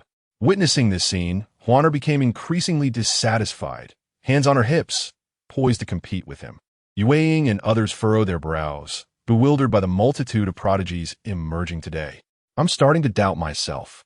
Gu Shouting sighed, shaking his head with a rueful smile. Indeed, so am I. Yu and Ningxi nodded vigorously like a chick pecking at grains. Before they could finish their discussion, the crowd of practitioners erupted again. Yellow, orange, green. Orange. The talents of the dozen or so individuals who ascended the platform were all above green. Seeing this spectacle, Yu Batian was overwhelmed with excitement. His greatest fear was failing to find a few gifted young practitioners. However, this afternoon, the children had indeed surpassed his expectations. Clearly, the previously low-key prodigies were now stepping forth to gain the favor of the Star Emperor. Yueying pressed her forehead with a look of exasperation. I hope you all don't embarrass yourselves. Mei Outyin seized the opportunity to mock a few of them. Just mind your own business, retorted several, undeterred. Bao Long, it's your turn. After another 20 or so individuals completed their tests, Feng Linga urged Mei Outyin. Mei Outyin shook his neck and leaped onto the high platform like a cannonball. The corners of Yueying and the others' mouths twitched as they remarked, as expected of Bao Long, utterly devoid of humanity. On the high platform, Nie Zhao observed this scene, his eyes sparkling with curiosity about his esteemed brother-in-law's talent. Mei Outyin, the scion of the Mei family, is he? Yes. Let us see how the descendants of the Mei family fare. They surely cannot disappoint. The crowd below buzzed with anticipation. Mei Outyin exhaled, his large hand pressing into the groove, unleashing his true energy with vigor. The colors on the stone tablet illuminated instantly, white, black, purple, soon surpassing yellow. This, of course, was within everyone's expectations, given that he hailed from a prominent martial arts lineage. When the orange hue flickered to life, Yu Baishan's smile broadened, and Yueying and the others breathed a sigh of relief. Frankly, their talents were quite comparable. If Mei Outyin could manifest the orange color, they believed they could too. Red. Look, it's red. Incredible, truly worthy of the Mei family. Just as Yueying and the others felt a moment of relief, the square erupted in a seismic wave of excitement. Shock, elation, and awe filled the air. Yu Baishan's face flushed. He comprehended how dire the future might be. With such gifted individuals, the Star Emperor would gain an invaluable ally. Nie Zhao also raised an eyebrow and nodded slightly. At this moment, Gu Shouting, Yu Ying, Yu Ningxi, Luo Nanshu, and Feng Ling Song stared in astonishment at the towering figure of Mei Outyin on the stage. in Yingxi's eyes. A glimmer of extraordinary light flickered as she gazed at this magnificent presence, her heart racing with excitement. A resounding thud startled everyone back to attention. Mei Outyan's form had crashed heavily before them. "It's your turn. Don't embarrass yourselves," Mei Outyan declared, arms crossed as he looked down at them. An air of smugness in his gaze that made them yearn to teach him a lesson. "Just wait." Feng Lingsong snorted coldly, leaping onto the stage like a blade of wind. Without a moment's hesitation, he pressed his palm against the groove, channeling his true energy into it. Once again, a vibrant red hue emerged. The crowd was now numb, their faces filled with envy and admiration. Following this, Yu Ying and the others also took to the stage for their tests. Unsurprisingly, they all manifested red, a uniform display of brilliance. "Ha ha ha, splendid, splendid." Yu Batian laughed heartily, concluding that the Academy's elite were nearly sufficient. Next, it was the turn of the spirit realm cultivators to take the stage. He Jianan, Old Master Mei Jianfeng, and others ascended one by one. As expected, the talents of those capable of reaching the spirit realm were all commendable, hovering between the green and blue zones. Notably, Mei Jianfeng achieved a yellow talent level. After all, he was the father of Mei Outyan. With such an impressive son, it was only natural that some of that brilliance had been inherited. Once the spirit realm tests concluded, Yu Batian intended to announce the end of the event. However, he was unable to resist the persistent pleas of the divine realm cultivators, so he reluctantly allowed them to test as well. Elder Yanhong, Huangzhen, the leader of the Tianjin sect, Gu Yunqing, the head of the Gu family, Old Master Mei Kaishan, and Mo Qianluo, the president of Furong Academy, all took their turns. Despite their advanced ages, they were eager to ascertain their own talents and explore the potential for further advancement. In no time, over 100 individuals had completed their tests. As anticipated, the talents of the divine realm cultivators were predominantly situated within the green and blue zones. Given their age, their potential had largely been exhausted, save for significant fortuity. Just as the crowd assumed the tests had concluded and began to rank themselves, Nie Xiao led Wanner up to the stage. "Who is this? Bringing a little girl up? Indeed, perhaps they arrived late?" The crowd buzzed with speculation, uncertain of Nie Xiao's intentions. "Brother Nie Xiao," Wanner exclaimed in delight upon spotting him, having wondered why he had not appeared until now. Meanwhile, Yu Ying and the others displayed excitement, eager to witness the talent of the king of Dongtai. However, Mei Outyan shivered slightly, admiration flickering in his eyes. This fellow, besides being the king of Dongtai, held another identity that would surely astonish them. Yu Batian, observing Nie Xiao approach with Wanner, was equally puzzled.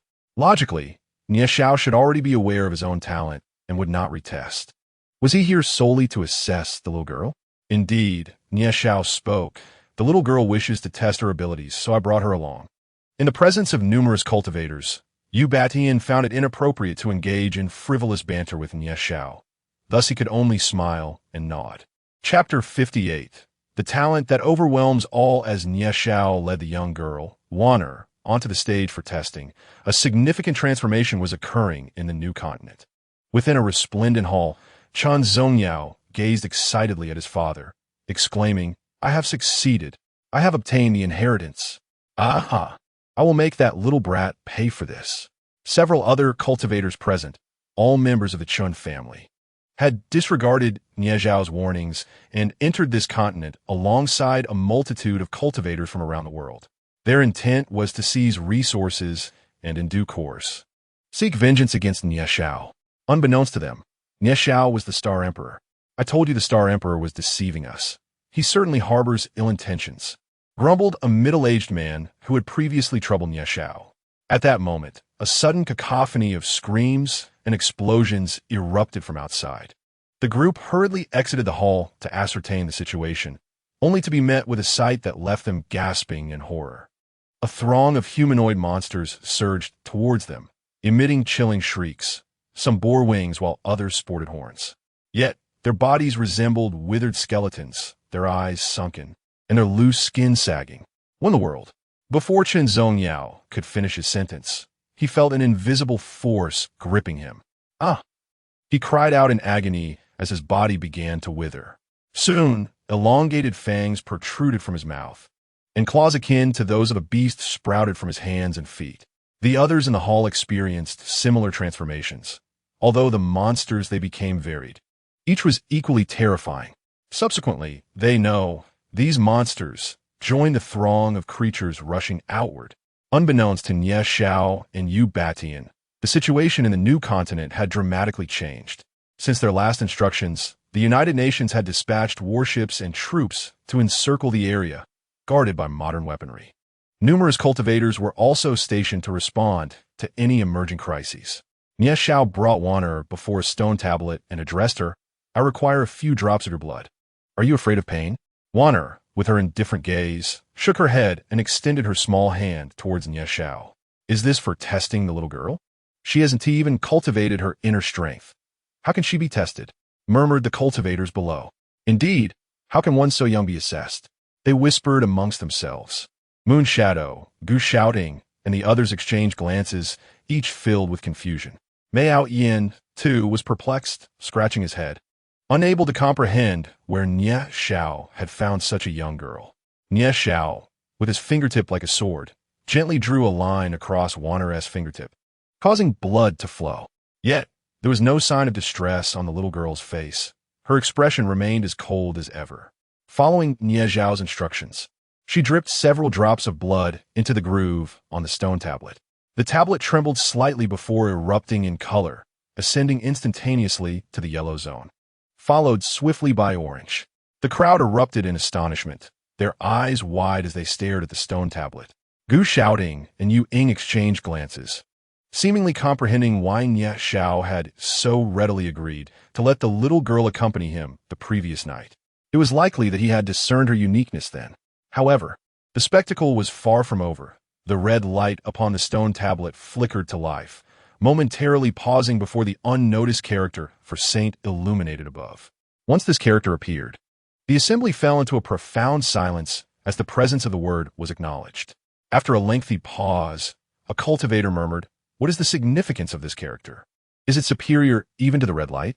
The ensuing discussions among the cultivators echoed throughout the imperial capital square.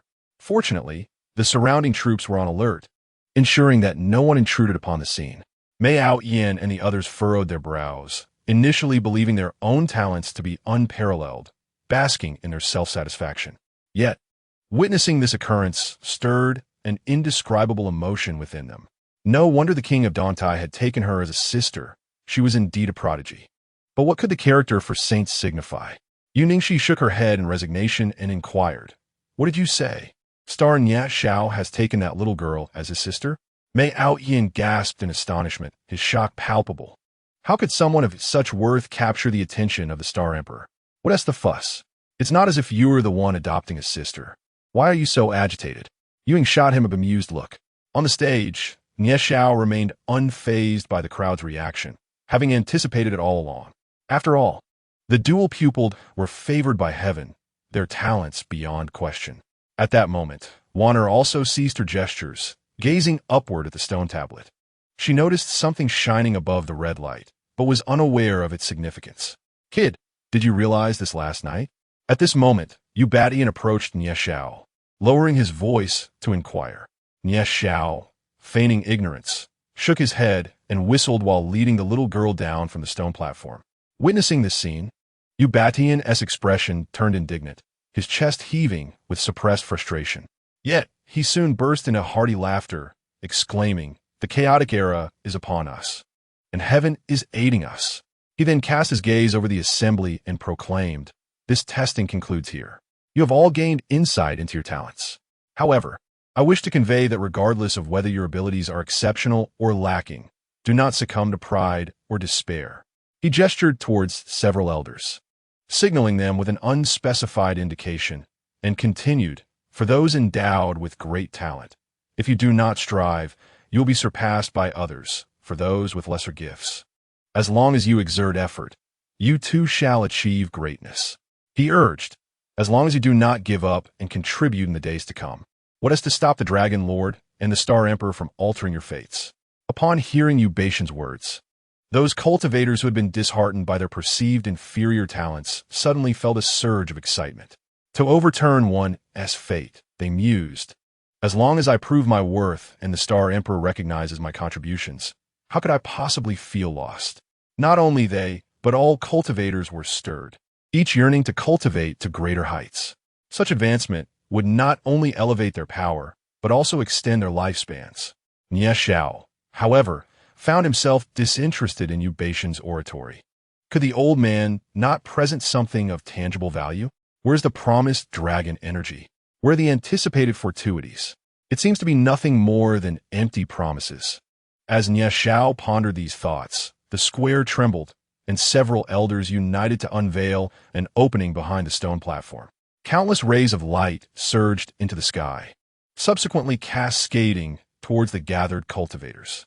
With narrowed eyes, Nie Xiao discerned that this radiant light was indeed dragon energy, albeit each strand was significantly smaller than the one he had encountered the previous day, glimmering faintly with golden hues. The sight drove the cultivators into a frenzy, their voices rising in fervent exclamations. Possessing some knowledge, they recognized this as dragon energy, which held tremendous significance for their bones and meridians. Moreover, it was said to bestow the innate abilities of the dragon lineage, elevating the nobility of their bloodlines. This was merely a fundamental opportunity, and many more potent and superior chances awaited, provided they contributed to the nation. Yu Beixian continued to rouse the crowd's emotions. Once the tumult subsided, he proclaimed, "Now, let us examine your rankings. This ranking reflects your talents and is independent of your current prowess. Those within the top 1,000 will have the honor of an audience with the Star Sovereign." Upon hearing this, excitement surged through the crowd, mingled with apprehension and anticipation, as they fixated on the stone tablet. As night enveloped the surroundings, the moon seemed to peek out, as if receiving news from the sun, casting its gaze upon the happenings in the square. Yu Beixian manipulated the stone tablet, causing it to radiate vibrant colors that alternated in brilliance. After a brief interlude of several seconds, the colors vanished, leaving only a luminous golden border surrounding the stone. Soon after, names began to emerge in the blank center of the tablet, as if inscribed upon it. Mei Out Yin, Gu Xiaoting, Feng Linga, Yu Ying, Luo Nanshu, Yu Ningxi, He Yu Huan, Yan Zhengxi, Jiang Qinyu. The foremost positions were predominantly occupied by the scions of esteemed families who had undergone testing that afternoon. The cultivators widened their eyes in anticipation, awaiting the revelation of the 1,000th name, which marked the official conclusion of the top rankings. Naturally, Yu Beixian had excluded the names of those at the divine origin realm, as they could directly receive Nie Xiao's guidance. Furthermore, he concealed the talents of Nie Xiao and Wanner, deeming it unnecessary for these prodigies to occupy 2 additional slots. Thus, the Hulong Martial Assembly reaches its conclusion. Those ranked within the top 1,000 and the divine origin cultivators, please proceed to the stage. The rest may return, however. Do remember to absorb the dragon energy within you first, after which arrangements will be made for your subsequent endeavors. Following Yu Beixian's remarks, he observed the dejection of those ranked lower, especially those hovering on the brink of the 1,000th position. Nevertheless, despite their disappointment, they began to depart. After all, with lesser talents, they would simply need to invest more time in cultivation to eventually catch up. In due course, their contributions might grant them opportunities from the Star Sovereign to alter their fates.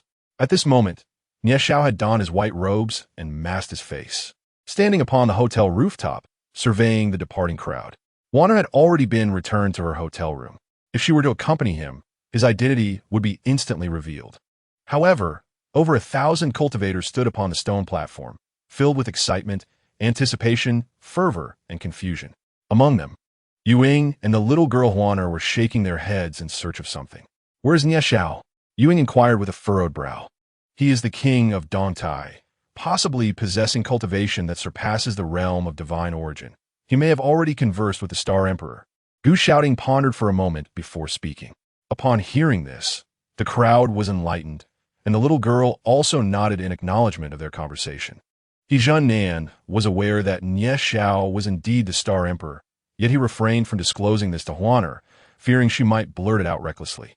Approximately 10 minutes passed when Yu Beixian, accompanied by a grand entourage, entered the imperial conference hall. The crowd harbored excitement and anticipation, eager for a close encounter with the Star Emperor, whom they revered above all. Once seated, Eubatean took his place at the head of the gathering. In such circumstances, it was customary for the nation's official representatives to lead. With the Dragon Lord absent, he was obliged to occupy the main seat. Prepare the questions you wish to pose to the Star Emperor, but refrain from asking trivial matters. In a moment, the Star Emperor will first convey the purpose of your gathering, followed by your opportunity to inquire. Eubatean addressed the throng of over 1,000. The crowd erupted in a flurry of discussion, realizing that the Star Emperor would not prolong the meeting nor allow each individual to pose a question. Thus, they collectively formulated their inquiries, agreeing on several common questions to be asked in succession by a few representatives. This approach was both time-efficient and aligned with the group's sentiments. Eubatean observed this scene with a nod of appreciation. These cultivators were not only gifted but also remarkably astute. Such individuals were precisely what they desired. Everyone has worked hard, he announced as a voice resonated through the hall, and suddenly, Nie Zhao's figure appeared beside Eubatean. The Star Emperor has arrived, someone exclaimed, filled with excitement. Salute to the Star Emperor.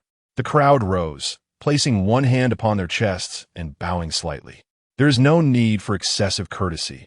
Everyone, please be seated. Nie Zhao gestured with a wave of his hand, using his true essence to support the bodies of those attempting to bow. Once seated, their eyes gleamed with excitement as they gazed upon this figure above them. Though clad in a white robe and wearing a mask, it did little to conceal the admiration of the crowd. Mei Aoyan's reaction was different. He regarded Nie Zhao's form with a complex expression, unsure of how to face this person in the future. You may not yet understand why I have gathered you all here. Allow me to share my thoughts. Without further ado, Nie Zhao articulated the purpose of establishing the academy and the direction for future development. The audience was momentarily stunned, but soon thereafter, they erupted into exhilarated cheers. This meant they would officially have close access to the Star Emperor, and they could seek guidance on cultivation matters at any time. Moreover, resources would be allocated and martial arts techniques shared. What could be more exhilarating than this? Now everyone please quiet down. Nie Zhao and the others gradually regained their composure and spoke. As the inaugural cohort of the academy, you are the elite and the very foundation upon which this institution is built.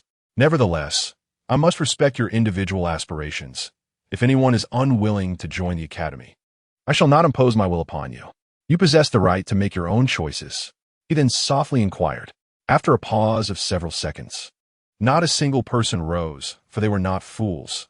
The opportunity lay before them, and who would not desire it? Very well. You may now pose your questions to me. Once I have answered you, you may return and await further instructions. He surveyed the crowd. Greetings, esteemed Star Sovereign. I am Yin Zhengxi from Yunnan, and I wish to inquire on behalf of those around me. Are there any methods to swiftly enhance our cultivation? How can we, like your excellency, quickly break through to higher realms? As soon as Nie Zhao finished his words, a youth stood up excitedly to ask. This boy was the one who had tested with an orange talent after the little girl, Huaner, earlier that afternoon, dressed in jeans and a white t-shirt, embodying youthful exuberance. Hello. You have already reached the master realm at such a tender age, far surpassing my early achievements. Nie Zhao first praised the youth before continuing. To rapidly elevate your cultivation, ancient practitioners often relied on external forces, such as elixirs. Elixirs? The crowd's eyes sparkled momentarily, only to dim again, for in these times, elixirs were exceedingly precious, and alchemists were a rarity, existing in scarce numbers. Indeed, elixirs. Once our academy is established, I will select a few gifted alchemists and artisans for training, as they are indispensable to practitioners. Of course, aside from elixirs, there is another method. He elaborated slowly. What method? The audience listened intently, ears perked up. That is to transcend one's limits and unleash one's potential. I too achieved this in my time. As many are aware, the perilous moment when the demon continent broke its seal was fraught with danger. It was my cohort of practitioners who risked their lives to repel those malevolent forces. Time and again, I surpassed my own limits, drawing forth my potential, and thus, I stand before you today. He narrated, akin to recounting a tale. Hearing this, admiration welled anew in the eyes of the crowd. Had it not been for the rise of the Star Sovereign, who could fathom the state of the world today? They would likely not have had the opportunity to cultivate it all. Now, I do not recommend that you immerse yourselves in perilous circumstances for your cultivation. My path was one of necessity. Wait until the time is right before confronting those malevolent beings. Next question. Nie Zhao gestured dismissively and continued. Aye. As soon as Nie Zhao's words fell, a practitioner of internal strength sprang to his feet, exclaiming excitedly. Laughter erupted from the crowd, and he sheepishly scratched his head, saying, Greetings, Star Sovereign. My name is Xiao Yunzong, hailing from the western regions. Although my cultivation is modest, I still wish to ask what realms lie ahead and what one should be mindful of when breaking through each stage. As soon as he finished his inquiry, the eyes of others lit up with interest, clearly indicating that this was a question of great concern to each of them. Nie Zhao slightly nodded, yet upon observing the likes of Mei Outyin and Yuing, whose eyes sparkled with intrigue, he inquired with a hint of perplexity, What realms are you all aware of? I only know that after inner strength comes the master realm, followed by the spirit connection and divine essence realms, beyond which I am at a loss. Xiong Yunzong confessed, somewhat abashed. And you all? Nie Zhao scanned the assembly once more. The gathered practitioners subtly shook their heads, indicating their ignorance. Aren't the great families like Hualong supposed to have legacies? How can you be unaware of the subsequent realms? Nie Zhao questioned curiously, turning to Yu Batian beside him.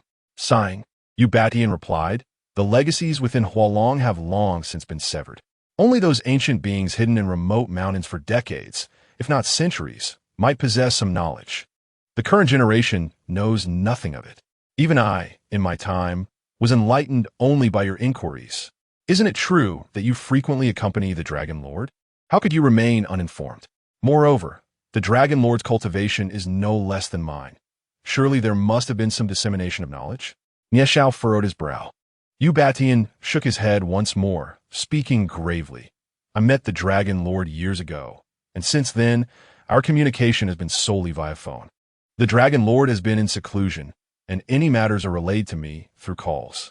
Upon hearing this, Nie Zhao nodded slightly. He raised his gaze to the assembly, pondering for a few moments before articulating slowly. Logically speaking, for practitioners at the inner strength and master realms, knowledge of the subsequent spirit connection and divine essence realms should suffice. Knowing too much may not serve you well. However, since some among you have attained the spirit connection and divine essence realms, I shall briefly expound on these. Though targeted instruction will be provided upon your arrival at the academy, I shall refrain from discussing how to transcend from inner strength to master. As I trust you are all aware, to break through from master to spirit connection, one must transform true energy into true essence and then establish your divine pool. Transitioning from spirit connection to divine essence requires refining your soul into divine consciousness using true essence and consolidating it within your divine pool. Upon reaching this stage, practitioners can wield the power of divine consciousness, commonly referred to as spiritual force. This realm serves as a critical juncture, distinguishing the greatest difference between ordinary individuals and practitioners: longevity. You are undoubtedly aware that upon achieving the divine essence realm, a practitioner's lifespan extends beyond 200 years, and they can truly take flight. Nie Zhao paused momentarily, allowing the assembly to absorb this information before continuing. For practitioners in the divine essence realm, physical death does not equate to true demise, for you have amalgamated your soul and spirit into divine consciousness. The divine consciousness can exist independently of your physical form for a time. Therefore, in future battles, should one be unfortunate enough to lose their corporeal body, it is imperative to safeguard your divine consciousness. Lord Xinghuang, can we still regain our human form? A practitioner queried. Nie Zhao nodded affirmatively, stating, provided you locate a suitable body, resurrection is possible. This is a common tactic employed by those of the demonic path, body snatching. However, remember, unless absolutely necessary, do not inhabit another's body unless you exist solely as divine consciousness and find a body devoid of its own soul nearby. Everyone nodded in understanding. They were well aware of Nie Zhao's intentions and would never commit any heinous acts. Your Majesty, What realm follows the divine origin? At this moment, Ewing could no longer contain her curiosity and stood up to inquire. She was already well-versed in the realms preceding the divine origin and was particularly eager to understand what lay beyond and how to transcend it. This was a mystery even her master, the venerable Yun Hong, could not unravel. Indeed, when Ewing posed her question, the elders of the divine origin realm pricked up their ears, their faces flushed with anticipation. This was a question they had pursued throughout their lives, yet had never comprehended. Nie Xiao turned to the assembly of divine origin practitioners and spoke slowly. Beyond the divine origin lies the destiny. Destiny? The crowd erupted in a clamor. Engaged in animated discussion, Nie Xiao recounted the circumstances he had previously shared with Yu Ba Tian, igniting excitement among the listeners. So that is it. So that is it. A divine origin cultivator laughed heartily, his aged face contorting with joy. Yun Hong and others, such as Gu Yunqing, were equally exhilarated. The cultivation path, which had long been severed, was finally being renewed. What comes next, Your Majesty? One practitioner eagerly shouted. Knowing this much is sufficient for now. Come back to me when you have attained the pinnacle of destiny. Nie Xiao waved his hand dismissively. Just then, Yu Ba Tian's phone rang. He glanced at the caller ID and frowned before answering.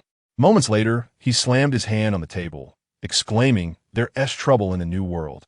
According to reports from the front lines, a large number of monsters have emerged, killing many with their formidable strength. The cultivators cannot hold them back. Trouble? The clarity with which the Star Sovereign had warned them was forgotten by those fools who had ventured forth. This was dire news. The other cultivators hastily rose, murmuring amongst themselves, "I will assess the situation. You take those above the spirit connection to provide support." Nie Xiao declared decisively. If those monsters breached the defenses and spread across the world, it would spell disaster. Moreover, this was undoubtedly a scheme by the sinister entities. Once unleashed, they would surely incite a series of calamities. Chapter 61. The imperial family breaks the seal. Yu Ba Tian nodded, conveying the gravity of the situation to the others. While Nie Xiao vanished from sight, he returned to the hotel, gathered Wan Er, and delivered her to the Jiyu Villa, where he briefed Mei Ao Shui before hastily departing. Little Duo watched her father come back only to disappear again, accompanied by a girl slightly older than herself. Her large eyes filled with confusion as she fixed her gaze on Wan Er. Meanwhile, Mei Ao Shui brought Wan Er and Duo together, providing them with a plethora of toys to play with while she casually asked Wan Er a few questions. As Nie Xiao materialized in the West Ocean, cultivators from around the world were hastily making their way there, acutely aware of the seriousness of the situation. Reports indicated that the monsters unleashed were once the cultivators who had entered in search of opportunities. However, upon transforming, their powers had surged, rendering even those of the spirit connection realm powerless against them. The official representatives of the United Nations have deployed advanced weaponry to conduct bombings. Yet they have only succeeded in eliminating a fraction of the weaker monsters. Various nations are steadfastly defending their coastal territories across the continent. But some of the more vulnerable countries are unable to hold their ground and can only call upon more powerful nations for assistance. Nie Xiaosa circled around the coastline of the New World, intervening to resolve several critical situations that were on the verge of collapse. At this moment, practitioners from various countries had also arrived, dispatching their most skilled cultivators to safeguard their respective domains. Meanwhile, national leaders convened to discuss their forthcoming strategies. In the Huazhong Kingdom, within a mist-laden valley of the Changbai Mountain, a resounding boom echoed, causing the valley to tremble momentarily. The fog dissipated, revealing an ancient structure. Our imperial family has finally broken free from the seal. One voice boomed, filled with triumph. Those fools back then lacked the energy to deal with us and chose merely to seal us away. They never anticipated our swift return. Ha ha ha. We have come back to this world, and you shall inevitably bow before us. The sounds of laughter resonated throughout the valley as several figures soared skyward from the ancient edifice. Clad in long robes, they included an elderly man with white hair, a robust middle-aged figure, and several youths in their 20s and 30s. Yet, the aura they exuded was considerably more potent than that of the old monster slain by Nie Xiaosa. Within this ancient structure, Many others were shouting in excitement, elated at the prospect of returning to this world. Unbeknownst to Nie Xiaosa, he felt an inexplicable urge to glance in that direction, subsequently furrowing his brow. Why do so many events seem to converge at once? He sighed, shaking his head in dismay. In a secret chamber within the imperial capital of Huazhong, the Dragon Lord opened his eyes momentarily before closing them once again. Sure, Tian, are you truly indifferent to all that transpires? That young man may struggle to manage everything alone, remarked a middle-aged man seated nearby, surrounded by several elder practitioners. Junyu, it is not yet time for us to intervene. Remember, these are mere skirmishes. We must remain concealed. Those individuals are currently devising plans against that young man, and we can only act as the ultimate trump card, the Dragon Lord replied. Falling silent thereafter, Junyu and the accompanying elders nodded in agreement, choosing not to speak further. Meanwhile, in the Western Ocean, Yu Batian and the leaders of other nations were engaged in discussions. A large screen before them displayed various developments along the coastline of the New World. Just as they were deliberating, a breach occurred at one of the coastlines, and a horde of monsters surged forth. This is bad. They have broken through. Quickly, send reinforcements, cried one of the officials in panic. Damn it, it's that nation, Yu Batian exclaimed angrily, recognizing the possibility that the Tianzhong Empire had colluded with the monsters. Now, they had intentionally unleashed these creatures. He cast a furious glance at the representative of the Tianzhong Empire, but lacking evidence, he could only feign ignorance. At this moment, Nie Xiao had arrived at the location where the monsters emerged. He struck downward with a palm, channeling his understanding of the path of life along with a trace of world power.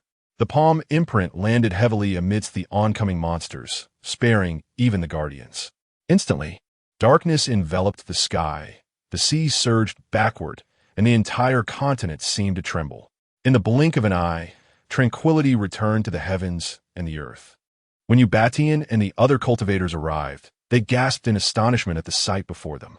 Star Emperor, how could you annihilate our cultivators alongside the monsters? The leader of the Tianzhong Empire, witnessing Nie Xiao obliterate both the monsters and their nation's cultivators with a single strike, was consumed by fury. Yet before the Star Emperor, he dared not act rashly, suppressing his rage to inquire. Do you need me to clarify further? Nie Xiao retorted coldly. A wave of his imposing aura sent the leader hurtling backward, blood spilling from his lips. As he gazed at Nie Xiao, clad in white robes, he lowered his head, though resentment flickered in his eyes. You lured them all to this place. I shall deal with them in one fell swoop. Nie Xiao commanded the assembly. Can you handle this alone, young one? Yu Batian asked, brow furrowed, aware that numerous Destiny Realm monsters had emerged. Upon seeing Nie Xiao nod, they set about their arrangements. While the leader of the Tianzhong Empire appeared at a loss for what to do, in a nameless space, a serpentine being resembling a white python sat at a stone table, listening to reports from its subordinates. To lure them to one place for annihilation, I shall grant you a grand gift. May you withstand it. It chuckled ominously after receiving the report. After 3 to 4 hours, the monsters surged from the continent toward Nie Xiao, who sat at the breach. Some flew through the air, while others raced along the ground, their speed far surpassing that of cultivators at the god Origin Realm. Their eyes glowed a fierce red, as if under some form of control. The sky gradually brightened, a hint of white appearing in the eastern horizon. Nie Xiao's expression shifted as he observed the approaching monsters. Could there be creatures surpassing the Destiny Realm? A monstrous being, towering several meters above the rest, charged toward Nie Xiao at breakneck speed, arriving before him before he could react. It swung a massive axe downward. In a flash, Nie Xiao evaded to the creature's rear and delivered a powerful punch. With a resounding impact, his fist struck the creature's back, causing it to stumble forward with a thunderous roar. At this moment, the majority of the monsters had already emerged from the continent, a vast, chaotic mass. Anyone with a fear of clusters would surely feel their scalp prickling at the sight. Meanwhile, Nie Xiao furrowed his brow, realizing that even with 30% of his strength, he had merely staggered the creature a few steps. Chapter 62. The Realm of Awakening. At this time, Yu Batian and the leaders from other nations had also returned, dispatching numerous cultivators to surround the weaker monsters.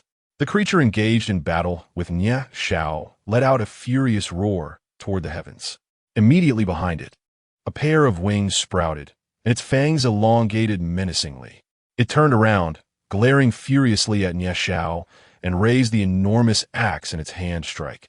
Not wishing to engage in a prolonged battle, Nye Xiao unleashed 50% of his power, destroying a mortal pagoda palm. He exclaimed, delivering a powerful palm strike towards the monstrous figure before him. In an instant, the palm imprint collided with the creature's massive axe, resulting in a thunderous crash that sent the beast flying, crashing into the surface of the sea. Yet, the creature rose once more, howling in rage towards the heavens. With its roar, the smaller monsters surrounding it surged towards its colossal form. Nye Xiao furrowed his brow. He sensed something was amiss with these creatures, but refrained from acting hastily. As the number of smaller monsters increased, a whirlwind began to swirl around the axe-wielding beast, sweeping up all the nearby minions. To Nye Xiao and Yu Baishan's astonishment, these creatures fused together. Indeed, they merged. Thousands of monsters coalesced into an enormous, supersized beast, retaining the original form of the axe-wielding creature, but magnified 100-fold. Upon sensing its overwhelming aura, Nye Xiao's pupils constricted in disbelief. It had transcended the realm of destiny and enlightenment to reach the realm of ascension. Unbelievable, he gasped. The colossal monster emitted a deafening roar. Its crimson eyes fixated on Nye Xiao. Kid, run quickly. Let's try nuclear weapons. Yu Batian shouted, feeling the creature's immense power from several kilometers away, comparable to that of the former evil demon sovereign. Nye Xiao remained composed, standing with his hands clasped behind him, fixated on the behemoth. Perhaps sensing Nye Xiao's provocation, the monster's wings flared, and its massive body surged forward like a tidal wave towards him. It raised its formidable axe and brought it down with tremendous force. Oof! Nye Xiao scoffed, vanishing in an instant, reappearing behind the creature. Although the beast had attained the realm of ascension, it was still not agile. Nye Xiao delivered a powerful punch to its back. The creature appeared to feel the impact, stumbling forward 2 steps, then flapping its wings in an attempt to swat Nye Xiao away. However, he vanished once more, utilizing the path of time and space. Realizing it could not match Nye Xiao's agility, the creature summoned another whirlwind, revealing its new form, a dual-faced monster, with 2 arms and a face on the front and the same on the back. Nye Xiao slightly raised an eyebrow at this clever adaptation. Yet, he reappeared above the monster's head, right in its blind spot, and descended rapidly. Mountain and river step, he shouted. His foot instantly grew immense, glimmering with golden light.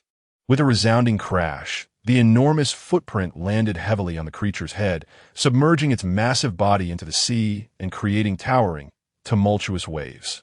However, before Nye Xiao could react, an enormous fist, unparalleled in size, hurtled towards him amidst the towering waves. His minuscule form, dwarfed by the fist, was sent flying, crashing into countless towering trees within the new world. Kid, Yu Batian exclaimed, his pupils constricting at the sight, his voice booming. The other leaders from various nations beside him broke into a cold sweat. If even the Star Emperor could not contend with such a monstrous being, who could possibly prevail? Was the world to be doomed? Yet, from a distance, amidst the clouds, the representative of the Tianzhong kingdom wore a sardonic smile.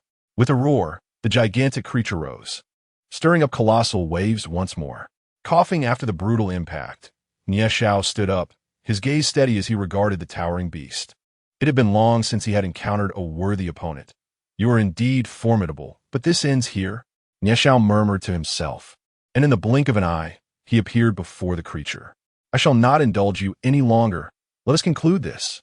He gazed skyward, raising his hand with his index and middle fingers pointed toward the heavens. Sword of Heaven's judgment. With his low incantation, a thunderous crack echoed, and the sky ripped apart. Gradually, his arm descended, and a colossal sword of light plunged down from the rift, settling before Nye Xiao.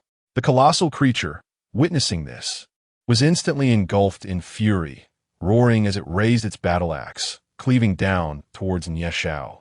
In response, Nye Xiao grasped the hilt of the enormous sword with one hand, slicing horizontally.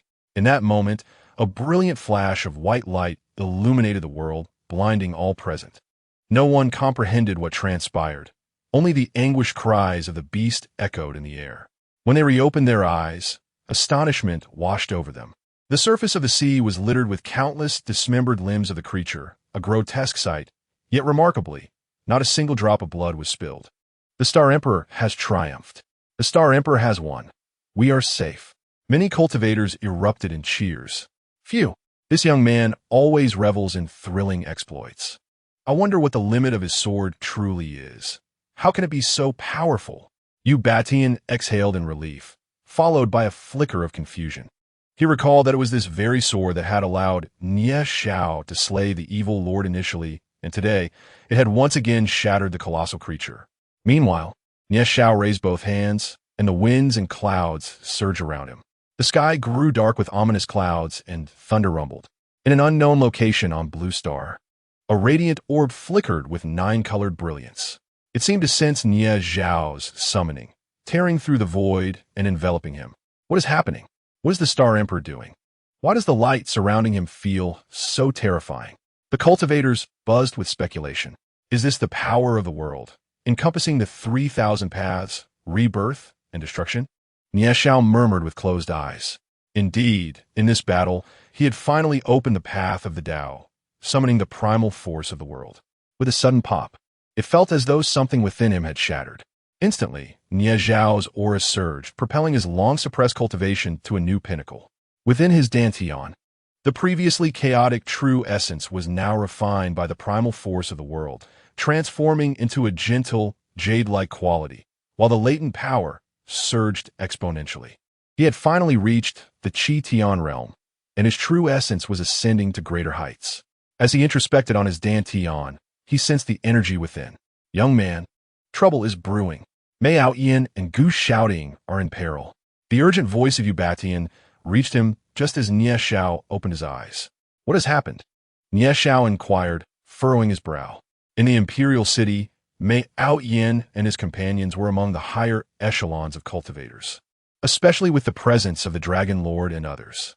Batian relayed the news he had received, and a glint of murderous intent flickered in Nie Xiao's eyes. No wonder he had sensed the shift in energy across various locations in the country. It turned out the sealed ancient clans had broken free. The Moon Shadow Girl and several other enchanting beauties have been forcibly abducted. I will return with them immediately, Batian declared, hastening back with experts from the divine origin and spirit connection realms. Sighing, Nie Xiao pondered the Dragon Lord's inaction, allowing such chaos to unfold.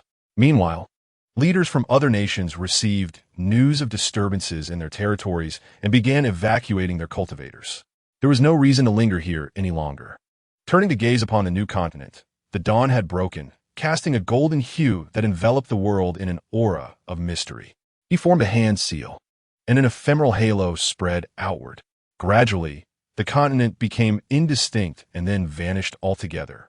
Yes, he had utilized the power of the world to reseal this land. Yet it would not hold for long. Nevertheless, given the current situation, a delay of a year or so would suffice. Once finished, his figure flickered and disappeared. In the Huolong Kingdom, in the region of Changbai Mountain, a bald man clad in a black robe laughed heartily. Ha, brothers. My elder brother and I have brought back some lovely ladies, though their cultivation is rather lacking.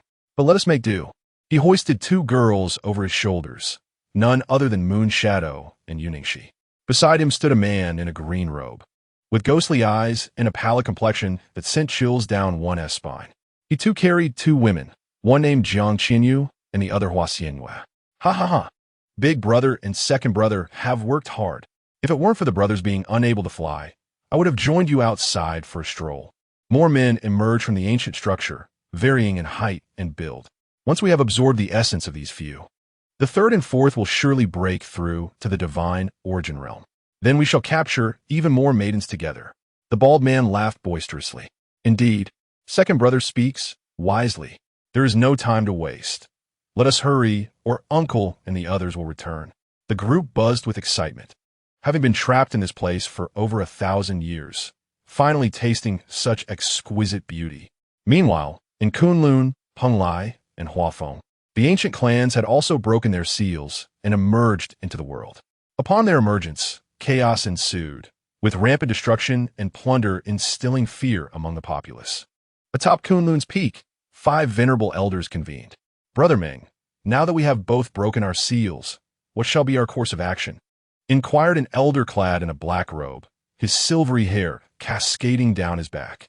He was Xing Wushang, the ancient patriarch of the Xing clan, recently liberated from his confinement in Huafeng. "Indeed, Brother Yunyu," interjected Lu Lifeng, the patriarch of the Penglai Lu clan, "we 5 great families once looked to you for guidance. Now that we have emerged into this world, what lies ahead for us?" Lu Lifeng, stooped and frail, was adorned in tattered hemp robes, a mere few strands of white hair remaining, supported by a sturdy cane. The remaining 2 elders presented a stark contrast. One, a gaunt figure clad in yellow robes, was Di Wuxia, the patriarch of the Changbai Mountain Di family.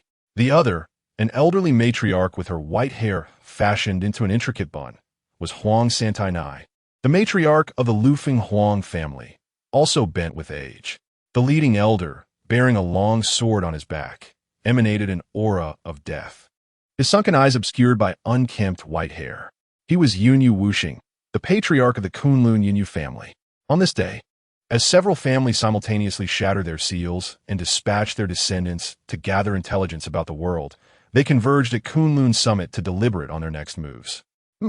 Those individuals were initially too preoccupied to contend with us, granting us the opportunity to recuperate. Now, in this world, there exists no formidable cultivator. We shall reign supreme. Is there a need for me to elaborate? Yunyu Wuxing scoffed, his eyes narrowing slightly.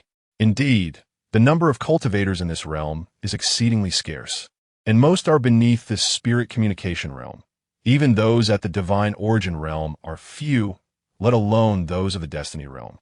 I perceive, Brother Yunyu, that you have ascended to the threshold of the celestial awakening. How delightful and commendable. Di Wuxia flattered, earning an appreciative nod from Yunyu Wuxing. What? Brother Yunyu, you have taken this significant step. My heartfelt congratulations. Huang Santai Nai joined in the accolades, clasping her hands in respect. The other patriarchs likewise bowed in deference to Yunyu Wuxing, though their true thoughts remained concealed within their hearts. As their discussions unfolded, a young man clad in a bright red robe and adorned with a feathered crown soared above Jiu City. He was Lu Yunlong, the eldest son of the Penglai Lu clan, dispatched to gather intelligence as per his family's directive. Upon his arrival in Jiu City, he furrowed his brow. Sensing a formation of the divine origin realm, it was evident that a cultivator resided here, and he was eager to make their acquaintance. Furthermore, he could glean substantial information about the current state of the world from this individual, sparing himself the folly of wandering aimlessly like the others. With that, he directed his descent towards the formation, which was none other than the sun and moon gathering spirit array, set by Nyeshao. His figure flickered and materialized before the grand entrance of the luxurious villa at Nanshan Shu, where he scrutinized the opulence before him, shaking his head slightly. It was a far cry from the residences of his own Lu family. He then struck the villa's door with his palm, producing a resounding crash that reverberated through the entire estate. However, the anticipated scene of the grand door being shattered did not unfold. Instead, Lu Yunlong's palm imprint was swiftly consumed by the formation, followed closely by a precisely identical palm imprint hurtling towards him. The rebound formation. He shouted in alarm and retaliated with another punch, the force of his fist colliding with the palm imprint, dissipating into oblivion. Such a formidable formation. If it were not for my recent breakthrough into the destiny realm, I might have fallen victim to your trickery. Lu Yunlong's expression darkened as he contemplated exerting all his strength to dismantle this formation. Who are you, and why are you vandalizing my home? At that moment, Mei Aoshuang emerged from the house, flinging open the villa's grand door. Upon witnessing an individual dressed in stark contrast to modern society vandalizing the entrance of her villa, she was momentarily taken aback. Meanwhile, Lu Yunlong was captivated by the sight of such a stunning beauty, his eyes glinting with interest as he appraised Mei Aoshuang's alluring figure, igniting a spark of desire within him. Is it possible for someone from this modern society to possess such exquisite features? Though she lacks cultivation, that does not preclude my amusement. Mei Aoshuang, sensing Lu Yunlong's gaze, felt a wave of revulsion wash over her. Shameless scoundrel, if you do not leave at once, I shall call the police. Lu Yunlong, utterly oblivious to the concept of calling the police, felt no fear. Instead, he unleashed another punch at the formation, channeling 50% of his strength. Chapter 64. The Peril of Mei Aoshuang. Mei Aoshuang stood inside the door, initially hoping to intimidate Lu Yunlong into retreating. With a thunderous roar, his black fist energy collided heavily against the formation. A sharp crack echoed as the formation became riddled with fissures, appearing as though a mere nudge could shatter it. A devilish smile crept across Lu Yunlong's lips as he beheld the beauty who was soon to become his thrall, stirring an exhilarating thrill within him. I warn you, my brother-in-law is also a cultivator and will return shortly. If you do not depart, you shall face dire consequences. Mei Aoshuang began to feel a twinge of fear. With only herself and Wanner at home, if this intruder were to breach the threshold, he would undoubtedly pose a threat to her safety. At that moment, the commotion drew the attention of others from the nearby villas, who gathered to witness the unfolding chaos. Well aware that the esteemed villa on the mountaintop was connected to the He family, who would dare disrupt the peace here? Moreover, many from a sales office rushed over to ascertain the cause of the disturbance. Who are you, and why are you forcibly intruding upon my brother's home? At that moment, Hao Chong spotted a man clad in eccentric attire vandalizing Nie Zhao's property and was immediately consumed by rage. Observing the growing crowd around him, Lu Yunlong smirked mischievously, then suddenly unleashed a wave of energy that surged towards the onlookers. In an instant, the force of his presence sent the crowd sprawling backward, crashing to the ground and succumbing to unconsciousness. Several elderly individuals lost their lives in the chaos. Hao Chong was also hurled down the mountainside, his fate uncertain. You dare to take advantage of your status as a cultivator to trample upon lives. Mei Aoshuang had just sent a message to Nie Zhao, her heart finally settling amidst the turmoil. Wait for me, my dear. Soon, I shall reveal to you the true essence of a woman's joy, chuckled Lu Yunlong ominously, before delivering a powerful strike upon the array. With a resounding crack, the formation shattered, and he strode into the depths, hands clasped behind his back. The spiritual energy here is so rich, truly befitting a practitioner of the divine origin realm. It rivals our Peng Lai. Lu Yunlong inhaled deeply, marveling as he moved swiftly forward. At this moment, Mei Aoshuang had retreated to the courtyard, determined to keep the presence of Wanner hidden from this man, lest they both find themselves in peril. Halt! If you dare to act recklessly, my brother-in-law will not spare you. Mei Aoshuang shouted, pointing an accusatory finger at Lu Yunlong. Let your brother-in-law come, then, just in time, I shall indulge myself in your presence before him. Lu Yunlong laughed heartily. In an instant, he appeared beside Mei Aoshuang, raising his hand to conjure an invisible force that bound her, rendering her immobile. Just as Lu Yunlong reached for Mei Aoshuang's delicate face, a fissure opened in the air before her. A hand, as white as jade, emerged and gently pressed against Lu Yunlong's chest without force. With a splutter, Lu Yunlong was sent reeling backwards, blood gushing from his mouth, and he crashed outside the villa's gate. Then, Nie Zhao stepped forth from the rift. Brother-in-law, you have finally arrived. Mei Aoshuang exclaimed, her anxious heart now at ease upon seeing Nie Zhao. Are you unharmed? Nie Zhao inquired, glancing back. Mei Aoshuang, her eyes sparkling, shook her head vigorously. Nie Zhao advanced slowly, the smile that once adorned his face now replaced by a chilling demeanor. You have actually reached the realm of entry, and your cultivation is of the way of time and space. Lu Yunlong, curled on the ground and clutching his abdomen, stared at Nie Zhao in horror. He could scarcely fathom that someone from the mundane world had attained such heights, and to encounter him was indeed a stroke of ill fortune. Moreover, this individual was of similar age, having mastered the most challenging of the 3,000 paths, the way of time and space. If the ancestor were to learn of this, he would undoubtedly extract the young man's insights through soul-searching. I must inform the ancestor, Lu Yunlong thought anxiously. However, Nie Zhao paid no heed to Lu Yunlong's inner turmoil. He reached out, and Lu Yunlong's body was drawn toward him. What do you intend? though you have entered the realm of entry. My ancestor has achieved the great perfection of entry. He is currently in conference with the ancestors of the other 5 clans. Should you harm me, they will not let you off lightly. Lu Yunlong struggled as Nie Xiao grasped his throat. Ignoring Lu Yunlong's protests, Nie Xiao pointed a finger at his forehead. No, please. Do not. You dare to search my soul? No. Lu Yunlong's agonized cries echoed across the mountaintop. Indeed, Nie Xiao harbored no compassion for such a man. Directly employing the soul-searching technique, he sought to unravel the mysteries of these ancient families that had long been sealed away, to discern their true power. Atop Kunlu Mountain, Lu Laifeng, who had been smiling moments before, suddenly shifted to a countenance of grave concern, his gaze turning cold. Long Air has encountered a grave incident. He has indeed transcended to the destiny realm. To think there exists someone in this mundane world capable of rivaling him is alarming, he exclaimed in horror, then vanished without a trace. The remaining 4 narrowed their eyes, casting their gaze toward the direction from which Lu Laifeng had disappeared. It appears that there are indeed individuals in this world who can defeat cultivators of the destiny realm.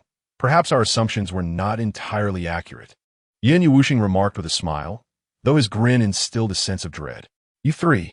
Swiftly dispatch individuals to uncover the current state of this world and ascertain who the most formidable among them is. Yin Yuwushing commanded without delay. Understood.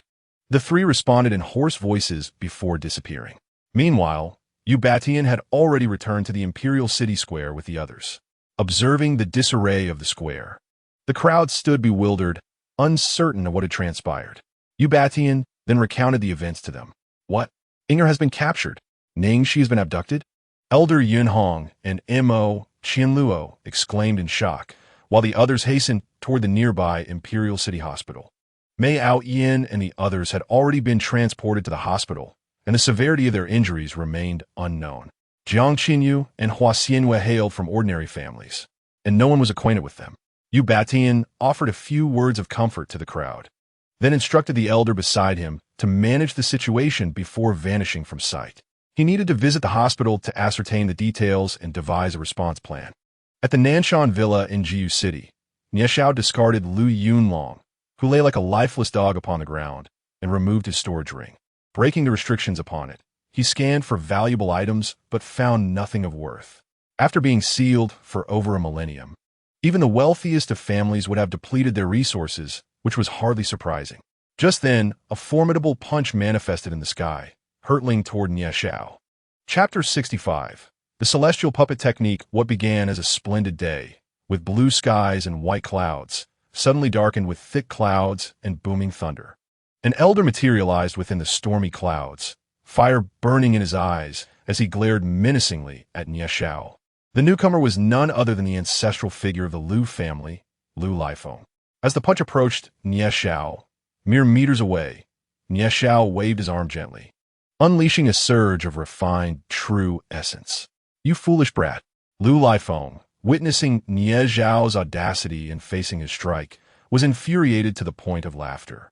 However, the next moment, astonishment spread across his face. The punch collided with the true essence, resulting in a thunderous explosion. The punch dissipated, while the true essence surged toward him. Before Lu Laifeng could react, he was struck in the chest by this force. He coughed up blood and was propelled backward into the stormy clouds. Nie Xiao, with one hand raised and fingers poised like talons toward the clouds, declared, "Primordial prison of heaven." He uttered with conviction, swiftly bringing his fingers together to form a fist. Instantly, the winds and clouds shifted dramatically, purple lightning crackling as they compressed toward the center. Gradually, a cage began to form, with Lu Laifeng ensnared within its confines. "No, this is impossible," he shouted in terror. "He is, after all, a master of the great perfection of the path of entry. How could this young lad, so inexperienced, possibly defeat him with such ease? Could it be that he has transcended the path of entry? No, that is utterly inconceivable." With a swift motion, Nie Xiao summoned the lightning cage, which materialized before him in an instant. The origin prison of heaven is a true divine ability that he comprehended through his breakthrough into the realm of initiation. integrating the pathways of time and space along with the power of the world. It can both restrain and annihilate foes. Who exactly are you? Release me at once. The chaos of the 100 families is not something you can meddle with at your whim. Lu Lifeng bellowed, still incredulous. He refused to believe that Nie Xiao possessed greater strength than himself, convinced that some secret treasure must be at play. Nie Xiao, however, wasted no words and continued to point at Lu Lifeng. In an instant, the delicate mark of his finger, which had been outside the cage, appeared right before Lu Lifeng's brow. His pupils constricted in terror as he stammered, time and space. Before he could finish, the mark pressed against his forehead. Lu Lifeng's body convulsed violently, froth spewing from his mouth, his eyes rolling back in his head. Indeed, Nie Xiao had once again employed the soul-searching technique. Given the elder's age, he surely possessed knowledge that Lu Yunlong was unaware of. As expected, within the elder's mind, Nie Xiao unearthed certain secrets. Upon discovering information regarding the chaos of the 100 families, his brow furrowed in concern. Retracting his finger, the origin prison dissipated, and Lu Lifeng's limp body collapsed to the ground, still twitching and frothing at the mouth. The chaos of the 100 families, sealed away across various realms, had only emerged in small fragments. Preparations must be made swiftly. He sighed, murmuring to himself. He then retrieved Lu Lifeng's ring, broke the restrictions, and probed within. Remarkable. I had presumed that after so many years of being sealed, you would be destitute, yet you surpass my expectations. Nie Xiao exclaimed, marveling at the treasures within the ring. There were dozens of luminous artifacts, spirit stones piled high like a small mound, and several volumes of martial arts techniques. It is worth noting that the entire mundane realm of Blue Star scarcely possessed a handful of spiritual artifacts, let alone treasures of a higher grade. Gazing at the scattered techniques, Nie Xiao's eyes suddenly lit up. The celestial puppet technique. He promptly extracted a tome from the ring, which was none other than the celestial puppet technique. He had been pondering how to handle these unsealed families. And now fortune had smiled upon him at just the right moment. Closing his eyes, he channeled his spiritual force through the book. Instantly, the words and images contained within it flooded into his mind. In the Changbai Mountains, where the imperial family resides, Yu Batian had led Elder Yinhong, Mo, Qianluo, and other cultivators of the divine origin realm to this location. They were unaware of the true strength of the imperial family's highest combatants. Yet they firmly believed that the Star Emperor would surely arrive. Yu Batian and his companions had come ahead to buy time against the imperial family, ensuring that the young ladies, such as Yu Ying, would remain unscathed. Release my disciple at once. Elder Yinhong thundered as he approached the gates of the imperial family, his voice infused with true essence, resonating throughout the estate. Mo Qianluo also voiced her anger in a furious shout. In a chamber at the rear mountain of the imperial family, the eldest emperor, the second emperor, the third emperor, the fourth emperor, along with several young individuals of lesser cultivation, were in a state of uproar. For enchanting beauties lay upon the bed, known as the Moon Shadow Quartet. Although they had regained consciousness, their energy was sealed, rendering them powerless and trapped. You vile creatures, the Star Sovereign shall not let you go unpunished. Despite being captured, Moon Shadow remained unperturbed. Perhaps it was her temperament. After all, death was but a triviality. Yu Ningxi, with fiery eyes, glared at the individuals in the room. What a farce! The so-called Star Sovereign, once he learns of our imperial family's prowess, will surely be terrified and flee, not daring to confront us. The eldest emperor spat contemptuously, asserting, indeed, he wouldn't dare approach. The others in the room echoed their disdain. Come forth, my lovely maidens.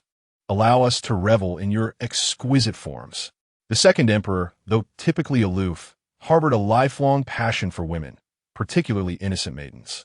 Just as they intended to undress, a cacophony of curses erupted from the front courtyard. The Moon Shadow Quartet exchanged glances of excitement. Their master had come to their rescue. The arrival of their master indicated that the Star Sovereign was not far behind. After all, no one wished to fall into the hands of such wretches. How dare you seek your demise? I shall see who possesses the audacity to provoke the imperial family. The emperor, anger radiating from his bald head, stormed outside. The second emperor, along with the third and fourth, followed suit in a furious exodus, leaving the cramped chamber devoid of anyone but the four from Moon Shadow. Meanwhile, Nie Xiao, whose eyes had been tightly shut, instantly opened them. He began to weave hand signs, murmuring incantations, and a black shadow resembling a spider materialized before him. He flicked his finger, and a drop of blood shot forth, merging with the shadow, which transformed into a mesmerizing entity. Nie Xiao then directed this shadow into Lu Yunlong's divine pool. Before long, Lu Yunlong's eyes regained clarity. After a moment of contemplation, he noticed Nie Xiao kneeling before him in haste. "I pay my respects to my master," he proclaimed reverently. Nie Xiao nodded slightly, reflecting on the efficacy of this puppet technique, albeit noting its considerable toll on his vitality. Controlling one person required a drop of blood. How much would be necessary for multiple subjects? It seemed an upgrade was in order. Employing the same method, he subdued Lu Lifeng, whose spiritual power had already been significantly drained by Nie Xiao. "You both shall venture to the imperial family and rescue my friends, ensuring the safety of you Batian and the others. I shall join you shortly." Nie Xiao instructed Lu Lifeng and Lu Yunlong, imprinting the images of you Batian and the Moon Shadow Quartet into their minds. After they bowed respectfully, their forms vanished from sight. Chapter 66. The Sun and Moon Gathering Spirit Formation. After the two had disappeared, Nie Xiao turned his attention to the injured crowd, particularly the elders who had lost their life signs. He summoned them before him with a wave of his hand, then proceeded to touch them lightly with his fingers. "Life is ever-changing, and the law possesses its own path," he murmured softly, and in that moment, a mysterious green aura enveloped him. This aura radiated boundless vitality and exuberance, and with a mere gesture, the green light transformed into countless speckles that cascaded into the bodies of several elderly individuals. Miraculously, their once lifeless visages began to regain a rosy hue. Fortunately, as their souls had not yet dissipated, Nie Xiao was able to revive them. This epitomizes the profound and enigmatic nature of the path of life. Nie Xiao employed the same method to heal all those severely injured. Subsequently, he erased their memories of this episode and implanted an alternate narrative before returning them to their original places and awakening them. Indeed, upon regaining consciousness, it seemed as though nothing had transpired. They merely regarded it as a brief slumber. At that moment, Mei Aoshuang emerged, surveying Nie Xiao. Upon seeing that he was unharmed, she exhaled a sigh of relief. "Given the current unrest, I shall reinforce the formation. When your sister returns, let her stay at home, and as for Duoer, she should also refrain from attending school for the time being." Nie Xiao instructed Mei Aoshuang, though she was inclined to inquire about the events that had unfolded. Sensing that Nie Xiao had pressing matters at hand, she simply nodded in acquiescence. Nie Xiao rummaged through his storage ring, retrieving several precious artifacts obtained from Lu Lifeng, along with hundreds of spirit stones. The spirit stones, far superior to jade pendants, serve as a perfect foundation for constructing a high-level formation. Following his breakthrough to the Qi Tian realm, a portion of the inheritance from the Time and Space Sage had been reawakened, granting him extensive knowledge about cultivation practices. This encompassed alchemy, artifact crafting, martial arts, divine abilities, and formations, all of which are the culmination of the sage's lifelong studies. Without hesitation, Nie Xiao embedded the spirit stones underground beneath the villa and similarly placed the artifacts within the earth beneath the house. His figure ascended once more, merging with the clouds above. This time, he set up the Sun and Moon Gathering Spirit Formation, albeit an upgraded version known as the Sun and Moon Gathering Spirit and Universe Formation. This formation, belonging to the Qi Tian realm, was acquired from the legacy of the Time and Space Sage. Now, he understood that many of the teachings he had previously received were merely simplified versions handed down from ancient times. The Sun and Moon Gathering Spirit Formation he had laid earlier was but a simplified iteration of the Sun and Moon Gathering Spirit and Universe Formation. Finally, having grasped the complete version from the sage's legacy, he comprehended the vast disparity between the two. The Sun and Moon Gathering Spirit and Universe Formation not only gathers spiritual energy, but also has the capability to harness the power of the Sun and Moon to launch attacks against foes. Furthermore, it can transmute the power of the Sun and Moon, along with the gathered spiritual energy, into a formidable defensive force for the formation. Currently, he was establishing a formation suitable for the early stages of the Qi-Tian realm. Yet it would pose significant challenges even for mid to late Qi-Tian realm practitioners to breach. Most importantly, should the formation be compromised, any individual within would instantly become ensnared in its secondary layer, the universe formation. Once ensconced within the universe formation, it would be akin to a cow sinking into the sea, lost in an expansive realm. Unless one could discover the formation's core from within to dismantle it, they would be doomed to remain trapped indefinitely. Nie Xiao formed intricate hand seals, infusing not only genuine essence into the spiritual stones and treasures, but also imbuing them with condensed life force and the power of the world. This endeavor would enable Mei Aoshue and Duo to better comprehend the myriad paths of existence during their future cultivation, while also elevating their very essence. The formation process consumed over 2 hours, leaving Nie Xiao pale in countenance despite his impressive cultivation level. He felt compelled to prioritize the safety of his wife and daughter, especially given the escalating chaos in the world. As ancient families began to break free from their seals, the turbulence of the age grew more pronounced, with each faction becoming increasingly formidable, making future encounters all the more challenging. It seemed imperative for him to hasten his own cultivation, he sighed. Subsequently, he reiterated his instructions to Mei Aoshue before departing in haste. As Nie Xiao surmised, the world had indeed descended into turmoil. Numerous prominent families that had once sown discord had been sealed by powerful beings in the past. Now, they emerged from their confinements with a vengeance, stirring a tempest of bloodshed across nations. Their reign of terror, marked by arson and slaughter, was nothing short of a desperate release of pent-up resentment from years of imprisonment. Within the Huolong realm, descendants of the imperial family, the Yunyu clan, the Lu family, the Huang clan, and the Xing family all ventured into the mundane world. Their curiosity about modern society led to considerable strife, resulting in numerous fatalities. With their profound cultivation, even the local guardians were no match for them, forcing them to seek aid from Yu Batian. At that moment, Yu Batian was confronting the likes of the emperor. "You there, you have abducted my disciple. Return him at once, and we shall let this matter rest." Elder Yinhong stepped forward, addressing the emperor. Such arrogance. You dare to wreak havoc at the gates of the imperial family and expect me to release your disciple? You are sorely mistaken, the emperor retorted, launching a powerful punch toward Elder Yinhong. The black energy emanating from his fist radiated an intense aura of death, evoking the sensation of plunging into an abyss. This was the imperial family's signature martial technique, the deathly fiend Yama Fist.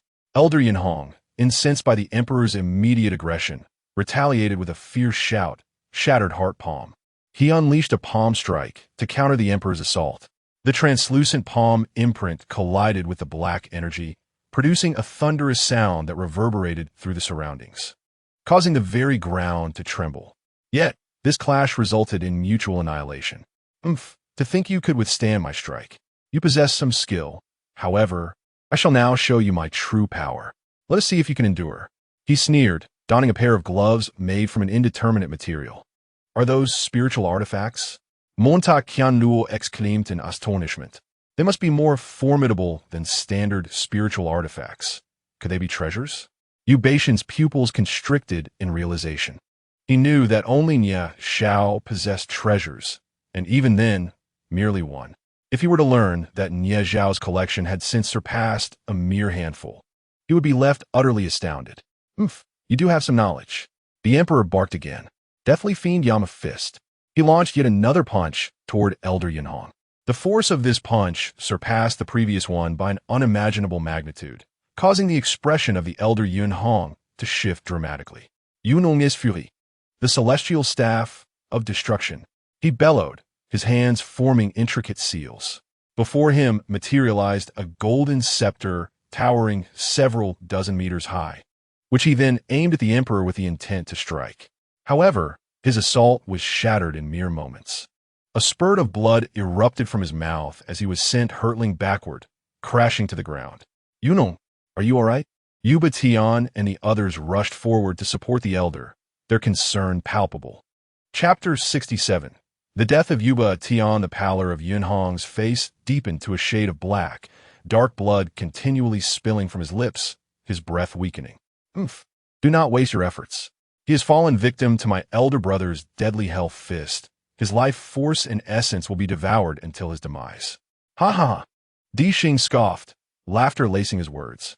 Upon hearing this, Yuba Tian and his companions were engulfed in fury. Such ancient clans truly hold human life in contempt. Striking with lethal intent. You scoundrels, not only did you abduct people on that day, but you also dared to kill. Do you wish for your clan to be annihilated? Do you truly believe that no one in this world can stand against you? Yuba Tian stepped forward, pointing an accusatory finger at the members of the D clan.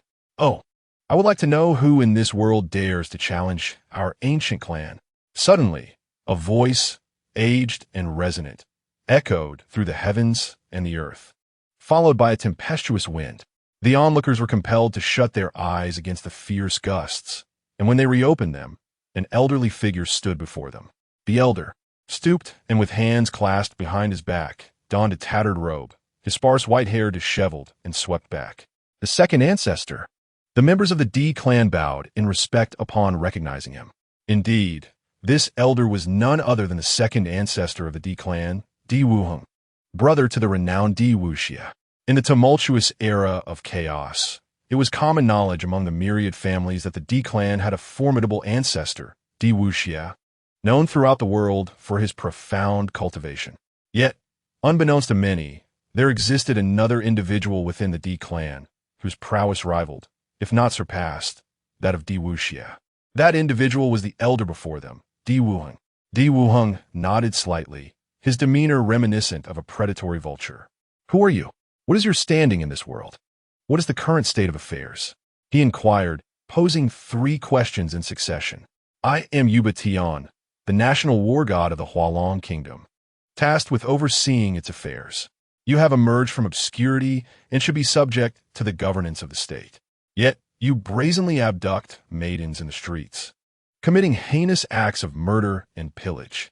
Is this the moral character of your ancient clan? Yuba Tian faced Di Wuheng's imposing presence without flinching, challenging him directly. Impudent, who are you to speak so insolently to the second ancestor? At that moment, another voice reverberated through the skies, followed by a flash of sword light that sliced through the air. Before Yuba Tian could react, the blade struck him, severing his body in 2, and he collapsed to the ground. Batian.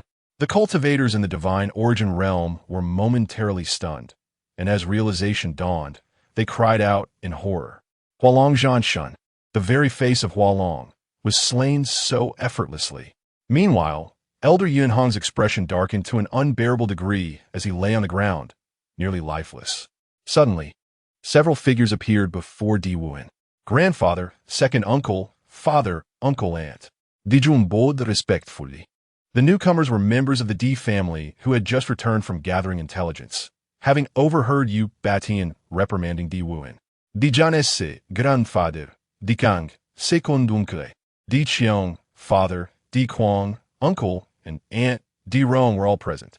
The sword strike that had just occurred was unleashed by Di Quang, a formidable figure at the Destiny realm, easily capable of handling someone like Yubatian, who was merely at the divine origin realm. Nye Xiao was unaware of the situation at hand, but he had learned from Lu Laifeng that Di Wuxia from the Di family was also a master at the pinnacle of the path, akin to Lu Laifeng. Thus, sending him and Lu Yunlong should suffice.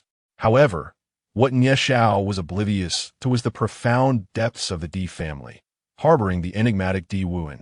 At this moment, Nye Xiao had reached the summit of Kunlun Mountain, aware that the 5 great families emerging into the world were led by the Yunyu family of this very place. With the chaos engulfing Hualong, his immediate task was to subdue the ancestral figure of the Yunyu family, compelling him to issue commands for the other 4 families to withdraw from the mortal realm, thereby affording him the opportunity to deal with these individuals. Nye Xiao closed his eyes, sensing the position of the Yunyu ancestor, and his spiritual force extended deep into Kunlun. Boldly, who dares to pry into my affairs?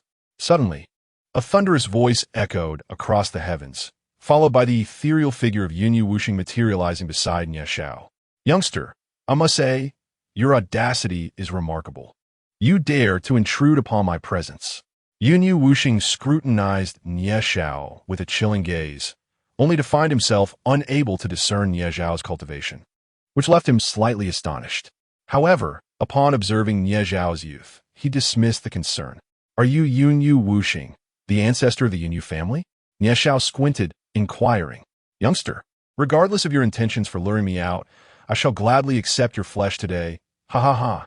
Yunyu Wuxing showed no regard for Nie Xiao, thoroughly pleased with the prospect of seizing his body. Having lived for over 1,000 years, he knew that without a timely breakthrough to the Qitian realm, his days were numbered. However, if he could usurp Nie Xiao's corporeal form, it would be akin to a fresh start for him. In this chaotic era of myriad families, I shall deal with each in turn, beginning with you. Nie Xiao, wishing to avoid unnecessary banter, retorted coldly. Yunyu Wuxing was momentarily taken aback. He could not fathom the source of Nie Xiao's audacity, nor could he comprehend how Nie Xiao was aware of the chaotic state of the families. Once he regained his composure, he burst into laughter. Youngster, you are truly oblivious to the reality I have cultivated for over 1,000 years, yet you exhibit a level of arrogance unmatched. With your mere half-step into the Qitian realm after a millennium of cultivation, you are hardly in a position to be arrogant. Nixi I scoffed, launching an immediate counterattack. Upon hearing this, Yunyu Wuxing's expression shifted to one of shock, his pupils constricting, but before he could utter a word, he found himself responding hastily. However, he soon realized that his offensive capabilities were on an entirely different plane compared to Nie Xiao's, leading to his swift defeat. He raised his aged finger towards Nie Xiao, beads of cold sweat streaming down his face. Having anticipated that his cultivation would allow him to dominate this world upon emerging, he was taken aback by the sudden appearance of a person from the Qitian realm, and such a young one at that.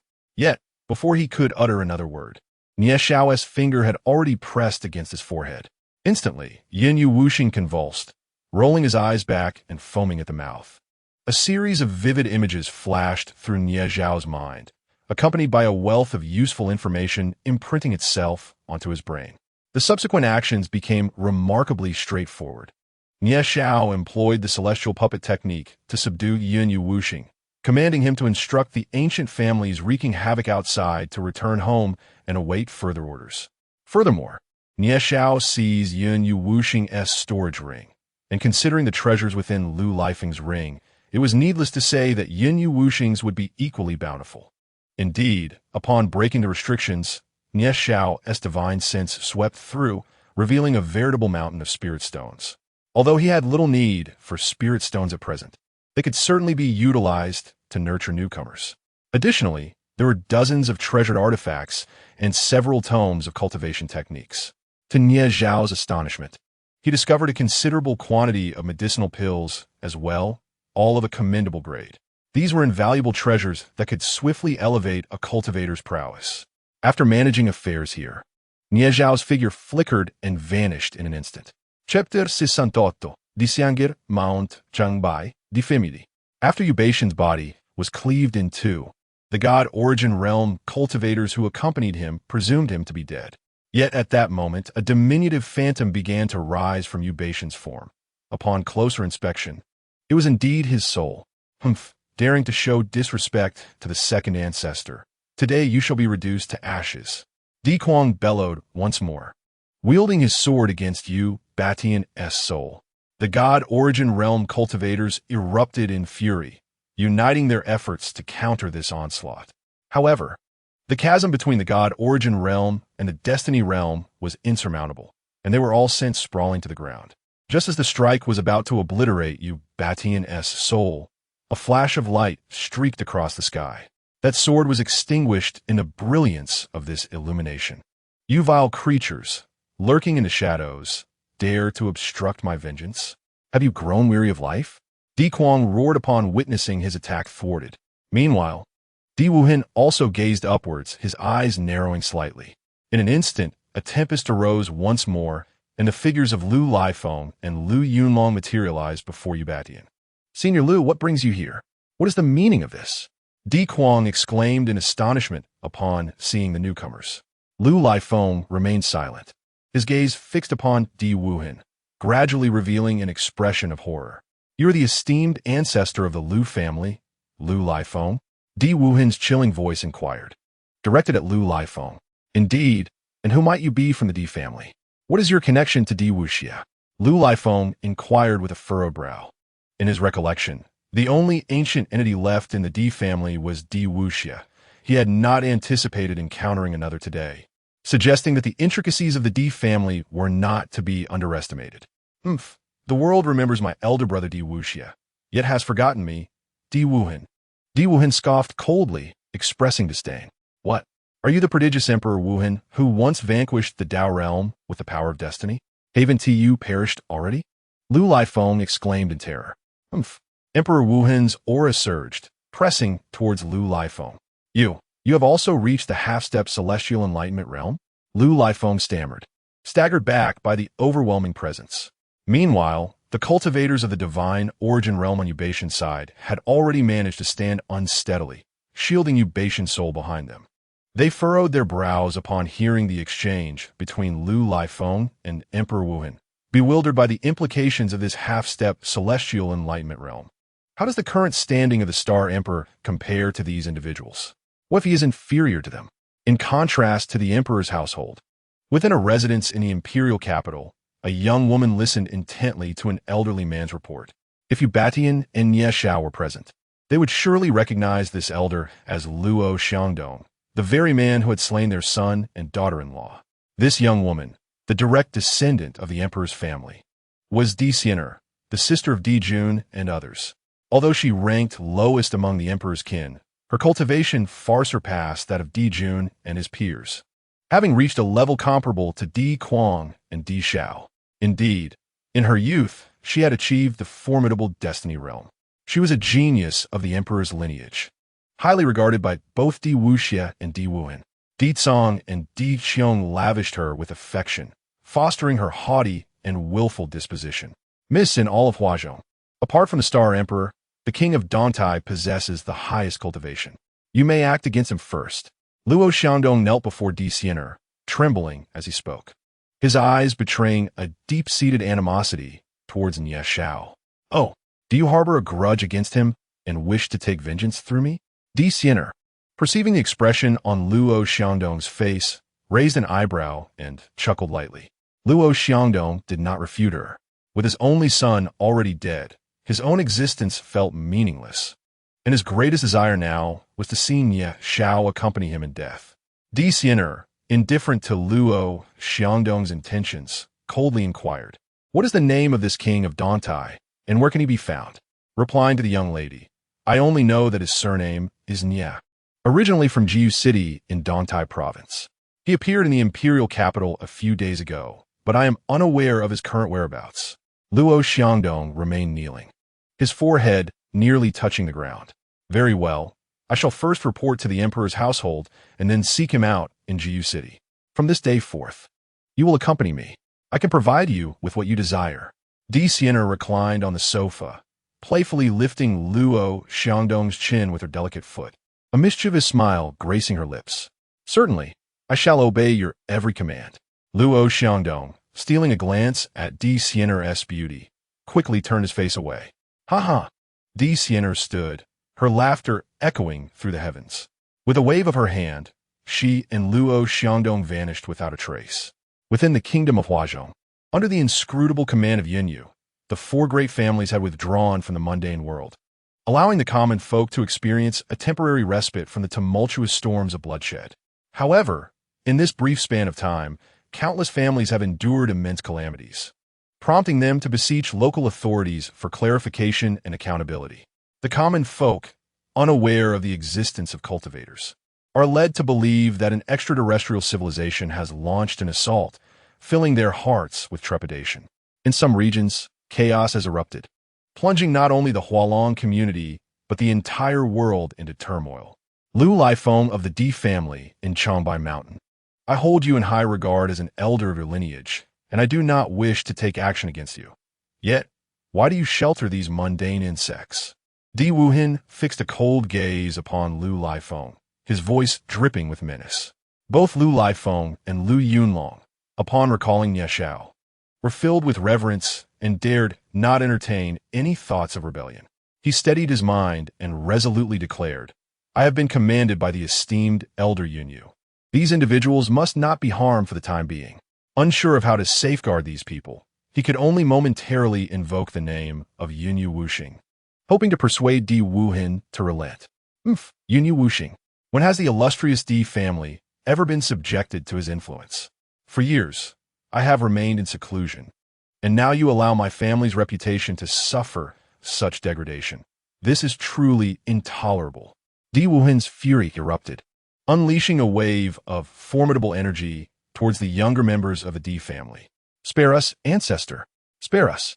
Di Cong and Di Qiong, among others, quickly knelt, pleading for mercy. They were unaware that the second ancestor was still alive. He had been grievously injured after slaying an enlightened being during his ascendance, and had since retreated to the back mountains, emerging only as the seal was on the verge of shattering. It was then that they discovered the existence of the second ancestor, whose cultivation had reached the threshold of the half-step Qitian realm, rivaling that of Yunyu Wuxing. Brother, why must you be so wrathful? Are you not aware of the adage regarding the bird that stands out being shot? Though you have re-emerged, it would be wise for us to maintain a low profile for the time being. Let the Yunyu family scout the path for us. At that moment, the figure of Di Wuxia abruptly appeared before the members of the Di family, effortlessly lifting the bodies of the younger generation with a wave of his hand. Chapter 69. The Star Emperor to the rescue. The members of the Di family promptly offered their respects to Di Wuxia. In this world, there is little left that warrants our discretion. You must remain vigilant. Though Di Wuhin did not hold great respect for his elder brother, he refrained from openly contradicting him, recalling the bond they shared in their youth, where they relied on one another, and how caring his brother had always been. Caution is the key to longevity, Di Wuxia said, turning to pat Di Wuhin on the shoulder. He then stepped forward, his smile vanishing in an instant as he glared at Lu Lifeng. Brother Lu, were you not on a mission to rescue your disciples? What brings you to the Di family to flaunt your power? His voice resonated ominously throughout the valley. I have received the command from Brother Yunyu to protect these individuals. They must not be harmed for now. Lu Lifeng met Di Wuxia's gaze with unwavering resolve. We have followed you closely, yet we did not hear any command from Brother Yunyu. Furthermore, how could Brother Yunyu possibly know that these individuals had come to the Di family, given the current circumstances? Do you truly believe the Di family remains beholden to the Yunyu family? Di Wuxia posed 3 questions in rapid succession, leaving Lu Lifeng at a loss for words. He was solely focused on protecting the masses, yet lacked a justifiable reason. After all, he could not betray Nie Xiao. They were currently ensnared by Nie Xiao's puppet technique, which instilled an unwavering respect for her deep within their bones, leaving no room for rebellion. This illustrates the formidable nature of the celestial puppet technique. Enough. In light of our past collaboration, I shall overlook your intentions. You are to depart at once. The aged yet chilling voice of Di Wuxia resonated, as he hunched his frame, hands clasped behind his back. No, you cannot harm these individuals, otherwise the Lu family will be locked in a relentless feud with the Di family. Lu Lifeng asserted, stepping forward with determination. Then you shall meet your demise. Di Wuhin interjected before Di Wuxia could respond, his figure vanishing in an instant, only to reappear before Lu Lifeng. Deathly Demon Fist, he exclaimed, unleashing a surge of black energy aimed at Lu Lifeng's chest.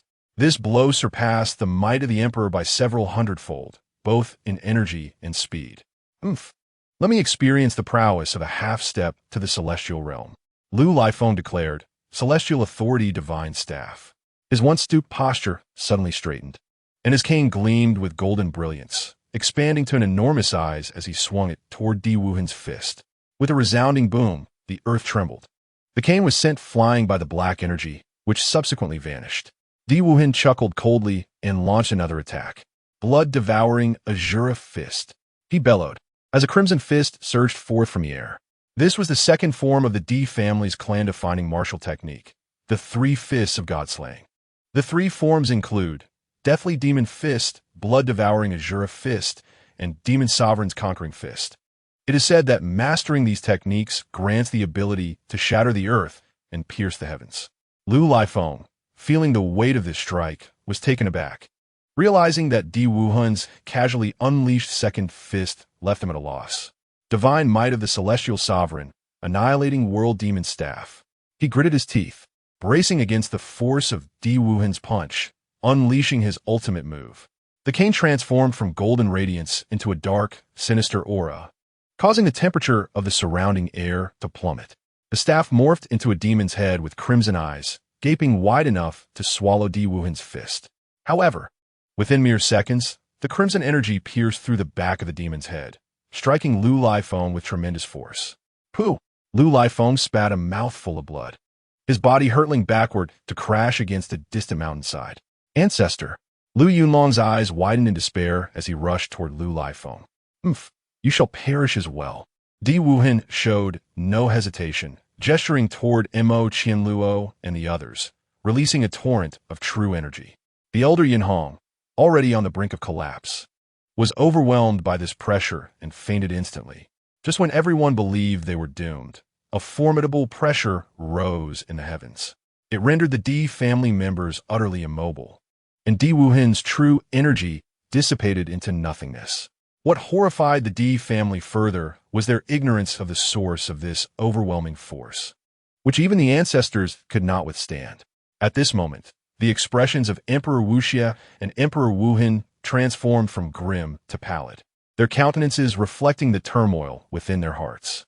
This is the power of the world, the initiation of the celestial realm.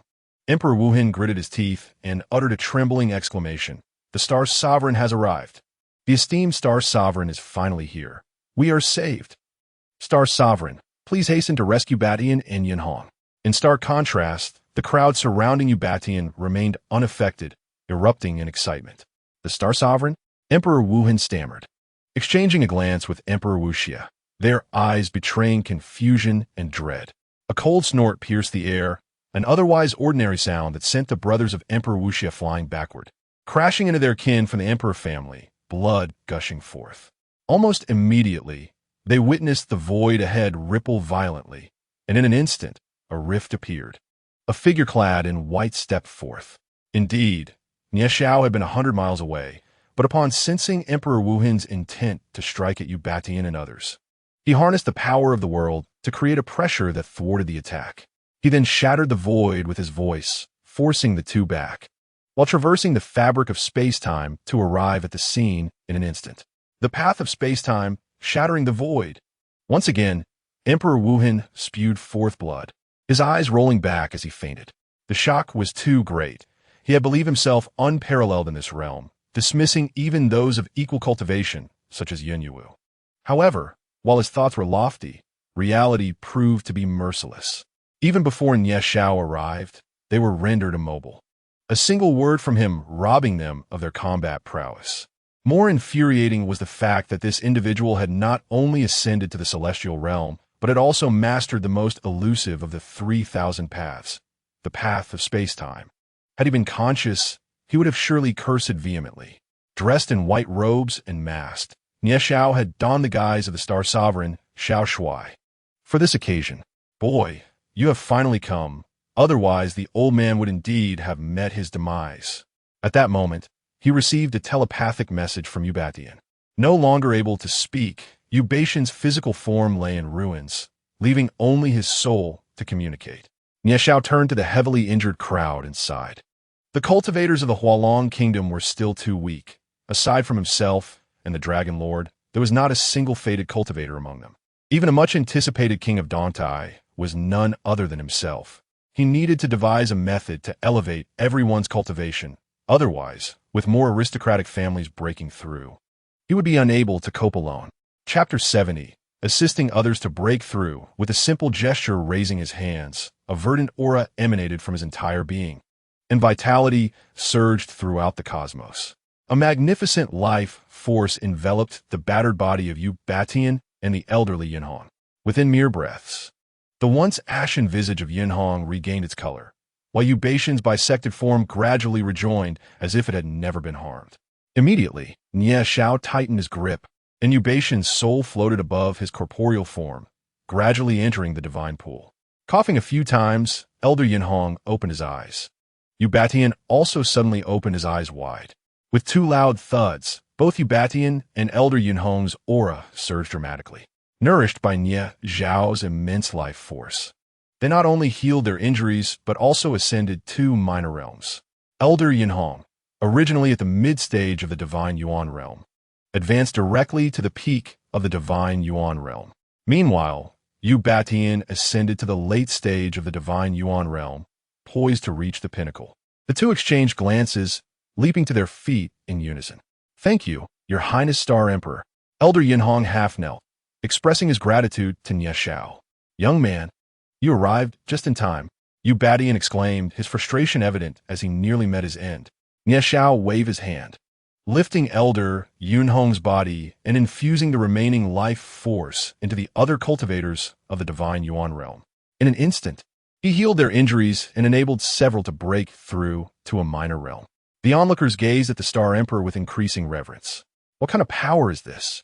Not only did he heal them in an instant, but he also facilitated their breakthroughs. The current Star Emperor was even more formidable than during that battle. At that moment, Lu Yunlong, supporting Lu Lifeng, approached Nie Xiao and half-knelt in greeting. As these two were now under his command, he did not hesitate to heal Lu Lifeng's injuries. The path of life. Just awakening, Emperor Wuhan witnessed Nie Xiao enveloped in a green aura as he healed Lu Lifeng, causing him to faint in terror once more. Who is he to possess mastery of dual paths? Nie Xiao contemplated that he must cultivate some exceptionally powerful subordinates to contend with the ancient families that might breach their seals in the future. Additionally, he needed to guard against the ancient families from other nations stirring trouble in Hualong. It was clear that the strength of these ancient families would only increase, possibly even reaching the realm of Qitian. He needed to expedite his own breakthroughs. However, the immediate priority was to elevate Lu Lifeng and others to the semi-Qitian realm, and to help Yin Yu Wuxing, who was at the semi-Qitian level, ascend to the Qitian realm. Thus, Nie Xiao furrowed his brow, gazing at Lu Lifeng, then pointed at his body, causing an aura of the great Tao to rise around him. Subsequently, Nie Xiao raised a hand skyward, summoning a tempest of wind and clouds, accompanied by flashes of lightning and thunder. A strand of overwhelming Tao power descended from the heavens, which Nie Xiao grasped firmly. He then infused this energy directly into Lu Lifeng's body. In no time, Lu Lifeng's aura surged skyward. At that moment, he finally reached the semi-Qitian realm. After a brief interval, he reined in his momentum, opening his eyes, which briefly flashed with golden light. "Thank you for your grace, Master. I am deeply grateful," Lu Lifeng exclaimed, kneeling before Nie Xiao in reverence. Although bound by the puppet technique, they retained their consciousness, understanding the significance of their breakthrough to the semi-Qitian realm. However, this scene left the members of the Di family and Yu Baixian wide-eyed, perplexed by the unfolding events. The brothers Di Wuxia were supported by Di Cong and Di Qiong as they staggered to their feet, their hearts echoing a singular thought. "Mother, this world is far too treacherous. I long to return home." Just then, a youthful voice rang out from a distance, exclaiming, "This young lady has returned." Moments later, Di Xiener appeared before the Di family, accompanied by Luo Xiangdong. Upon greeting the esteemed ancestors, the two grandfathers, and the uncle, Di Xiener, despite her usual arrogance, maintained a semblance of decorum in the presence of her forebears. Yet, a cold sweat broke out among the Di family. They wished fervently that Di Xiener had not returned. Given the current circumstances, the Di family could not escape their fate. Her return seemed akin to courting death. Di Xiener sensed that something was amiss and turned to glance back, spotting Nie Xiao clad in a white robe and adorned with a mask, which prompted her brows to furrow in concern. "Who are you, lurking in the shadows, daring to wreak havoc in my Di family?" Unbeknownst to Di Xiener, even her ancestor was no match for this individual, as she boldly approached to demand answers. However, before Di Wuxia and Di Wuhan could speak, Luo Xiangdong stepped forward to reveal Nie Xiao's identity to Di Xiener. He merely informed her that this person was the Star Emperor, his cultivation level unknown. Since you're the so-called Star Emperor, how fortuitous. I shall engage with you. Allowing these ants to witness how a braggart dares to proclaim himself the sovereign of the Blue Star. Sienner's eyes sparkled with excitement. She had been yearning for an opponent, and now the most formidable being in this realm stood before her, ripe for a contest. Sienna no, Xiong'er, retreat. The voices of Di Tsong and Di Wuhan rose in alarm. If he, too, possessed no means of resistance, how could a mere individual in the destiny realm like Di Sienner hope to withstand such an encounter?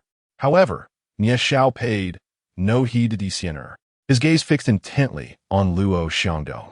Yu Batian shared his astonishment. He had not anticipated that Luo Xiangdong would be so relentless as to involve himself with the Di family. Yet, this was to be expected with their intellect.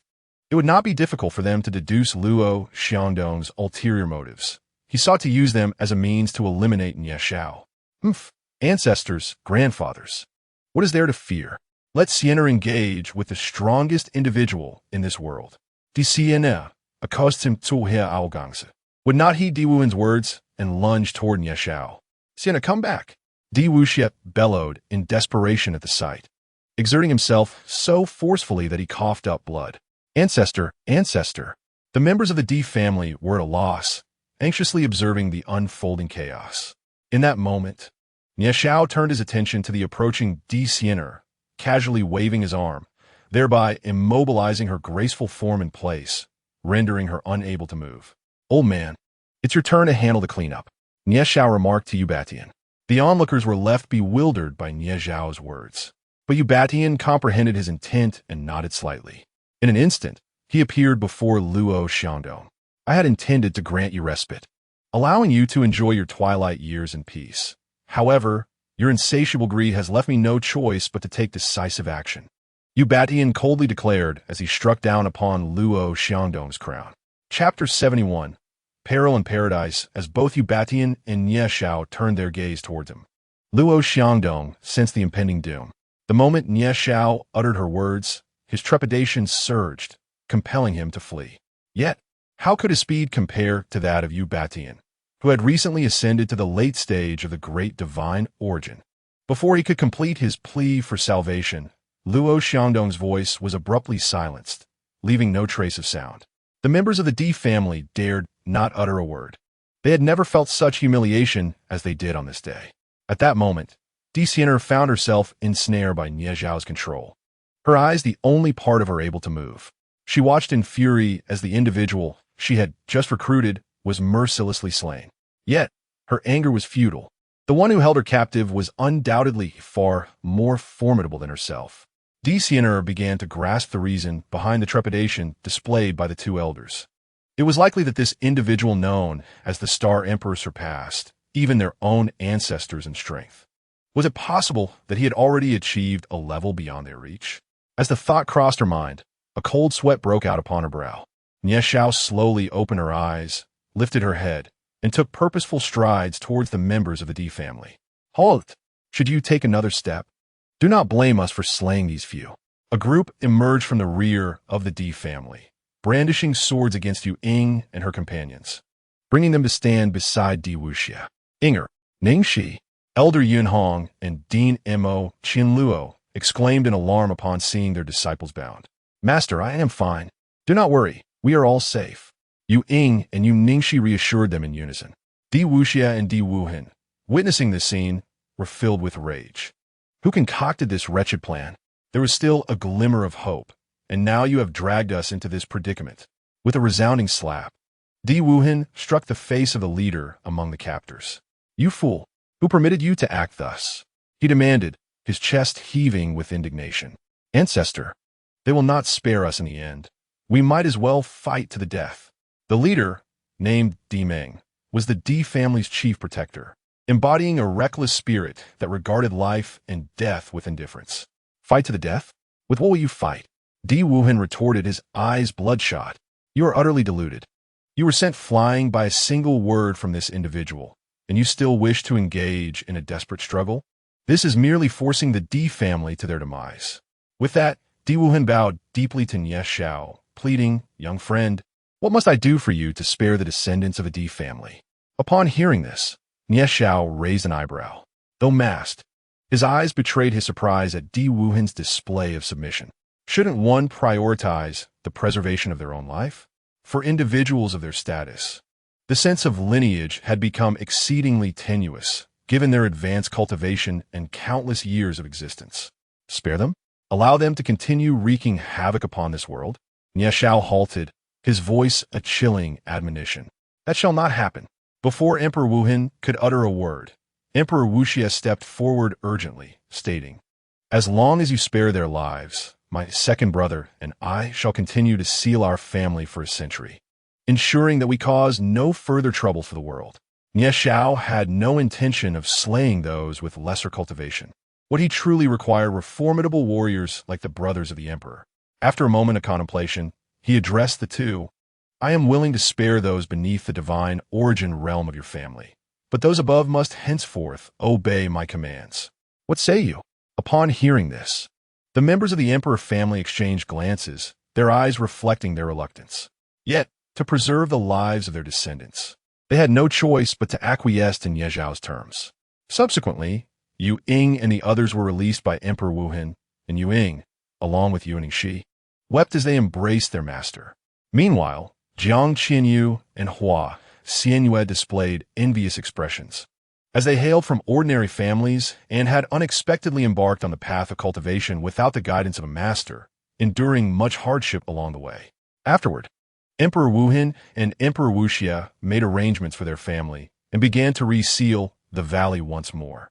Nie Xiao, however, paid no heed to the emperor family, closing his eyes, seemingly absorbed in his own thoughts. Observing this scene, Yu Batian and the others refrained from intruding. Half an hour later, Nie Xiao opened his eyes, satisfaction gleaming within them. Indeed, he had utilized this time to successfully upgrade the previous heavenly puppet technique. Previously, it required blood to control others, and the number of individuals that could be controlled was limited. Otherwise, it would affect his mental state. However, the current heavenly puppet technique only necessitated imbuing his spiritual power into another's spiritual pool. Thus, the puppets would harbor no rebellious thoughts, and should they undergo soul-searching, their spiritual pools would explode instantaneously. After Emperor Wuhan and Emperor Wuxia completed the resealing of their family, another 2 hours elapsed. They were left panting, their complexions pale. After resting for over an hour, the two approached Nie Xiao alongside Di Cong, Di Qiong, and the others. Nie Xiao wasted no time, raising his hands to envelop the members of the emperor family in halos of light. This was the spiritual seed. He then infused his spiritual power into the spiritual seeds of the emperor family members, bringing the process to a close. The emperor family members were initially bewildered as their spiritual seeds entered the spiritual pool.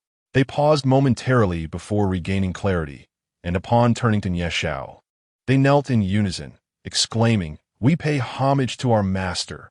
Yu Batian and the others were left in stunned silence. The methods of the Star Emperor were indeed fearsome. At a time when they were sorely lacking in high-end combat power, the Star Emperor's intervention was like a timely gift from the heavens. Nie Xiao nodded, exhaling a sigh of relief.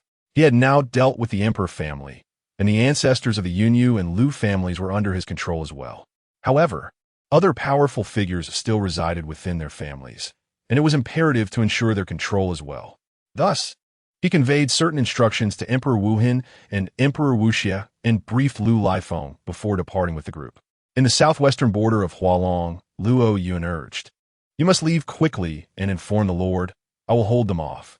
At that moment, Zhao was severely wounded, blood flowing profusely. "No, I cannot abandon you. If we must go, we shall go together." Luo Yun's complexion was pale, her breath unsteady. "Hurry, or it will be too late. Find a place to call the Lord. With his power, he might still save me. Quickly." After speaking, Zhao charged towards the enemy, determined to buy time for Luo Yun. The two were investigating the gate of hell when they were suddenly attacked by several young men from the outer realm. However, due to their formidable strength, Zhao and Luo Yun were rare contenders in this world. Yet they were grievously injured by these youths in a short span. They could only flee in panic, bewildered by the presence of such powerful young adversaries. Witnessing Giles rush towards the enemy, Luo Yun clenched her fists, her eyes glistening with unshed tears. Chapter 72. Annihilating a family. Shocking the world, the forest in the southwest was lush and exquisitely beautiful, yet every enchanting place harbors its own tales. At this moment, Giles was stalling the young men from the outer realm. Judging by their imposing presence, it was clear that they had all transcended to the Destiny realm. Leaning against a large tree, Giles strained to conceal his aura. Aside from a lord, only Feng Tian and Wu Ji from the Tianzuan sect had reached the Destiny realm. How could so many young individuals of his caliber have emerged so suddenly? It was imperative for Luo Yun to relay this news to the Lord. Their phones had been damaged in the recent skirmish, and even if they were intact, signal reception in this area was dismal. He could only do his utmost to delay them until the Lord arrived to rescue them. Meanwhile, Luo Yun dashed through the forest, careful not to reveal her presence or take flight for fear of being detected by the enemy. She was determined to escape at all costs and inform the Lord, lest she betray Giles' sacrifice. In her eyes, Giles faced certain death against those foes. At this juncture, Nie Xiao, accompanied by Ubatian and others, arrived in the imperial capital, where he once again employed the path of life to heal Mei Outhian and the others. Old man, our primary task now is to secure the borders and prevent the ancient family cultivators from other nations from causing chaos within our territory. Nie Xiao addressed Ubatian. However, our elite combat forces are exceedingly few. The families you have gathered are insufficient. Ubatian sighed.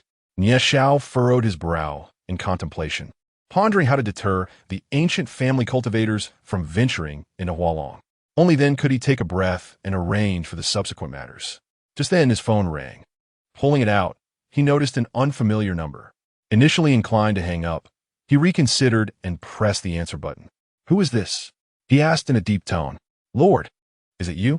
"It's Luo Yun," came the anxious and weak voice from the other end. Upon hearing this, Nie Xiao's expression hardened.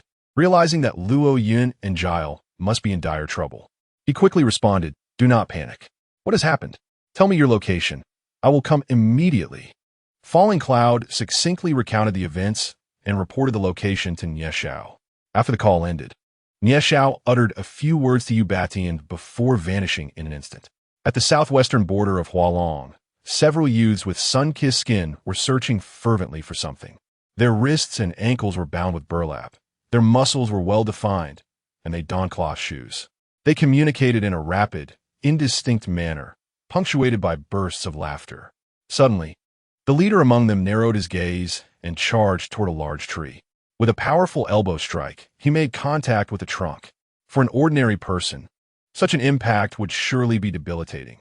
However, this youth emanated a radiant golden light, resembling a Buddha in his vigor. Upon colliding with the tree, a thunderous crack echoed as the trunk splintered and wood shards scattered in all directions. A figure was violently propelled backward, crashing against several trees before finally coming to rest on the ground. This individual was Giles, who coughed blood, his once shiny bald head now dulled. As he staggered to his feet, glaring at the group of foreign youths before him, the leader of the foreign youths spoke to Giles in an incomprehensible tone. "Damn it, can you even speak Hualong?" Giles spat blood onto the ground, cursing. The foreign youths, oblivious to Giles' words, perceived his demeanor and knew his remarks were far from cordial. In an instant, another youth lunged forward, driving his knee into Giles. The speed and strength of a Heaven-S Fate Realm warrior were beyond what Giles could withstand, and he was sent sprawling once more. After this fall, he found it increasingly difficult to breathe. Lying on the ground, memories of battles fought alongside his master and brothers flooded his mind, a faint smile gracing his lips. "Master, brothers, Giles can no longer accompany you," he thought, gazing up at the azure sky, a sigh escaping his heart. Seeing Giles still smiling incited fury in the foreign youth. He leaped high, intending to deliver a fatal blow to Giles' chest with his knee. Just then, a colossal palm descended from the heavens, crushing the youth's head into his torso, obliterating his entire body into fragments. As the remaining foreign youths processed the scene, their faces flushed with rage. Newly emerged from their seals, they had wandered through their homeland, finding nothing of interest, only to witness the brutal death of their comrade. Anger surged within them. Their expressions contorted in fury as they prepared to retaliate. At that moment, the void before them quivered, splitting open to reveal Nie Xiao, masked and clad in white robes, accompanied by Falling Cloud. The sight sent a wave of terror through the foreign youths, who screamed in fright, their words lost to panic. "Giles, how are you?" Falling Cloud rushed to Giles' side, his heart aching at the sight of Giles' injuries. "Please, Master, save Giles. He sacrificed himself to buy me time." Nie Xiao disregarded the remaining youths and approached Giles, a vibrant green aura once again enveloping him. The path of life extended to its very essence, rendering the need for the lethal 9 needles unnecessary in his endeavor to save. Witnessing this scene, the few foreign youths erupted in cries, hastily fleeing into the distance. Yet, after only a few steps, their bodies became immobile, rooted to the spot. How could they hope to escape before Nie Xiao? As a surge of formidable life force coursed into Giles, his consciousness gradually regained clarity and his injuries healed rapidly. Upon recognizing the 2 figures beside him, his eyes sparkled with excitement. The moment their master appeared, he knew he would be safe. With a mere gesture, Nie Xiao lifted Giles' body into a sitting position, then forced a drop of his own essence into Giles' being. "Master," upon witnessing this, Giles was about to speak. Nie Xiao interjected, "Do not utter a word. I shall utilize my bloodline power to awaken your bloodline factor. Focus intently." Giles promptly closed his eyes, diligently sensing his bloodline factor. Aware that the master was aiding him in a breakthrough, a wave of exhilaration coursing through him. Had he been in the Fate realm, he would not have been so thoroughly besieged by these foreign rascals. Shortly, a sound reminiscent of shattering resonated within Giles, followed by a remarkable surge of aura. In that instant, Giles officially ascended to the Fate realm. In truth, Nie Xiao had no desire to interfere with the brothers of the Tianzuan sect during their breakthroughs. He wished for them to cultivate step by step. However, given the current circumstances, he felt compelled to elevate their cultivation levels with all his might. After a few more minutes, Giles' aura subsided and he opened his eyes. "Let's go to their family." Giles intended to kneel in respect, but was interrupted by Nie Xiao. "Master, what is the purpose of visiting their family?" Luo Yun and Giles inquired. "To eradicate a lineage and instill fear across the realm." With hands clasped behind his back, Nie Xiao advanced toward the foreign youths. Chapter 73. The fear of the ancient clan. Luo Yun and Giles exchange a glance, both expressing confusion. Did the master truly know the origins of these individuals? Nevertheless, they did not linger, swiftly following Nie Xiao's lead. Approaching one of the foreign youths, Nie Xiao raised his hand and unleashed several beams of light, summoning the others closer. He communicated through his spiritual power, instructing them to lead him to their clan. Faced with the murderous intent in Nie Xiao's eyes, they dared not refuse and promptly complied. Only within their family would they find a chance for salvation. After all, there were individuals at the Dao integration realm amongst them. More than one, in fact. This figure before them likely also possessed Dao integration cultivation. To venture there would be tantamount to seeking death. Each pondered in their thoughts. Yet their actions remained swift as they soared into the sky, leading the way. Nie Xiao followed closely behind with Giles and Luo Yun. Thanks to the speed of the youths, they soon arrived at a secluded valley in the northern part of the Tai Kingdom, near the Hulong border. The area resembled a primeval forest, rarely trodden by human feet, boasting an exquisitely beautiful environment. Deep within the valley, an ancient structure flickered into view. There lies the ancestral domain of these destiny cultivators. Nie Xiao gently descended before the grand edifice, reminiscent of the imperial palaces of ancient Hualong, suffused with an abundance of spiritual energy. Without a moment's hesitation, Nie Xiao issued a few commands to Luo Yun, his voice resonating with the force of true essence, causing the entire valley to reverberate. Behind him, Luo Yun brandished a smartphone to record the unfolding events, a task entrusted to her by Nie Xiao. Jidu, stroking his bald head, trailed behind Luo Yun, serving as a protective shield. Suddenly, several elders and scores of middle-aged men, youths, and children emerged from within. A tumultuous throng gathering in the valley's clearing, their gazes fixed upon Nie Xiao and the captured youths. Turning to glance at Luo Yun, who was engrossed in filming, Nie Xiao wasted no time addressing the ancient clan members. I care not how long you have been sealed or what deeds you have committed since your release. I declare here and now, anyone daring to sow chaos within Hualong Nation, regardless of who they may be, will meet the same fate as these individuals. Without waiting to ascertain whether his words were comprehended, he gestured, and before the onlookers' eyes, several youths were instantly decapitated, falling silent as their lives were extinguished. The elders, witnessing the slaughter of their kin, were engulfed in fury, their might surging as they charged toward Nie Xiao. In response, Nie Xiao unleashed his own formidable presence, pressing forward, causing the elders to be forcefully grounded before they could even take flight. They had thought their cultivation rendered them impervious, even among their contemporaries. Yet they had not anticipated encountering such a prodigy as Nie Xiao upon their emergence.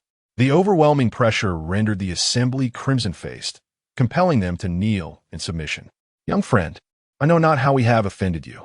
I implore you to spare us. Henceforth, we shall heed your commands. The elder at the forefront conveyed his thoughts through spiritual transmission. However, Nie Xiao disregarded his plea, continuing in the Hualong tongue. Since you have broken free, behave yourselves. Any clan, organization, sect, or individual that dares to disturb the peace of Hualong Nation must prepare for annihilation. With that, he pressed his hands downward. Boom, boom, boom. The bodies of the ancient clan members erupted in a gruesome display, the scene drenched in blood. Only a multitude of storage rings remained scattered on the ground, which Nie Xiao collected with a wave of his hand. Though he had no need for such trinkets, those around him might. Raising a hand once more, he summoned a colossal sword of light, sword of the slaughtering heavens. Nie Xiao intoned, gripping the hilt with one hand as he swept it horizontally towards the ancient architecture. Boom, boom, boom. In an instant, the venerable structure was reduced to ruins, and even those within were not spared, all sent to the depths of hell. This was the effect he desired, intimidation. Only by instilling fear in the other ancient clans would they refrain from causing disturbances within Hualong. Subsequently, Nie Xiao sent the recorded video from Luo Yun to Yu Batian, instructing him to disseminate it across international martial arts platforms. It would not be long before it reached the hands of all cultivators worldwide, and undoubtedly, the ancient clans would bear witness to it. As Nie Xiao was about to depart, several radiant white halos emerged from the shattered ruins. Luo Yun and Ji Lu approached Nie Xiao, scrutinizing the ethereal lights. A frown creased Nie Xiao's brow as he detected a familiar essence emanating from these halos, akin to the power residing in his dantian. Suddenly, his eyes brightened, as if a realization struck him, and he hastened towards the ruins. Concerned for Nie Xiao's safety, the two called out to him, "Wait here for us. Stay here. I shall return shortly." Nie Xiao waved his hand, and in an instant, he vanished from their sight. When he reappeared, he stood at the rear of the ruins, directly in front of the source of the glowing halos. Channeling his true essence, he shifted the debris aside and leaped down. At the very bottom of the ruins lay several milky white stones, each the size of a human head, alongside a fist-sized crimson stone. Truly, these are celestial stones. Nie Xiao's eyes sparkled with excitement as he examined the stones strewn about, and a piece of celestial essence. This journey has been fruitful. With these, my true essence can swiftly transform into celestial energy, he murmured to himself, overwhelmed with enthusiasm. At this moment, his cultivation was at the Qi Tian realm, having reached its mid-stage. To ascend to the next level, the immortal realm, one must transmute the true essence within their dantian into celestial energy. It seems these treasures were prepared by the ancestors of this clan for their own breakthrough to immortality. Yet fate has favored me, Nie Xiao remarked with a smile, subsequently storing the celestial stones and essence within his storage ring. Upon returning to Ji Lu and Luo Yun, both sighed in relief. Although their master possessed formidable strength, caution was still warranted. Unbeknownst to them, the annihilation of the ancient family of the Tai kingdom by Nie Xiao had caused a global uproar. The patriarchs of several ancient families, previously sealed, furrowed their brows in anger, indignant at the audacity of someone daring to threaten their kind. However, upon investigating the Tai kingdom's ancient lineage, their expressions shifted to one of horror. It was not the family itself that was terrifying. but rather the fact that it boasted 3 or 4 individuals at the pinnacle of the Tao, alongside an ancestor at the cusp of the Qi-Tian realm.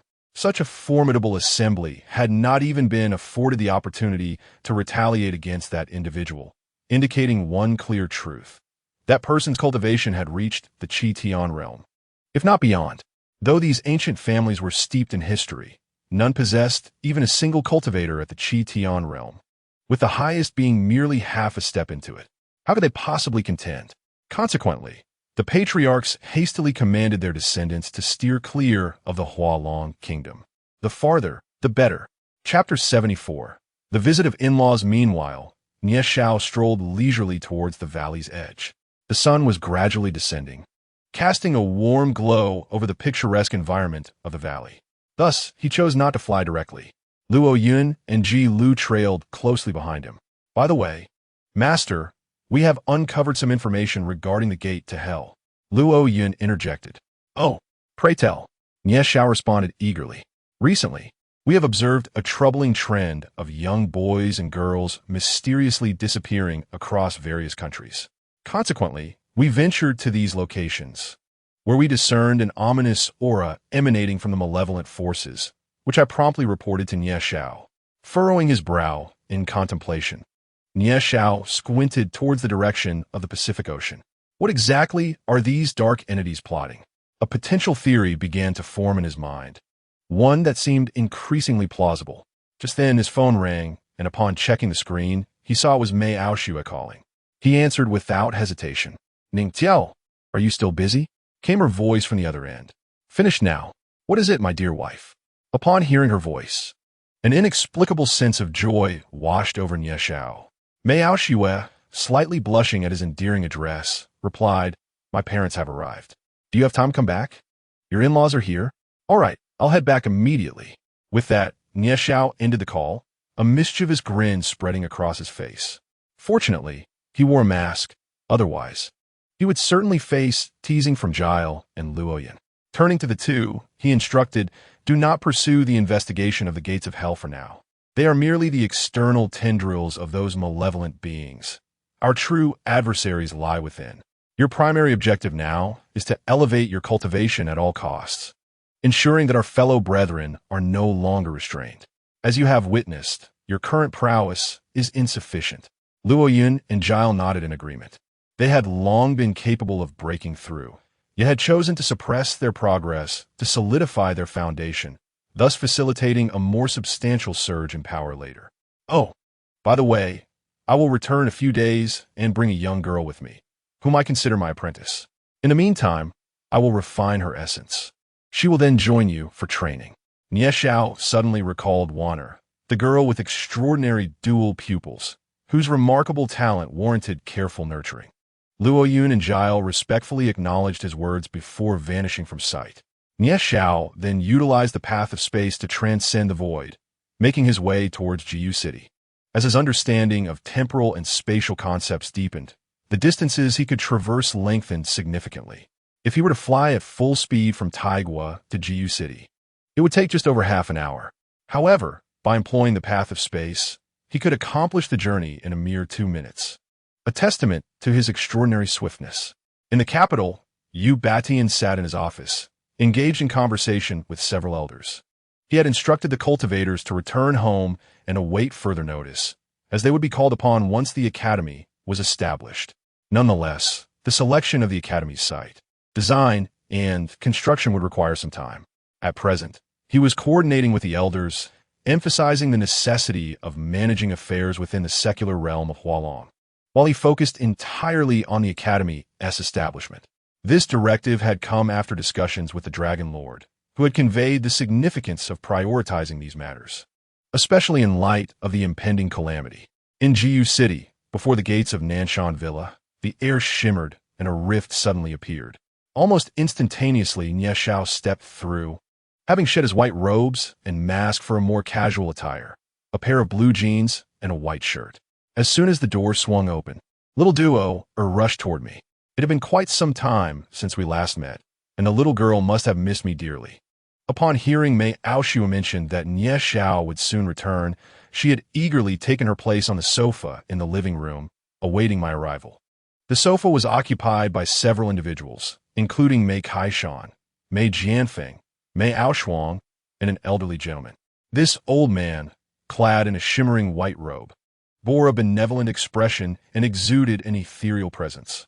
Kneeling down, I embraced Duo-er, placing gentle kisses on her cherubic cheeks, which elicited a cascade of giggles from her. "Brother-in-law, you're back." Mei Aoshuang greeted me with a sly glint in her eyes, her laughter ringing with mischief. Today promised to be lively, as her entire family had gathered to witness how I would navigate the unfolding dynamics. I offered a warm smile and nodded in acknowledgement, then turned my attention to the individuals seated on the sofa. Upon my entrance, Mei Kaishan, Mei Jianfeng, and the elderly man also rose to their feet, scrutinizing me with keen interest yet remaining silent. Hearing my voice, Mei Aoshue emerged from the kitchen, accompanied by her mother, Mulan. She hurried to my side, introducing me to the others. In truth, I had already encountered Mei Kaishan and Mei Jianfeng before, albeit in my capacity as the Star Emperor. However, this was my first encounter with the elderly gentleman and the beautiful woman beside, Mei Aoshue. Through her introductions, I learned that the elderly man was the patriarch of the Mei family, known as Mei Daoxian, while the lovely woman was Mei Jianfeng's wife and Mei Aoshue's mother, Mulan. "You must be Duo-er's father, Nie Xiao." "Quite impressive indeed," Mulan remarked as she approached, her gaze appraising me with appreciation. "Greetings, patriarch. Hello, grandfather. And to uncle and aunt I extend my regards," I reciprocated, acknowledging each one in turn. Had Mei Aoyan been present, he would likely have mused inwardly. If only you knew the identity of the man before you, would you still dare to scrutinize him so brazenly? "Nie Xiao, I've heard rumors that you recently vanquished the Sword Emperor of the Northern Desolation, and some say your cultivation has surpassed the divine origin realm. Is there truth to this?" Mei Jianfeng inquired with a smile. "Why are you bombarding young Nie with such questions upon his arrival? How tiresome. All you ever think about is cultivation," Mulan interjected, casting a disapproving glance at Mei Jianfeng before ushering me to the sofa to continue her inquiries. The questions posed by women typically revolved around family matters and future plans, differing from men who focused more on strength and prowess. Cradling Duo-er in my arms, I answered Mulan's questions candidly. Mei Aoshue felt a pang of discomfort, powerless to intervene against her mother's relentless inquiries, while Mei Aoshuang stifled her laughter behind her hand. Meanwhile, the trio of Mei Daoxian, Mei Kaishan, and Mei Jianfeng exchanged bewildered glances, unable to interject amidst Mulan's persistent questioning. At that moment, the villa's grand door swung open once more, revealing Mei Aoyan entering with Wan by his side. Following directives from Yu Batian in the imperial capital, he and Mei Kaishan, along with Mei Jianfeng, had come directly here. Mei Aoyan was reluctant to be present, fully aware of my true identity. However, he found himself with no reasonable excuse to evade the encounter, especially since I had once lent him a helping hand. Upon his arrival here, he first engaged in playful antics with Duo-er, and then discovered the presence of the young girl, Wan-er. He vividly recalled the extraordinary talent exhibited by her on that fateful night, and how Nie Xiao had acknowledged her as a sister. Thus, he took Wan-er out for a little fun, sharing with the young girl numerous insights about cultivation. Chapter 75. Identity revealed. When Wan-er saw Nie Xiao returning, she hurriedly ran to his side. Dressed by Mei Aoshue, the little girl had transformed into a charming beauty. Her large, expressive eyes gazed at Nie Xiao with a hint of excitement as she inquired, "Brother, when can I begin my cultivation practice?" Through Mei Aoyan's explanations, she had garnered some understanding of the martial arts in this world, realizing that only through cultivation could she become powerful. Nie Xiao felt a pang of guilt, having brought the little girl back, yet failing to attend to her needs. Daddy, Duo-er wants to learn too," Duo-er said earnestly, fixing her gaze on Nie Xiao. The others in the room were amused by the two little girls, one proud and aloof, the other irresistibly adorable, a delightful pair deserving of affection. "I shall teach you both after dinner, but you must not fear pain or exhaustion," Nie Xiao stated solemnly to the two girls. "I am not afraid. Neither is Duo-er."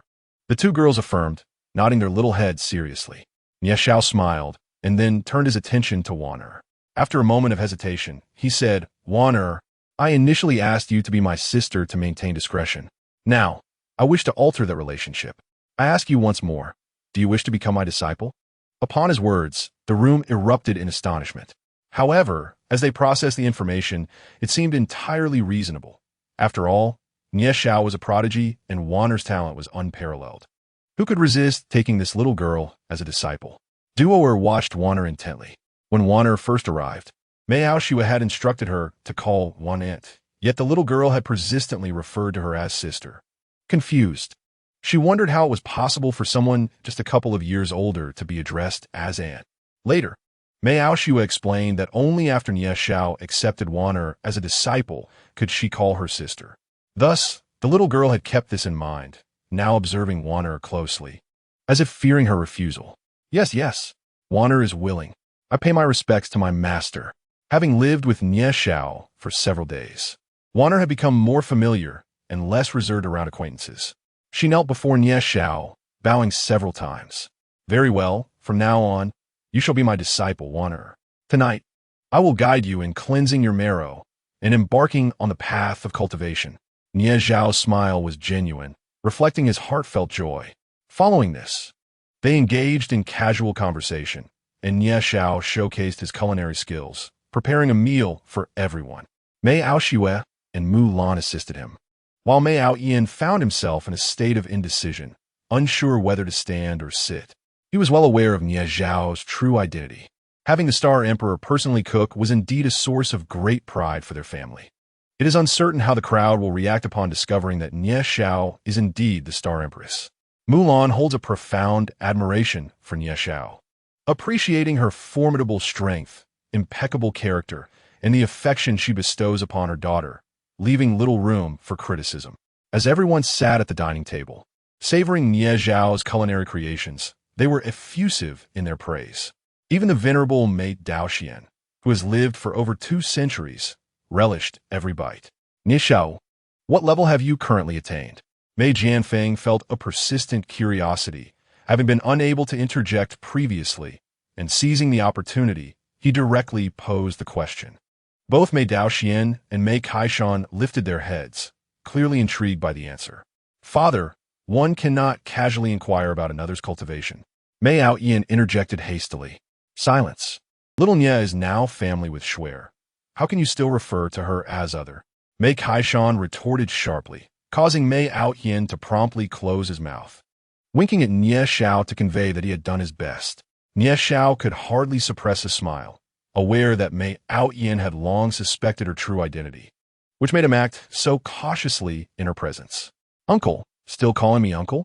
Just as Nie Xiao was about to speak, she was interrupted by Mei Jianfeng. She had to amend her words. Father, my cultivation has actually surpassed the entry realm. What? Surpassed the entry realm? What level is that? Mei Daoxuan, Mei Kaishan. And Mei Jianfeng exclaimed in astonishment, rising to their feet. After the entry realm comes the Qitian realm. I am now approximately at the mid-stage of Qitian. Nie Xiao decided to no longer conceal her abilities, feeling no need to hide anything from her family, except for Mei Aoshue and Mei Aoyan, who displayed little reaction, and Mei Aoshuang, who was not particularly focused on cultivation. The expressions of Mei Daoxian, Mei Kaishan, Mei Jianfeng, and Mulan were filled with shock as they stared at Nie Xiao.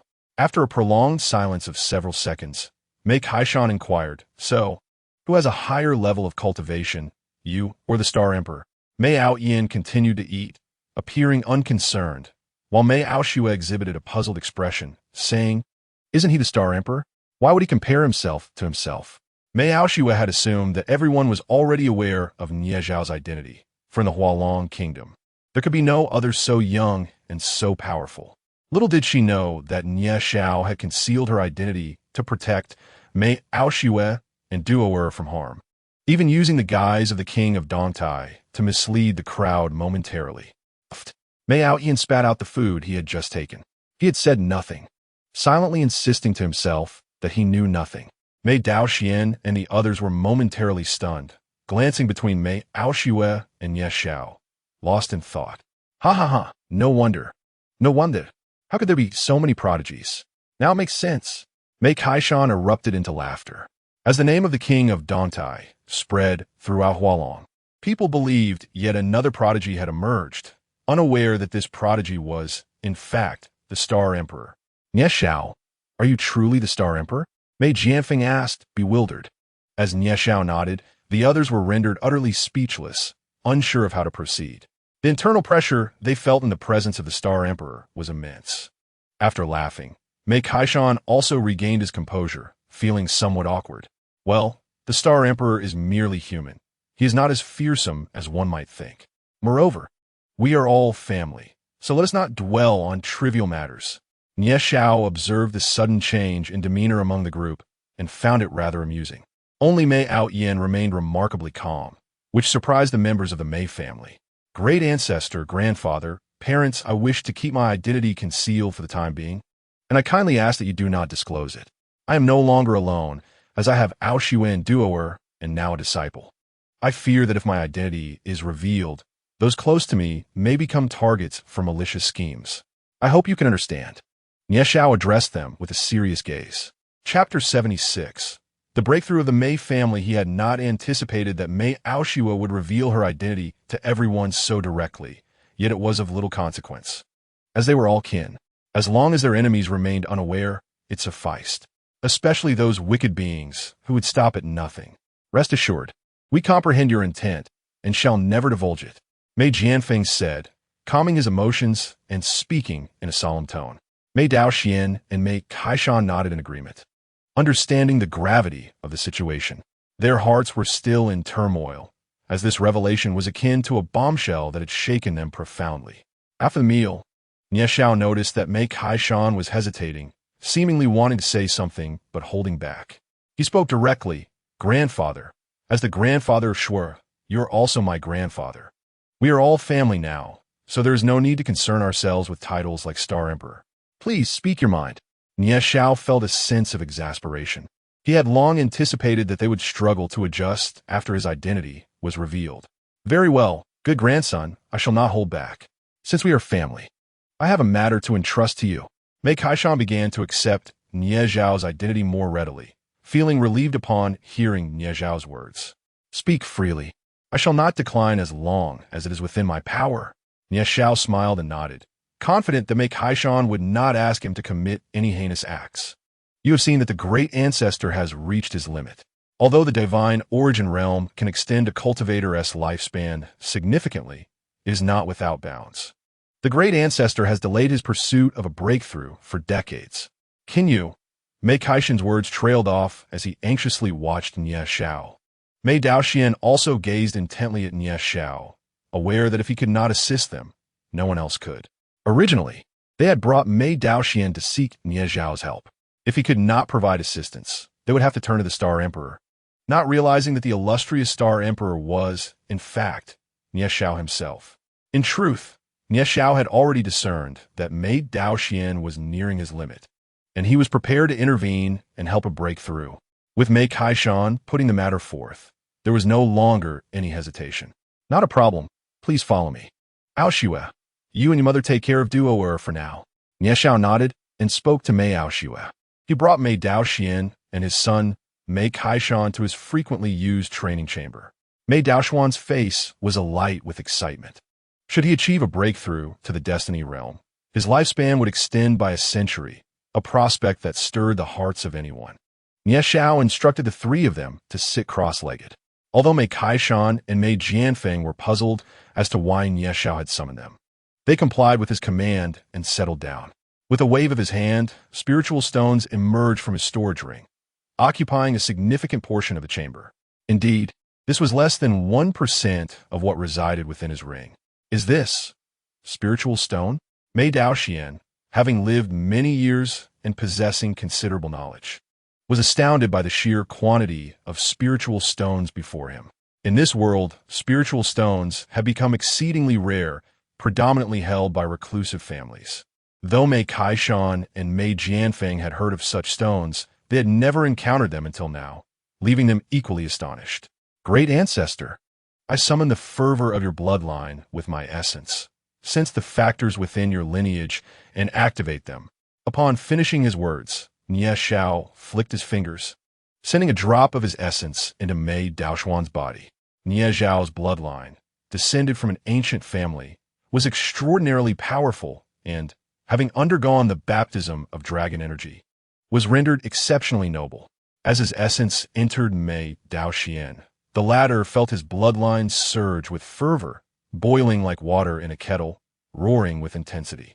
Without hesitation, he followed Nie Xiao's instruction to sense the factors within his bloodline. Nie Xiao shattered the spiritual stones, instantly flooding the chamber with a torrent of spiritual energy. He infused this energy into Mei Kaishan and Mei Jianfeng, facilitating a rapid enhancement of their cultivation. As night deepened and the bright moon hung high, soothing the sun-scorched earth, in an unknown realm, several monstrous beings gathered around a stone table, engaged in discussion. "Charlie, why have you summoned everyone at such a late hour? Have you made any discoveries?" A white python-like creature inquired from the head seat, emanating a chilling aura. "Reporting, my lord, according to the reports from our tentacles, the ancient families that were sealed away have recently begun to break free, and chaos has ensued outside. Should we intervene?" Asked a creature with a dog-s head and a chicken-s body. "They are of no concern. Let them cause their turmoil. Our primary task now is to gather as many young boys and girls as possible, urging our tentacles to hasten their efforts. We are running out of time," commanded the white python. "Understood." The monstrous beings departed swiftly, each preoccupied with their own affairs, having no time to waste. Meanwhile, Nie Xiao observed that the spiritual stones in the training chamber had been largely depleted. The aura of Mei Kaishan and Mei Jianfeng continued to escalate. Although Nie Xiao had no intention of forcibly enhancing their cultivation, the world was growing increasingly tumultuous, leaving little room for hesitation. If necessary, he would later solidify their foundations. A sudden sound of shattering echoed within the training chamber. Instantly, a tempest swirled around Mei Daoxian, his aura surging dramatically. With a wave of his hand, Nie Xiao contained it within Mei Daoxuan's vicinity. After decades of effort, Mei Daoxian had finally broken through to the destiny realm, awakening the power of his bloodline. His white hair gradually darkened, and the wrinkles upon his face began to diminish. However, the process was far from over. Nie Xiao continued to infuse spiritual energy into Mei Daoxuan's body. The decades of cultivation he had amassed could not be shattered in a single breakthrough, and with Nie Xiao's assistance, his power surged exponentially. After several more minutes, his cultivation reached the latter stage of the destiny realm. Ultimately, the next phase relied on his own comprehension of the laws of power, which could not be forcibly accelerated. Yet, Nie Xiao possessed methods to expedite their progress, albeit after ensuring a solid foundation, as excessive haste could be detrimental. Subsequently, Nie Xiao assisted Mei Kaishan in breaking through to the destiny realm, while Mei Jianfeng ascended directly from the spirit communication realm to the mid-stage of the divine origin realm. The three of them sat cross-legged in meditation for several moments before opening their eyes in unison. Splendid. At last, I have reached the realm I have long yearned for. My gratitude to you, my young friend, or rather, to my grandson. Ha ha ha. Mei Daoxian had never felt such joy, his hair dark and unblemished, radiating happiness. Mei Kaishan and Mei Jianfeng also expressed their gratitude to Nie Xiao, acknowledging that had they relied solely on their own efforts to reach their current level, it would have taken them decades. With Nie Xiao's direct assistance, they would now be better prepared to face those reclusive families without excessive struggle. Nie Xiao remained silent, nodding with a smile, before waving his hand, transporting them all to the villa's grand hall. Everyone stood momentarily in stunned silence, exchanging pleasantries before settling down. The Mei family members intended to leave, but could not resist Mei Aoshue's insistence. Moreover, given the villa's abundance of rooms, spending a night there posed no inconvenience. Meanwhile, Nie Xiao began to prepare some essentials. The next step involved a rigorous process of marrow cleansing for the two young girls, a task that required utmost diligence. Chapter 77. The emergence of the celestial body and the awakening of the dual pupils. Nie Xiao had acquired numerous valuable items in the demon domain, all stored within his spatial ring, perfectly suited for the two girls.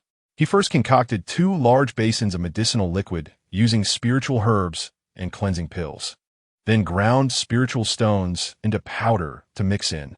Once everything was prepared, he led the 2 girls into the cultivation chamber.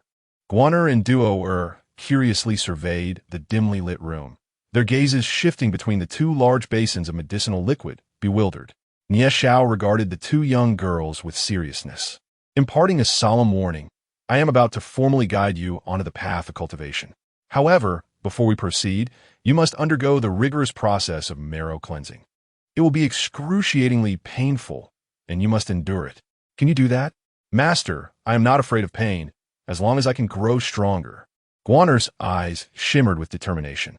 She recalled the injuries she had suffered previously and the helplessness she felt when her grandmother was harmed. Her small fists clenched tightly. Duo also nodded earnestly, understanding more than her tender age might suggest. Very well, you shall enter these 2 basins. Regardless of what occurs, no matter how much it hurts. You must grit your teeth and persevere. Nie Xiao's expression remained impassive, though a flicker of compassion shone in his eyes. There was no alternative. His daughter and disciple needed to endure trials greater than the ordinary to ascend further and reach greater heights. The 2 young girls did not hesitate, resolutely nodding in agreement. With a wave of Nie Xiao's hand, 2 diminutive figures swiftly entered the wooden basins filled with medicinal liquid, their small heads the only parts visible. He then infused the 2 young girls with pure dragon energy obtained from the Dragon Lord. At that moment, Mei Aoshue appeared beside Nie Xiao. As a cultivator at the Divine Origin Realm, despite her limited prowess, she had received guidance from a saint of time and space, making her adept in the application of divine abilities. Watching the trembling figure of Duo, who was gritting her teeth to endure the ordeal in the tub, her eyes instantly turned red with compassion as she gazed at Nie Xiao.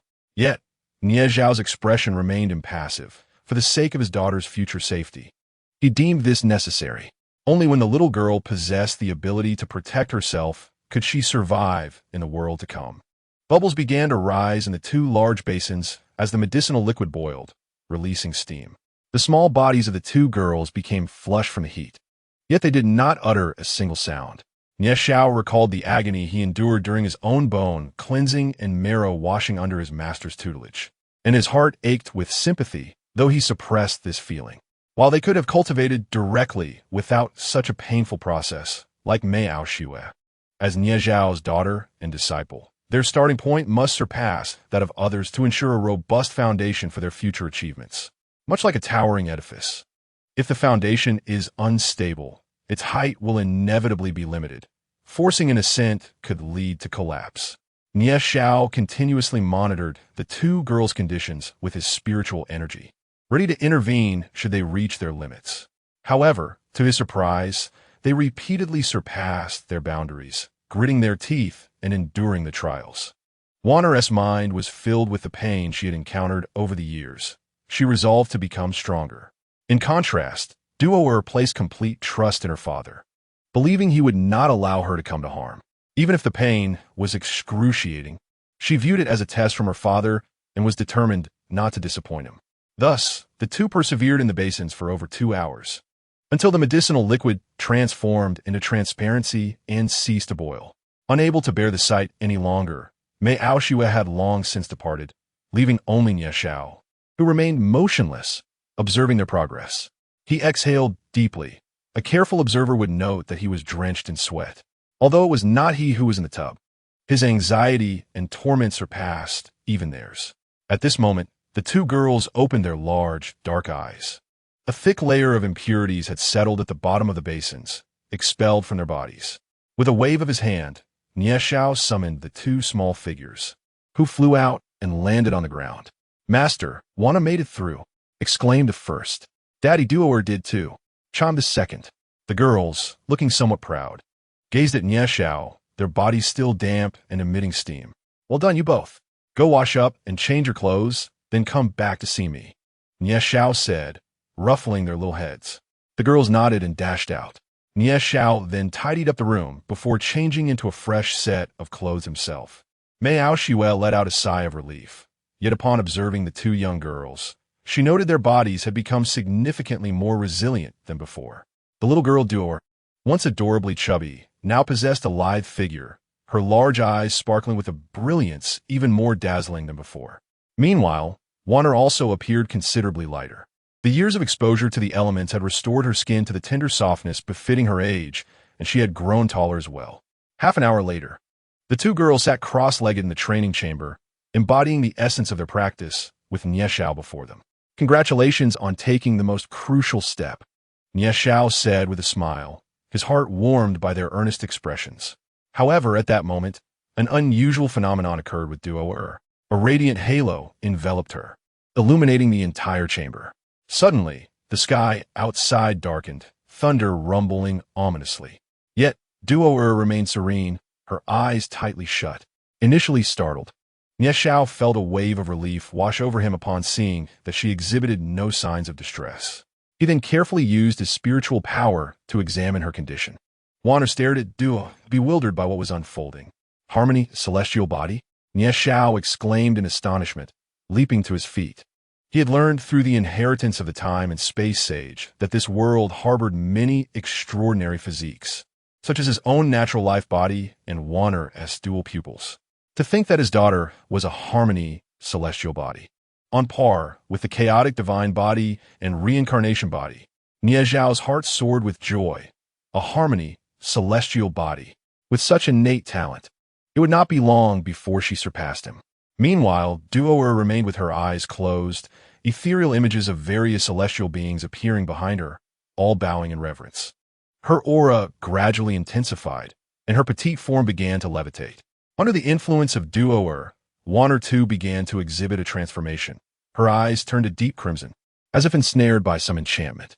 Her aura swelled as her long, dark hair morphed into a striking blood-red hue, exuding an extraordinary allure. At that moment, Nie Xiao found himself at a loss for words. The emergence of the harmony celestial body and the awakening of the dual pupils signified that the future of this world was destined to belong to these two young girls. Meanwhile, in an unknown realm beneath the earth, several elderly figures convened, deep in discussion. Suddenly, they all gazed up at the sky, their faces etched with astonishment. "Is that the harmony celestial body? And the dual pupils?" They were taken aback by the presence of such gifted individuals in the mortal realm. "We must act swiftly to send someone to bring them back. And don't forget the natural life body from years past and the recently discovered extreme Yin body.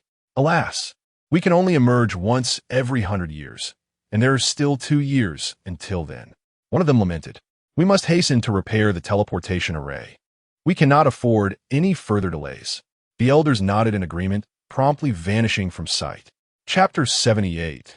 The Academy's completion. Nie Xiao remained unaware that, in a distant realm, 2 young girls had already attracted the attention of others, including himself and Mei Aoshue. He was currently devoted to safeguarding these 2 girls, fearing that any misfortune might befall them. After approximately half an hour, the dark clouds gradually dispersed, restoring tranquility to the world. To the ordinary eye, this was merely a typical thunderstorm. Duo and Wanner began to stabilize their auras, their eyes fluttering open in unison. Duo's petite form slowly descended, her little feet touching the ground, exuding an ethereal grace.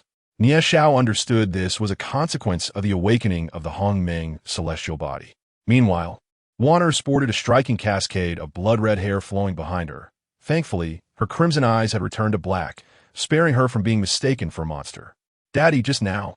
A voice spoke to Duo, instructing her on how to cultivate and bestowed upon her many treasures. The little girl exclaimed, burying her head in Nie Xiao's embrace. Shaking her small head earnestly, Nie Xiao furrowed his brow, inquiring meticulously about the earlier incident. The child recounted everything in detail. At that moment, Nie Xiao found himself at a loss for words. Was this the might of the Hongmeng celestial body? Not only had it received guidance from the heavenly Tao, but it also came with accompanying cultivation techniques. With this awakening, her cultivation had soared directly to the divine origin realm, defying all natural order. Wanner gazed at Duo with a hint of envy. Although she was aware that she too had awakened her talent, she had not received any cultivation manuals. Nevertheless, her own cultivation had progressed directly to the late stage of the spirit communication realm, leaving her just a small step behind Duo. Subsequently, Nie Xiao imparted to Wanner a suitable technique, one unearthed from the legacy of the time-space sage, a method from an ancient master of the dual pupils. After spending another 2 hours familiarizing the two girls with the operation of their techniques and the practice of martial arts, he finally allowed them to rest. The two girls were already quite fatigued from the day's events. It would be better to take things slowly from here on. The next day, Nie Xiao escorted Wan'er to the demon world, entrusting her to Feng Tian and the others. This was Wan'er's own request. Nie Xiao had previously informed her that he would take her to a place where she could cultivate rapidly. The little girl had remembered, thus proactively asking Nie Xiao to transport her there. After giving Feng Tian and the others a few instructions, he returned to the villa. The following world seemed to descend into a peaceful stillness. However, Nie Xiao sensed that this was merely the calm before the storm. Fortunately, with the 5 great families' protector, Hualong, overseeing matters, it saved him considerable time. Yu Batian was also fully focused on the academy, which could not be taken lightly, as it pertained to Hualong's future brilliance. A week passed. During this time, Nie Xiao devoted himself to accompanying Duo'er in her cultivation. She continued attending kindergarten during the day, returning at night to practice for a while. As he observed Duo'er gradually mastering her cultivation, Nie Xiao began to enter a deeper state of seclusion. In the southwestern border of Hualong, within a cavernous niche of a cliff, a figure cloaked in black, exuding a sinister aura, chuckled ominously. He, with just a few hundred more children, our mission shall be fulfilled, he proclaimed, laughter echoing through the dark chamber.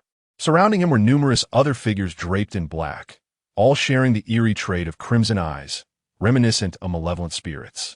Master, will we be able to return home once we complete our task? Inquired one of the figures kneeling before him. Despite their successful abductions of numerous children, their actions barely stirred ripples across the vast world. These individuals were astute, ensuring not to capture too many children from a single location for fear of attracting attention. However, their cautiousness did not assuage the constant trepidation they felt, for the presence of the Star Monarch loomed over them, a being capable of matching their king in battle. Thus, they longed to return to the demon continent. Indeed, upon fulfilling the grand task bestowed by our king, we shall return to that realm and receive his sanctification. The leader of the black-clad figures declared, his exuberant laughter resonating as he danced with glee.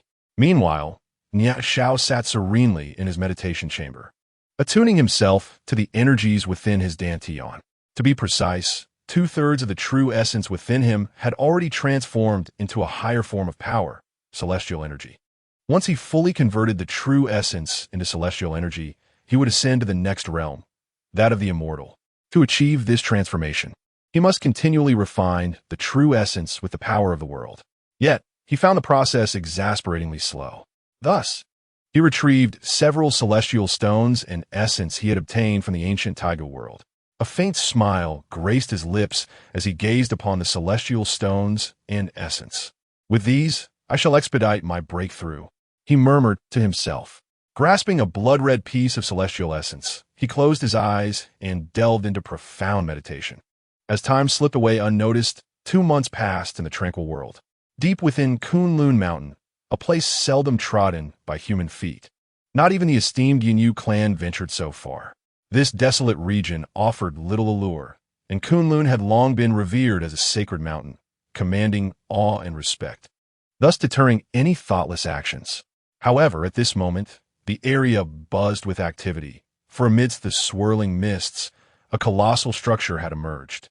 These edifices, constructed in an archaic style, ascended along the mountainside, suffusing the air with an extraordinary density of spiritual energy, making each breath feel as if one were on the verge of ascension. YBTI stood atop the mountain, taking in the scene with a smile. Exhaling a long-held breath, he had been tirelessly occupied with matters concerning the academy, and today marked the momentous occasion of its completion. Finally, a significant milestone had been achieved. After a prolonged search for a suitable location for the academy, he had sought the assistance of the Dragon Lord, who had directly revealed this very site to him. With a heart full of questions, Yu Batian vividly recalls a narrative shared by the Dragon Master over the phone. The Taiji Star descends vertically to Kunlun Mountain, the confluence of the world's 12 dragon veins. Globally, there exist 6 long dragon veins and 6 short ones. Gazing down from the Taiji star reveals a formation resembling the Taiji diagram. Over time, a culture has emerged there, known as Kunlun culture. Thus, following the Dragon Master's guidance, Yu Batian discovered this place, leading to the commencement of the Academy's design and construction. Chapter 79. Guaner's growth. The entire Academy comprises countless dormitories, training rooms, and dozens of classrooms. Moreover, Yu Batian procured numerous treasures from the Dragon Master, including the viewing stone and several coveted relics from secret realms. It can be said that this endeavor consumed an immeasurable amount of resources from Hulong country. The Academy itself was intricately arranged by array masters, featuring various formations such as spirit-gathering arrays, concealment arrays, lethal arrays, confinement arrays, and defensive arrays. Ultimately, Yu Batian and his associates sealed the memories of all involved in the Academy's construction, deeming it a state secret. Only qualified students and faculty would be privy to this knowledge, while others would remain in ignorance. Furthermore, the area lacks signal reception. Students needing to contact their families for urgent matters must first reach out to their family's official representatives and report through the proper channels. Every student fortunate enough to enter this academy would receive local support, a requirement set forth by Nie Xiao. After a month of meticulous efforts, the academy finally fell into a rhythm. The initial selection of 1,000 students had now entered the institution. The elder masters of the divine origin realm, after more than half a month of Yu Batian's guidance, assumed the role of teachers. Although Yu Batian's cultivation was not particularly high, it was commendable. He had been elevated to the late divine origin realm by Nie Xiao at the entrance of the emperor's residence in Changbai Mountain. Despite being preoccupied with academy affairs, his cultivation had not stagnated, and he subtly approached the pinnacle of perfection. Moreover, having systematically studied the path of cultivation with Nie Xiao previously, he encountered little difficulty in nurturing these divine origin cultivators. In Jiyu City, Nie Xiao had been in the training room for over 3 months, and the blood-red celestial essence in his hands had become somewhat translucent. During these months, Mei Aoshue and Duoer frequently visited him, as such an extended period of silence inevitably caused them concern. Ever since awakening her Hongmeng celestial body, the little girl Duoer had become increasingly beautiful and ethereal, radiating an enchanting aura. Consequently, whenever Mei Aoshue took the little girl out, they garnered an unwavering 100 rate of attention from onlookers. Additionally, her cultivation had advanced to the late divine origin realm at a remarkable pace, a testament to her extraordinary talent. Mummy, Duoer's birthday is approaching. Why hasn't Daddy awakened yet?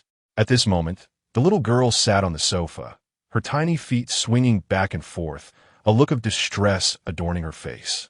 This marks her 3rd birthday, yet in the past, she was too young to comprehend its significance. This time, however, she has sought out her father and has grown more aware, naturally desiring to celebrate with both her parents. Mei Aoshue gently massaged her forehead, exhaling a resigned sigh. Father bears immense responsibilities, thus he must diligently cultivate. Yet, I sense he is on the brink of awakening. Really?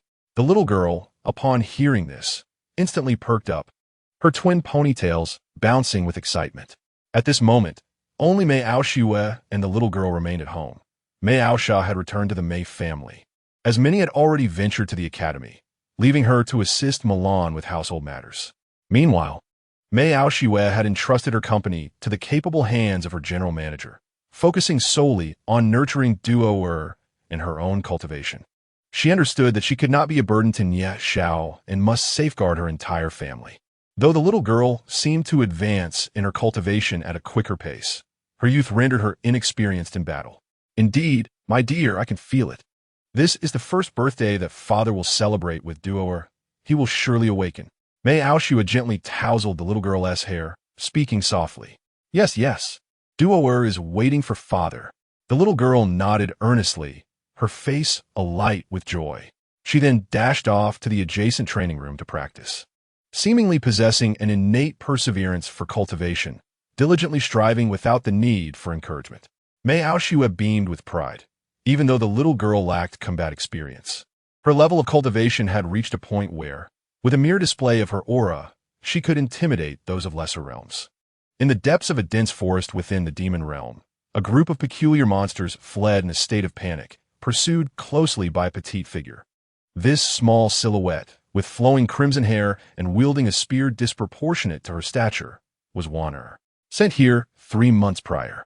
She had been training alongside Feng Tian and others, while also venturing deep into the continent to hunt demonic creatures under their guidance to enhance her combat skills and experience. Though only just 6 years old, Wanner had shed her former childishness, taking on the demeanor of a little adult. Her previously serene face now bore traces of ruthlessness and killing intent. Her small body was adorned with scars, yet Feng Tian and the others observed from a distance, only intervening in dire circumstances. Unbeknownst to Wanner, they had been protecting her all along, allowing her to face numerous life and death crises while reaping substantial benefits. At that moment, her cultivation had reached the mid-stage of the divine origin realm, a remarkable ascent from the spirit connection realm in just 3 months. If Nie Xiao were to find out, he would surely be astounded. Wanner had now caught up to several demonic beings. With a leap, she positioned herself ahead of them, swiftly swinging her spear to strike down the foremost creature. In a seamless motion, she spun around and thrust her spear forward, piercing yet another demonic entity. At this moment, the other malevolent beings, filled with unrestrained fury, seized the opportunity while Wanner was momentarily incapacitated, simultaneously launching their attacks against her. Armed with scythes, chains, and serrated weapons, they all surged towards the young girl.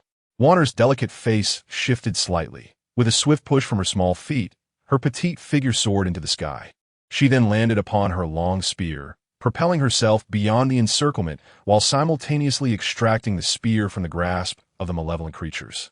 Upon landing, she swept the spear behind her, emitting a dazzling radiance that cleaved the malevolent beings in half. Indeed, there has been progress. Shura, bearing his blood-red longsword, approached with commendation. Of course, one must consider who provided the instruction. A melodic female voice chimed in as a woman clad in a flowing black gown appeared. Her cascading white hair flowed down her back, and her pointed ears lent her an aura of enchantment. I must say, Juyo, the young girl was not solely your pupil. We too contributed. Gile, stroking his bald head with a robust voice, made his presence known. Little girl, who do you claim taught you the most? Juyo glared at Wanner. Wanner merely pouted and turned away. Since her arrival, she had grown accustomed to their bickering, initially feeling quite conflicted about how to respond, but ultimately deciding it was best to simply disappear. Chapter 80. Trouble for Duo in the depths of Kunlun Mountain, within the Huazhong Academy. Everything progressed in the direction they had envisioned, particularly for those students of humble origins, who, after undergoing the Academy's systematic education, experienced rapid advancement. In the central training arena of the Academy, 2 young men stood facing each other. Both were at the realm of masters, their innate talents having previously ranked highly during assessments. Zhao Heng, do not presume that your breakthrough to master allows you to provoke me. Sister Huaner shall be mine, declared a boy of approximately 175 meters, clad in a light blue academy uniform, his tone icy. Sun Xuepen. I must inform you that Sister Huaner belongs solely to me. Zhao Heng, also in a blue uniform, his long hair flowing, retorted. Then let us battle. Should you defeat me, I will withdraw. Sun Xueping unleashed his full presence and charged at Zhao Heng. At this moment, the arena was teeming with spectators, including Gu Shaoding, Mei Yin, and Yu Ying, who quietly observed from behind a crowd. TSK, TSK, TSK, yet another pair of infatuated fools. Mei Yin mocked in a coarse voice. Not everyone is as dense as you. You wouldn't block. Human-shaped Tyrannosaurus. Gu Shaoding, with a folding fan in hand, adopted an elegant demeanor while casting a sidelong glance at Mei Yin. If you're not satisfied, let us compete as well. Mei Yin challenged, his eyes wide with provocation. Gu Shaoding was not swayed by the bait, opting for silence instead. Yu Ying and her companions stifled their laughter. With a resounding crash, Zhao Heng and Sun Xueping clashed palms, both staggering back a few steps. Good, continue. Zhao Heng shouted, charging once more at Sun Xueping. Vajra Fist. Sun Xueping finally unleashed the martial technique he had learned at the academy, striking a punch towards Zhao Heng. Then let us see whose Vajra Fist is more formidable. Zhao Hang countered, also employing the Vajra fist. Fist against fist, neither side willing to yield. With a resounding crash, a gust of wind swept across the stage, and both figures were sent flying once more. Yet, while Zhao Hang staggered back a mere dozen paces, Sun Xueping was propelled nearly 15 meters. The victor was unmistakable. Don't you think their fighting style bears a striking resemblance to yours, tyrant? Yuing squinted at Mei Outyin, inquiring. Gu Xiaoding and the others also twitched their lips in response. My fists are far tougher than theirs, Mei Outyin declared, turning to leave. Are you two seeking death? How dare you wager my honor? At that moment, a sharp voice rang out, followed by a girl clad in a white academy uniform leaping onto the stage. It was Huan Er.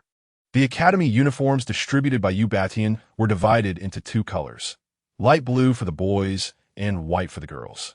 At that moment, Huan Er, adorned in her flowing white dress, appeared immensely pure, reminiscent of a lily fairy, which explained the fierce battle that had ensued.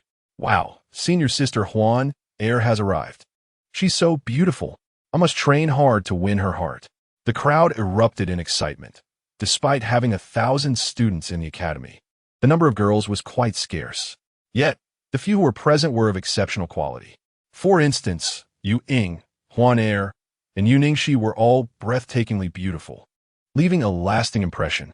At this moment, Zhao Hang and Sun Xuepeng wore expressions of exhilaration, gazing at the suddenly appearing He Yuan, at a loss for words.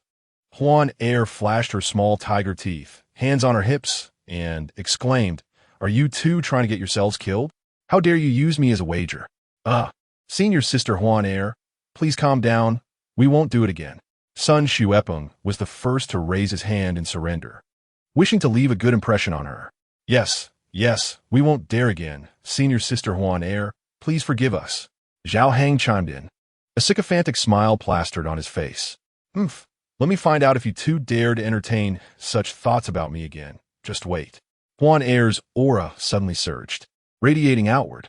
Zhao Hang and Sun Xueping stumbled back several steps before collapsing onto the ground. By the time they looked up, Huan Er had vanished.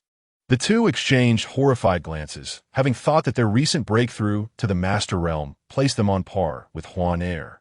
They had not anticipated being unable to withstand even her presence. The crowd below was also abuzz with astonishment. Yu Ying and Gu Xiaoding exchanged glances and shook their heads. Although they had made strides since arriving at the academy, this young girl's talent was on par with theirs, making her breakthrough entirely reasonable. Following Huan Er's display, the academy students recognized their own shortcomings and plunged into fervent training. In the secret realm, students frequently challenged themselves, and the martial arts arena saw daily duels to hone their skills. The training rooms were perpetually bustling with activity. A week flew by. As autumn reached its midpoint, the weather gradually turned cooler. This day marked the weekend, as well as Jiao Er's birthday. Mei Aoshua had dressed the little girl most beautifully, her hair braided into numerous small twists. Yet, the little one wore a face of discontent, for her father had yet to awaken. Daughter, you must understand your father. One day, you too will find yourself immersed in cultivation, and when you awaken will no longer be within your control. Mei Aoshua gently reassured while assisting her daughter in dressing. The little girl nodded, replying, I understand, but alas, I am content as long as I have Mama by my side. There are so many children who don't even have their parents. Upon hearing this, Mei Aoshua felt a tremor in her heart. Despite her young age, her daughter's understanding was growing deeper. How about we spend the day playing together, dear? Wherever you wish to go, Mama will accompany you. Mei Aoshua said with a soft smile, adjusting the little girl's clothes. Yay, thank you, Mama. The little girl's mood brightened immediately, seemingly eager to avoid causing her mother any distress. That day, Mei Aoshua took her daughter on an adventure throughout the entirety of Jiu City, visiting amusement parks, an anime gaming hall, and finally the aquarium to see her favorite turtles. The little girl was utterly satisfied, though she felt a tinge of regret that her father was not present. Nonetheless, she was quite content. Both of them being cultivators at the spirit origin realm, fatigue was a foreign concept. They remained invigorated even after a full day of play. Daughter, it is now time to celebrate your birthday. Mama has ordered a grand cake for you. Do you like it? Mei Aoshua squatted down, smiling as she inquired. Hee hee. How did Mama know that cake is my favorite? Thank you, Mama. The little girl giggled and gave Mei Aoshua a kiss. Mei Aoshua's heart swelled with happiness.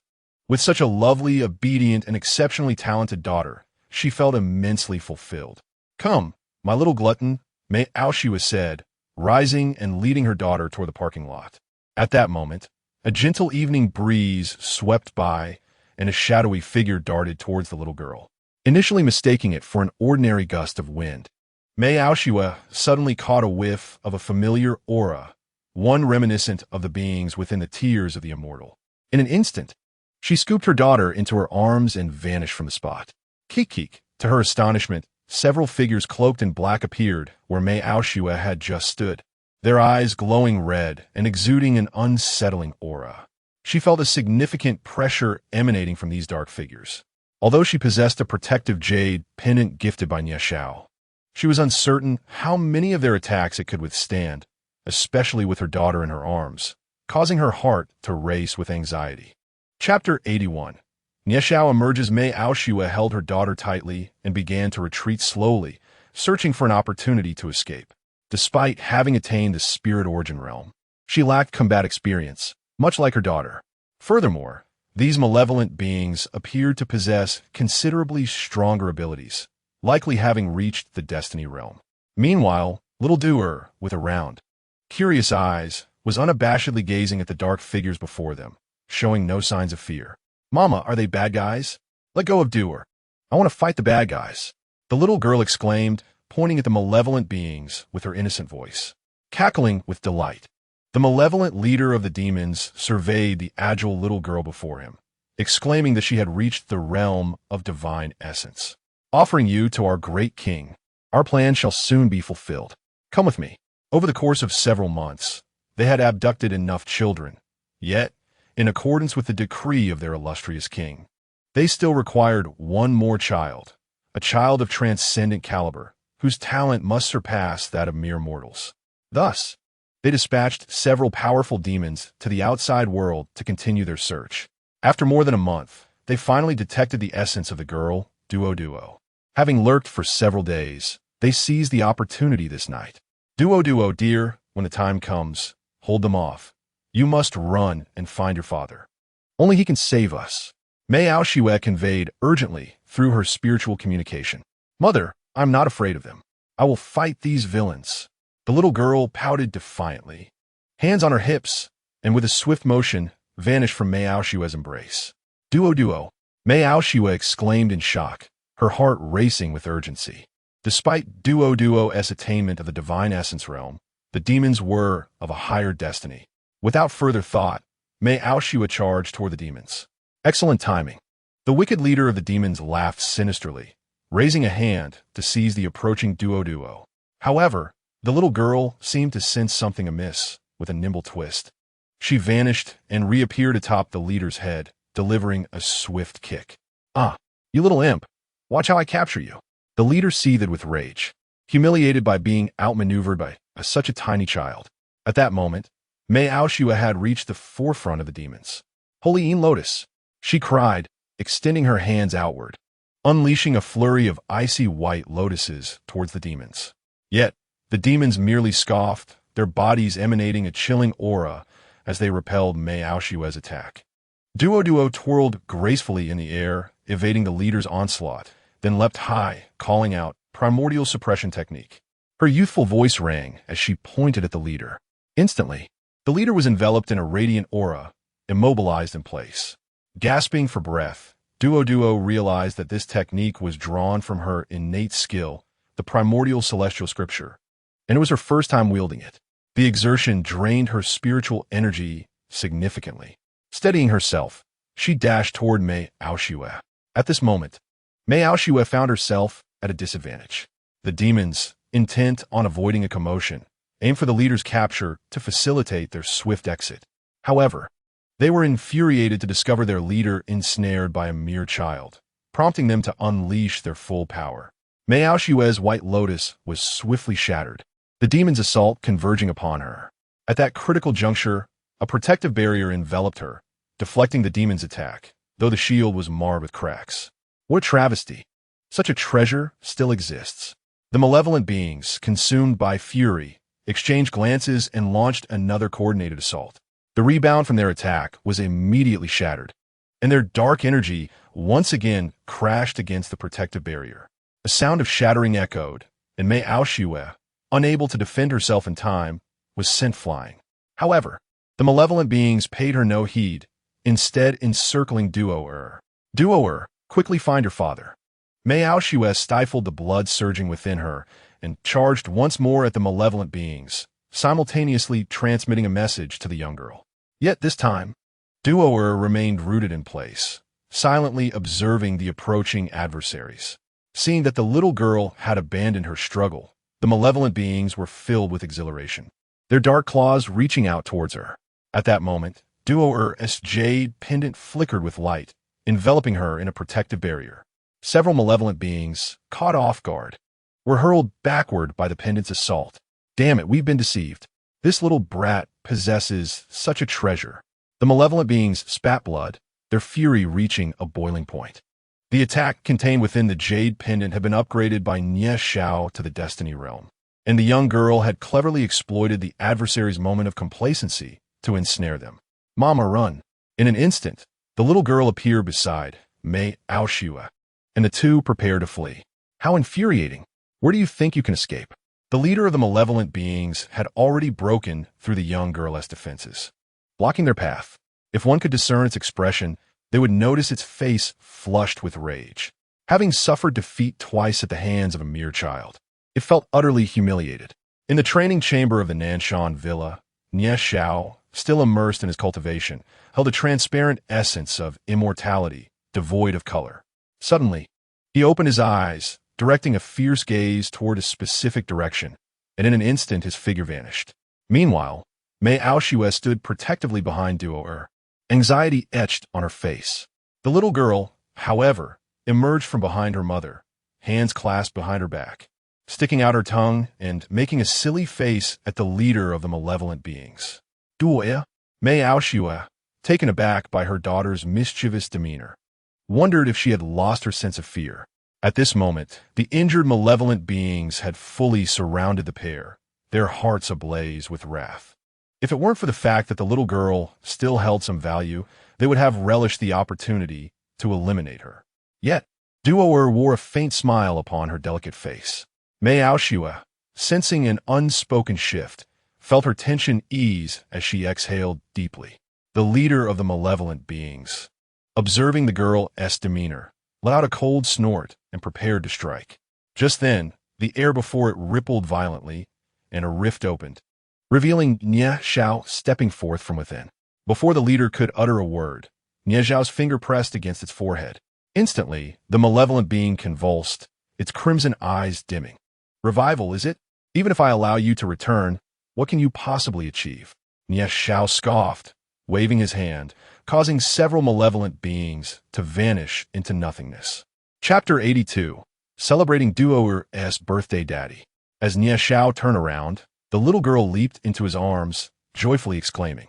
He picked her up and approached Mei Aoshue, revealing a look of guilt on his face. Had he woken up any later, they both might have been in peril. Mei Aoshue, however, wore a subtle smile. Witnessing her man's expression of remorse brought her an inexplicable delight. We are fine. No need to worry, she softly reassured, leaning gently against Nie Xiao's shoulder. Daddy, Duo just defeated the bad guys. They were trying to bully me and Mama. The little girl clung tightly to Nie Xiao's neck, her voice sweetly reporting her exploits. Duo is truly impressive, but you mustn't act so impulsively in the future. What if you get hurt? Nie Xiao chuckled, having just employed a soul-searching technique on the leading villain, and he was indeed astonished to see his little girl in her first battle. Those bad guys deserve to be dealt with, but Duo's strength isn't sufficient. The little girl sighed after her innocent declaration. You're already very powerful. With a bit more time, you will surpass your father. Nie Xiao gently teased, giving her nose a playful poke. Then, a green aura enveloped Mei Aoshue and Duo, surging with vibrant life force that instantly healed Mei Aoshue's injuries and restored the little girl's strength. Wow, how magical! Duo is strong again, she exclaimed, swaying her tiny body in Ye Zhao's embrace, mesmerized by the green glow. Moments later, the luminescence faded and both regained their peak condition. Let's go celebrate our little princess's birthday, Ye Zhao declared, carrying Duo and taking Mei Aoshua's hand as they moved forward. Oh, Mommy and Daddy are celebrating Duo's birthday together, the little girl shouted gleefully. Mei Aoshue smiled, yet a hint of confusion lingered in her heart. Did her daughter truly not understand the concept of fear? She glanced questioningly at Nie Xiao, who seemed to grasp her thoughts. She is the daughter of a star emperor. He proudly asserted. Meanwhile, in the realm of demons, Charlie Ao, a creature with the body of a dog and the head of a chicken, bellowed at a demon spirit kneeling before him. What? The ancient Aot has perished? Master, we received word from that nation stating that the ancient Aot has been slain. The demon spirit stammered. Foolish, worthless creature. Charlie Ao shattered items in the room in frustration. Speak, he roared, kicking the half-kneeling demon spirit. The demon spirit stumbled to its feet and said, Master, ancient Aot previously discovered a little girl in the Villa district on the southern mountain of Jiu City. Hulong Nation, who would be perfect for a child's summoning. Very well, at least it wasn't in vain. Excellent. Summon Li Nuo to see me. Charlie Ao commanded with a flap of his wings. Yes. The demon spirit, feeling as if granted amnesty, hurriedly exited. Shortly thereafter, another demon spirit entered, towering at 2 meters. Covered in tentacles, resembling a centipede, it was Li Nuo. Li Nuo and Gu Aote, prior to their demise, had uncovered a young girl suitable for the role of a child's guide. In a luxurious villa atop the Nanshan district of Jiu City in Hualong Nation. You are to accompany Jerry and Xena to retrieve her. Be aware that she may be under the protection of formidable guardians. Remember, do not resort to force, but rather employ cunning strategies. After Charlie Ao conveyed the instructions, he vanished without a trace. Following the orders, Li Nuo departed as well. Unbeknownst to Nie Xiao, his daughter had once again attracted the attention of malevolent forces. Even if he were aware, he would remain indifferent. Upon his return, he planned to craft several protective talismans for her. Although his cultivation had yet to reach the realm of immortality, he was not far from it. The true essence within his dantian had transformed over 90% into celestial energy, placing him at the threshold of becoming a half-step immortal. Even if the demon sovereign were to resurrect, he would merely meet with swift defeat. At this moment, Nie Xiao drove with Mei Aoshue and Duo Air to the restaurant they had reserved. This establishment was the most prestigious hotel in Jiu City, and Mei Aoshue had booked the top floor for the little girl's birthday celebration. Welcome. Do you have a reservation? The attendant inquired with a smile as they approached the hotel entrance. Anyone who beheld Mei Aoshue's beauty and the charm of little Duo Air would inevitably smile in return. Hello, I made a reservation for the top floor a week ago under the name Mei Aoshue, she stated with a graceful smile, stepping forward. The staff checked the reservation and then gestured for them to enter, saying, Please come in. There are many awaiting your arrival. Mei Aoshue nodded slightly and proceeded inside. Nie Xiao raised an eyebrow, realizing that she had invited others as well. He pondered briefly before pulling out his phone, tapping a few buttons, and then placing it back in his pocket. Meanwhile, Duo Air, brimming with excitement, eagerly surveyed her surroundings, bouncing along while holding Nie Xiao's hand. Daddy, what gift are you giving to Duo Air today? The little girl looked up, her eyes sparkling with anticipation. What does Duo Air wish for the most? Nie Xiao inquired. Gazing fondly at her, the little girl tilted her head, pondering, then shook it, saying, It seems like I don't lack anything, so I don't really know what I want. She appeared conflicted. Although she had only her mother throughout the years, her mother had always fulfilled her every desire. Thus, she was now uncertain about what to wish for. Since Duo Air is unsure, then I shall decide for you. But don't you dare complain later. Nie Xiao ruffled her hair affectionately. The little girl nodded enthusiastically, bouncing like a chick pecking at grains. Duo Air won't complain. As long as it's a gift from Daddy, I will love it. She giggled. They took the elevator to the top floor, where Mei Aoshue confidently pushed open the grand doors of the hall.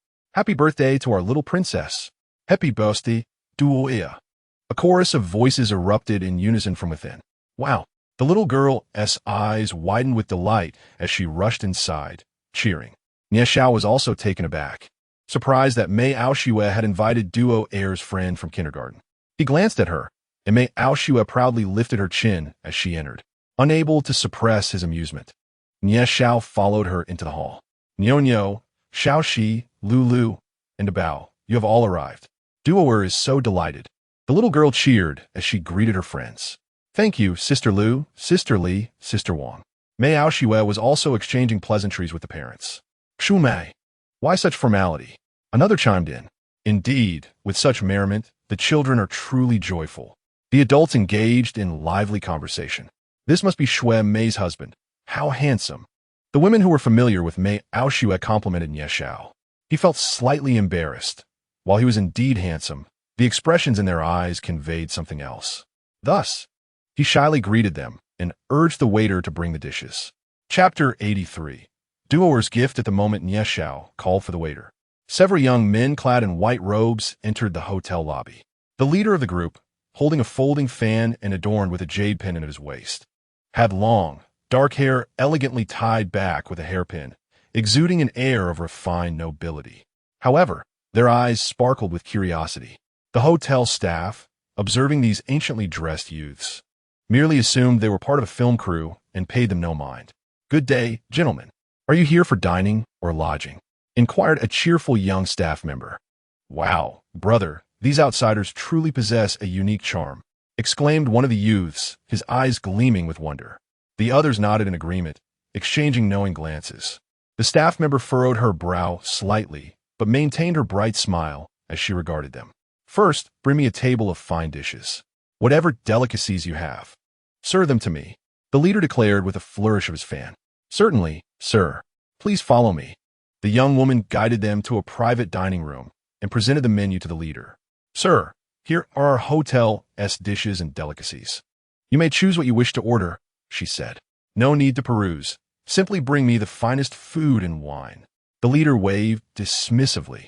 The young woman was momentarily taken aback, but nodded and exited, closing the door behind her. Brother, how about letting this young lady join us for a drink later? Laughed one of the sycophantic youths.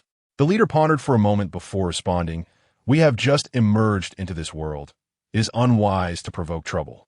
We must first ascertain the situation. Brother, do we need to be so cautious? They're merely mortals. One protested. What do you understand? The leader scolded. Surely, other ancient families have also emerged. Yet, observe how these mortals react upon seeing us. They exhibit no fear and appear entirely unfazed. This indicates that other ancient families must not be causing chaos, or if they are, they have been swiftly subdued. Otherwise, these mortals would not respond in such a manner. At this, the other youths shuddered and began to flatter their leader. On the hotel's top floor, after instructing the dishes to be served, Nie Xiao returned to the lobby. Watching Duo and her classmates revel in joy, a smile crept upon his lips. Daddy, do you think Duo looks pretty? The little girl exclaimed, running over with a flower crown atop her head, her excitement palpable. How delightful! Little Duo is truly beautiful. Nie Xiao took out her phone and captured a photograph of the little girl, then joined her for a snapshot. The child beamed, revealing two adorable dimples, before scampering off to play with her classmates. After a brief interlude of about 10 minutes, the waitstaff began to serve the dishes. All these delicacies had been ordered by Mei Aoshue, many of which were the child's favorites, though there was an ample selection for the adults as well. Oh, so much delicious food, exclaimed the children, their eyes lighting up. It's been ages since I've had such a feast. Hooray for Mom and Dad. The little ones cheered at the sight of the abundant snacks, and Duo jumped up in excitement. Swear, you can't possibly eat all of this, remarked several well-to-do ladies, their expressions a mix of exasperation and amusement. They shared a cordial rapport with Mei Aoshue and all resided in the same neighborhood. Well aware of the close ties between the owner of the mountaintop villa and the He family, thus harboring a desire to ingratiate themselves. Not to worry, dear sisters. Today we shall indulge freely. Mei Aoshue encouraged everyone to take their seats. In Kunlun Mountain, the realm of the Yunyu family, Brother Yunyu, it has come to my attention that yet another ancient family has resurfaced in Jiu City. Lu Feng's elder, Huang Santainai, hunched over as he reported to Yunyu Wuxing. After Nie Xiao had subdued Yunyu Wuxing and the brothers Di Wuxia and Lu Laifeng, she entrusted the chaotic affairs of the 100 families within Huazhong to them. Although Huang Santainai and Xing Wushang of the Xing family were not directly under Nie Xiao's control, the presence of the two semi-ascendant ancestors ensured their compliance. Consequently, they agreed to manage their respective territories, with Jiyu originally under Lu Laifeng's jurisdiction, promptly passing the news to Huang Santainai, who was closest to Yunyu Wuxing. Oh, if my memory serves me right, the ancient family in Jiyu should be the Lu family, correct? Yunyu Wuxing also hunched, clasped his hands behind his back. Indeed, it is the Lu family. I once clashed with their ancestor, Lu Xiangnan. That battle saw Lu Xiangnan, the old wretch, escape under my very nose with some treasure. Huang Santainai not dit dai fun. As far as I know, Lu Xiangnan had just reached the mid-stage of the Dao back then. He is merely at the later stage now. Let Lu Laifeng handle it. With that, Yunyu Wuxing vanished without a trace, and Huang Santainai turned to leave. On the top floor of the hotel in Jiyu City, the adults soon found themselves unable to eat any further, overwhelmed by the sheer volume of exquisite dishes ordered by Mei Aoxiu. The wine was also top tier, with bottles costing tens of thousands. Although they often attended grand banquets with their husbands, such occasions typically involved mingling rather than the unabashed enjoyment of a meal as they experience today, leading to a sense of joy and satisfaction. Here, my little princess. This is a gift from Annie, wishing our little princess a very happy birthday. At that moment, a distinguished lady rose, retrieving a beautifully wrapped gift box from her bag to present to the little girl. Sister Lu, you? Mei Aoxiu began to rise to interject, but was quickly interrupted by Sister Lu. Don't worry, this is for the child. Sister Lu shot a glance at Mei Aoxiu while watching Duo's face light up with joy. Indeed, today marks the birthday of our little princess. It is only fitting that we present her with gifts, so please do not concern yourself with the matter. The remaining noble women rose from their seats, retrieving gifts from their bags. Observing this, Mei Aoxiu ceased her objections, casting a resigned glance at Nie Xiao beside her. The young girl, Dor, gazed with around, sparkling eyes at the gifts being handed to her, uncertain of how to respond, for it was her first time receiving such an abundance of presents. She turned her gaze towards Nie Xiao and Mei Aoxiu. Dear princess, do not mind them. These are gifts from your aunts. Simply accept them. Sister Lu gently ruffled Dor's little head with a smile. Upon seeing Mei Aoxiu nod in agreement, Dor's face lit up with joy. Thank you, Annie. Dor is so happy. The little girl placed the gift from everyone on the table before her, her big eyes blinking in excitement as she contemplated opening them, though shyness held her back. Come now, shall I assist our little princess in unwrapping her gifts? Sister Lu suggested, chuckling at Dor's expression. The noble women eagerly helped the little girl unveil the gift boxes. Sister Lu presented her gift to Dor, a jade hairpin of exquisite quality, while the others revealed diamond-studded hair clips and golden hair ties, all practical yet extravagantly expensive items. Nie Xiao raised an eyebrow, recognizing that these gifts were highly valuable in the realm of mortals. Dor, brimming with enthusiasm, expressed her gratitude profusely to the ladies. Chapter 84. A City in Splendor, a lifetime of protection while Nie Xiao and Mei Aoxiu celebrated Dor's birthday. Several figures cloaked in black robes had arrived at a passageway within the Demon Continent. This location was under the guardianship of the Tianzhong Empire. Although Nie Xiao was already aware of the collusion between the Tianzhong Empire and the demons, he had been preoccupied with numerous affairs lately, leaving him little time to address the situation here. My lord, we can only escort you this far. You must exercise caution from here on. The guards of the Tianzhong Empire remarked with feigned deference. Once our great king's plan succeeds, you shall not be treated poorly. The demons cackled before vanishing from sight. Nie Xiao remained oblivious to the fact that the demons were heading towards the little girl, and even if he had known, he would not have been overly concerned. Given his current cultivation level, and with an enhancement to the jade pendant for the little girl, unless the demon sovereign were to be reborn, no one could harm her. Nie Xiao felt a profound warmth in his heart as he observed his daughter's joy and contentment. Mei Aoxiu then presented Dor with a gift, a cartoon figurine seemingly crafted from valuable materials. Subsequently, she gifted each of the other children a present as well, which filled them with excitement, as they had not anticipated receiving gifts of their own. The noble women, witnessing this scene, could only sigh in resignation but refrained from voicing any complaints. However, the little girl soon ceased her jubilant cheers, her big eyes fixated on Nie Xiao, silently staring at him. Amusement erupted among the onlookers as they could not help but laugh at Door's adorable yet mischievous demeanor. However, the little girl, her eyes twinkling, ran to Nie Xiao's side and, with her small hands wrapped around his neck, said, "Daddy, you just mentioned you would give Duo a gift too. But Duo understands you came in a hurry, so you must make it up to her later, all right?" Nie Xiao embraced the little girl, his lips twitching in amusement. It seemed that she believed her father had no time to prepare a gift, and devised this clever ploy.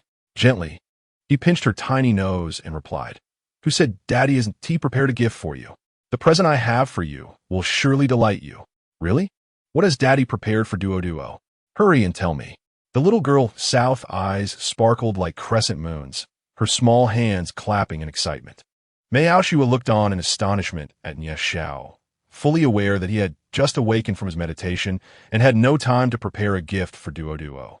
Nie Xiao smiled faintly and snapped his fingers. Suddenly, a cacophony erupted outside. Countless fireworks ascended into the night sky, bursting brilliantly in an array of colors, dazzling beyond compare. "Wow!"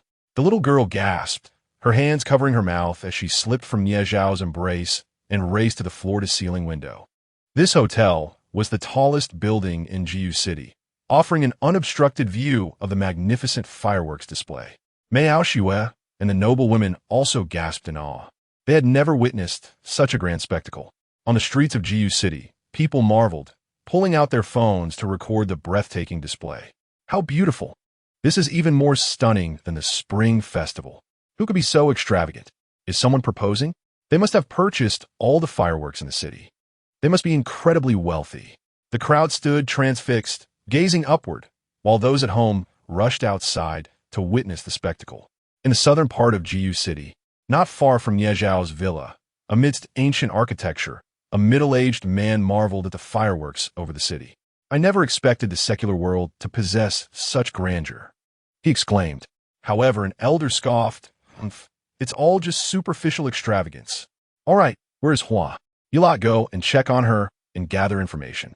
Remember, do not act recklessly," instructed an elder, his hands clasped behind his back. He was Lu Xiangnan, the patriarch of the ancient Lu family. "Yes, ancestor." Several middle-aged men clasped their fists and swiftly disappeared. On the top floor of the hotel, Mei Aoshua stood gazing at the magnificent fireworks, momentarily lost in thought. Nie Xiao approached and gently wrapped his arm around her shoulder, admiring her profile. The adults were quietly appreciating the scene while the children cheered joyfully. "How did you manage this? It must require the fireworks of the entire city." Mei Aoshua turned to Nie Xiao and asked softly, "This is my daughter's first birthday. Of course, I must leave a profound impression on her." Nie Xiao replied with a smile. He then took Mei Aoshua by the hand and led her to the center of the hall, kneeling before her and proclaiming loudly, "Aoshua, I know how hard it has been for you to raise Duo on your own all these years, but I promise you from now on, you have me, and I will protect you both with all my might." As Mei Aoshua was pulled by Nie Xiao to the center of the hall, she was momentarily taken aback. Upon hearing those words, she was overwhelmed with emotion, tears streaming down her cheeks. "How romantic! If only my late husband had been this romantic," she lamented. "Indeed, my husband is nothing but a wooden block," sighed another, as several noble women observed this scene, unable to suppress their envy and voicing their own grievances about their spouses. "Daddy, you must keep your promise." At that moment, a little girl dashed to their side, her big, sparkling eyes fixed earnestly on Nie Xiao. "Of course, Daddy keeps his promises. Well, have I ever deceived Duer?" Nie Xiao replied, gently ruffling her hair with a smile. Mei Aoshua suddenly grabbed Nie Xiao, burying herself in his embrace, trembling with excitement. The fireworks continued for over half an hour, and the crowd delightedly reveled in the magnificent display. "Thank you so much, Sister Lu, Sister Wang, Sister Li." Mei Aoshua expressed her gratitude as she stood at the entrance of the hotel. Oh, don't mention it, Mei Aoshue. Sister Lu shot her a teasing glance. Exactly, sister. No need to be so polite. The other noble women chimed in. Let us arrange to meet again soon. Mei Aoshue smiled. With that, the group departed. Shall we go as well? Mei Aoshue turned to Nie Xiao, who was cradling Du-er, her expression tender. Nie Xiao nodded in agreement. Wow, what a stunning young lady. At that moment, a young man in ancient attire, holding a folding fan, approached with a few sycophants after finishing his meal. Upon seeing Mei Aoshue's beauty, he couldn't help but exclaim in admiration. My lady, I am Lu Tianhua. May I have the honor of your acquaintance? The leading youth elegantly waved his fan as he approached Mei Aoshue, a smile gracing his lips. Although born into an ancient noble family, he had never encountered a beauty such as her, and his eyes sparkled with intrigue. Leave. Nie Xiao glared at the group of young men clad in white, his voice laced with ire. These were merely the offspring of a newly emerged noble family. However, noticing that they posed no real threat, Nie Xiao chose to ignore them. Yet, Lu Tianhua had never been publicly insulted like this before. Seeing a mere mortal act so arrogantly, his expression darkened. Chapter 85. The daughter who thrives on drama. Other young men in white quickly surrounded them, their faces reflecting disdain and amusement. Kid, do you know who I am to speak so insolently?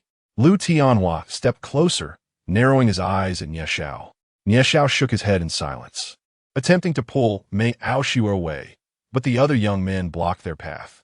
Considering you have not caused any disturbance, I wish to avoid conflict. Leave. Nie Xiao's aura slightly intensified, weighing down on the crowd. Lu Tianhua's expression changed instantly, taking a few steps back. The other young men also retreated. Gentlemen, could you please settle the bill?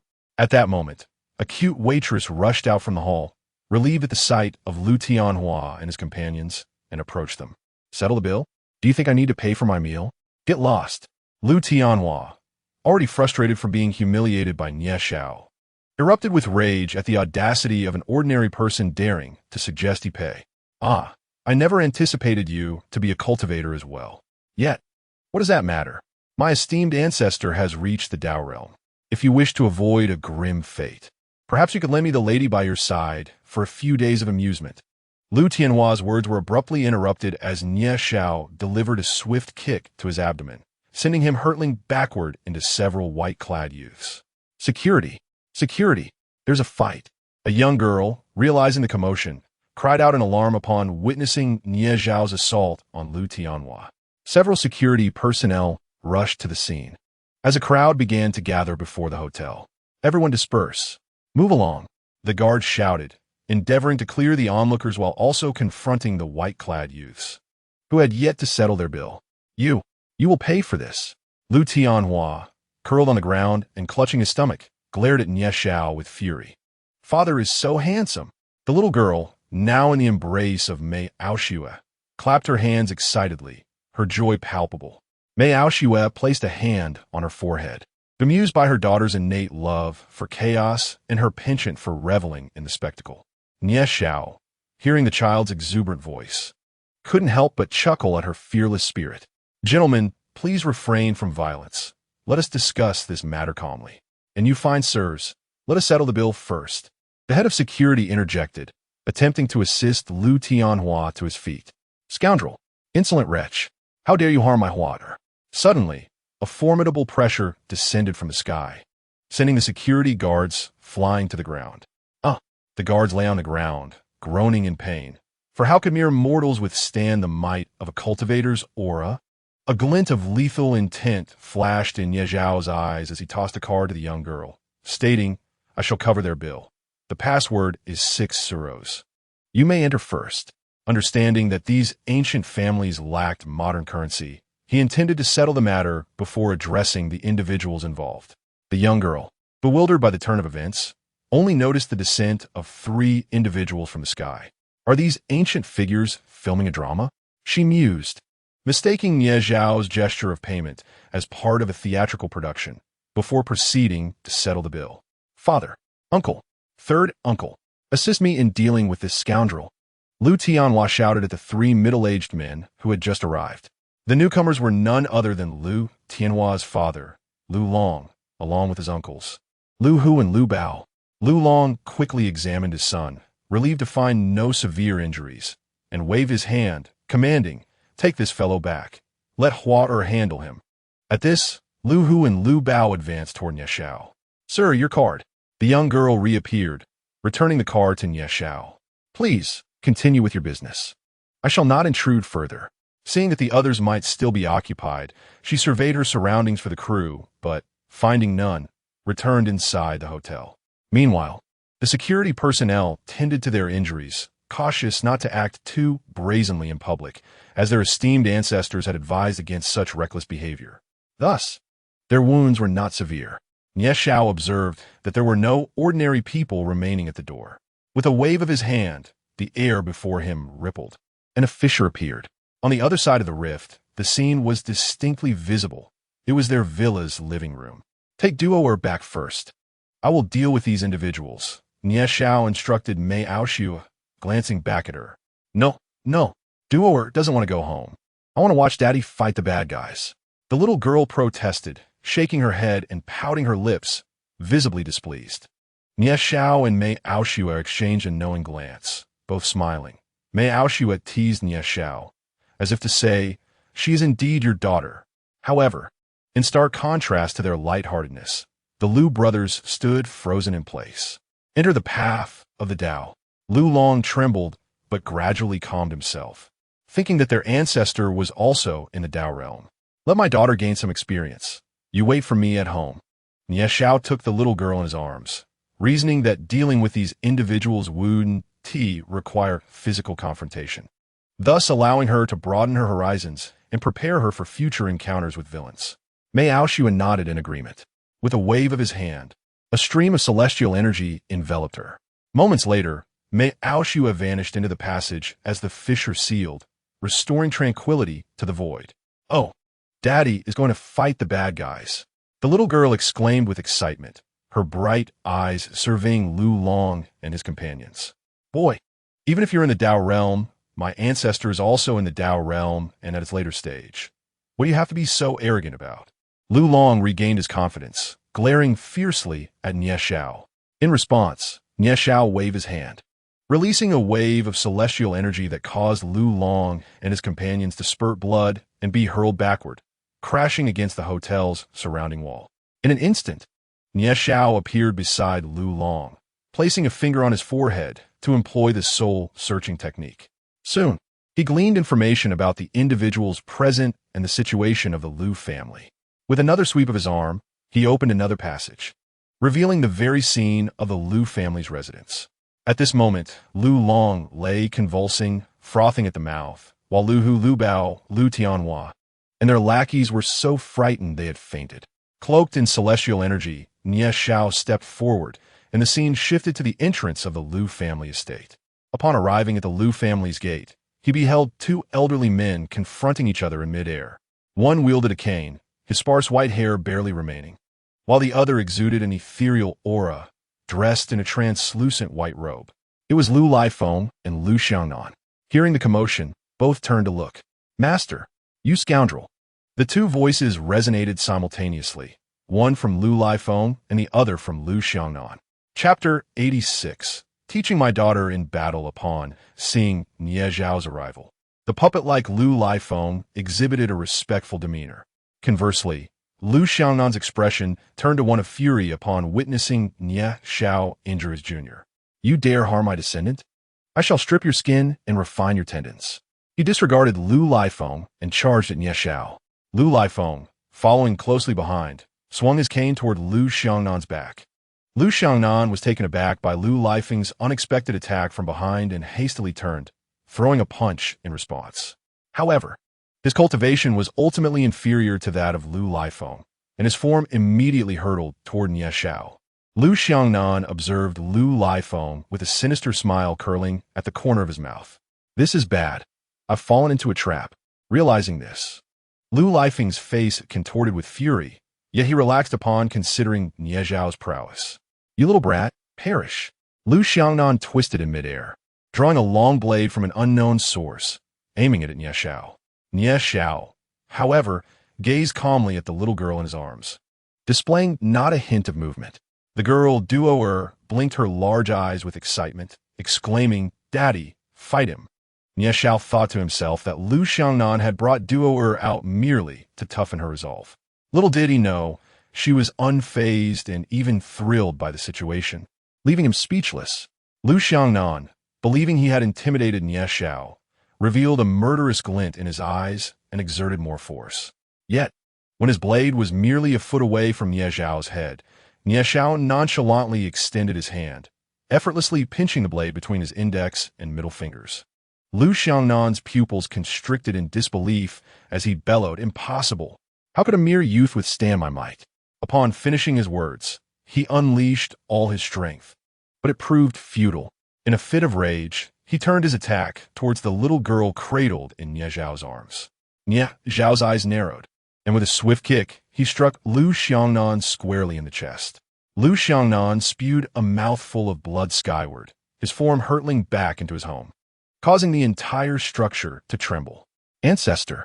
Ancestor! Lu Hu, Lu Bao, and their father, Lu Yin, rushed forward as Lu Xiangnan regained consciousness, unbothered by their approach. Nie Xiao waved his hand, sending Lu Long and Lu Tianhua crashing backward into the Lu residence. With a series of thuds, their bodies collided within the confines of the Lu family estate. "Oh, Daddy is so powerful. Duo wants to be just as formidable when she grows up." The little girl clapped her hands with glee, her eyes crescent-shaped with joy. Damn it! Lu Yan's grandfather, Lu Yin, clenched his fists tightly, his eyes turning crimson as he fixed a fierce gaze upon Nie Xiao. "Do not act rashly. This young man possesses formidable cultivation. I am no match for him. Let us lure him into the grand formation." Lu Xiangnan spat out another mouthful of blood, seething with animosity.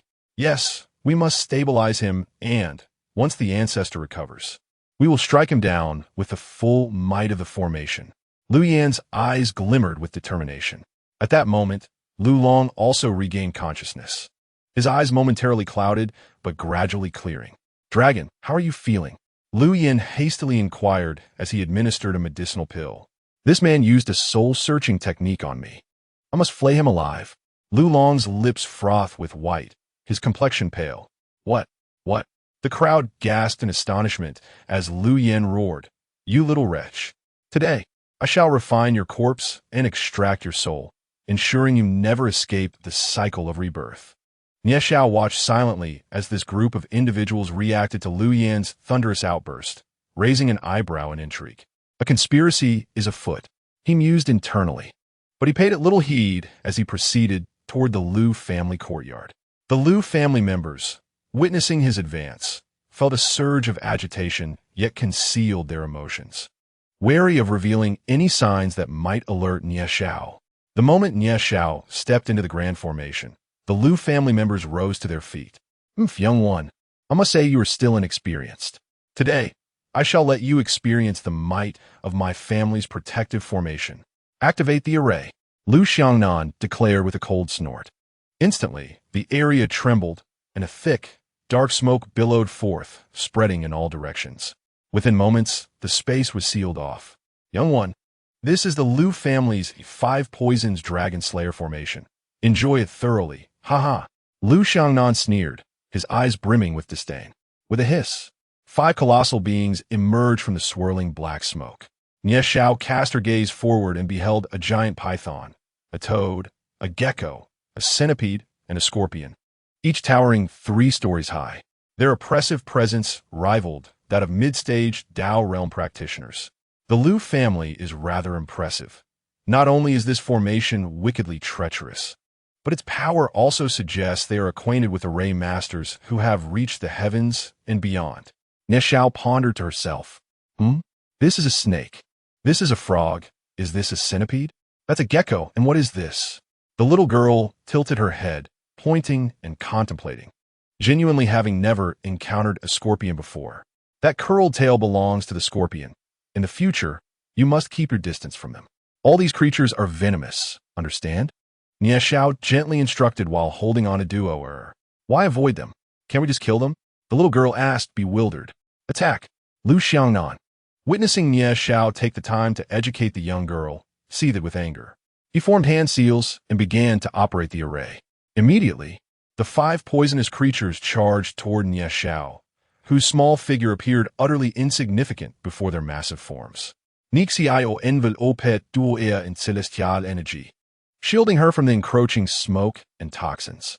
She continued, if you are confident in defeating them, then by all means slay them.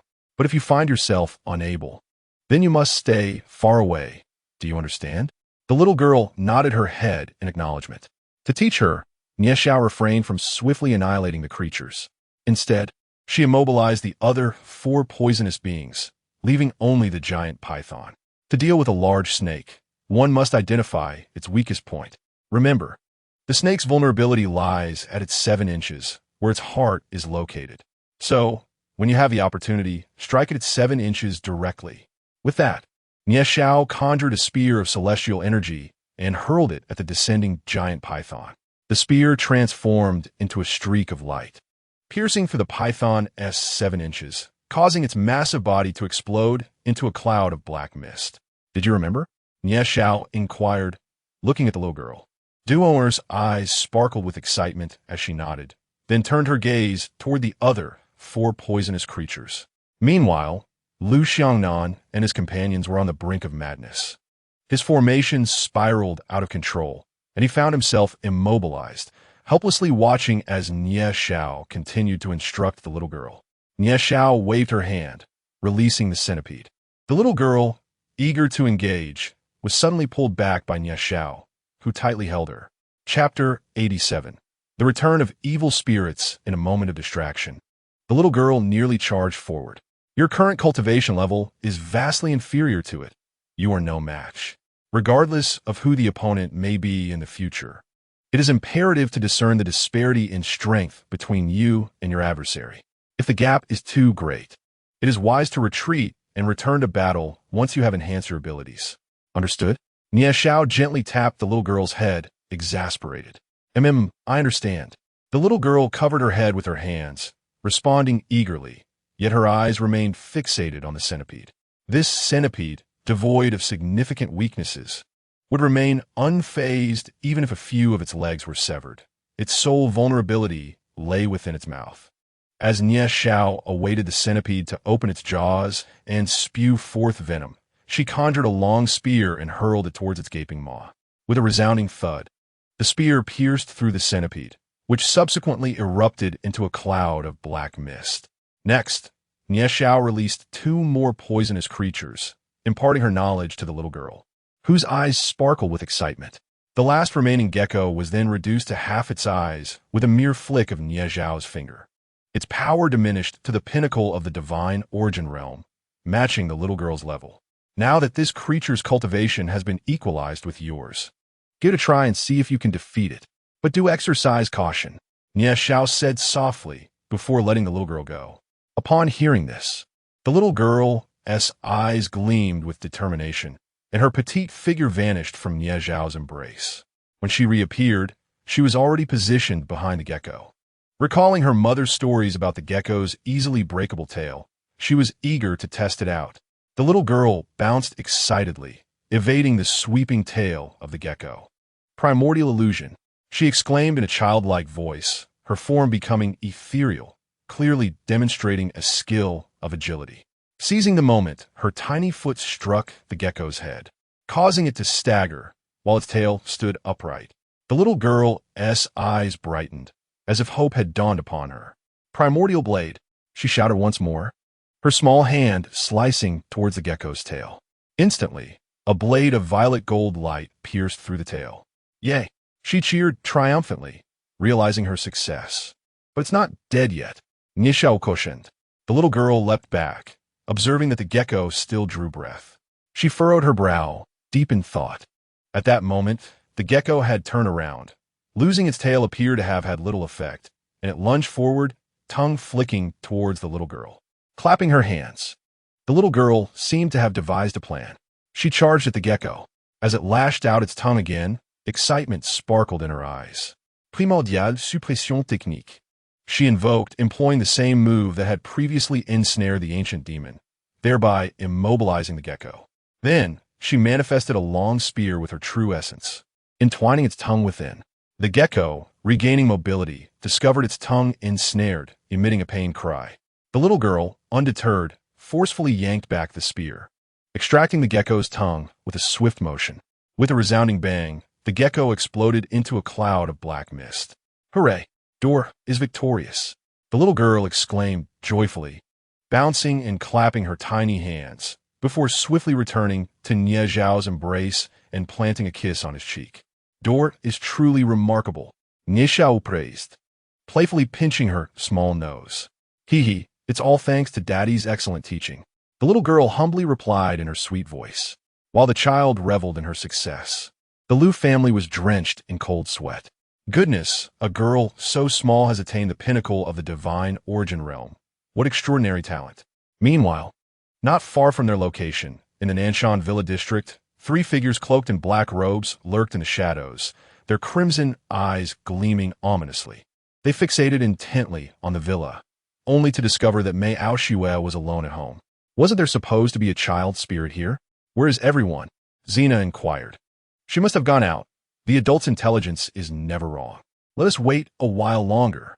Li Nuo, towering over 2 meters, gestured dismissively as the trio moved towards the rear of the villa. At the Liu family entrance, Nie Zhao furrowed his brow, a surge of murderous intent igniting in his gaze. This group of dark entities truly did not know the meaning of peril, considering that Mei Aoshue was alone at home. Although there was a formation in place, it could only deter practitioners of the Destiny realm, while the 3 approaching entities were at the entrance realm. He had to return swiftly. Célestial Pupe Technique, he exclaimed, raising a hand towards the Liu family members, enveloping them in an unseen force. Within moments, a radiant glow emerged above their heads as Nie Zhao infused his spiritual power into their minds. Instantly, the Liu family members' eyes clouded before gradually regaining clarity. We greet our master. We greet our master. They all half-knelt in reverence towards Nie Zhao. Ignoring their homage, he instructed Liu Lifeng to assign tasks to the Liu family members before returning to the villa through the space-time passage.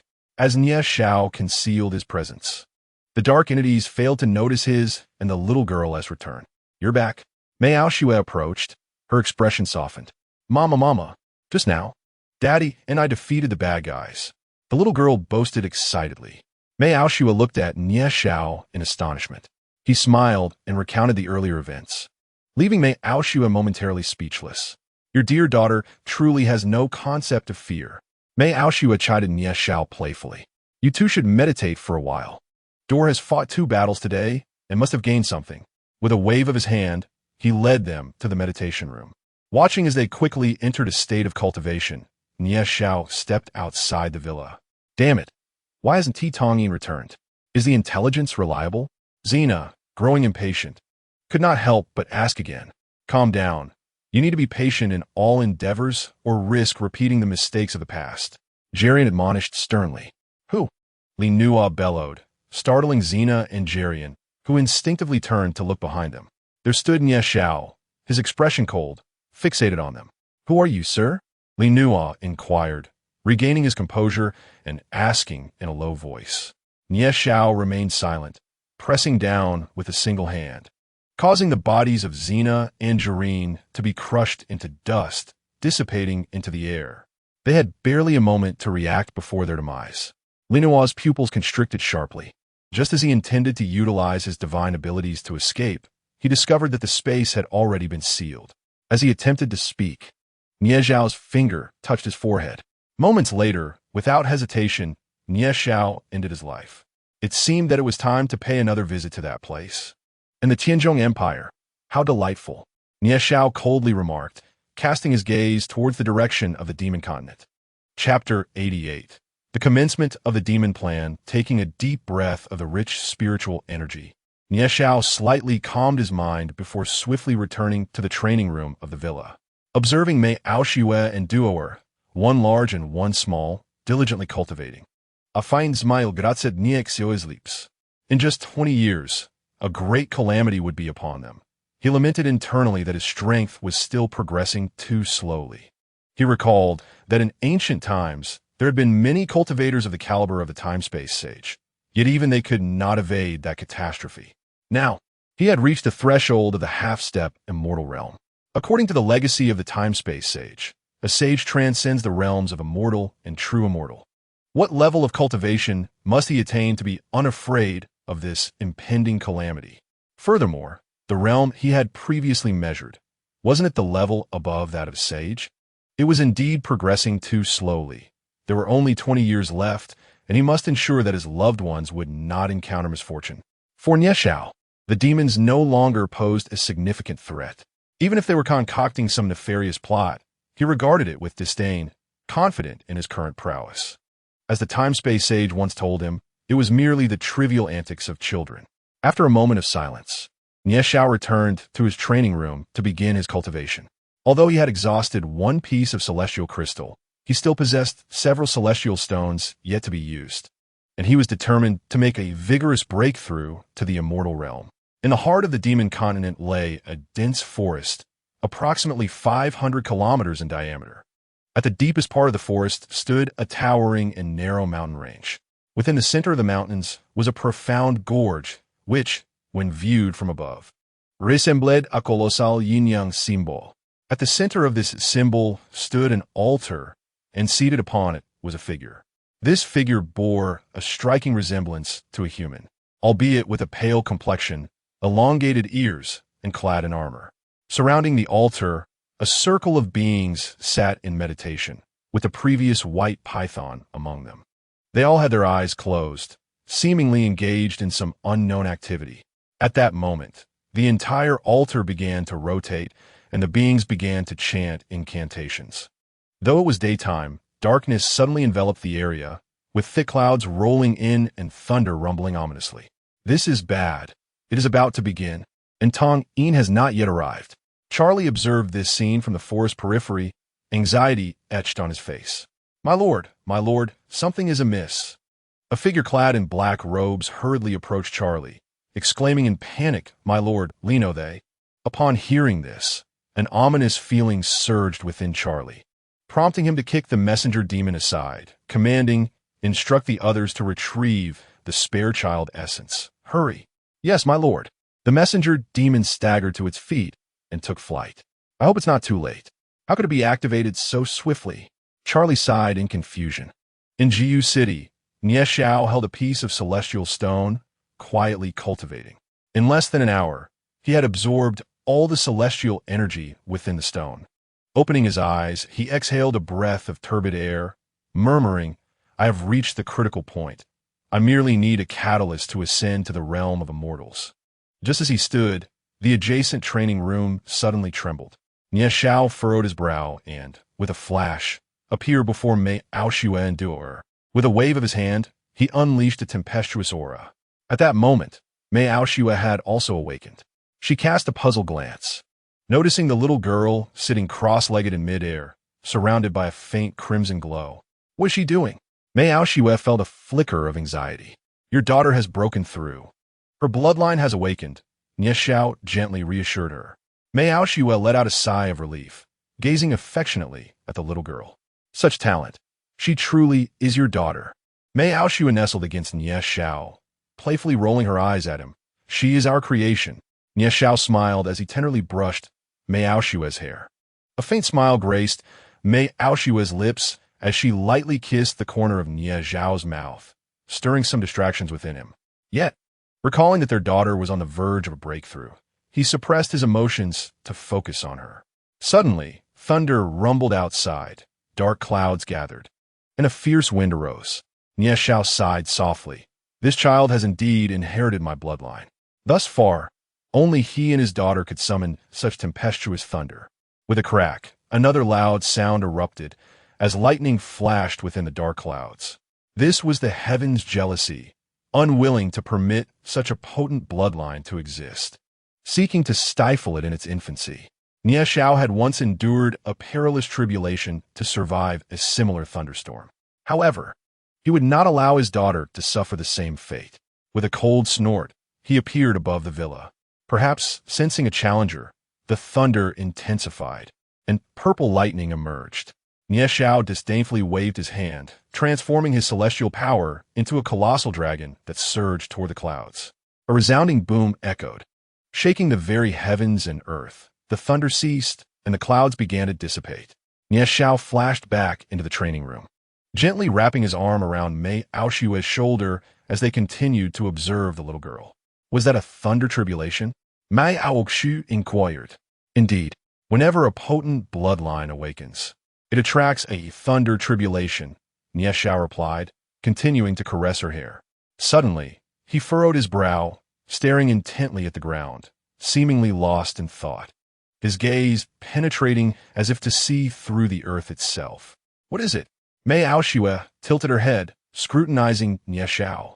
With a sigh, Nie Xiao remarked, I don't know. I just have this feeling that someone is calling for me.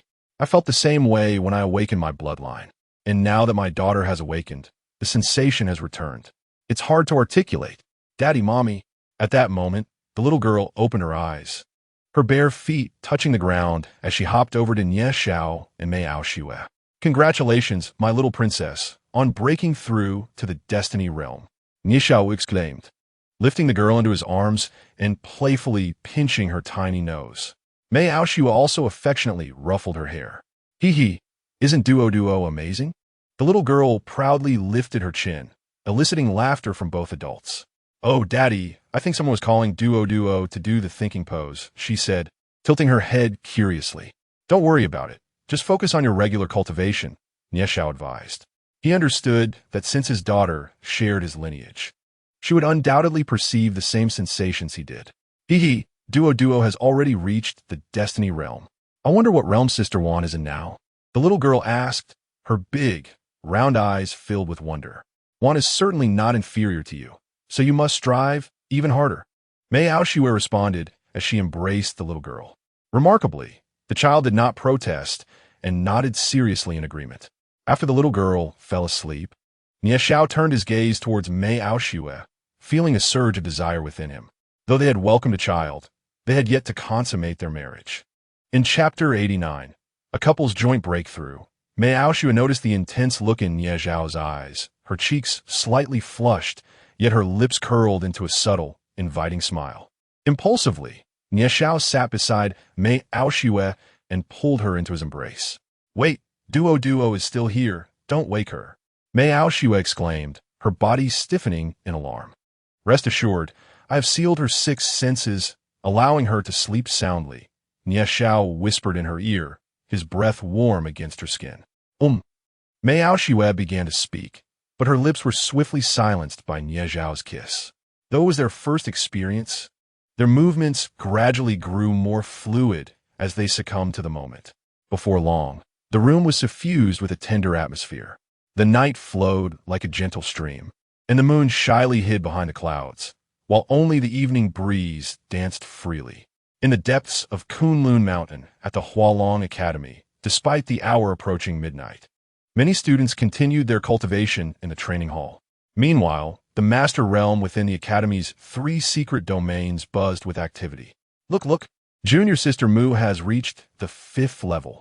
I wonder if she can pass it, exclaimed a student in astonishment. Indeed, ever since joining the academy, Junior Sister Mu has been breaking through at an incredible pace. In such a short time, she has advanced from an inner strength warrior to the mid-master realm, standing shoulder to shoulder with those illustrious figures. The students engaged in lively discussions. In front of them were several large screens displaying the events within the secret realm.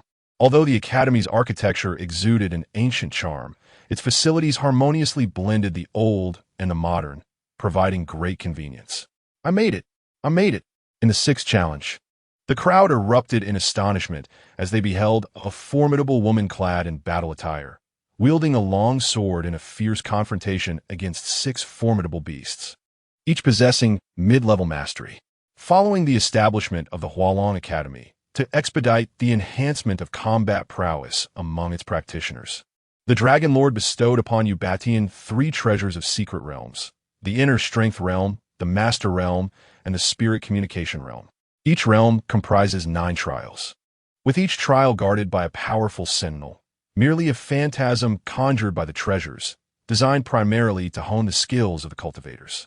At this moment, Mushimi was endeavoring through the master realm that corresponded to her strength. Confronted by the six beasts, she found herself somewhat overwhelmed, her breath quickening. After all, reaching the stage was no small feat, Snow Moon, heartless.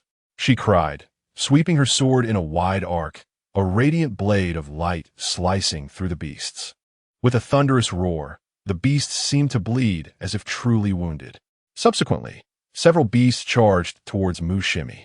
Wind and rain, no regrets, she exclaimed once more, leaping high into the air, her body flipping upside down in a rapid spin.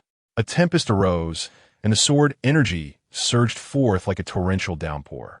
In an instant, the six beasts halted and then dissipated into nothingness. Another one down, another one down. The crowd gasped in admiration, their eyes wide with reverence.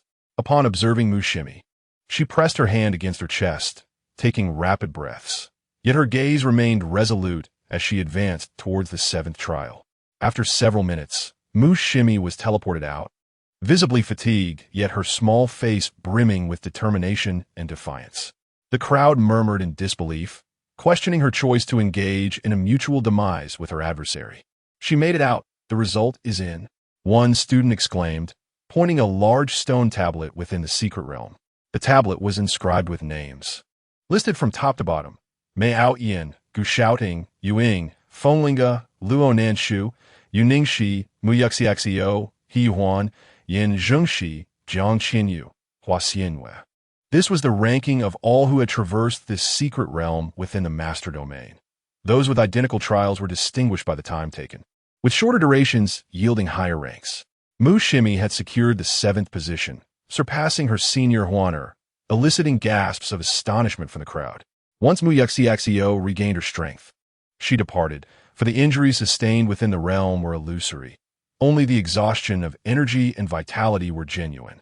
Within a 3-story building at the academy, Ubatian scrutinized the unfolding events on the screen before him. Observing Muyuxiaxio's performance brought a smile to his aged face. This girl is impressive.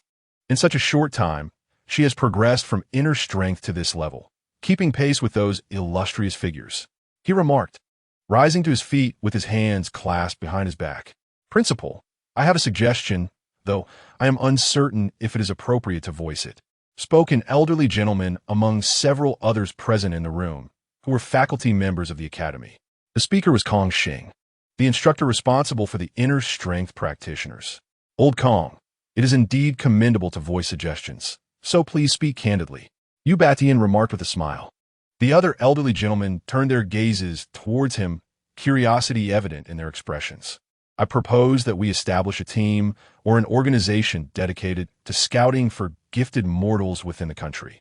And those who pass our assessments could be sent to the academy for further training, Kong Xing said thoughtfully. As soon as he finished speaking, the room erupted in astonished exclamations. Indeed, that is an excellent suggestion. Absolutely. Who says there are no talented individuals among mortals? We should certainly select a few. Who knows? We might discover a prodigy akin to the Star Emperor. Ubatian's eyes sparkled as he nodded in agreement. This is a splendid suggestion, Old Kong. I shall commend you for this. In due time, the Star Emperor or the Dragon Lord will bestow upon you some blessings, Ubatian decisively declared, giving Kong Xing a reassuring pat on the shoulder. Thank you, Dean, Kong Xing replied, filled with excitement. He had been stuck in the mid-stage of the divine origin realm for quite a while. Receiving guidance from the Star Emperor would surely offer him a path forward. Time flowed like water, and the sky gradually brightened. In Jiu City, Nie Xiao and Mei Aoshua had just settled down after a tempestuous bout. You've nearly exhausted me, Mei Aoshua said, her brow glistening with sweat as she playfully punched Nie Xiao's chest. He chuckled, embracing her, and replied, well, who could resist such an alluring wife? Naughty. Mei Aoshua shot him a playful glare, then curiously inquired, Isn't this exhausting? Why do I feel so invigorated right now? Upon hearing her words, Nie Xiao also took a moment to reflect, suddenly realizing, indeed, such activities should be quite tiring. Although they were cultivators, they shouldn't be devoid of any fatigue, should they? Just as he contemplated this, an exclamation escaped his lips, and he quickly sat cross-legged, Addressing Mei Aoshue, I feel as though my dantian is about to explode. I'm on the verge of a breakthrough. So am I. They both exclaimed in unison, hastily dressing before rushing into the training chamber. Before long, a thunderous sound resonated from Nie Zhao's training room, followed by a powerful aura sweeping through the entire space. The celestial realm, I have finally broken through. Nie Zhao's eyes widened with excitement. He had not anticipated that his opportunity for advancement lay within Mei Aoshue. His eyes widened in astonishment. Could it be that Mei Aoshue possessed such an extraordinary constitution? Chapter 90. The true form of the demon overlord descends. A tremendous roar echoed through the air. Suddenly, the sky darkened, and thunder rumbled ominously. My wife is about to awaken her bloodline. Is the Mei family's bloodline truly this potent? It makes sense. For how else could they have produced a daughter with the primordial immortal body? Nie Zhao's eyes brightened, and in a flash, he ascended into the sky. He could disperse lightning tribulations for his daughter, and certainly, he could do the same for Mei Aoshue. Husband, I want to bear this alone. Mei Aoshue's voice resonated in Nie Zhao's ears, causing him to furrow his brow.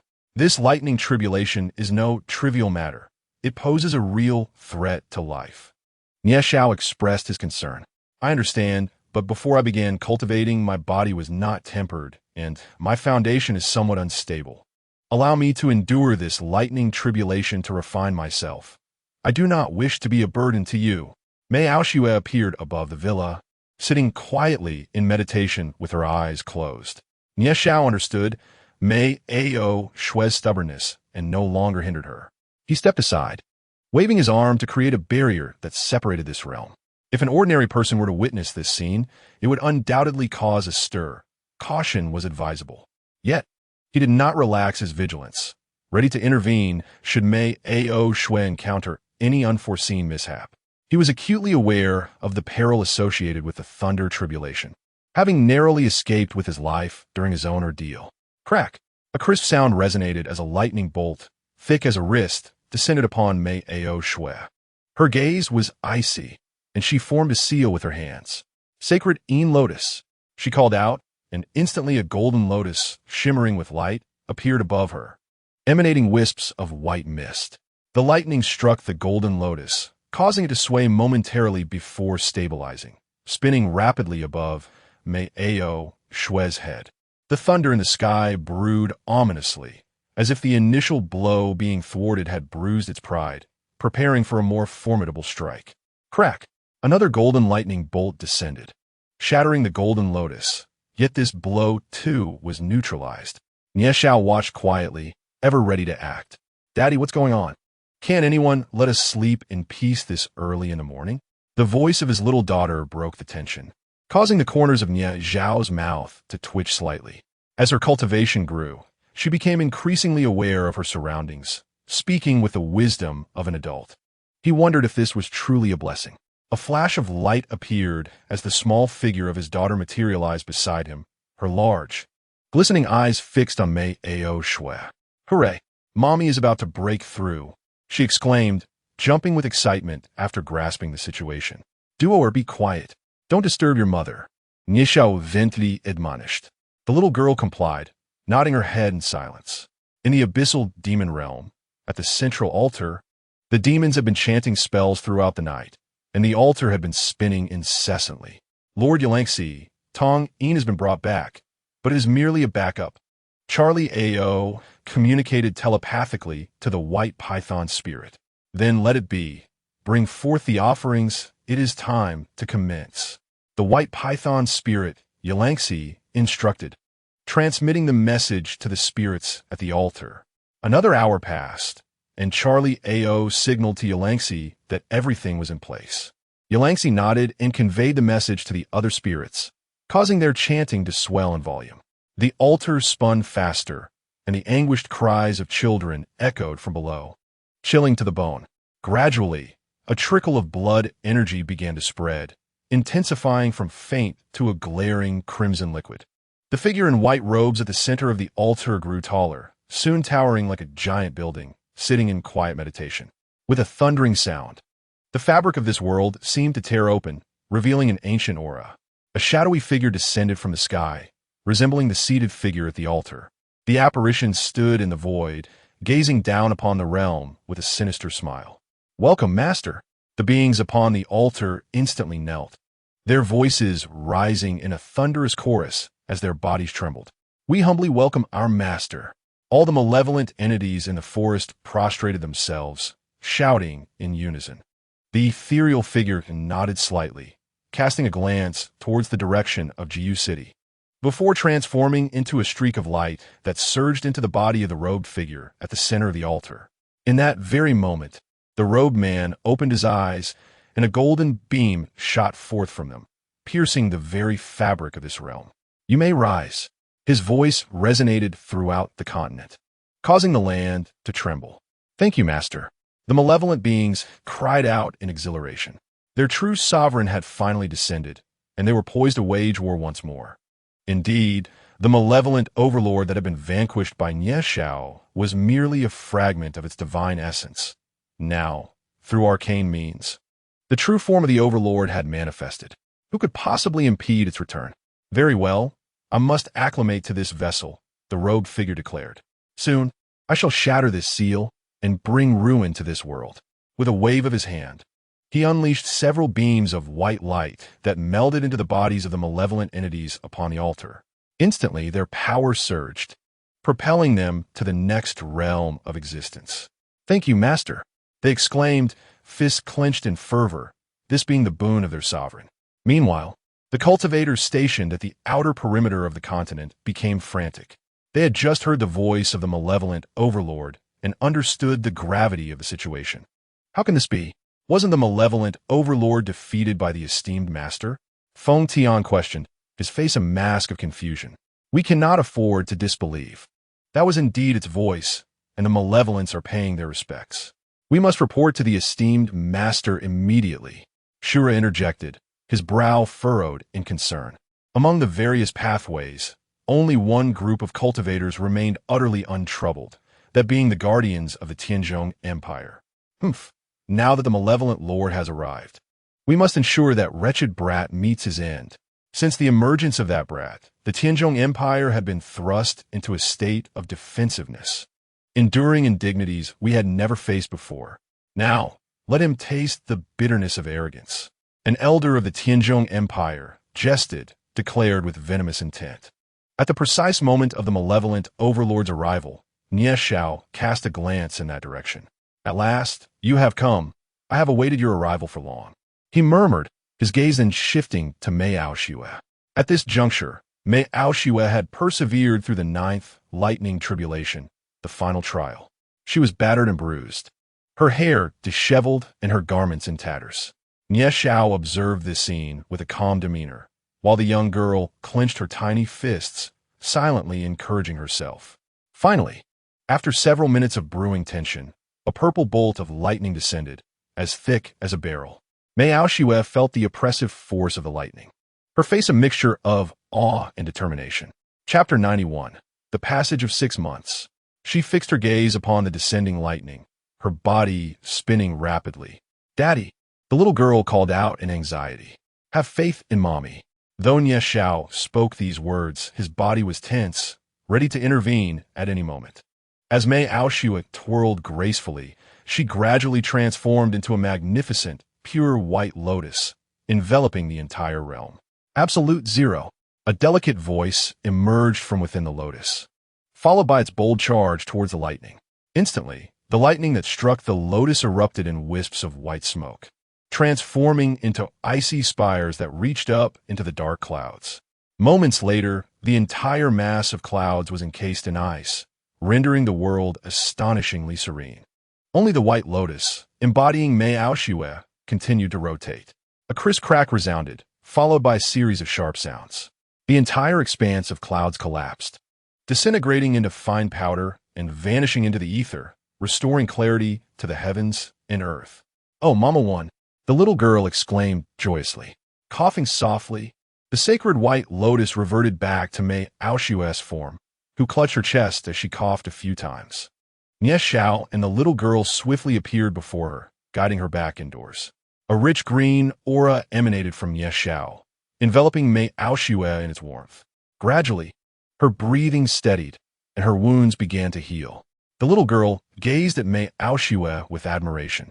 The very lightning that instilled fear in her was bravely endured by her mother.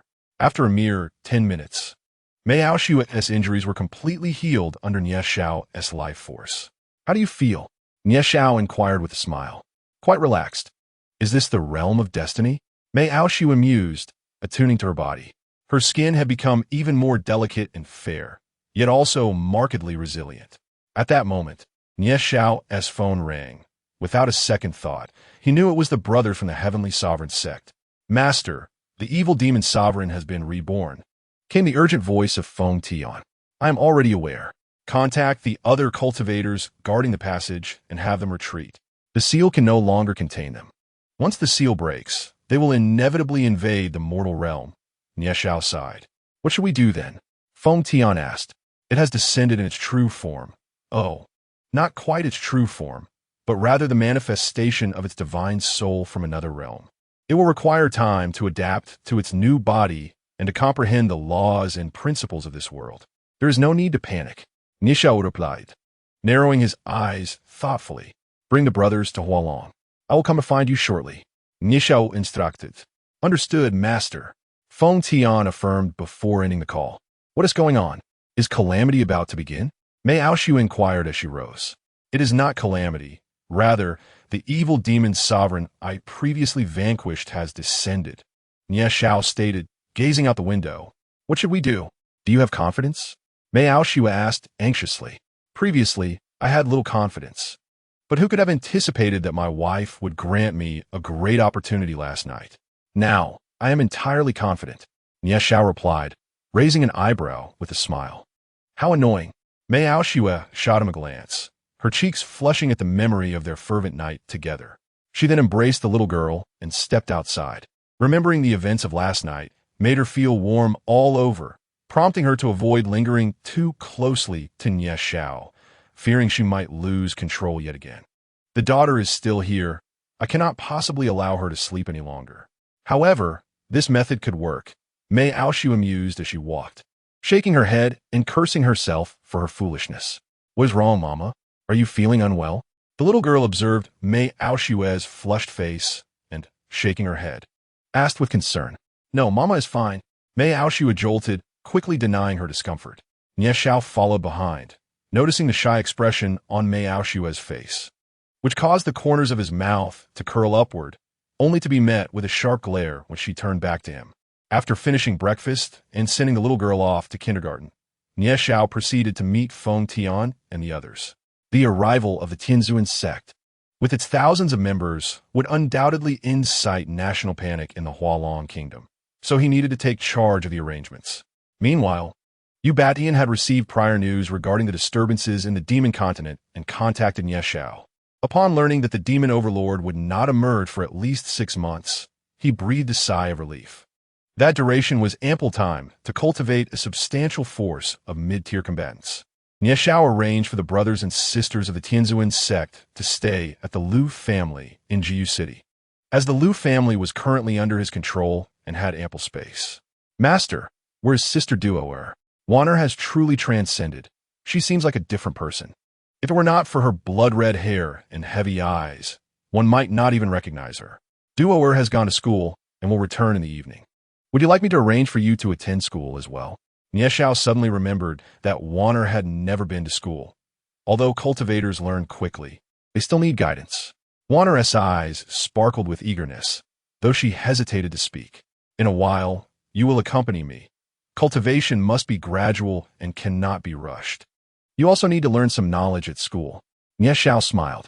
After arranging matters for the Tianzuan sect, he instructed them to focus on breaking through and left behind a substantial amount of spirit stones before departing with Wanner. Upon returning home, he asked Mei Aoshue to enroll Wanner in kindergarten, although she was over 6 years old and should be in 1st grade. The little girl had not yet learned anything and needed to start from scratch. 6 months would be enough for her to acquire knowledge equivalent to that of a university education.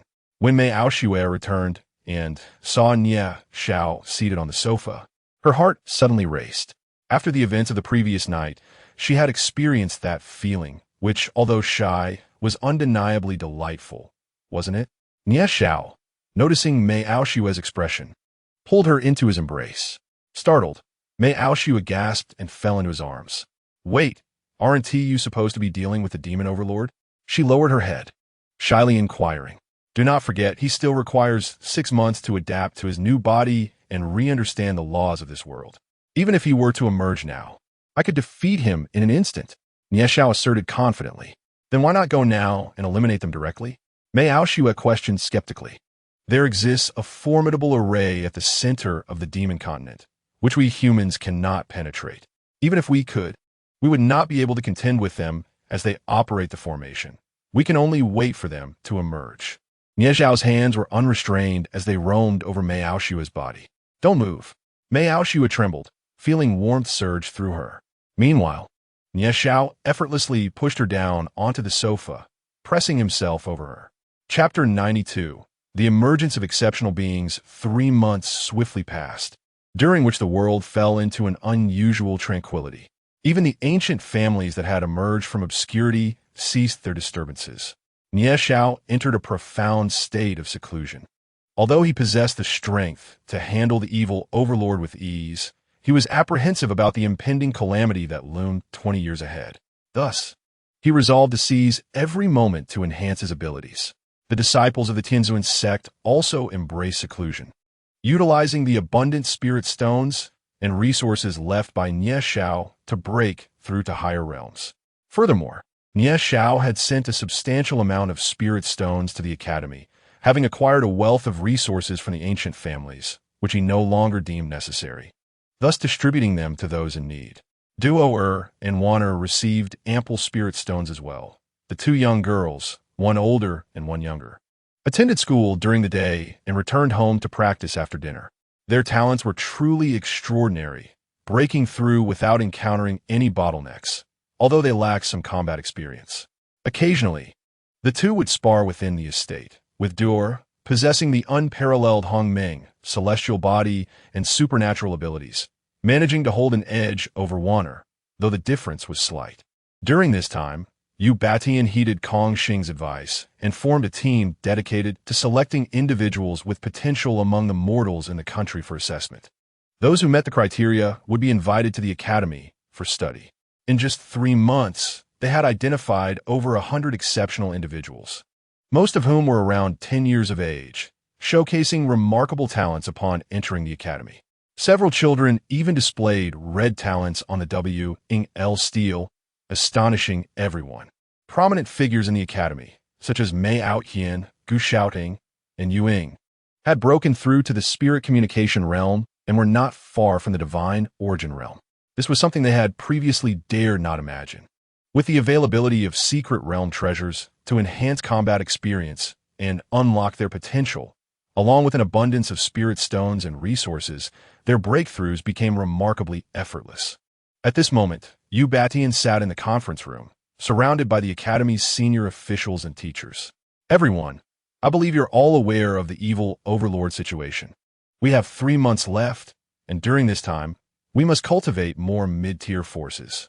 Furthermore, we are about to hold our first Grand Academy competition, aimed at motivating the students in their cultivation. Yu Batian declared, his brow furrowed and voice resolute. The attendees nodded in agreement, sharing the urgency in their hearts. Their loved ones lived in this world, and none wished for harm to befall them. All right, I won't say much more. You are all to exert your utmost efforts to ensure the success of this grand competition. Inform everyone that those who place in the top 5 of their respective realms will receive personal guidance from the Star Emperor. Yu Batian concluded decisively. Although Nie Xiao is absent, Yu Batian exudes confidence in declaring this statement. Upon hearing his words, the crowd dispersed to manage the affairs of the academy. Yu Batian then rose and made his way towards Jiu City. It had been 3 months since he last received any news from Nie Xiao. Even though he was aware that Nie Xiao was in seclusion, he felt compelled to inquire about his strategy regarding the impending emergence of the demonic overlord in 3 months' time. Notably, with Nie Xiao's assistance 3 months prior, Yu Batian had successfully advanced to the Destiny realm and had also been making strides toward the path of enlightenment during this time. Given his current pace, The journey from Kunlun to Jiu City would take merely a little over 2 hours. In Jiu City, Nie Xiao sat with his eyes closed, deeply engrossed in his cultivation. Ethereal lights danced around his form, and the void surrounding him shimmered with slight distortions. His hair oscillated between white and black, while his skin fluctuated between looking ancient and remarkably youthful. Anyone witnessing the scene would undoubtedly be rendered speechless in awe. With a slow exhalation, Nie Xiao gazed at his hands, his eyes gleaming with brilliance. My mastery of the path of time and space has finally reached a significant milestone, and perfection is now within reach. The profundities of time and space are indeed exceedingly enigmatic, he murmured, feeling a tinge of dissatisfaction with his pace of cultivation. Rising to his feet, he swiftly appeared in the hall. At that moment, Mei Aoshue was seated on a rocking chair in the courtyard, basking in the sunlight. Appearing utterly content, the two young girls, enjoying their weekend off from school, were watching animated shows, their laughter occasionally filling the air. Of course, only Duo was laughing heartily, while Wanner smiled occasionally. "Daddy!" Upon seeing Nie Xiao, the little girl sprang up with excitement. "Master!"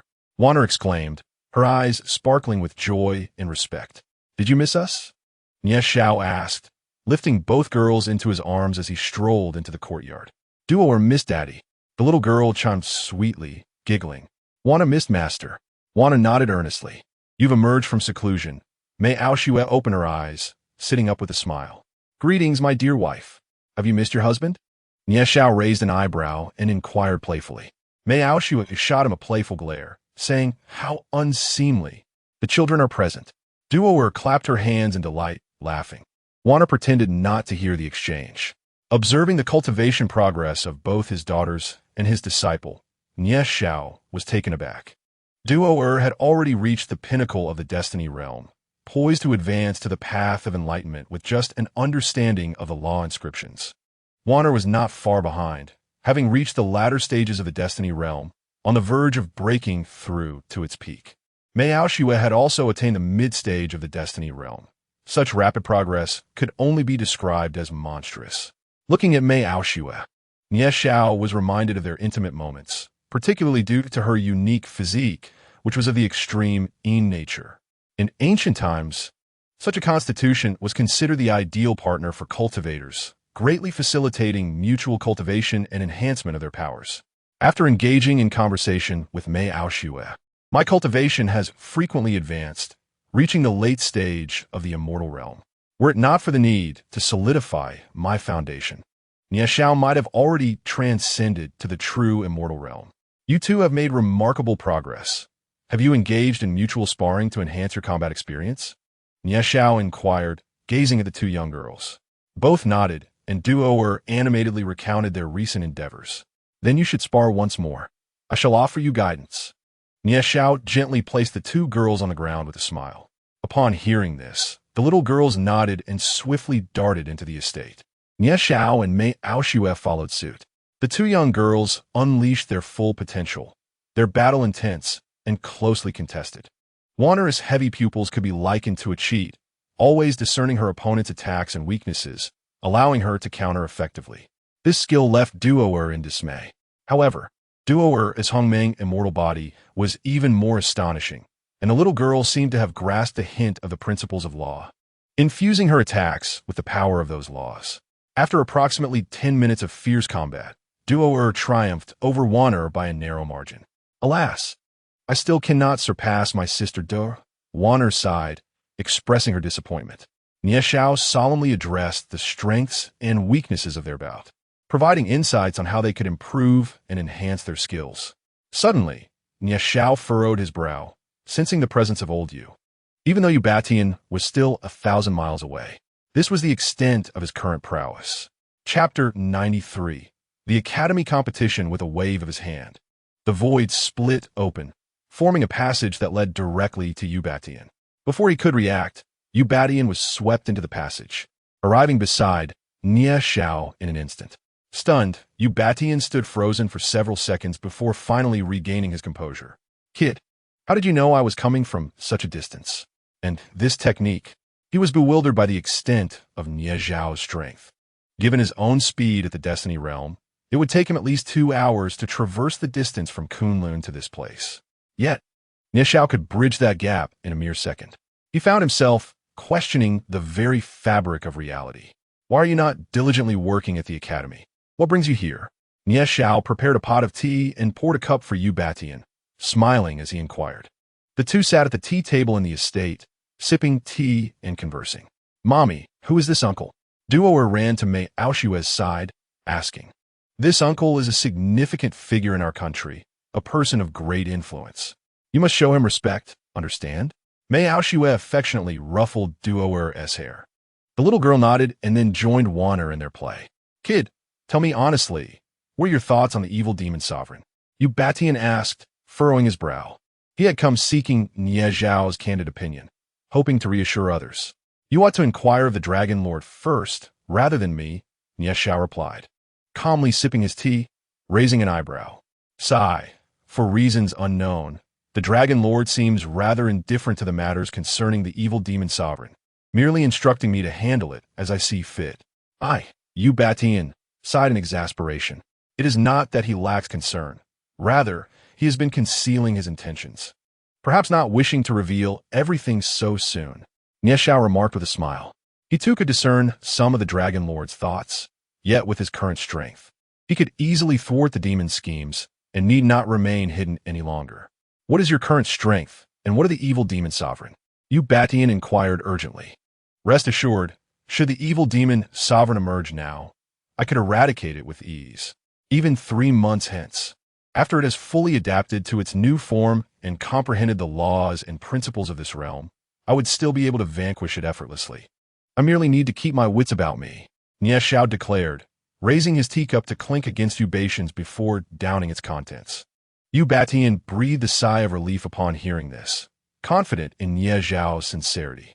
By the way, we have recently identified numerous prodigies across the nation, with several achieving a red talent level. Today is the Academy's grand competition. Shall we go witness it? Yu Batian recounted the recent happenings at the Academy. Oh, the Academy's grand competition? That sounds delightful. Nie Zhao stretched lazily, feeling that a change of pace after such prolonged cultivation would be refreshing. He could also take the two young ladies along for a bit